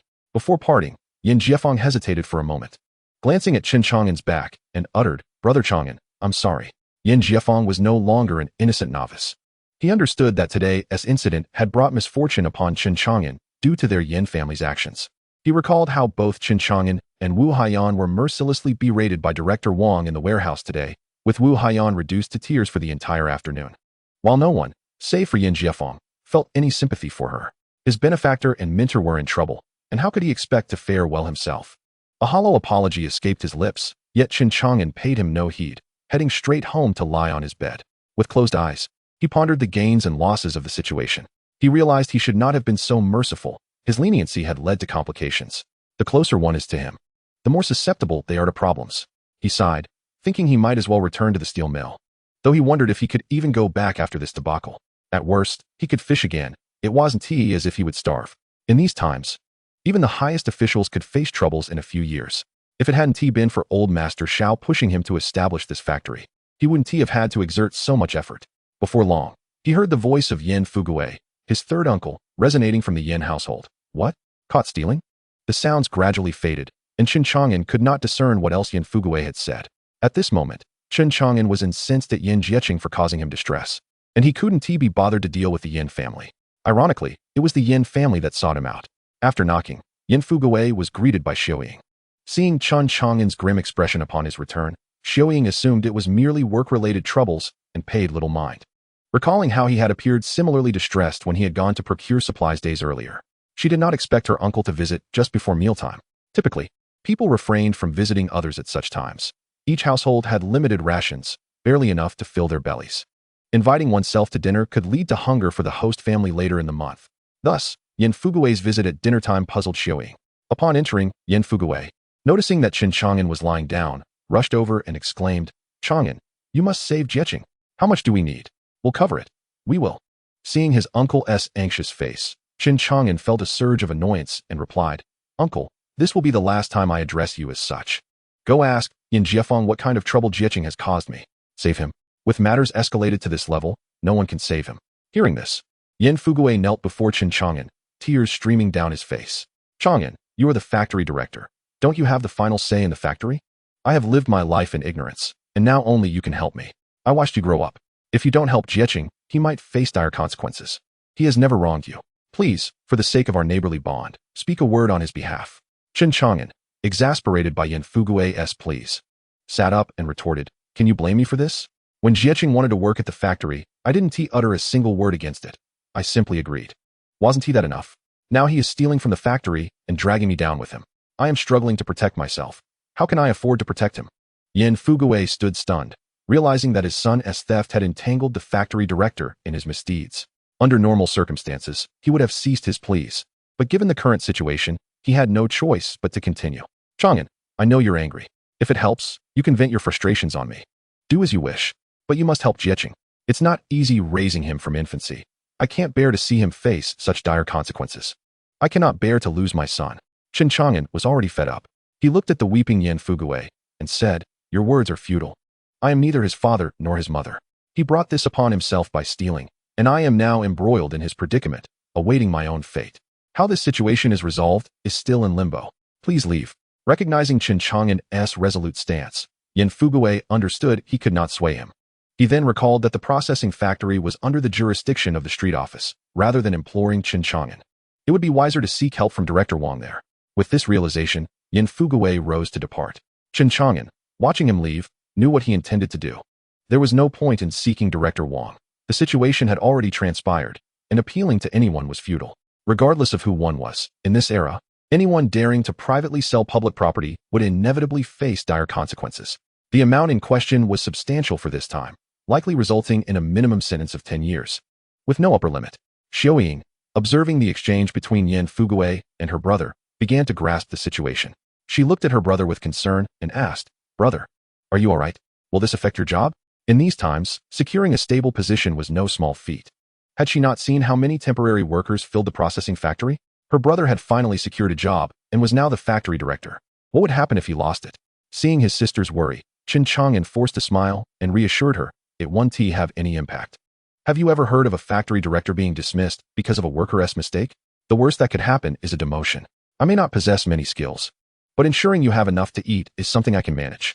You know how adept I am at fishing, right? If worst comes to worst, we can just go fishing every day, and I'll make sure you and Xiaohua and Xiaoju and have your fill of fish until you're sick of it." Thinking of her brother's fishing prowess, Xiaoying finally smiled. Who could ever tire of eating fish? My sisters and I could eat fish every day and never grow weary of it. Chen Chang'an scoffed at her remark, thinking that perhaps she simply had not eaten enough. In the years to come, he had hardly touched freshwater fish, as he had grown tired of them. He either released the fish he caught or gifted them away. He had acquaintances whose freezers were stocked with frozen fish. He had long ceased to consume what he caught himself. Of course, those who fished daily or bought fish to take home would surely relish them without growing weary. After Xiaoying finished speaking, she noticed Chen Chang'an's expression returning to normal and turned to prepare dinner. Before long, she called out that dinner was ready. Man is iron, and rice is steel. A meal skipped leaves one famished. Life must go on, and regardless of the impending punishment, hunger necessitated a meal. Chapter 70, The Punishment. The next day, Chen Chang'an arrived at the processing factory as usual. On the surface, everything appeared unchanged. However, upon closer inspection, one could observe that many people gathered to whisper among themselves during their free moments. Due to a shortage of personnel in the warehouse, Chen Chang'an took it upon himself to handle the tasks at hand, worried about any potential disturbances arising from the ongoing situation. The factory's operations had not been affected. The sale of briquettes continued to flourish, with customers flocking to the storefront. Engaging in work indeed helped to distract him from his worries.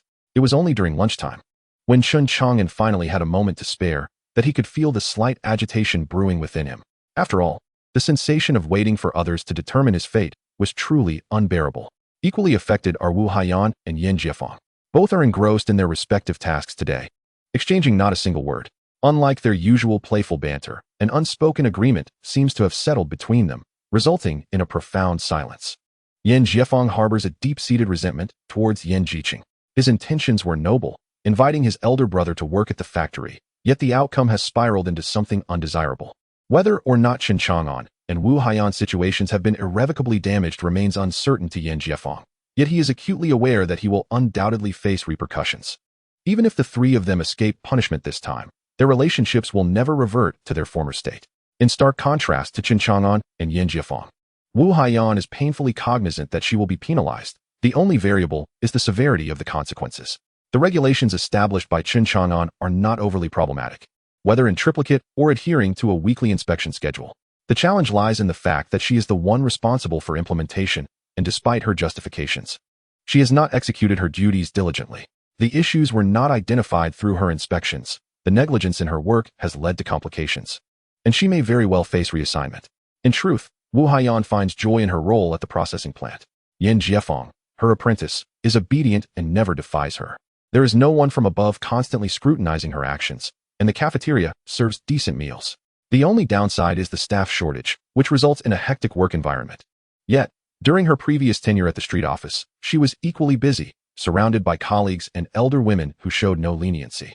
Unlike Chen Chang'an, who treats her as a treasure and often accommodates her, Yin Jiefeng's mentoring approach is even more nurturing. As for the others, they merely nod in her presence, grateful for her attention. Wu Haiyan senses a greater respect from her colleagues in this environment, making her feel as if she belongs. This sentiment fosters a misguided confidence during her inspections of the warehouse, leading her to believe that no one would dare undermine her, nor would anyone tamper with the factory's inventory, aside from the occasional theft of some grimy coal. In her complacency, she often delegates self-inspections to the warehouse staff. With such a vast quantity of coal, few can accurately account for it. Coupled with the evident staff shortage, the responsibilities of invoicing and cash collection fall squarely on her shoulders, culminating in the current predicament. Wu Haiyan cannot claim to be entirely blameless. Yet she firmly believes that had it not been for Yin Jiqing, her situation would not have deteriorated to this extent. The animosity she feels is profound. Nonetheless, akin to Chen Chang'an, the worst she anticipates is a fine and a transfer. After all, she did not commit theft, and her culpability is limited to negligence. As the day draws to a close, Director Wang arrives at the processing plant, where Chen Chang'an, Wu Haiyan, and he convene in the office.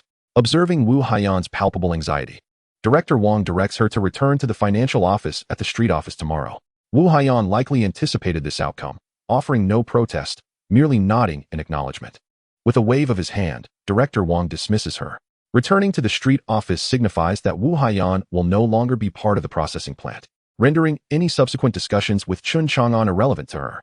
Turning to Chen Chang'an, Director Wang informs him that the higher-ups believe his culpability is minimal and does not even rise to the level of negligence. Observing Chen Chang'an's surprise, he continues, stating that theft is an inevitable occurrence in any factory. While most are aware of the theft and have their suspicions, they lack concrete evidence or merely wish to take advantage of the situation. The value of the stolen goods is not substantial, so the factory tends to overlook such incidents. The regulations you instituted are sound, yet Wu Haiyan's lack of oversight led to her negligence. Acknowledging his shortcomings in supervision, Chen Chang'an nods in agreement. Director Wang reassures him that due to the modest amount involved and the fact that he identified the issues himself, no disciplinary action will be taken against him this time. Tomorrow, 2 financial staff members, a bookkeeper and a cashier, will be assigned to him to help bring more structure to the factory. Upon hearing this, Chen Chang'an breathes a sigh of relief. His own well-being is paramount, and he cannot concern himself with others' fates. Director Wang continues, acknowledging the challenges of operating without sufficient resources, assuring him that the district and street office will strive to meet his staffing needs. Additionally, he shares that the district holds a favorable view of the processing plant's revenue, a fact that Chen Chang'an quickly comprehends. His modest factory has become a coveted asset for both the street office and the district, all eager to benefit from it. However, he muses, it is not a private enterprise. The profits do not belong to him alone, and he must focus on maximizing his factory's workforce. Under the current circumstances, one must lower their head when under the eaves of others. After discussing his own matters, Chen Chang'an inquires about Yan Jiqing. Regardless of his status as a temporary worker, he feels entitled to know the outcome of the situation, as he is ultimately responsible for his employees. Director Wang explains that due to Yan Jiqing's family's acceptance of guilt and their cooperative attitude, along with the fact that this is a first offense and the amount involved is relatively small, they have reached a settlement of 200 yuan, with each party receiving 100. However, since the idea originated with Yan Jiqing, he cannot escape a significant penalty.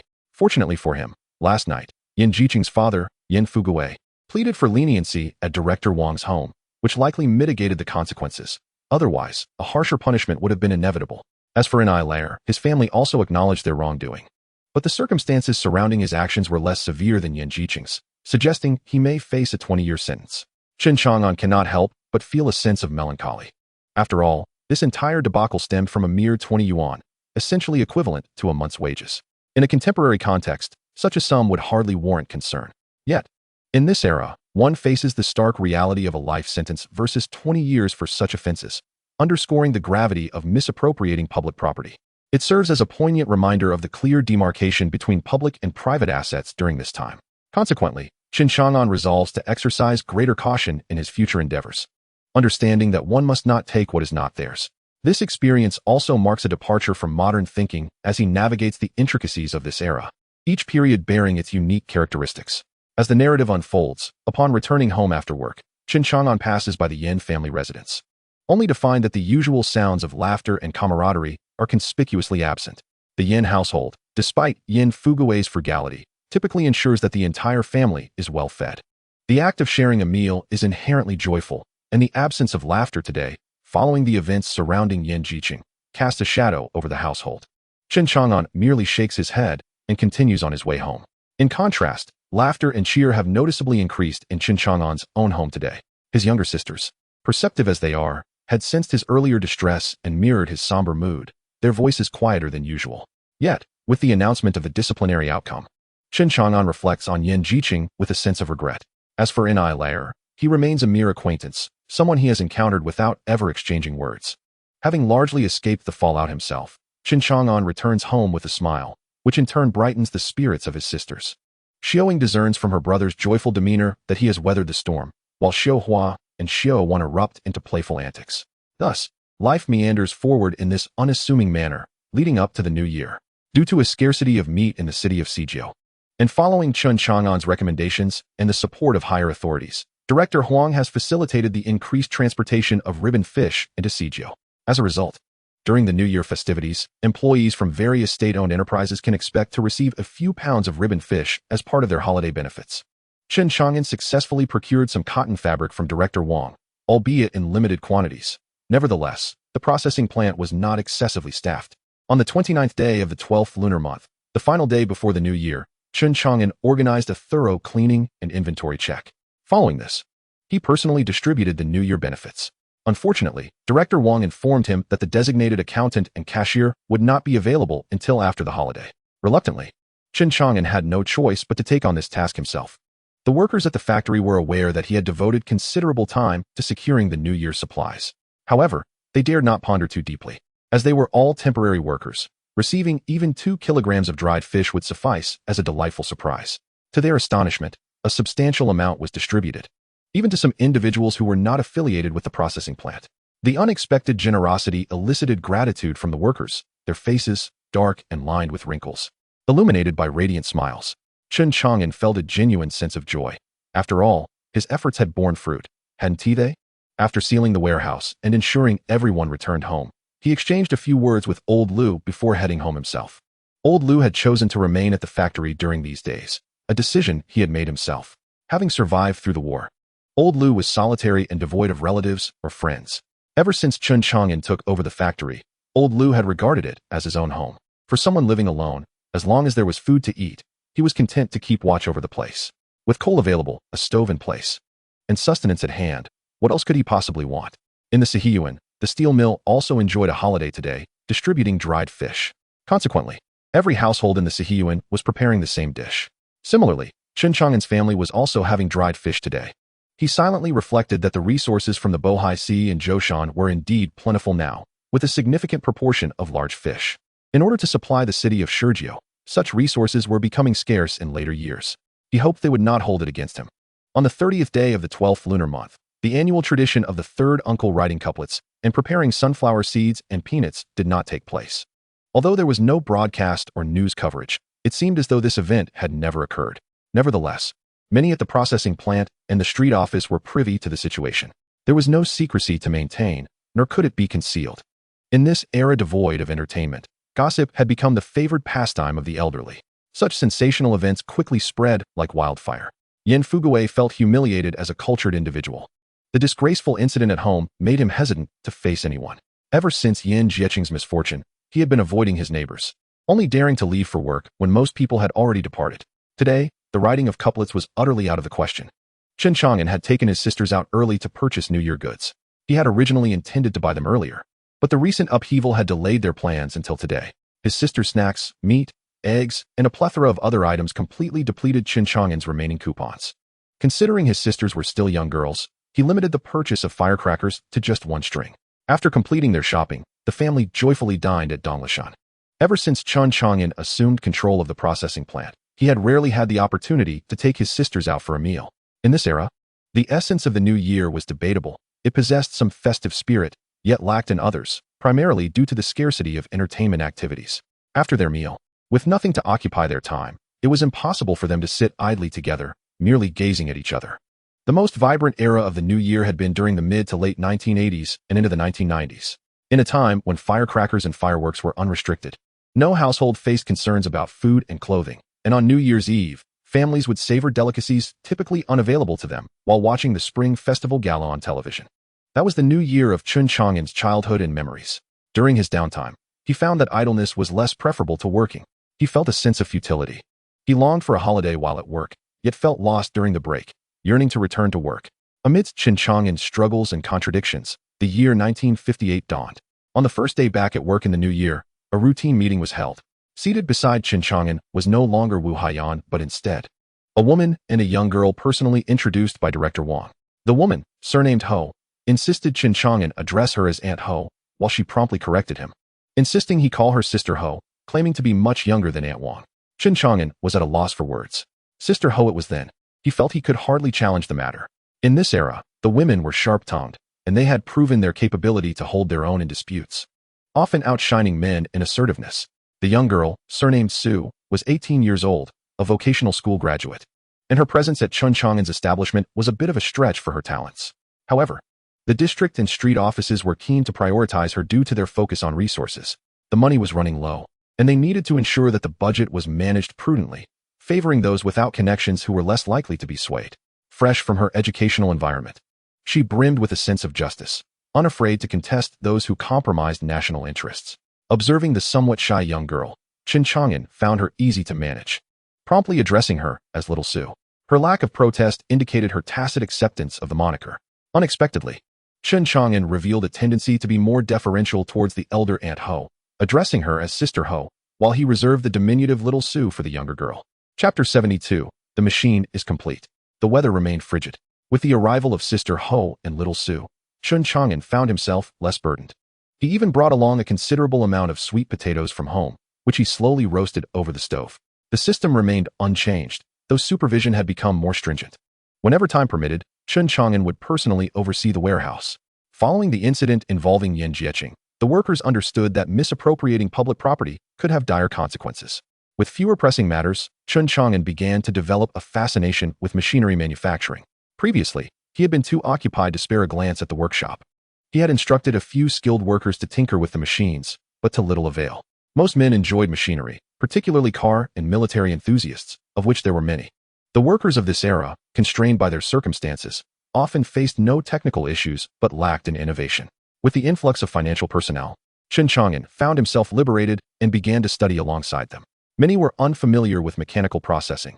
In reality, modern methods leaned towards intelligent processing, if not numerical control machinery. Manual processing, in contrast to numerical control, allowed one to transform a lump of iron into a tangible manifestation of one's imagination, yielding immense satisfaction.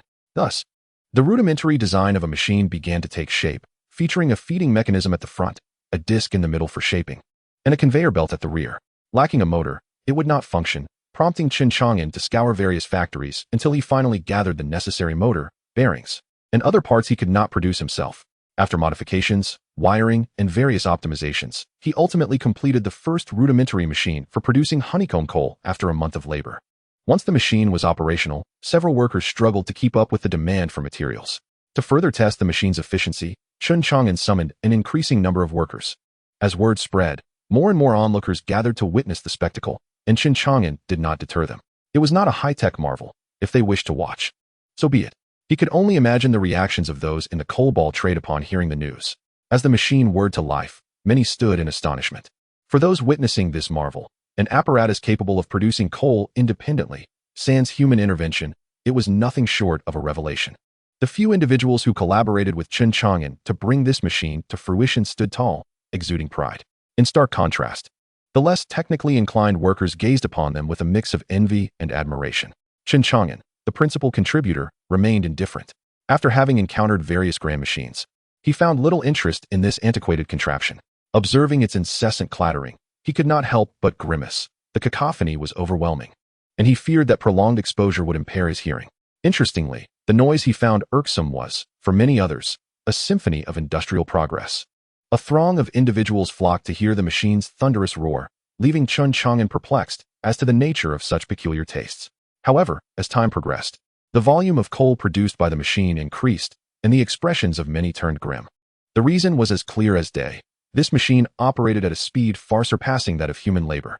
With the advent of this innovation, many coal workers faced the grim prospect of unemployment. Contemplating his own status as a temporary worker, Chen Chang'an realized that the machine rendered their services obsolete. Lacking any specialized skills, it was only a matter of time before they would be displaced. The dimming of their spirits and vitality did not escape Chen Chang'an's notice. He had his own plans. The original intention behind establishing the factory was to alleviate the employment and income challenges faced by impoverished families. The creation of the machine was entirely Chen Chang'an's initiative, inspired by his knowledge of such technology from a future era.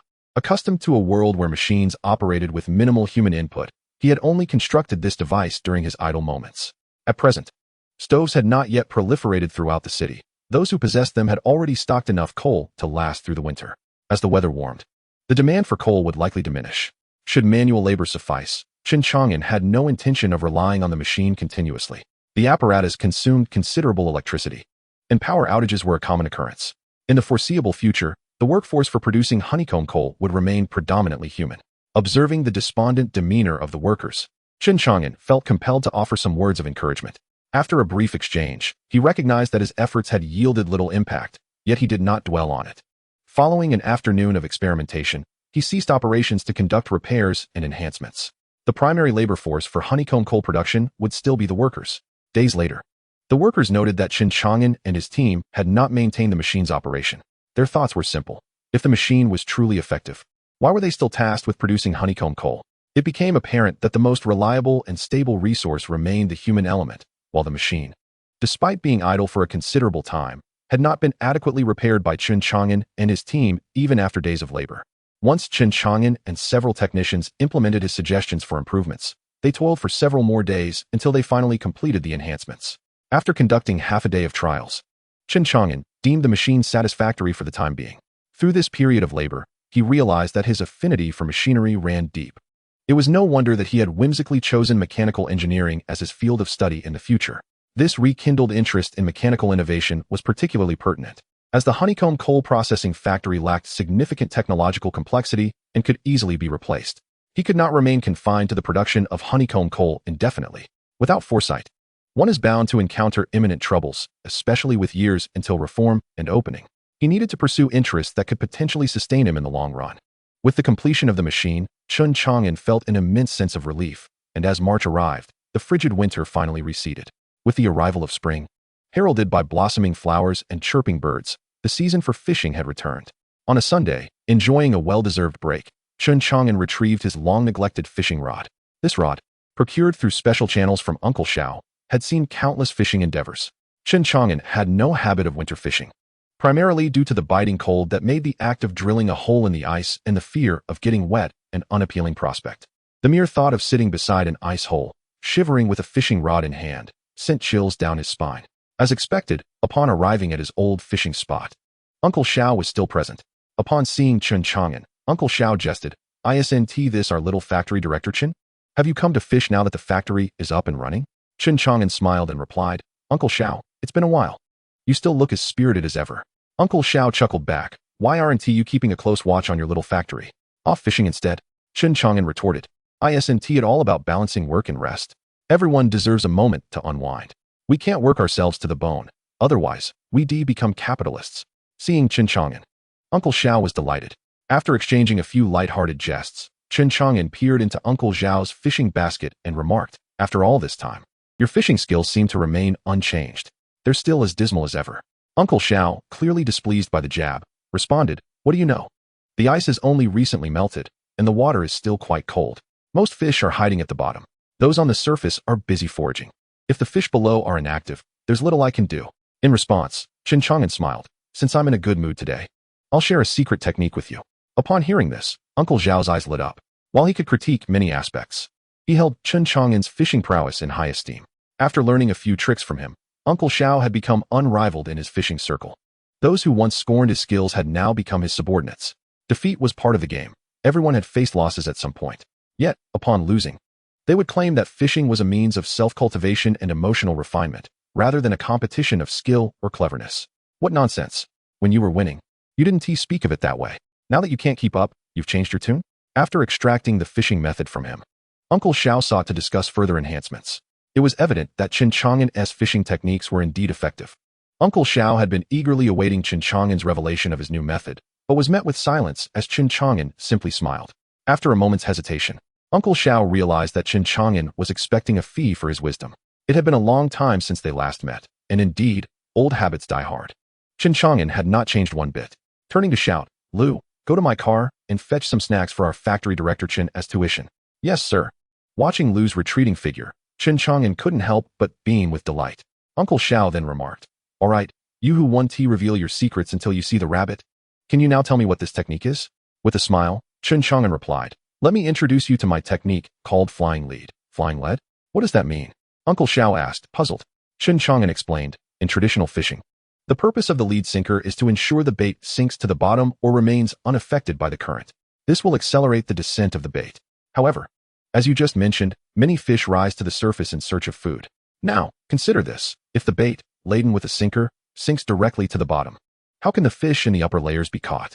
Observing the contemplative expression on Grandpa Zhao's face, Chen Chang'an continued, "What if we adjust the sinker upwards, even positioning it near the float? This way, the cast bait would descend very slowly into the water. Wouldn't this allow the surface fish ample time to discover the bait? With a slower descent, the upper layer fish would have an extended opportunity to notice and consume the bait, thereby increasing our chances of catching them. When there are numerous fish in the area, a gradual sinking of the bait grants fish at various depths the chance to feed. Isn't this method significantly better than simply targeting the fish resting at the bottom?" As Chen Chang'an elaborated, Grandpa Zhao's eyes sparkled with interest.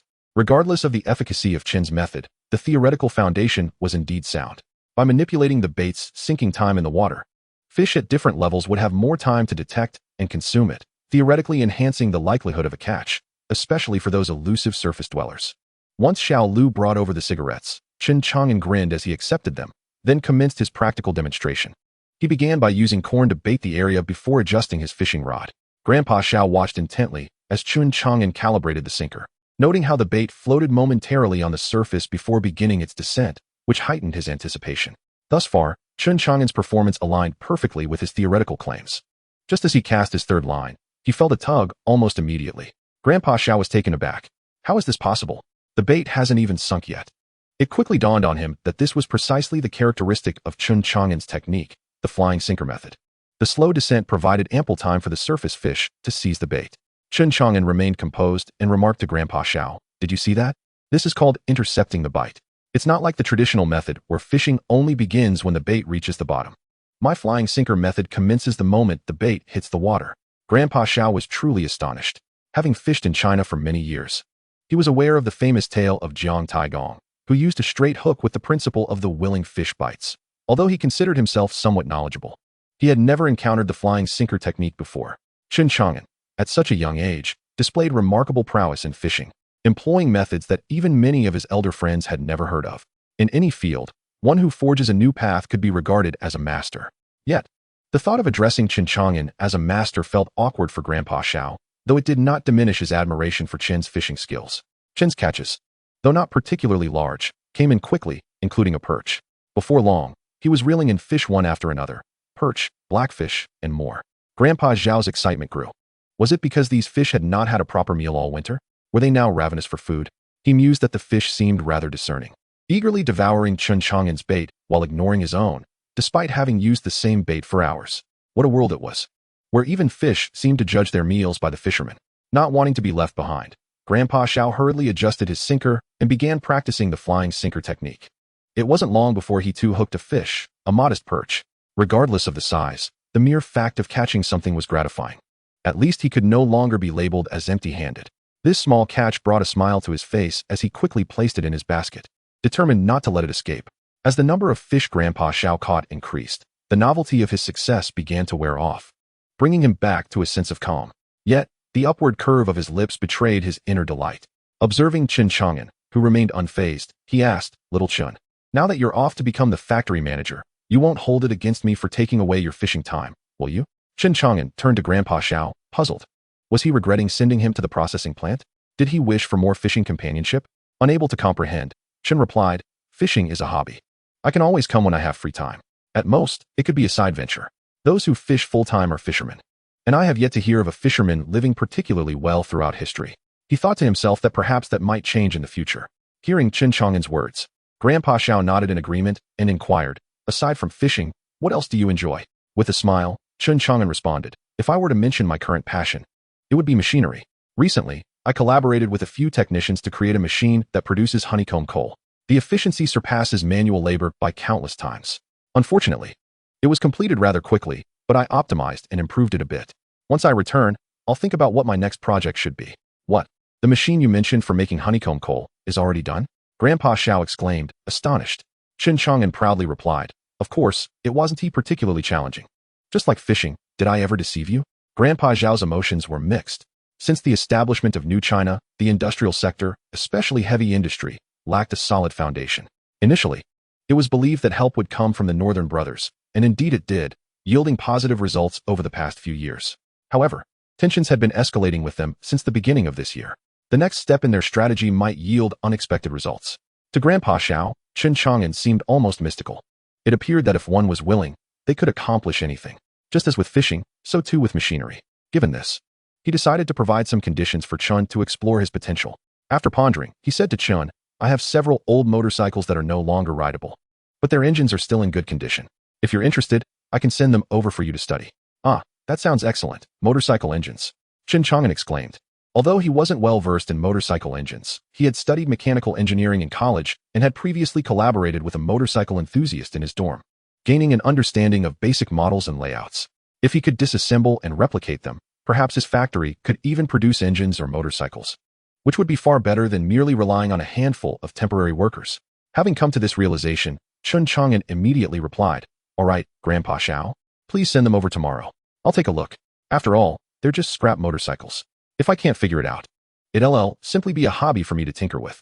Grandpa Xiao was also keen to see what Chen could accomplish, and thus they reached an agreement. The ensuing moments were filled with laughter and discussions about fishing. Soon, someone returned to buy fish, which reminded Chen Chang'an of Director Huang. After exchanging a few fish, he found himself with several more tickets. It seemed he should make a habit of fishing. Not only could it enhance his meals, but it could also yield considerable rewards and tickets. As Chen Chang'an felt he had caught enough fish, he prepared to head home, realizing that the day's catches were not particularly substantial and thus lacked excitement. In the early afternoon, I returned home promptly, meticulously selecting the small fish, while the others remained in their usual state, swimming in the aquarium. Chen Chang'an gazed upon the row of aquariums in his home. As the year 1959 rapidly approached, it seemed prudent to commence preparations for food supplies.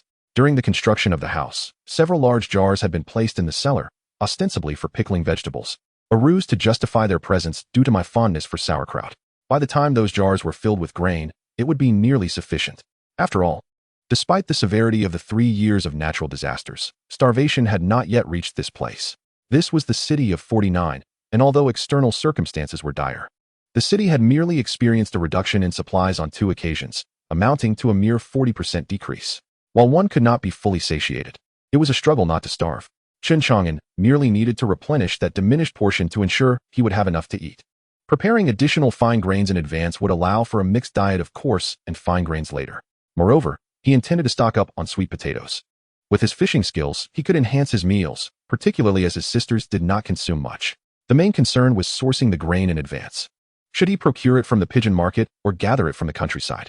Initially, he had envisioned himself as a buyer with the authority to purchase freely from rural areas, ensuring his family's sustenance.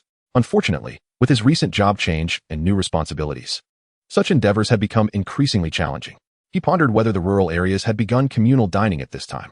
Regrettably, he had yet to visit the countryside during this period. Nevertheless, if the city of 49 was facing such challenges, the rural areas would likely fare even worse.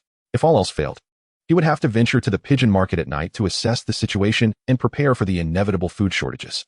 In the days to come, it would likely cease to be a matter of money, as nearly every household would be devoid of grain. Chen Chang'an planned to visit the pigeon market in a few days when he had some free time to gauge the situation. As he contemplated these matters, his hands remained busy, preparing a fragrant pan-fried small fish. The vegetables consisted of winter-stored Napa cabbage from the previous winter. During that time, Chen Chang'an had been so occupied that he had relied on Director Wang's arrangements to have them delivered directly to his home. Otherwise, he might not have even had access to cabbage. In this era, fresh vegetables available in the northern winters were exceedingly scarce. Chen Chang'an had also purchased a considerable amount of vegetables in advance, yet now only cabbage and radishes remained, as perishable items had been consumed first. There were still plenty of sweet potatoes. He had instructed Xiaoying to buy them, as he had been too busy during that winter to spend time with his sisters at home. When Chen Chang'an was absent, it was Xiaoying who would bake a few sweet potatoes for the younger ones. He thought it best to finish them off quickly to make room for this year's new grain storage. Chen Chang'an made a dish of sweet potato chunks boiled in cornmeal, accompanied by the pan-fried small fish and pickled radish, an acceptable meal indeed. After dinner, Chen Chang'an's gaze fell upon the black fish in the aquarium. What should he prepare for tomorrow? Perhaps steamed blackfish or the yellow croaker. He decided on steamed yellow croaker for the next day. The following morning, Yin Fugui and Yin Jiefeng finally stepped outside with confidence, with Yin Jiefeng accompanying Chen Chang'an to work. On their way, Chen Chang'an inquired about Yin Fugui's brother. Without lifting his head, Yin Jiefeng replied, "What do you think? He was sent in yesterday for labor reform." Observing Yin Jiefeng's demeanor, Chen Chang'an refrained from probing further. The two arrived at the processing plant in silence. Chapter 75. The aquarium broke. Upon arriving at the factory, Chen Chang'an conducted a brief inspection before heading to the workshop, instructing the workers to clear the area. He estimated that the scrapped engines arranged by Old Master Xiao would arrive in the morning, so he wanted the workers to be prepared. Sure enough, before 10 o'clock, a truck appeared at the entrance of the processing plant, delivering the items arranged by Old Master Xiao. At the workshop's entrance, everyone hurriedly unloaded 2 engines. The driver, after completing the delivery, refused to accept the cigarettes Chen Chang'an offered, stating that he was on a mission and needed to return to report back. He hurriedly departed.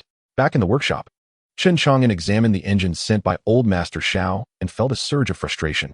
Was this not a Harley WL engine? He wondered where it had come from.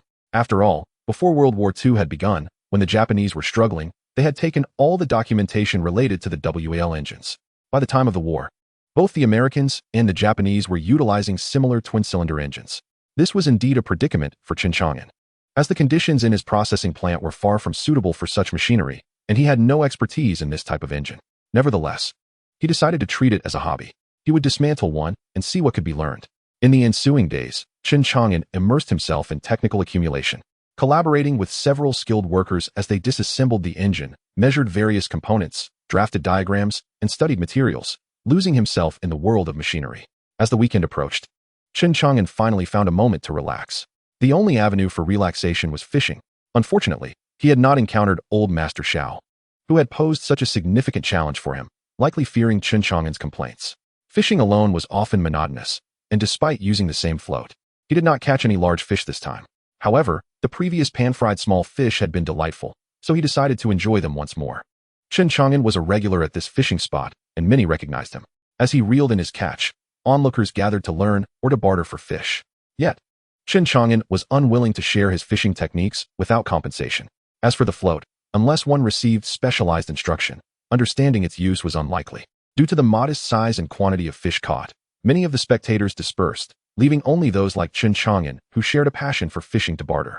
With a substantial bucket filled with small fish in hand, he hummed songs from a later era, leisurely making his way back to the courtyard. In just a few days, it seemed Yin Fugui had transformed, appearing more aged and haggard, becoming increasingly taciturn. In truth, Yin Fugui felt a deep sense of remorse, as he had pushed Yin Jieqing to demand food money and coal for the family. He realized that it was his pressure that had driven Yin Jieqing to resort to stealing coal from the factory, ultimately leading him to a path of no return. Thus, Yin Fugui was filled with guilt. When Chen Chang'an returned to the courtyard, he found Yin Fugui tending to his flowers and plants in the small yard. Upon seeing Chen Chang'an, he did not approach as he usually would to inquire about what was in Chen Chang'an's hands or to seek some small favor. In his heart, he felt that Chen Chang'an bore responsibility, as he had entrusted Yin Jieqing to him. Regardless of what Yin Jieqing had done at the factory, Chen Chang'an was supposed to look after him. Instead, when calamity struck, he distanced himself completely, passively witnessing his son's downfall. When he had pleaded with Chen Chang'an, the latter had resolutely stated that he could barely protect himself. Yin Fugui had assumed that the connection to Yin Jieqing would cost Chen Chang'an his own position as factory director. Yet, in the end, his son was imprisoned, while Chen Chang'an faced no repercussions and continued in his role as factory director. This left Yin Fugui feeling profoundly unsettled. Why should my son face such severe consequences while you remain unscathed? We have already compensated for the damages, yet this is the outcome. Deep down, Yin Fugui recognized that he could not contend with Chen Chang'an. Outwardly, he ceased engaging with him, but internally, he was convinced that Chen Chang'an was the primary architect of his son's misfortune. Chen Chang'an noticed that Yin Fugui no longer sought conversation with him, and sincerely, he felt a sense of relief. Does no one else find it intolerable when, regardless of who returns with purchases, they are accosted at the door, their belongings scrutinized by someone attempting to exploit them? The sudden absence of such an individual was a source of great joy for Chen Chang'an. He decided to indulge in a few extra pieces of pan-fried fish that evening. Not only did he relish it, but his sisters did as well, for the crispy texture made even the fish bones easy to crunch. After dinner, Chen Chang'an busied himself in his room, organizing engine schematics. His ambition was straightforward: to modify the dual-cylinder engine into a more straightforward 125 or 150 engine. After all, he once had a roommate who was a motorcycle enthusiast, and together they had delved into such studies. Thus, he felt compelled to experiment. Although his 4 years of mechanical studies seemed wasted, he had self-taught a portion of motorcycle engine knowledge. Though he had made some progress, it was growing late, and with work awaiting him in the morning, Chen Chang'an decided to tidy up and take his time with the research in the future. Having just shed his clothes, soaked his feet, turned off the lights, and settled into bed, he was startled to hear a loud bang from outside, followed by the sound of rushing water. Instantly, he grasped the situation, hastily threw on some clothes, and opened the window to investigate. There, he glimpsed a small figure dashing towards the courtyard, who appeared to collide with someone near the moon gate. Chen Chang'an caught a faint exclamation of surprise. Shortly thereafter, he observed He Shui emerging from the courtyard. As she passed through the front yard, she inadvertently stepped on something, nearly losing her balance. She was mumbling something inaudible, likely in a hurry, and rushed out of the yard. Once Chen Chang'an had calmed down the stirring Shoying and dressed, he stepped outside to find his suspicions confirmed. The large fish tank at his doorstep had been shattered. Fortunately, a hole had formed in the middle, allowing half the water to spill out, leaving the ground of the courtyard soaked. The fish he had caught were small, and a few had escaped through the rupture, which explained why He Shui had nearly stumbled over one of them. Chapter 76. The Nightmarish Encounter of the Jia Family. Chen Chang'an tidied up the courtyard with minimal effort. The water on the ground was inconsequential. Such a spacious yard would dry by morning, and he retrieved the few fish that had fled. There were still plenty of tanks prepared from the previous year. Though it was late, half a tank of water posed little risk to the fish. He could simply make do for the time being. There were more tanks in the kitchen. He would fetch another one the following day. However, this incident could not be left unresolved. If someone could shatter a tank in the dead of night without consequence, it was a clear indication of their assumption that they could bully him. Who knew what they might do next? Perhaps they would resort to breaking glass in the night. How distressing. Glass shards could injure someone. What an abhorrent thought. Though Chen Chang'an had a good idea of who was responsible, he remained in the yard, smoking a cigarette while awaiting He Shui's return to inquire about the identity of the person she had collided with. Most likely, it was Bang Gong. After being reprimanded for stealing fish, Jia Zhangshi had only recently finished cleaning the toilet and had begun causing trouble again. As he pondered how to teach Bang Gong a lesson, He Shui returned, spotting Chen Chang'an leaning against the corridor railing, the glow of his cigarette flickering in the dim light. Chen Chang'an. She ventured timidly. Why are you outside smoking so late at night? I was waiting for you. Chen Chang'an replied.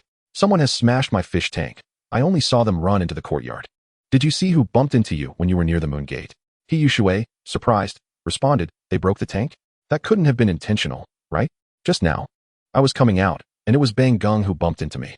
I almost fell in the front yard. I was wondering why there was water splashed all over the courtyard at this hour. Upon hearing her words, Chen Chang'an understood. It was indeed Bang Gung who had caused the damage. He told He Yushui, all right, you should head home quickly. It's chilly at night. Don't catch a cold. Okay, Chen Chang'an, she replied, and with that, she walked back to the courtyard.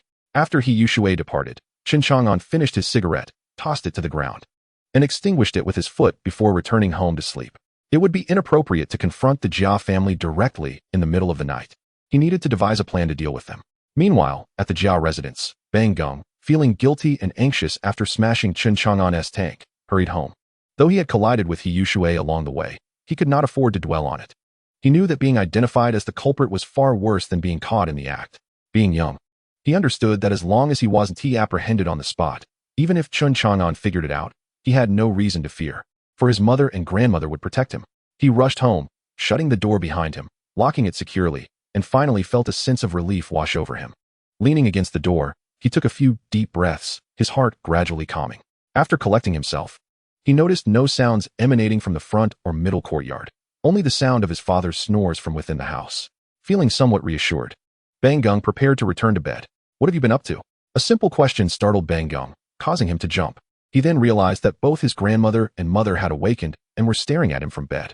Confronted by their piercing gazes, compounded by the fright he had just experienced, Bang Gung nearly burst into tears. I just went to the bathroom. I wanted to take some fish for Chen Chang'an, but he wouldn't give me any, and I ended up making my grandmother sweep the toilet. In a fit of anger, I grabbed a stone and smashed his fish tank. Upon hearing this, Jia Zhangshi immediately exclaimed, well done.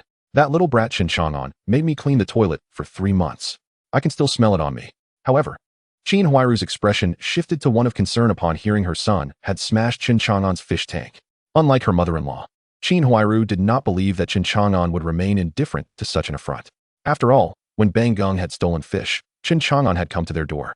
This time, having vandalized his fish tank, Chen Chang'an would not let it slide so easily. With this thought in mind, she admonished Bang Gung. How could you smash someone else's fish tank? Do you think Chen Chang'an is easy to mess with? If he comes to our door tomorrow, you'll have to compensate him. Where will you get the money for meat then? Hearing that smashing the tank meant he would go without meat made Bang Gung burst into tears. Seeing her beloved grandson being scolded by Qin Huairu, Jia Zhangshi, ever the protective grandmother, interjected, Bang Gung did nothing wrong. He was just standing up for me. What a good child. Why are you scolding him? Observing her mother-in-law defend Bang Gung instead of considering the situation for herself, Qin Huairu retorted, but, mother, do you really think Chen Chang'an is someone you can easily provoke? The connections one possesses are indeed substantial. Have you not noticed how well the director Wang of the street office gets along with certain families? One possesses a background, and even if they are not in the best of circumstances, they are still a factory manager, acquainted with a myriad of individuals. To ensnare a mere rural housewife without employment is rather effortless. Observing her mother-in-law's face, marred by indignation, she continued, furthermore, they are a family of martyrs. Untouchable and beyond reproach. Even your casual curses towards them could lead to disciplinary actions against you if discovered. Jia Zhangshi, still brimming with resentment, retorted. But no one heard me, did they? Are you looking down on me because I hail from the countryside? Let me remind you, Qin Huairu, you too are from Ning village. Were it not for my son Dongxiu, you would still be toiling in the fields, unable to afford the comfortable life you enjoy now. Qin Huairu, wearing a face of grievance, thought about the notion of being fat and wondered who among the two of them truly deserved the label. Regrettably, such thoughts were confined to her mind, for she dared not voice them, fearing a swift slap in return. Thus, she merely said, Mother, that is not my intention. I simply meant to express concern that if Chen Chang'an were to summon Director Wang to punish you by making you clean the toilets, what then? The mere thought of cleaning toilets sent shivers down Jia Zhangshi's spine. The stench, the discomfort, such memories were best left unremembered. The more she tried to forget, the more vivid those images became. After a moment, she muttered, we cannot afford to be punished with cleaning toilets again.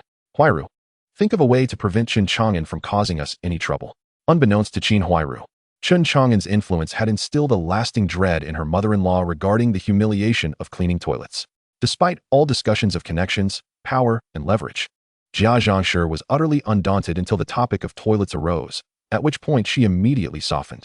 What Qin Huairu did not realize was that during the summer, Jia Zhangshi had been forced to clean toilets, often on the verge of collapsing from the noxious fumes. On several occasions, she found herself retching while scrubbing, her vision blurring as dizziness overtook her, stepping on various insects in the process. This experience left an indelible mark on her psyche. As Qin Huairu observed her mother-in-law's complexion shift from green to pale, she too felt a wave of nausea. Suddenly struck by a thought, she declared, "Let us rest for now. Tomorrow morning, I shall seek out Chen Chang'an." With that, she snuggled under the covers with the stick. The following morning, Qin Huairu, stick in hand, made her way to Chen Chang'an's home. At that moment, Chen Chang'an had just risen, squatting at the doorway brushing his teeth, while Xiaoying, his wife, was already bustling about in the kitchen steaming buns. Upon seeing Qin Huairu and the stick at his doorstep, Chen Chang'an quickly grasped the situation. He could not help but admire Qin Huairu's quick response, as she left him no opportunity to be irate.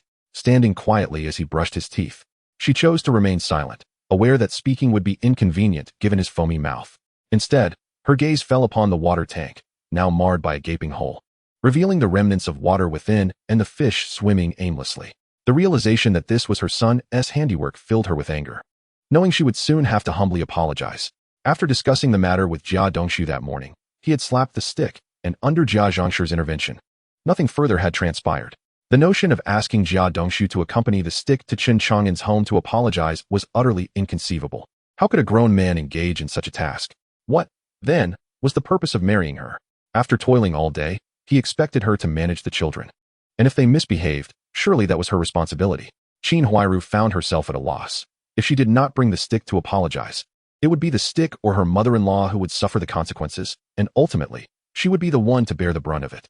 After all, Jia Dongshu was adept at discussing matters at home, but rendered mute outside. Reflecting on her grievances, she cast a fierce glare at the stick. The child, still stinging from his father's slap, took a few frightened steps back, fearing another reprimand from his mother. Observing her son's demeanor softened Qin Huairu's heart, and with a resigned sigh, she turned to see that Chen Chang'an had finished brushing his teeth. She spoke directly, "Chang'an, I truly apologize for last night. The stick accidentally broke your water tank while returning from the restroom. His father and I have already reprimanded him this morning, and now I have brought him to apologize." With her words, Chen Chang'an found himself without grounds for anger. He was puzzled. This was not the scenario he had envisioned. He had anticipated no one would come to apologize, that he would need to confront the Jia family, and that Jia Zhangshi would create a scene, providing him with the perfect excuse to retaliate.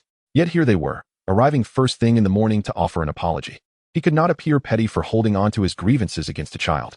As Qin Huairu noticed Chen Chang'an's silence, she guided the stick closer and instructed him. "What did I tell you at home? Apologize to Uncle Chang'an." Seeing the stick hesitantly shuffle forward, Qin Huairu's frustration mounted. If they were to apologize, they might as well do so with sincerity. This reluctance was unbecoming. Even if he accepted their apology, his displeasure would linger. It would be far better to be forthright, offering an apology that would soften hearts rather than breed resentment.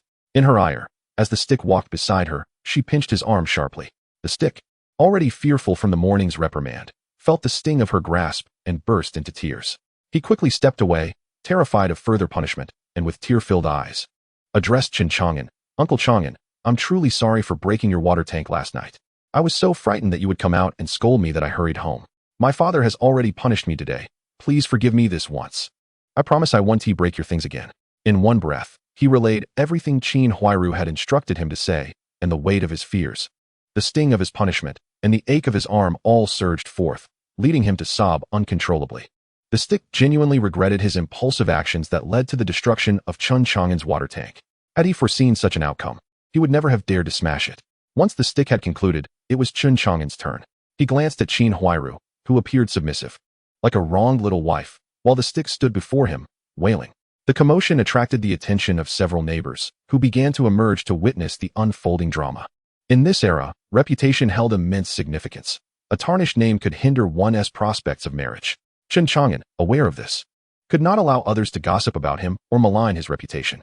Despite feeling cornered by Qin Huairu's maneuvering, he endeavored to muster a semblance of a smile. Approaching Bonging, I crouched down beside him and gently reassured, "Do not weep, dear Bonging."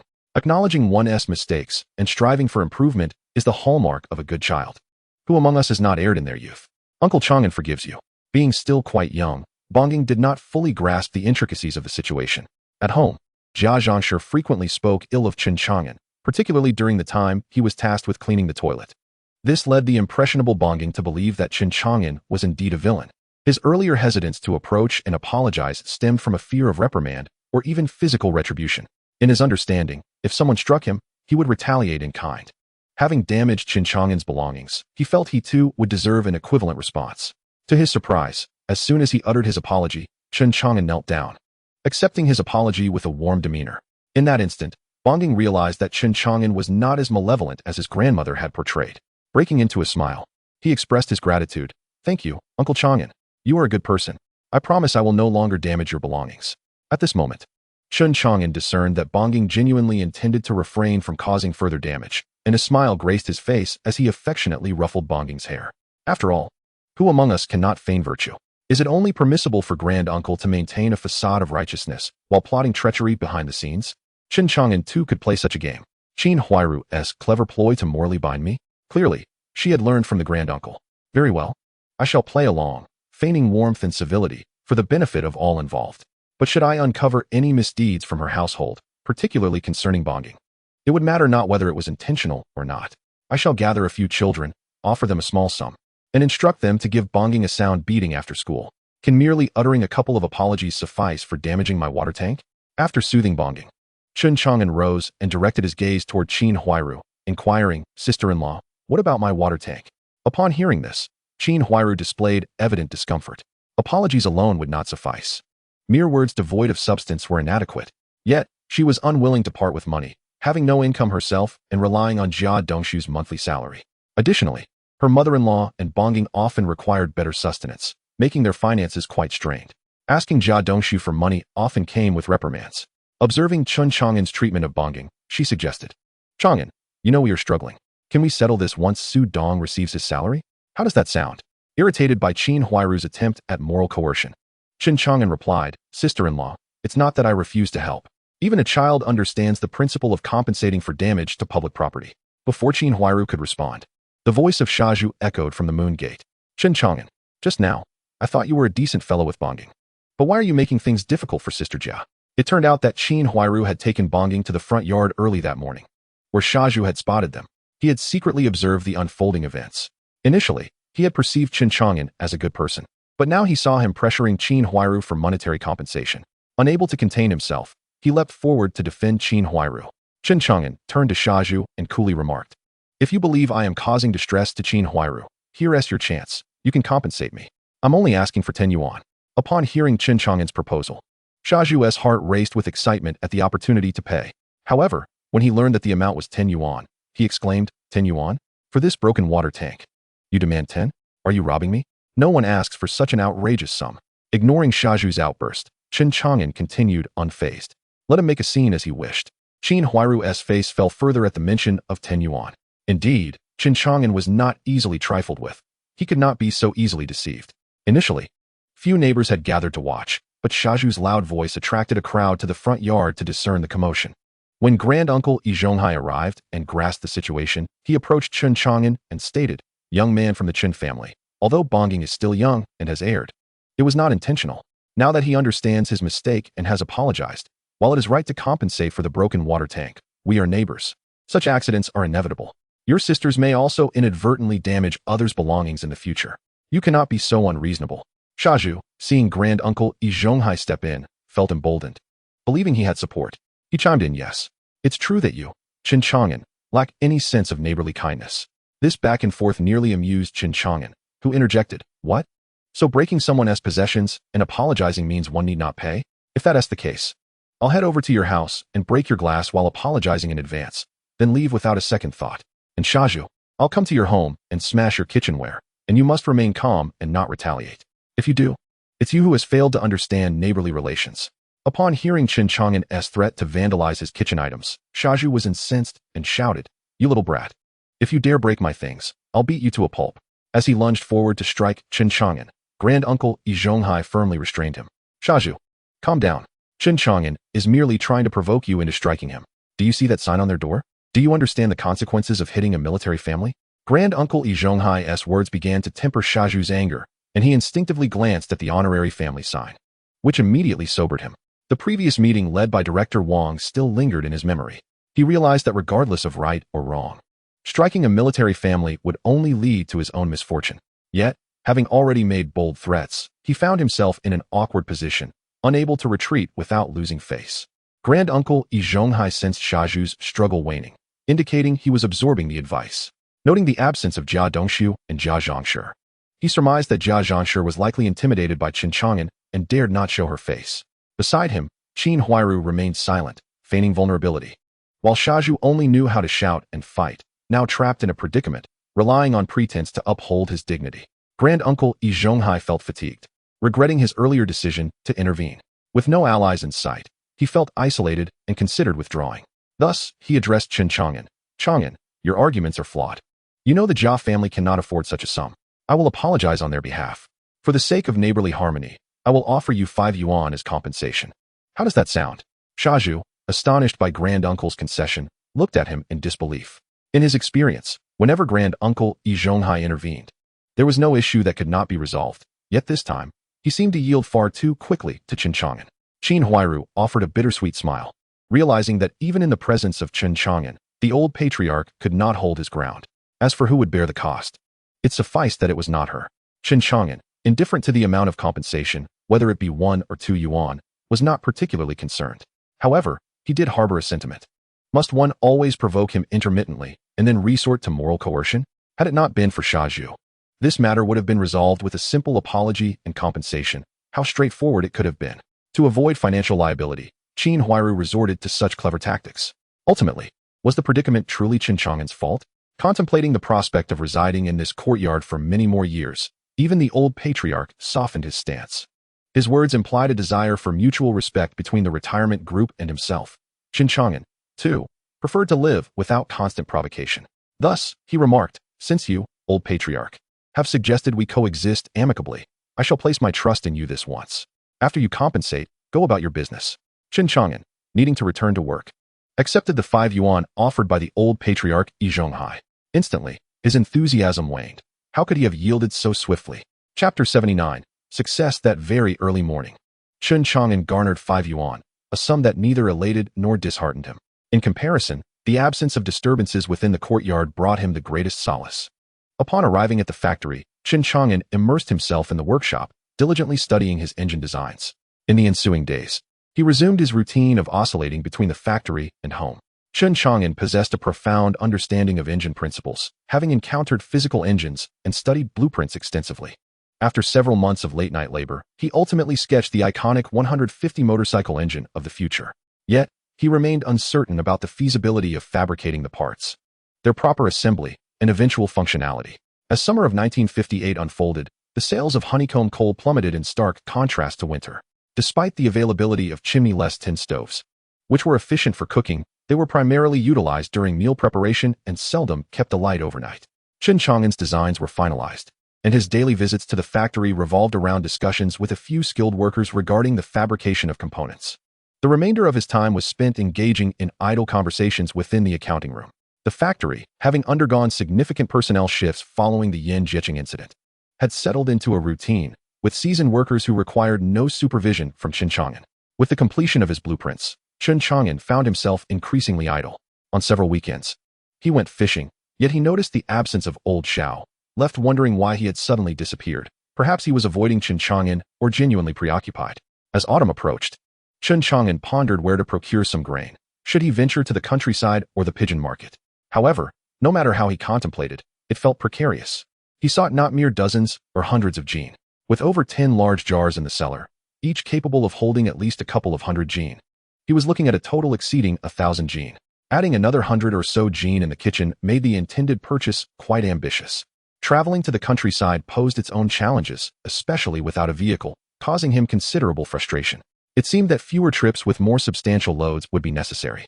While lost in thought regarding grain procurement, a sudden noise of the door slamming against the wall jolted Chen Chang'an from his reverie. A technician from the workshop dashed into his office, exclaiming, "Director Chen, the engine blueprint you provided us has been successfully produced." At this, Chen Chang'an felt a surge of excitement. The current set of blueprints had evolved far beyond the original sketches he had created. The manufactured components were incompatible, many parts failing to fit together. Chen Chang'an, alongside several technicians, had modified parameters countless times. This time, However, both he and the technicians believed assembly was finally achievable. Drawing upon his knowledge from previous lives, he initiated the process. Initially, the workers were utterly bewildered, relying entirely on Chen Chang'an's explanations. Gradually, they began to align their efforts with his vision, and eventually, discussions evolved to a point where Chen Chang'an could step back from the dialogue. This was somewhat disheartening. He had not anticipated this development. Who said there were no skilled workers in this era, merely rote followers.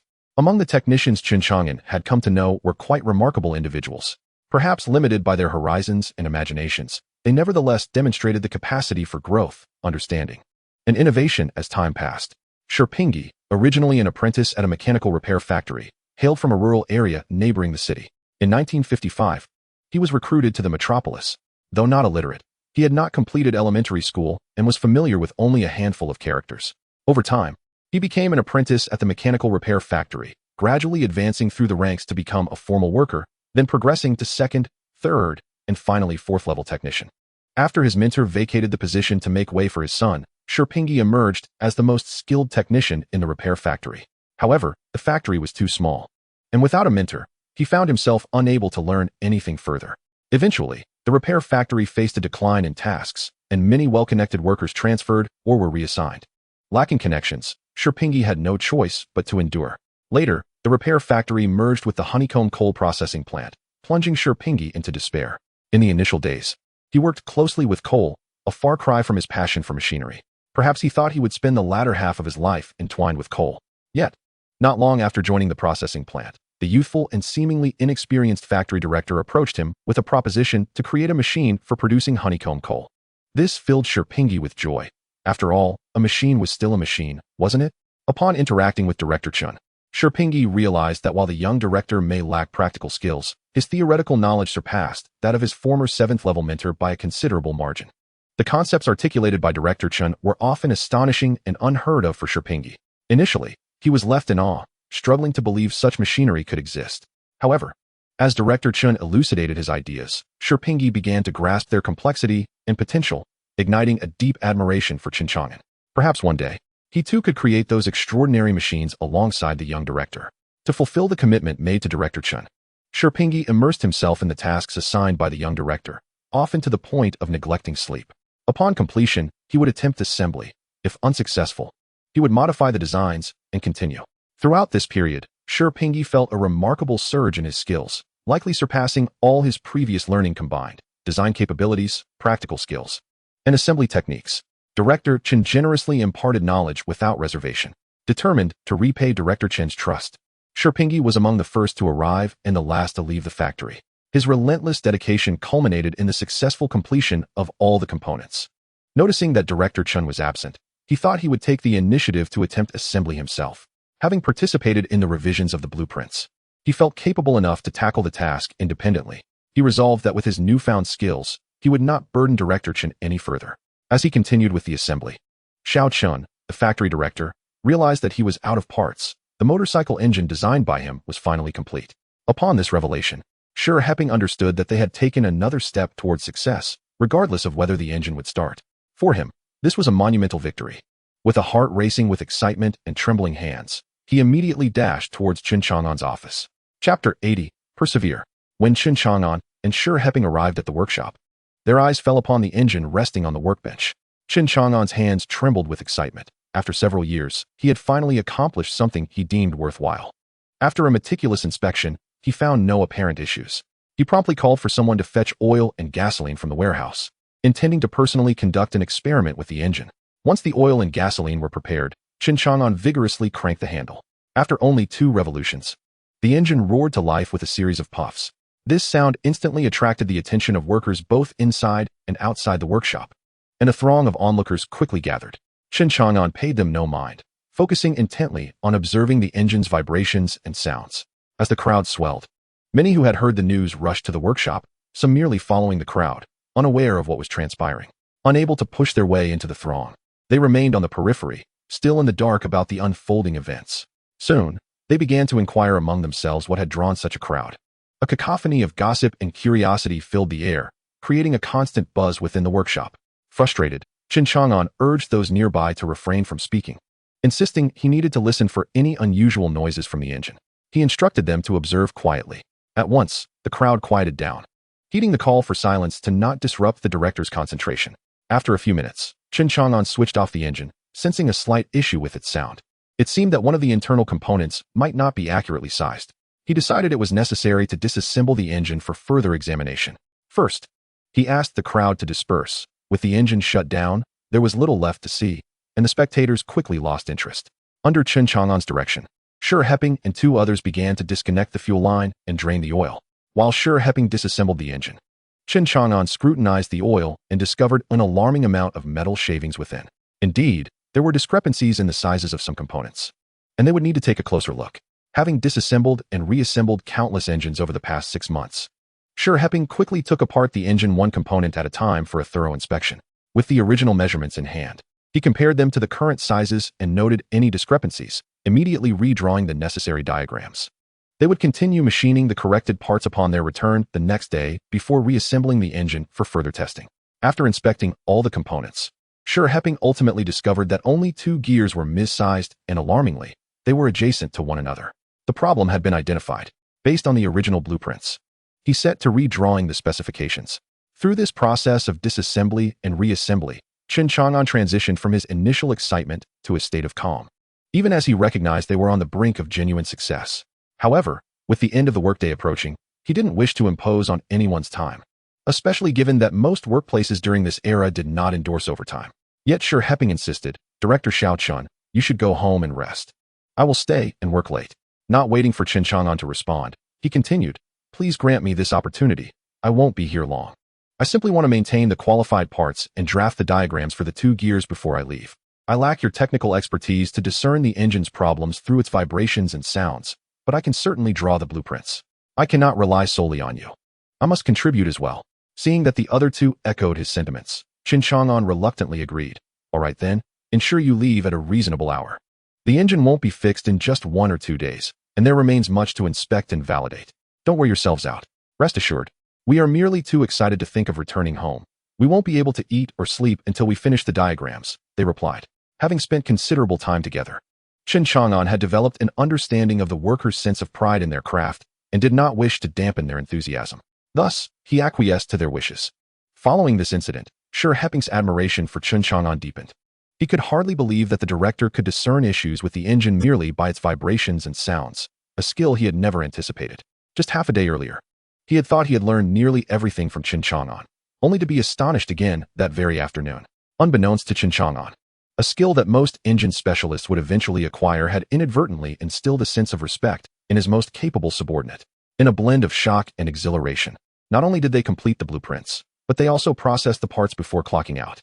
Had it not been for Chen Chang'an's remarkable ability to listen to the engine, they might have hastily assembled it and rushed to test it without further thought. On his walk home, Chen Chang'an felt a lightness in his step, humming a tune from the future, contemplating whether to share the news with Aunt Wang. Ultimately, he decided against it. If things didn't go as planned, and Aunt Wang brought in an expert for inspection, it would be quite embarrassing. He resolved to proceed methodically, allowing the engine to undergo testing for a while, during which he would craft the classic motorcycle design of the future. Then, they could assemble it into a genuine motorcycle and present it to the street office. Leaving Aunt Wang astounded, he was confident that by then, Grandpa Xiao and the others would no longer avoid him. Upon returning home, he discovered Xiaoying making dumplings. Oh, double happiness. His own Xiaoying had begun to learn from him. With the natural disasters of the upcoming 3 years looming, he wondered whether her timing was fortuitous or unfortunate. The next day, upon arriving at the factory, the moment Chen Chang'an laid eyes on Shi Heping, he nearly burst into laughter.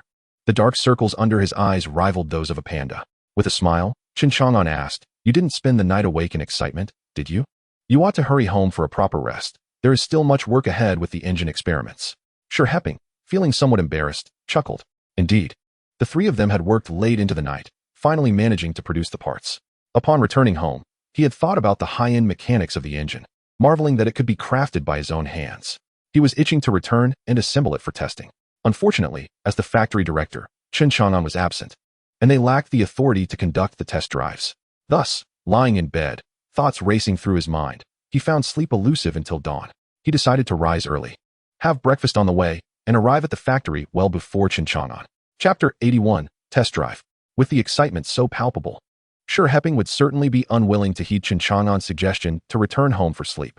Instead, they would simply work faster to finish up, allowing him to rest sooner.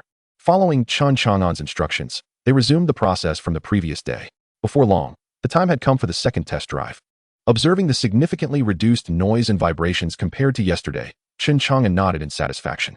Even Sure Hepping, who could neither discern vibrations nor listen to sounds, had come to realize, after reflecting on Chen Chang'an's performance through the sleepless night, that the engine's performance today was markedly superior to that of the previous day. As usual, the engine was shut down after 5 minutes for disassembly and inspection. The debris in the oil was minimal, which, in the context of later generations, would still be deemed inadequate, necessitating the use of specialized measuring instruments for thorough examination. Regrettably, Chen Chang'an had none at hand. Moreover, in this era, many industrial products prioritized merely confirming their existence over their functionality. As long as they worked, that sufficed.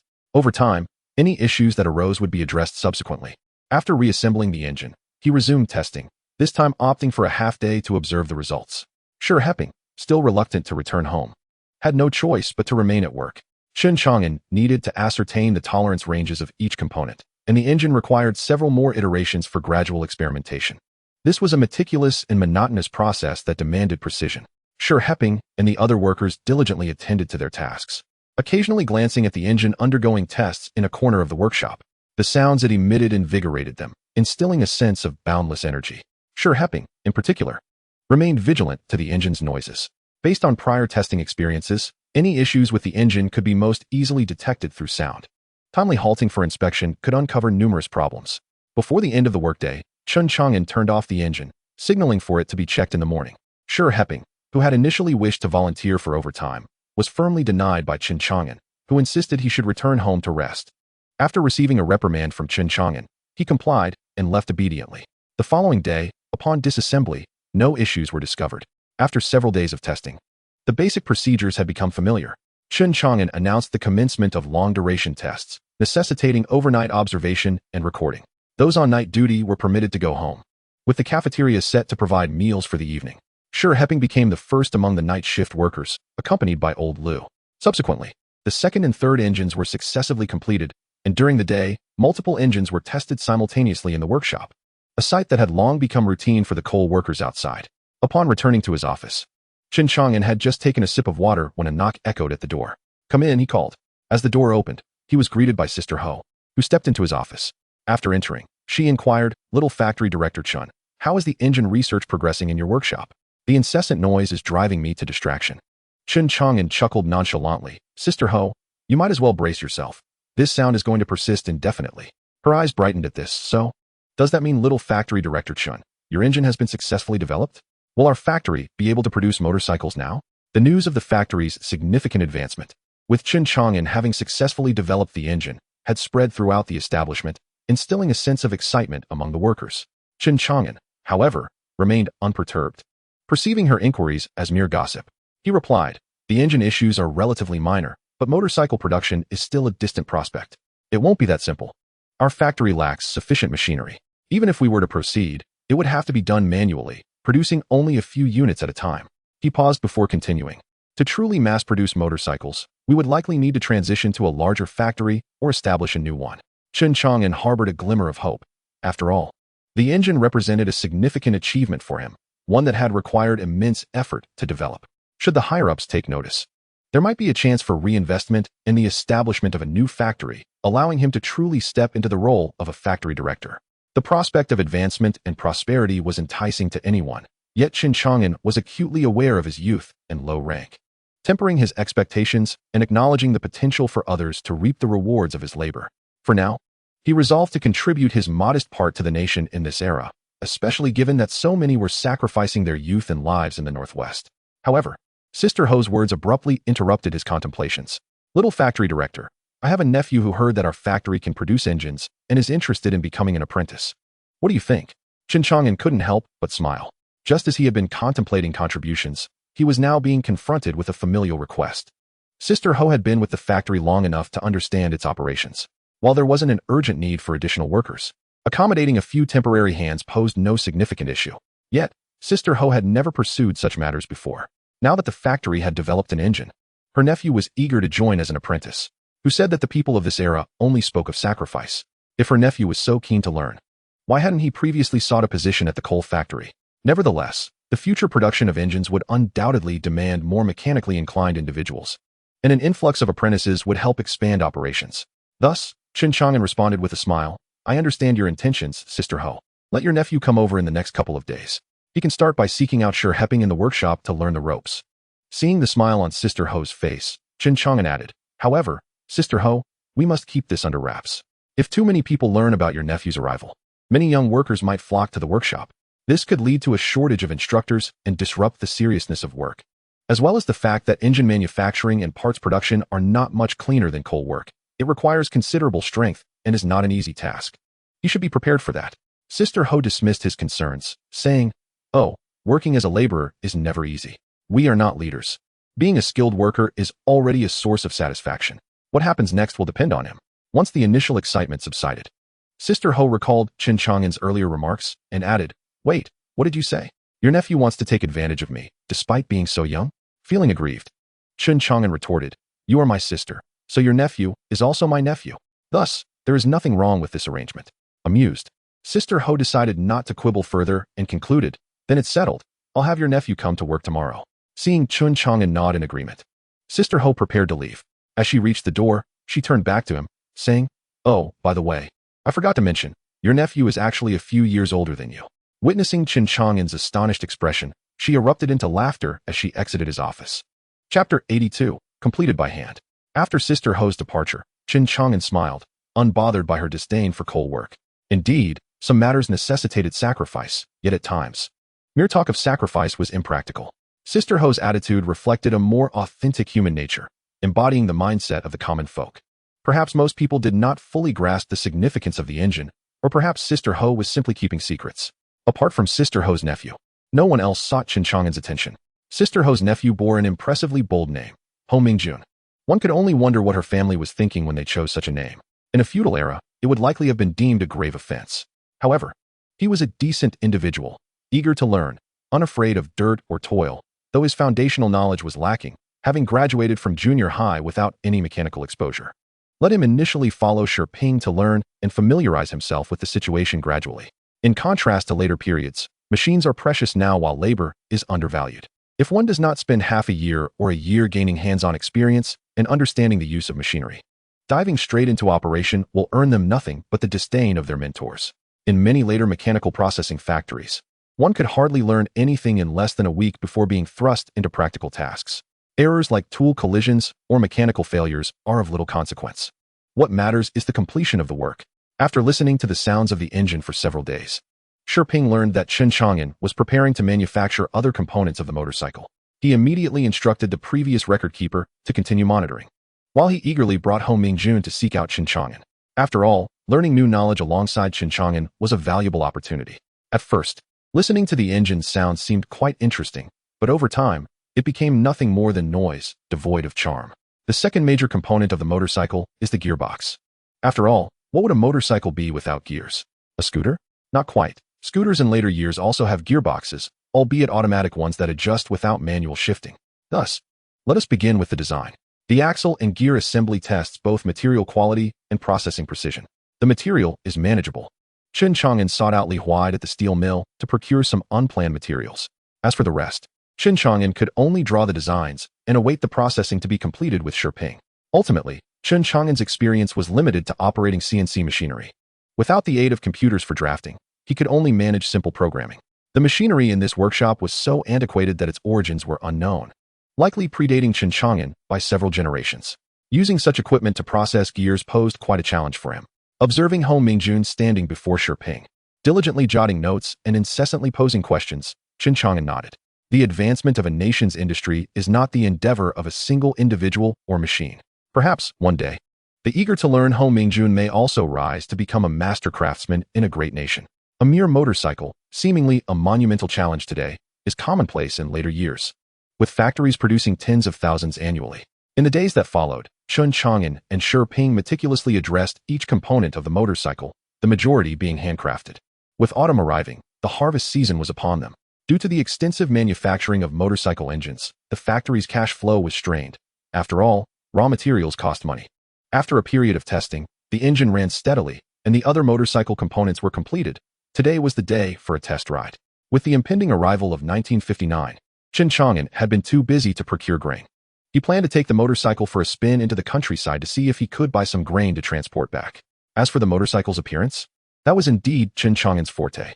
Observing the design, which bore resemblance to the later model of the Ling Wang, he nodded in satisfaction. It wasn't that he didn't wish to create a different look. It was simply that the equipment constrained him, and the manual labor was too cumbersome.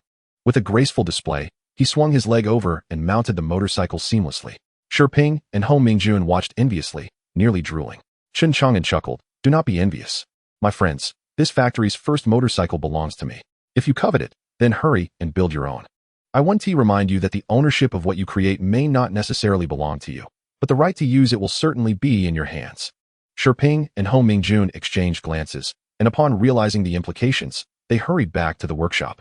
This was a motorcycle, and although the first had been claimed by Chen Chang'an, they had participated throughout the process, and with so many engines readily available, constructing another was merely a matter of time. Even if they did not hold ownership, being able to ride it around would surely attract envious glances from many. Watching the two dash away, Chen Chang'an smiled. While collecting grain from the countryside was secondary, the primary objective was to assess the motorcycle's performance. He needed to test its capabilities on the well-paved roads of the city, the rugged rural paths, its endurance with loads, and how it would handle various conditions. After all, with no access to purchased shock absorbers, he had crafted them himself, and he was uncertain of their efficacy. He simply hoped it would not fail him. That alone would be a victory. With his work permit and introduction letter in hand, Chen Chang'an prepared for this long journey. Just as he was about to press the motorcycle's starter lever, he was called back by Sister Ho. "Director Chen, I need to discuss something with you. The factory's funds are dwindling. We will have to distribute salaries next week, but our current finances barely cover our meal expenses." Sister Ho had not intended to chase Chen Chang'an with such news, but the inability to issue salaries also concerned her personally. If she did not inform him in advance, and salaries were indeed delayed, it would create quite a predicament. Chen Chang'an pondered the situation. The factory employed only a few individuals, and although the peak season for briquette coal had not yet arrived, there were still daily purchases. In truth, the processing plant's monthly income was not insignificant. Yet the subsidies for workers' lunches were substantial. Coupled with the recent expenses for motorcycle engines and components, costs were mounting. Thus, he addressed Sister Ho, "From today onward, no further purchases related to the motorcycle should be approved. The remaining materials in the workshop and warehouse are sufficient to construct several motorcycles. There is no need for additional procurement. First, let us produce a few vehicles, and later, I will report to the leadership regarding subsequent plans. With this week's income, we can cover the salaries. Should the coal from the district arrive, we will hold off on payments for that as well. Let all responsibilities rest on my shoulders. From now on, it's strictly incoming and no outgoing expenses until we ensure the salaries are settled. Do you understand?" "Understood. I may not return to the factory today. Please inform Ping and the others in the workshop," Chen Chang'an instructed. "All right," Sister Ho replied, watching as he straightened his posture, pressed the pedal, and ignited the motorcycle's engine. With a twist of the throttle, he swiftly vanished from the factory entrance, leaving Sister Ho with a look of envy. Chapter 83. A Joyride on the Road. Riding the motorcycle adorned in red and blue, Chen Chang'an attracted considerable attention. After all, during this era, motorcycles and cars were not commonly seen on the streets. Moreover, the vibrant color of his motorcycle stood out amidst a sea of military green vehicles, most of which were either war spoils or imported. The sudden appearance of such a conspicuous vehicle was bound to draw gazes. Chen Chang'an had not intended to be so ostentatious, but the factory lacked any other paint colors. This was, after all, the paint used for slogans on the factory's walls. Aside from red and blue, he deemed a white motorcycle less appealing than one coated in red and blue. Riding through the streets of Suzhou City, he garnered plenty of attention, ultimately making his way to the south suburban farm outside the city. Given the current communal dining system, Chen Chang'an anticipated it would be quite difficult to procure grain in the countryside. Thus, he first visited the aquaculture supply company to seek out Director Huang, who had extensive connections and also served as the deputy director of the supply and marketing cooperative. "Ah, Chang'an, it's been quite a while since you last visited. What brings you here today?" At the very first glance of Chen Chang'an in the office, Director Huang rose to greet him warmly, promptly pouring tea and lighting a cigarette in one fluid motion. Chen Chang'an jestingly remarked to Director Huang, "It has been a while since we last met. Your belly has certainly expanded quite a bit," as he playfully patted the director's abdomen. "Isn't this all thanks to you, Chang'an? The suggestions you provided me back then have largely borne fruit. I have not only completed my primary duties, but exceeded them, leaving me with a sense of lightness and freedom. one's heart expands, and so does one's waistline. Director Huang chuckled in response. Chen Chang'an found himself amused by Huang's words. Director Huang, he continued, today I come not to waste your time. I have some matters I wish to discuss with you. Speak freely, whatever assistance I can offer. I shall certainly provide, Huang responded with his characteristic generosity. Chen Chang'an hesitated. Well, it's not a grave matter. But I was hoping to inquire about where one might procure some grain in the 49 city, should one's household find itself lacking. Director Huang laughed. What is this? My dear brother, are you running short on food? That shouldn't be the case. It's just you and a few sisters at home, and being a military family. Your rations should suffice. Surely, the neighborhood committee wouldn't allow your family to go hungry. Hearing this, Chen Chang'an felt a wave of helplessness wash over him. Indeed, his family wasn't facing a food shortage at the moment. They had even stockpiled a fair amount. However, he could not share the truth about the impending 3 years of natural disasters starting next year. Those who dismissed it might consider him jesting, while others could accuse him of spreading rumors or causing panic, potentially leading to accusations of espionage. With a resigned sigh, Chen Chang'an explained, it's just that I live in a communal apartment, and there's a neighbor whose family, all with rural household registrations, is struggling. Their children, close to my sister Xiaoying, have come to me asking for help, and seeing how thin and hungry they are, I couldn't refuse. This has left my own pantry feeling somewhat inadequate. After all, we are state officials, and venturing into the black market is strictly forbidden. Which is why I turned to you, Brother Huang, hoping you might offer some alternative solutions. The fabrication slipped from Chen Chang'an's lips without a hint of trepidation. Perhaps even a lie detector from the future would struggle to unveil the truth. Director Huang, a man of warmth and understanding, had only exchanged a few fish with Chen Chang'an and offered him a few tips, yet he was inclined to foster a friendship and lend a helping hand. Moreover, the situation Chen spoke of was common in these times, not at all unusual. In fact, many around Huang faced similar hardships, and the general populace was often compassionate. After a moment's contemplation, Huang replied, Chang'an, as for grain, my fishery company has none.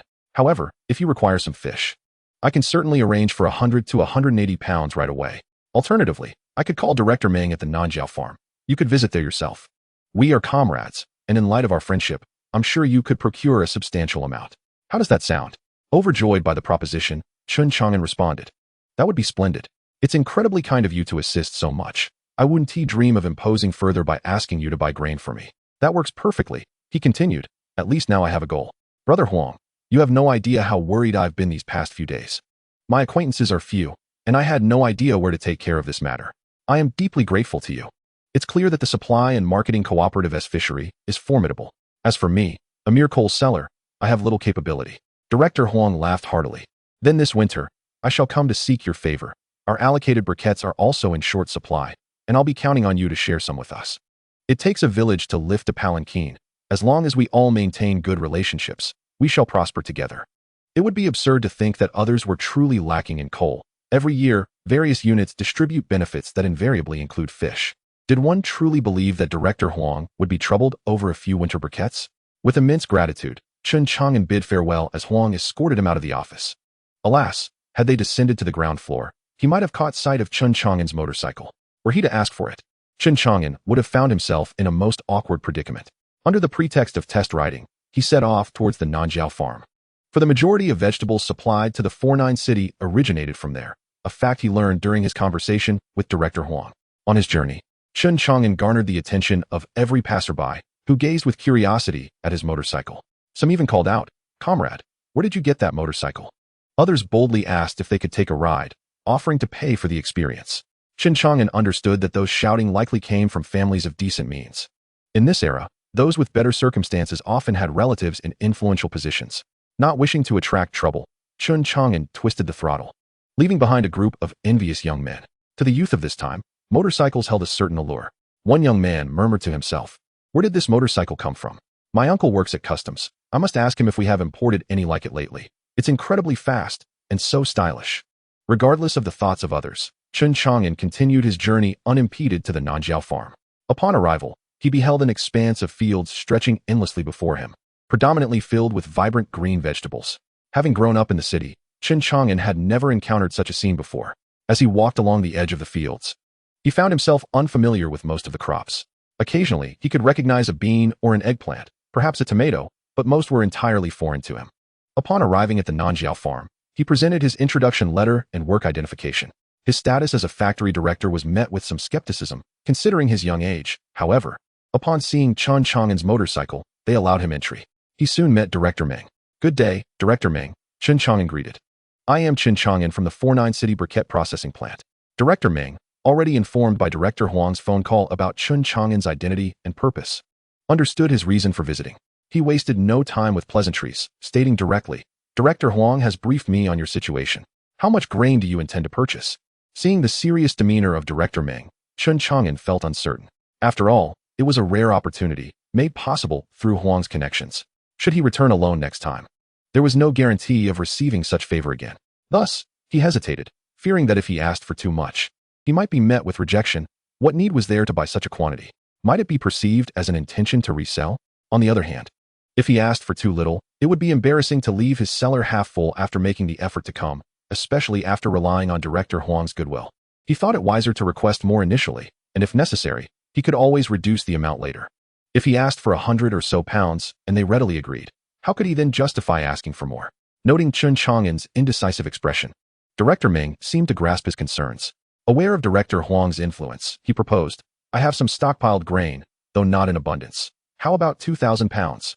1,000 pounds of cornmeal and 1,000 pounds of flour. How does that sound?" The simplicity of this offer filled Chen Chang'an with elation. Nodding vigorously, he exclaimed, "Director Meng, you have truly come to my aid. I cannot thank you enough." Observing the joyous countenance of Chen Chang'an, Director Meng continued, "Director Huang also spoke highly of you, attributing his current tranquility to the suggestion you provided. It is evident that you are a person who considers the welfare of others. I have little patience for selfishness. Just from your hesitation when I inquired about the quantity of grain you wished to purchase, I could discern your commendable character. Others might have seized the opportunity, thinking to leverage their connection with Director Huang for a more substantial gain." Chen Chang'an felt a wave of embarrassment wash over him, realizing he had nearly made an unreasonable demand himself. Thankfully, his moment of indecision had been lengthy enough to prevent him from appearing as one who exploits relationships for personal gain, as Director Meng had described. Director Huang then elaborated, "At my Nanjiao farm, we cultivate vegetables to supply the citizens of the 49 city. I have heard that you have provided valuable advice to many. Now that you are here and the matter is settled, do you have any suggestions for my Ning farm?" Chen Chang'an felt a twinge of awkwardness, aware that he had perhaps overstated his expertise in front of both Elder Xiao and Director Huang. He knew little about agriculture and could only identify a handful of vegetables. In the presence of seasoned farmers, he feared he would soon reveal his ignorance. Originally perceived as a knowledgeable individual, conversing with him would likely lead to disillusionment once they discovered his lack of basic agricultural knowledge. Thus, Chen Chang'an awkwardly confessed, "To be candid, Director Meng, my familiarity lies primarily with machinery and fishing. Beyond that, I am rather uninformed. I have spent my entire life in 49 City and have never set foot on a farm. Many crops I cannot even name at the market, and here, I am utterly at a loss. Offering advice in your presence seems rather daunting." Upon hearing Chen Chang'an's humble words, Director Meng beamed with pride, declaring, "You are absolutely right. Not only you, who have never farmed, but even seasoned farmers might not possess greater knowledge than I. However, I have heard you boast of being able to foresee events 2,000 years ahead and 50 years into the future. Surely, such claims require substantial skill, or else, how could one speak thus? Consider me as your peer, akin to Director Huang, and feel free to propose your ideas. I shall not hold any missteps against you. Youth is permitted to err." Listening to Director Meng's encouragement, Chen Chang'an pondered the significance of the farm that supplies nearly half of 49 City's vegetables. With the impending natural disasters looming, he recognized the weight of his words could elicit doubt, yet he felt compelled to contribute something meaningful to his country. After some contemplation, he ventured, "May I, in all humility, share a few thoughts?" Director Meng observed the cautious demeanor of Chen Chang'an and did not expect him to offer any constructive suggestions. He merely appreciated the young man's sincerity and entertained the conversation. "Do not hesitate, express whatever thoughts you have," Chen Chang'an replied. "Our northern region cannot be compared to the south. Their warmer climate allows for double cropping, while here, once winter arrives, aside from storing winter cabbages, it is exceedingly challenging to procure other vegetables. My work involves producing briquettes, as you may know. With a stove and a chimney, one can warm a room. If we were to build a shelter for the crops and provide a chimney, would it not raise the temperature sufficiently to cultivate vegetables?" Director Meng was momentarily taken aback by Chen Chang'an's suggestion. "What is this? Constructing houses for vegetables? Am I foolish, or are you? What are the costs of building? And to cover hundreds of acres of land? Who would undertake such a task? With what resources?" Recalling his earlier statements, Director Meng's lips twitched as he awkwardly interjected, "Ah, Chang'an, the hour grows late. Perhaps we should. Realizing Director Meng had misunderstood, Chen Chang'an hastily clarified, Director Meng, you have misconstrued my intent. I have yet to finish my thoughts.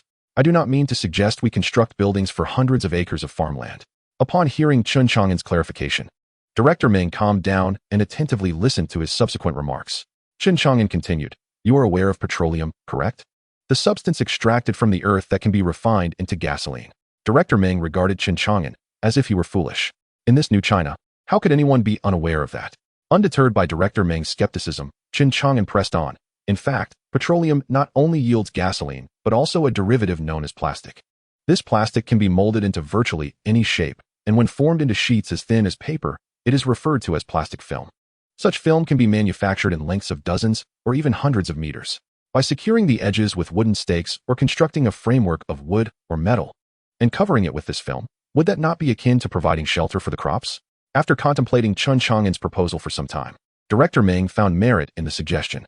The inability to cultivate vegetables in winter stemmed from low temperatures, and using plastic film to cover the crops while incorporating a heat source would essentially serve the same purpose as building a house for them. The most challenging aspect would be acquiring the plastic film, but he recalled that the states still possessed oil fields in Yunnan, albeit with limited output. However, Chen Chang'an's notion suggested that acquiring this material was feasible. He resolved to draft a report and explore this further. If successful, it would indeed be a significant achievement. Addressing Chen Chang'an, Director Meng exclaimed, "Ah, my young friend, you truly are remarkable. Initially, I thought Director Huang was jesting, and I sought to test your acuity. But you have indeed enlightened me." Chen Chang'an found amusement in the situation, recognizing the considerable challenges of introducing greenhouses to this era, particularly the scarcity of plastic film. He replied, "In truth, this undertaking poses no great difficulty. The primary hurdle lies in sourcing the film. I have no means to facilitate that. It is entirely in your hands, Director Meng." Director Meng responded with confidence, "Fear not. This matter shall be my responsibility. As long as our country possesses this material, I will ensure its acquisition." Observing Director Meng's unwavering confidence, Chen Chang'an sensed that there were powerful connections behind his assertions. As their conversation shifted to other topics, he hesitated, contemplating whether to disclose the impending drought that loomed in the coming years. Noticing Chen Chang'an's reticence, Director Meng encouraged him, "If you have further suggestions, do share them. Consider this a casual exchange. Feel free to voice your thoughts without concern for my judgment. Once you leave this office, you need not acknowledge our discussion. Let us treat this as a friendly conversation, and I shall consider your ideas as my own." Despite Director Meng's reassurances, Chen Chang'an remained conflicted, aware that such foresight could lead to significant repercussions. Yet, recalling the dire circumstances he had heard about from the future, he resolved to speak up. He recognized that failing to voice his concerns would weigh heavily on his conscience, while others might merely dismiss it as a trivial jest. With newfound determination, Chen Chang'an addressed Director Meng, "It is not a grave matter, but I have heard from several elders that drought may be anticipated next year. I hope you can reserve some grain for our factory during that time." Once uttered, this statement seemed to drain Chen Chang'an of his energy. Initially taken aback, Director Meng responded, "How many people are there in your unit? My young friend, your generosity is commendable. Reserving some grain is certainly no trouble. As for the drought, that is a challenge we face annually. Such matters can vary greatly in magnitude. Indeed, if a severe drought were to occur, we would find ourselves powerless." How could Chen Chang'an possibly be unaware of the potential ramifications? If trivial, others might dismiss it as a jest. If grave, it could be labeled as slander, disturbing the tranquility of the nation. However, Chen Chang'an could not produce any evidence. After all, he could hardly divulge that he had traversed through time. Could he? That would be sheer folly. With no other recourse, Chen Chang'an addressed Director Meng directly, expressing his gratitude for the assistance in procuring grain. "You have been of immense help," he said. "Yet if you require evidence from me, I must confess that I cannot provide it. And if you seek assurances, I am unable to give them. Should you choose to believe, then prepare accordingly.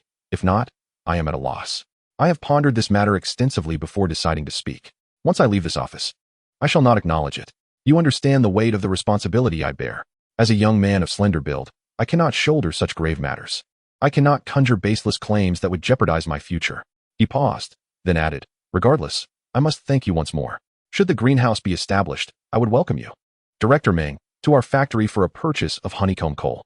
With that, Chen Chang'an stood to extend his hand for a handshake. Director Meng, seated behind the desk, gazed intently at Chen Chang'an. After a prolonged silence, he rose and shook Chen Chang'an's hand. "I understand," he replied. "This matter shall remain between us. Preparing for it is not without merit. Regardless, I am grateful that you chose to confide in me, sharing so much. Your suggestion regarding the greenhouse is commendable. I hope that in the future, you might continue to offer us your insights. As for the procurement of honeycomb coal and stoves, I shall certainly seek you out. Their hands clasped firmly before Chen Chang'an departed. On his return journey, his motorcycle was laden with several burlap sacks, merely half of the total. It was cumbersome to transport, especially given the poor road conditions.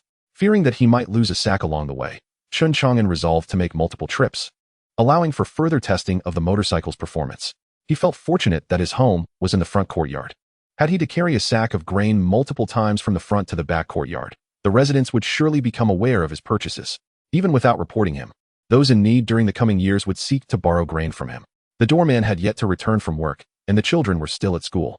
As for Aunt San, she was likely in the middle courtyard gossiping with the other women, affording Chen Chang'an the opportunity to transport the grain discreetly. Even if someone happened to pass by, they would not pay much heed, merely noticing him carrying a sack of grain home. Seizing the moment, Chen Chang'an swiftly rode back to the southern suburbs farm. In this era, riding was indeed a pleasure. The streets were wide and traffic sparse. He could speed without concern. And during his recent trips, he had not encountered any issues. With his motorcycle's qualification certificate, he was free to roam without a helmet or driver's license. In a later time, he would surely have been apprehended at the very outset. The surveillance was no laughing matter. Chen Chang'an believed that, considering the motorcycle's reliability, it would be wise to wear a helmet. Unfortunately, that seemed an unlikely prospect. He would have to find someone to craft a straw one. Once he had finished with the grain, he gazed contentedly at the large jars filled with food in his cellar, relieved that he and his sisters would not go hungry in the years to come. With the workday nearing its end, Chen Chang'an felt no urge to return to the factory. He had conveyed all that was necessary. He pushed the motorcycle into the courtyard and parked it at the entrance before heading inside to prepare dinner. The children arrived home from school first, and when Xiaoying spotted the motorcycle at their doorstep, she was filled with curiosity. "Whose motorcycle is that at our door?" she wondered aloud, only to find Chen Chang'an in the kitchen. "Big brother, whose motorcycle is it?" she asked. Chen Chang'an chuckled. "Whose could it be? It's obviously mine." Xiaoying gasped in surprise. "Big brother, did you actually design a motorcycle?" Recently, Chen Chang'an had been sketching designs each night before bed, and Xiaoying had often brought him warm water for foot baths. Thus she had inquired about his drawings. Today, seeing the unfamiliar motorcycle fueled her speculation. But without confirmation from Chen Chang'an, she still found it hard to believe. After all, it was a motorcycle. She rushed to inspect it, her curiosity piqued. As several inquisitive children gathered around the motorcycle, Chen Chang'an answered their questions while preparing dinner. After their meal, they insisted on experiencing the motorcycle, and with no other option, Chen Chang'an took the three eager youngsters for a short ride. One sat in his lap, while Xiaoying held another behind him. Due to the number of passengers, he rode slowly, making only a brief circuit before returning. Nonetheless, the children were absolutely thrilled. Upon his return, Yan Fugui had witnessed the scene. He stared at the motorcycle being pushed into the courtyard for quite some time before turning and leaving. The following morning, many in the neighborhood noticed the motorcycle at Chen Chang'an's doorstep. In those days, owning a bicycle was already a point of pride, but a motorcycle? That was a privilege reserved for the elite. A young man, engaged in producing honeycomb coal, had no right to ride such a vehicle, especially to bring it home. Surely, he had taken advantage of public resources. How could someone like him hold the position of factory director? Chen Chang'an was well aware of the envy and resentment in the gazes of his neighbors. Ignoring their stares, he rode directly to the processing plant. Watching him arrive on a motorcycle, Sister Ho felt a pang of jealousy. Having worked for many years and with both she and her spouse employed, she relied on her bicycle for commuting. However, could a bicycle compare to a motorcycle? In the past, she had been the one admired for riding to work, but today, that spotlight had shifted to Chen Chang'an. Many workers knew that Chen Chang'an and Hepping had concocted some sort of engine, and they had heard rumors that a motorcycle could be crafted with such an engine. No one anticipated it would be completed so swiftly and with such aesthetic appeal. When Hepping saw Chen Chang'an arrive on the motorcycle, he rushed over, asking, "Director, how did it go? Is there anything wrong with our motorcycle?" Seeing the nervous expression on Hepping's face, Chen Chang'an smiled reassuringly. "Yesterday, I made 2 trips to the southern suburbs farm, testing it on both smooth and muddy roads. There were no issues whatsoever." Finally, Hepping relaxed, a joyful smile breaking through his tension. After all, this was the first motorcycle he had helped create, holding significant meaning, akin to a child of his own. Although the motorcycle was fundamentally crafted by Chen Chang'an, it felt like a shared bond, much like that between a biological mother and a wet nurse. Encouraging Hepping to take a turn around the factory, they entered the workshop to assess the progress. No sooner had they stepped inside than Yin Jiefeng approached Chen Chang'an, announcing that Director Wang from the street office was waiting for him in the office. As Chen Chang'an made his way to the office, he pondered the purpose of Director Wang's visit. Was it for financial assistance? Since he had lent several thousand yuan to the textile factory under the street office. He had heard that the factory had expanded its production and employed numerous women facing familial hardships and unemployment. The textile factory required skilled labor. It was only a few months since the last expansion, so it couldn't possibly be seeking to expand production again so soon. Upon reaching his office, Chen found Director Wang inspecting his motorcycle with great curiosity. He hurried over, addressing her. "Aunt Wang, what brings you here today? If you have instructions, feel free to send someone to relay them." Director Wang glanced at him and retorted, "What's this? Now that you have a motorcycle, are you riding around to flaunt it? Even bringing it home? I had no idea. Your secrecy is commendable." Hearing her words, Chen felt a wave of annoyance wash over him. It was clear that someone had reported him, most likely someone from the courtyard. Otherwise, Director Wang wouldn't have come to see him this early, solely because of the motorcycle. Thus, he smiled ingratiatingly. "Aunt Wang, this motorcycle was only completed yesterday. I had to take it out for a test ride, didn't I? If I rushed to the street office to report to you, and it broke down before I even left the factory gate, that would have been quite the embarrassment, wouldn't it?" Perhaps Chen's reasoning struck a chord, for Director Wang turned to him and asked, "Then tell me, where did you ride it yesterday?" Noticing the expression on her face, Chen realized he had passed this test and was now being queried about the motorcycle's performance. He replied, "This motorcycle is the result of considerable research from our factory, with the engine having undergone at least a week of testing. Once it was completed yesterday, I took it for 2 trips to the south suburb farm. Since I returned quite late, I went directly to the courtyard instead of back to the factory." Upon hearing this, Director Wang nodded, saying, "Just be mindful of your surroundings, especially in your courtyard. There are all sorts of people there, particularly your neighbor, Uncle San, who enjoys reporting on others." Ah, so it was Uncle San, Yin Fugui, who had lodged the complaint. No wonder Director Wang had received word so swiftly. Catching him off guard, Chen had initially planned to produce several more motorcycles before presenting a surprise to Director Wang at the street office, but now this was thwarted. "Your son, Yin Jiefeng, still works here, and you dare to act this way?" Observing Chen's somber demeanor, Director Wang remarked, "These are trivial matters. Your motorcycle is what truly matters. So, were there any quality issues? If you wish to ramp up production, what obstacles do you foresee?" Chen contemplated for a moment and replied, "There are indeed quite a few challenges. If we rely solely on our factory, we can only produce a handful, 3 to 5 units a month at most, as we lack even decent machinery. To achieve large-scale production, we would need to establish a facility comparable in size to the steel rolling mill, accompanied by a workforce of skilled labor." Director Wang inquired, "If you had a factory the size of the steel mill you mentioned, how many motorcycles could you produce in a year?" After some consideration, Chen estimated, "If there are no issues with materials and manpower, perhaps around 10,000 units? At the mention of 10,000 units, Director Wang's eyes sparkled. "Can you truly achieve that?" Chen, somewhat uncertain, responded, "Some materials are mixed from my own formulations, but as long as we have skilled workers and raw materials, I can't think of any other problems." He then seemed to realize something and added, "Of course, this pertains to my management of the factory. I cannot guarantee anything beyond that." Understanding Chen's implication, Director Wang smiled and nodded. She then mounted the motorcycle parked in front of the office and informed Chen that she would be reporting to the leaders before swiftly departing the processing plant. Chapter 87. The final meeting. It remained unclear where Director Wang had gone for a joyride on the motorcycle. But she returned as the afternoon approached and work was drawing to a close. She approached Chen and said, "I filled the motorcycle with fuel. I must say, it's quite comfortable to ride, more so than the Japanese motorcycles." Chen was momentarily taken aback, then realized she might be alluding to the war years and the spoils of that era. Of course, the difference in era is significant, and military vehicles cannot be compared to civilian ones in terms of comfort. "I'm not boasting. The shock absorption on this one is truly exceptional." Dismounting, Director Wang replied, "No need for boasting. Prepare yourself. In 2 days, a leader will be visiting for an inspection, and you can impress them then." Upon hearing about the inspection, Chen's ingratiating smile returned. "Aunt Wang, what level of leader is coming? Could you provide a hint so I know what preparations to make?" Director Wang chuckled. "It's not as serious as you think. It's likely a leader from the department coming to observe your motorcycle production situation." Chen grew anxious. "Aunt Wang, we don't have any production here. Everything is done by hand. Such an outdated production method might not reflect well when the leader sees it." Director Wang laughed. "Of course, you must present some challenges. Otherwise, how could the department assist you? Producing motorcycles under difficult conditions showcases our proletarian spirit of self-reliance and hard work."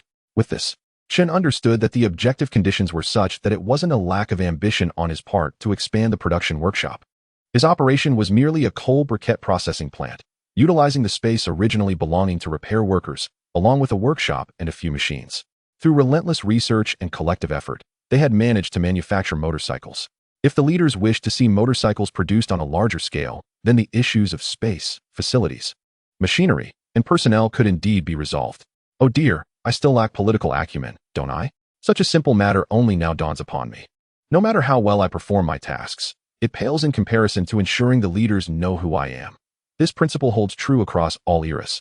He recalled hearing about two students from the same class who were both selected for a transfer and became county leaders in neighboring counties. One allocated funds for water conservancy projects daily, while the other squandered money. When a sudden flood occurred, the diligent one had nothing to show for his efforts, while the other, whose dam had collapsed, took charge during the crisis, organizing party members and the public to assist the army in flood relief. After the flood receded, the former received no recognition, while the latter, praised for his organizational skills, became a beloved leader and was promoted. In light of this, Chen Chang'an recognized that he was indeed not suited for leadership. After Director Wang's hints, he understood. Thank you, Aunt Wang. I know what I need to do. Director Wang smiled. Good.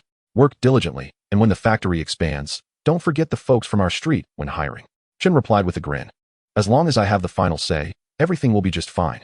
Watching Director Wang depart, Chen summoned several key personnel from the factory, saying nothing further before convening a meeting. In the office were Sister Ho, Xiao Su, Shi Heping, and a warehouse supervisor assigned by the street office. Chen directly asked, Sister Ho, Xiao Su, how is Yin Jiefeng performing in your finance department? Due to the arrival of Director Wang, the few individuals present in the office were acutely aware that as soon as Director Wang departed, Chen Chang'an promptly announced a meeting. Sister Ho from the finance department and Xiao Su presumed it was related to the motorcycle incident, especially since Director Wang had ridden off on a motorcycle immediately after his arrival that morning. To their astonishment, Chen Chang'an began by inquiring about Yin Jiefeng, leaving both Sister Ho and Xiao Su momentarily stunned. The matter concerning Yin Jiefeng had cast a shadow over Yin Fuguwei, whose demeanor had become perpetually grim. This unfortunate situation had undoubtedly affected the entire Yin family, as such occurrences bore significant repercussions in this era. Yin Fuguwei was on the verge of losing his job. Had it not been for his many years of service and the current shortage of teachers in schools, he would have found himself unemployed. It was hardly surprising that Yin Fuguwei's countenance reflected his distress, and consequently, Yin Jiefeng had lost the cheerful demeanor he once possessed upon joining the factory. Many within the factory were aware that the two were brothers, and the act of Yin Jiefeng's elder brother pilfering from the factory felt akin to a betrayal of their own belongings. Everyone was struggling, and any job was highly valued. Should the factory face financial ruin, who would pay their wages? The government? For how long could it sustain them? As the factory approached collapse, their employment would inevitably be jeopardized. Initially, some dismissed the situation, but as the stakes became clearer, Yin Jiefeng found himself subjected to the scornful glares of his fellow workers.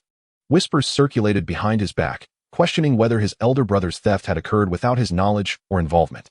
Once such doubts took root in people's minds, especially when Yin Jiefeng was present daily, it was impossible for speculation not to flourish.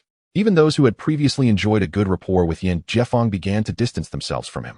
Yin Jiefeng, in turn, began to experience the isolation his elder brother had endured. The camaraderie and respect he had once enjoyed, particularly in the company of Wu Haiyan, had dissipated. Gradually, a somber expression took residence on Yin Jiefeng's face, and he contemplated resignation, yet Yin Fuguwei firmly opposed this. Despite the meager income from the processing factory, Yin Jiefeng remained vigilant, hoping to catch Chen Chang'an in a moment of arrogance that would expose his true nature and potentially ruin his career. His relationship with Wu Haiyan and his interactions with Sister Ho and Xiao Su had diminished to a mere semblance of familiarity. During the meeting, when Chen Chang'an posed a direct question, Xiao Su was about to speak but was swiftly silenced by Sister Ho. She remarked that while Yin Jiefeng's work ethic was unremarkable, he bore no evident faults, yet his perpetual frown suggested a sense of entitlement, as if everyone owed him a debt. There was a distinct lack of revolutionary spirit in his demeanor. Sister Ho's words effectively subdued Yin Jiefeng's standing.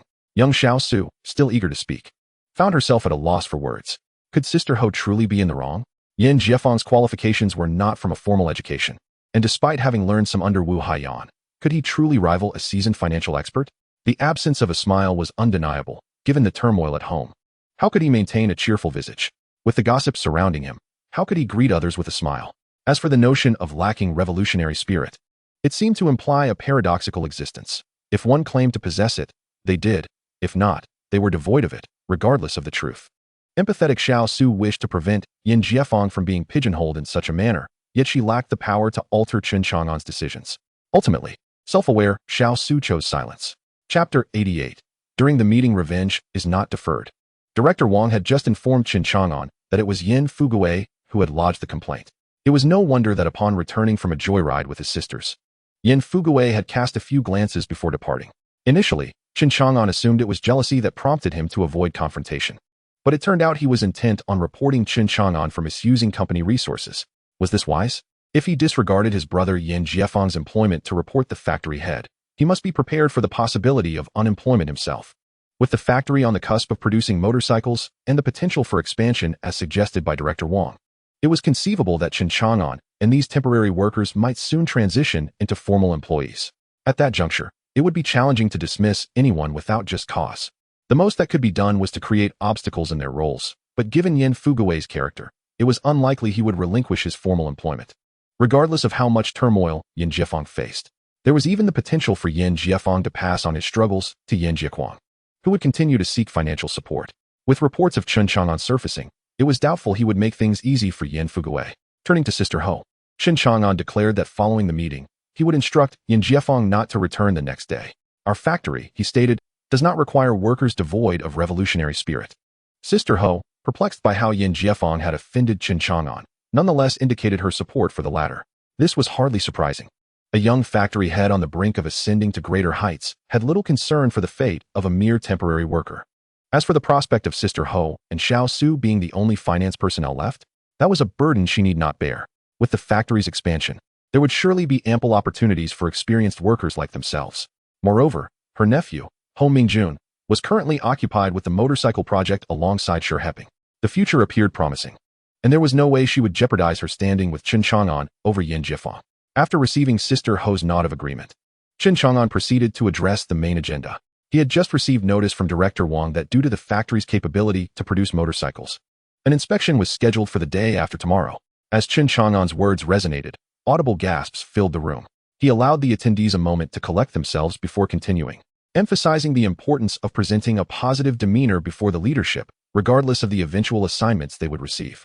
As the group nodded in agreement, Chen Chang'an turned to Shi Heping, stating that it was imperative not only to showcase their motorcycles, but also to present the previous coal briquette machine for the leader's inspection. With Shi Heping's affirmation, Chen Chang'an elaborated that they should prepare all the motorcycle components for assembly when the leaders arrived, ensuring they could witness the process firsthand. Furthermore, he insisted on demonstrating the outdated machinery they utilized and the extensive manual labor involved. At this juncture, Shi Heping raised his head, a look of confusion crossing his features. Shouldn't they be showcasing only the best to the leaders? Chen Chang'an disregarded Shi Heping's bewilderment. This was a meeting, and he had no intention of explaining his rationale at that moment. Just follow my instructions, he asserted, and I will take responsibility for any issues that arise. Seeing Shi Heping acquiesce, Chen Chang'an turned to Sister Ho, advising her to manage the accounts with diligence. While it was uncertain whether an audit would occur, it was better to be cautious than to be caught off guard. Sister Ho, you and Xiao Su should resolve any discrepancies swiftly, ideally by tonight, to avoid complications the day after tomorrow. With Sister Ho's nod, Chen Chang'an concluded, reminding everyone of the vast market for civilian motorcycles in the country.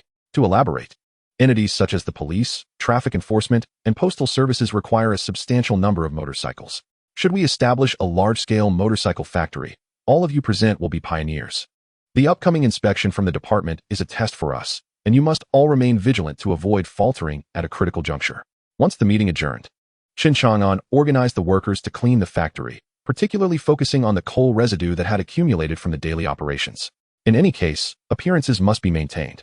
Observing the industrious workers, Chen Chang'an sought out Old Lu and remarked, "Old Lu, please open the gates early the day after tomorrow to allow the cart pullers in, and ensure that those purchasing coal maintain a semblance of order." Old Lu nodded and inquired, "Is there an inspection by the leaders?" Chen Chang'an affirmed, "Yes. It is said that the leaders from the department will come to inspect." As he spoke, he handed Old Lu a cigarette, and they both indulged in its smoke. Old Lu, with a sense of nostalgia, remarked, "Leaders from the department. Now that is indeed a high-ranking official. To have seen such a figure in my lifetime, I suppose my existence has not been in vain." Chen Chang'an took a puff and chuckled, "What is this?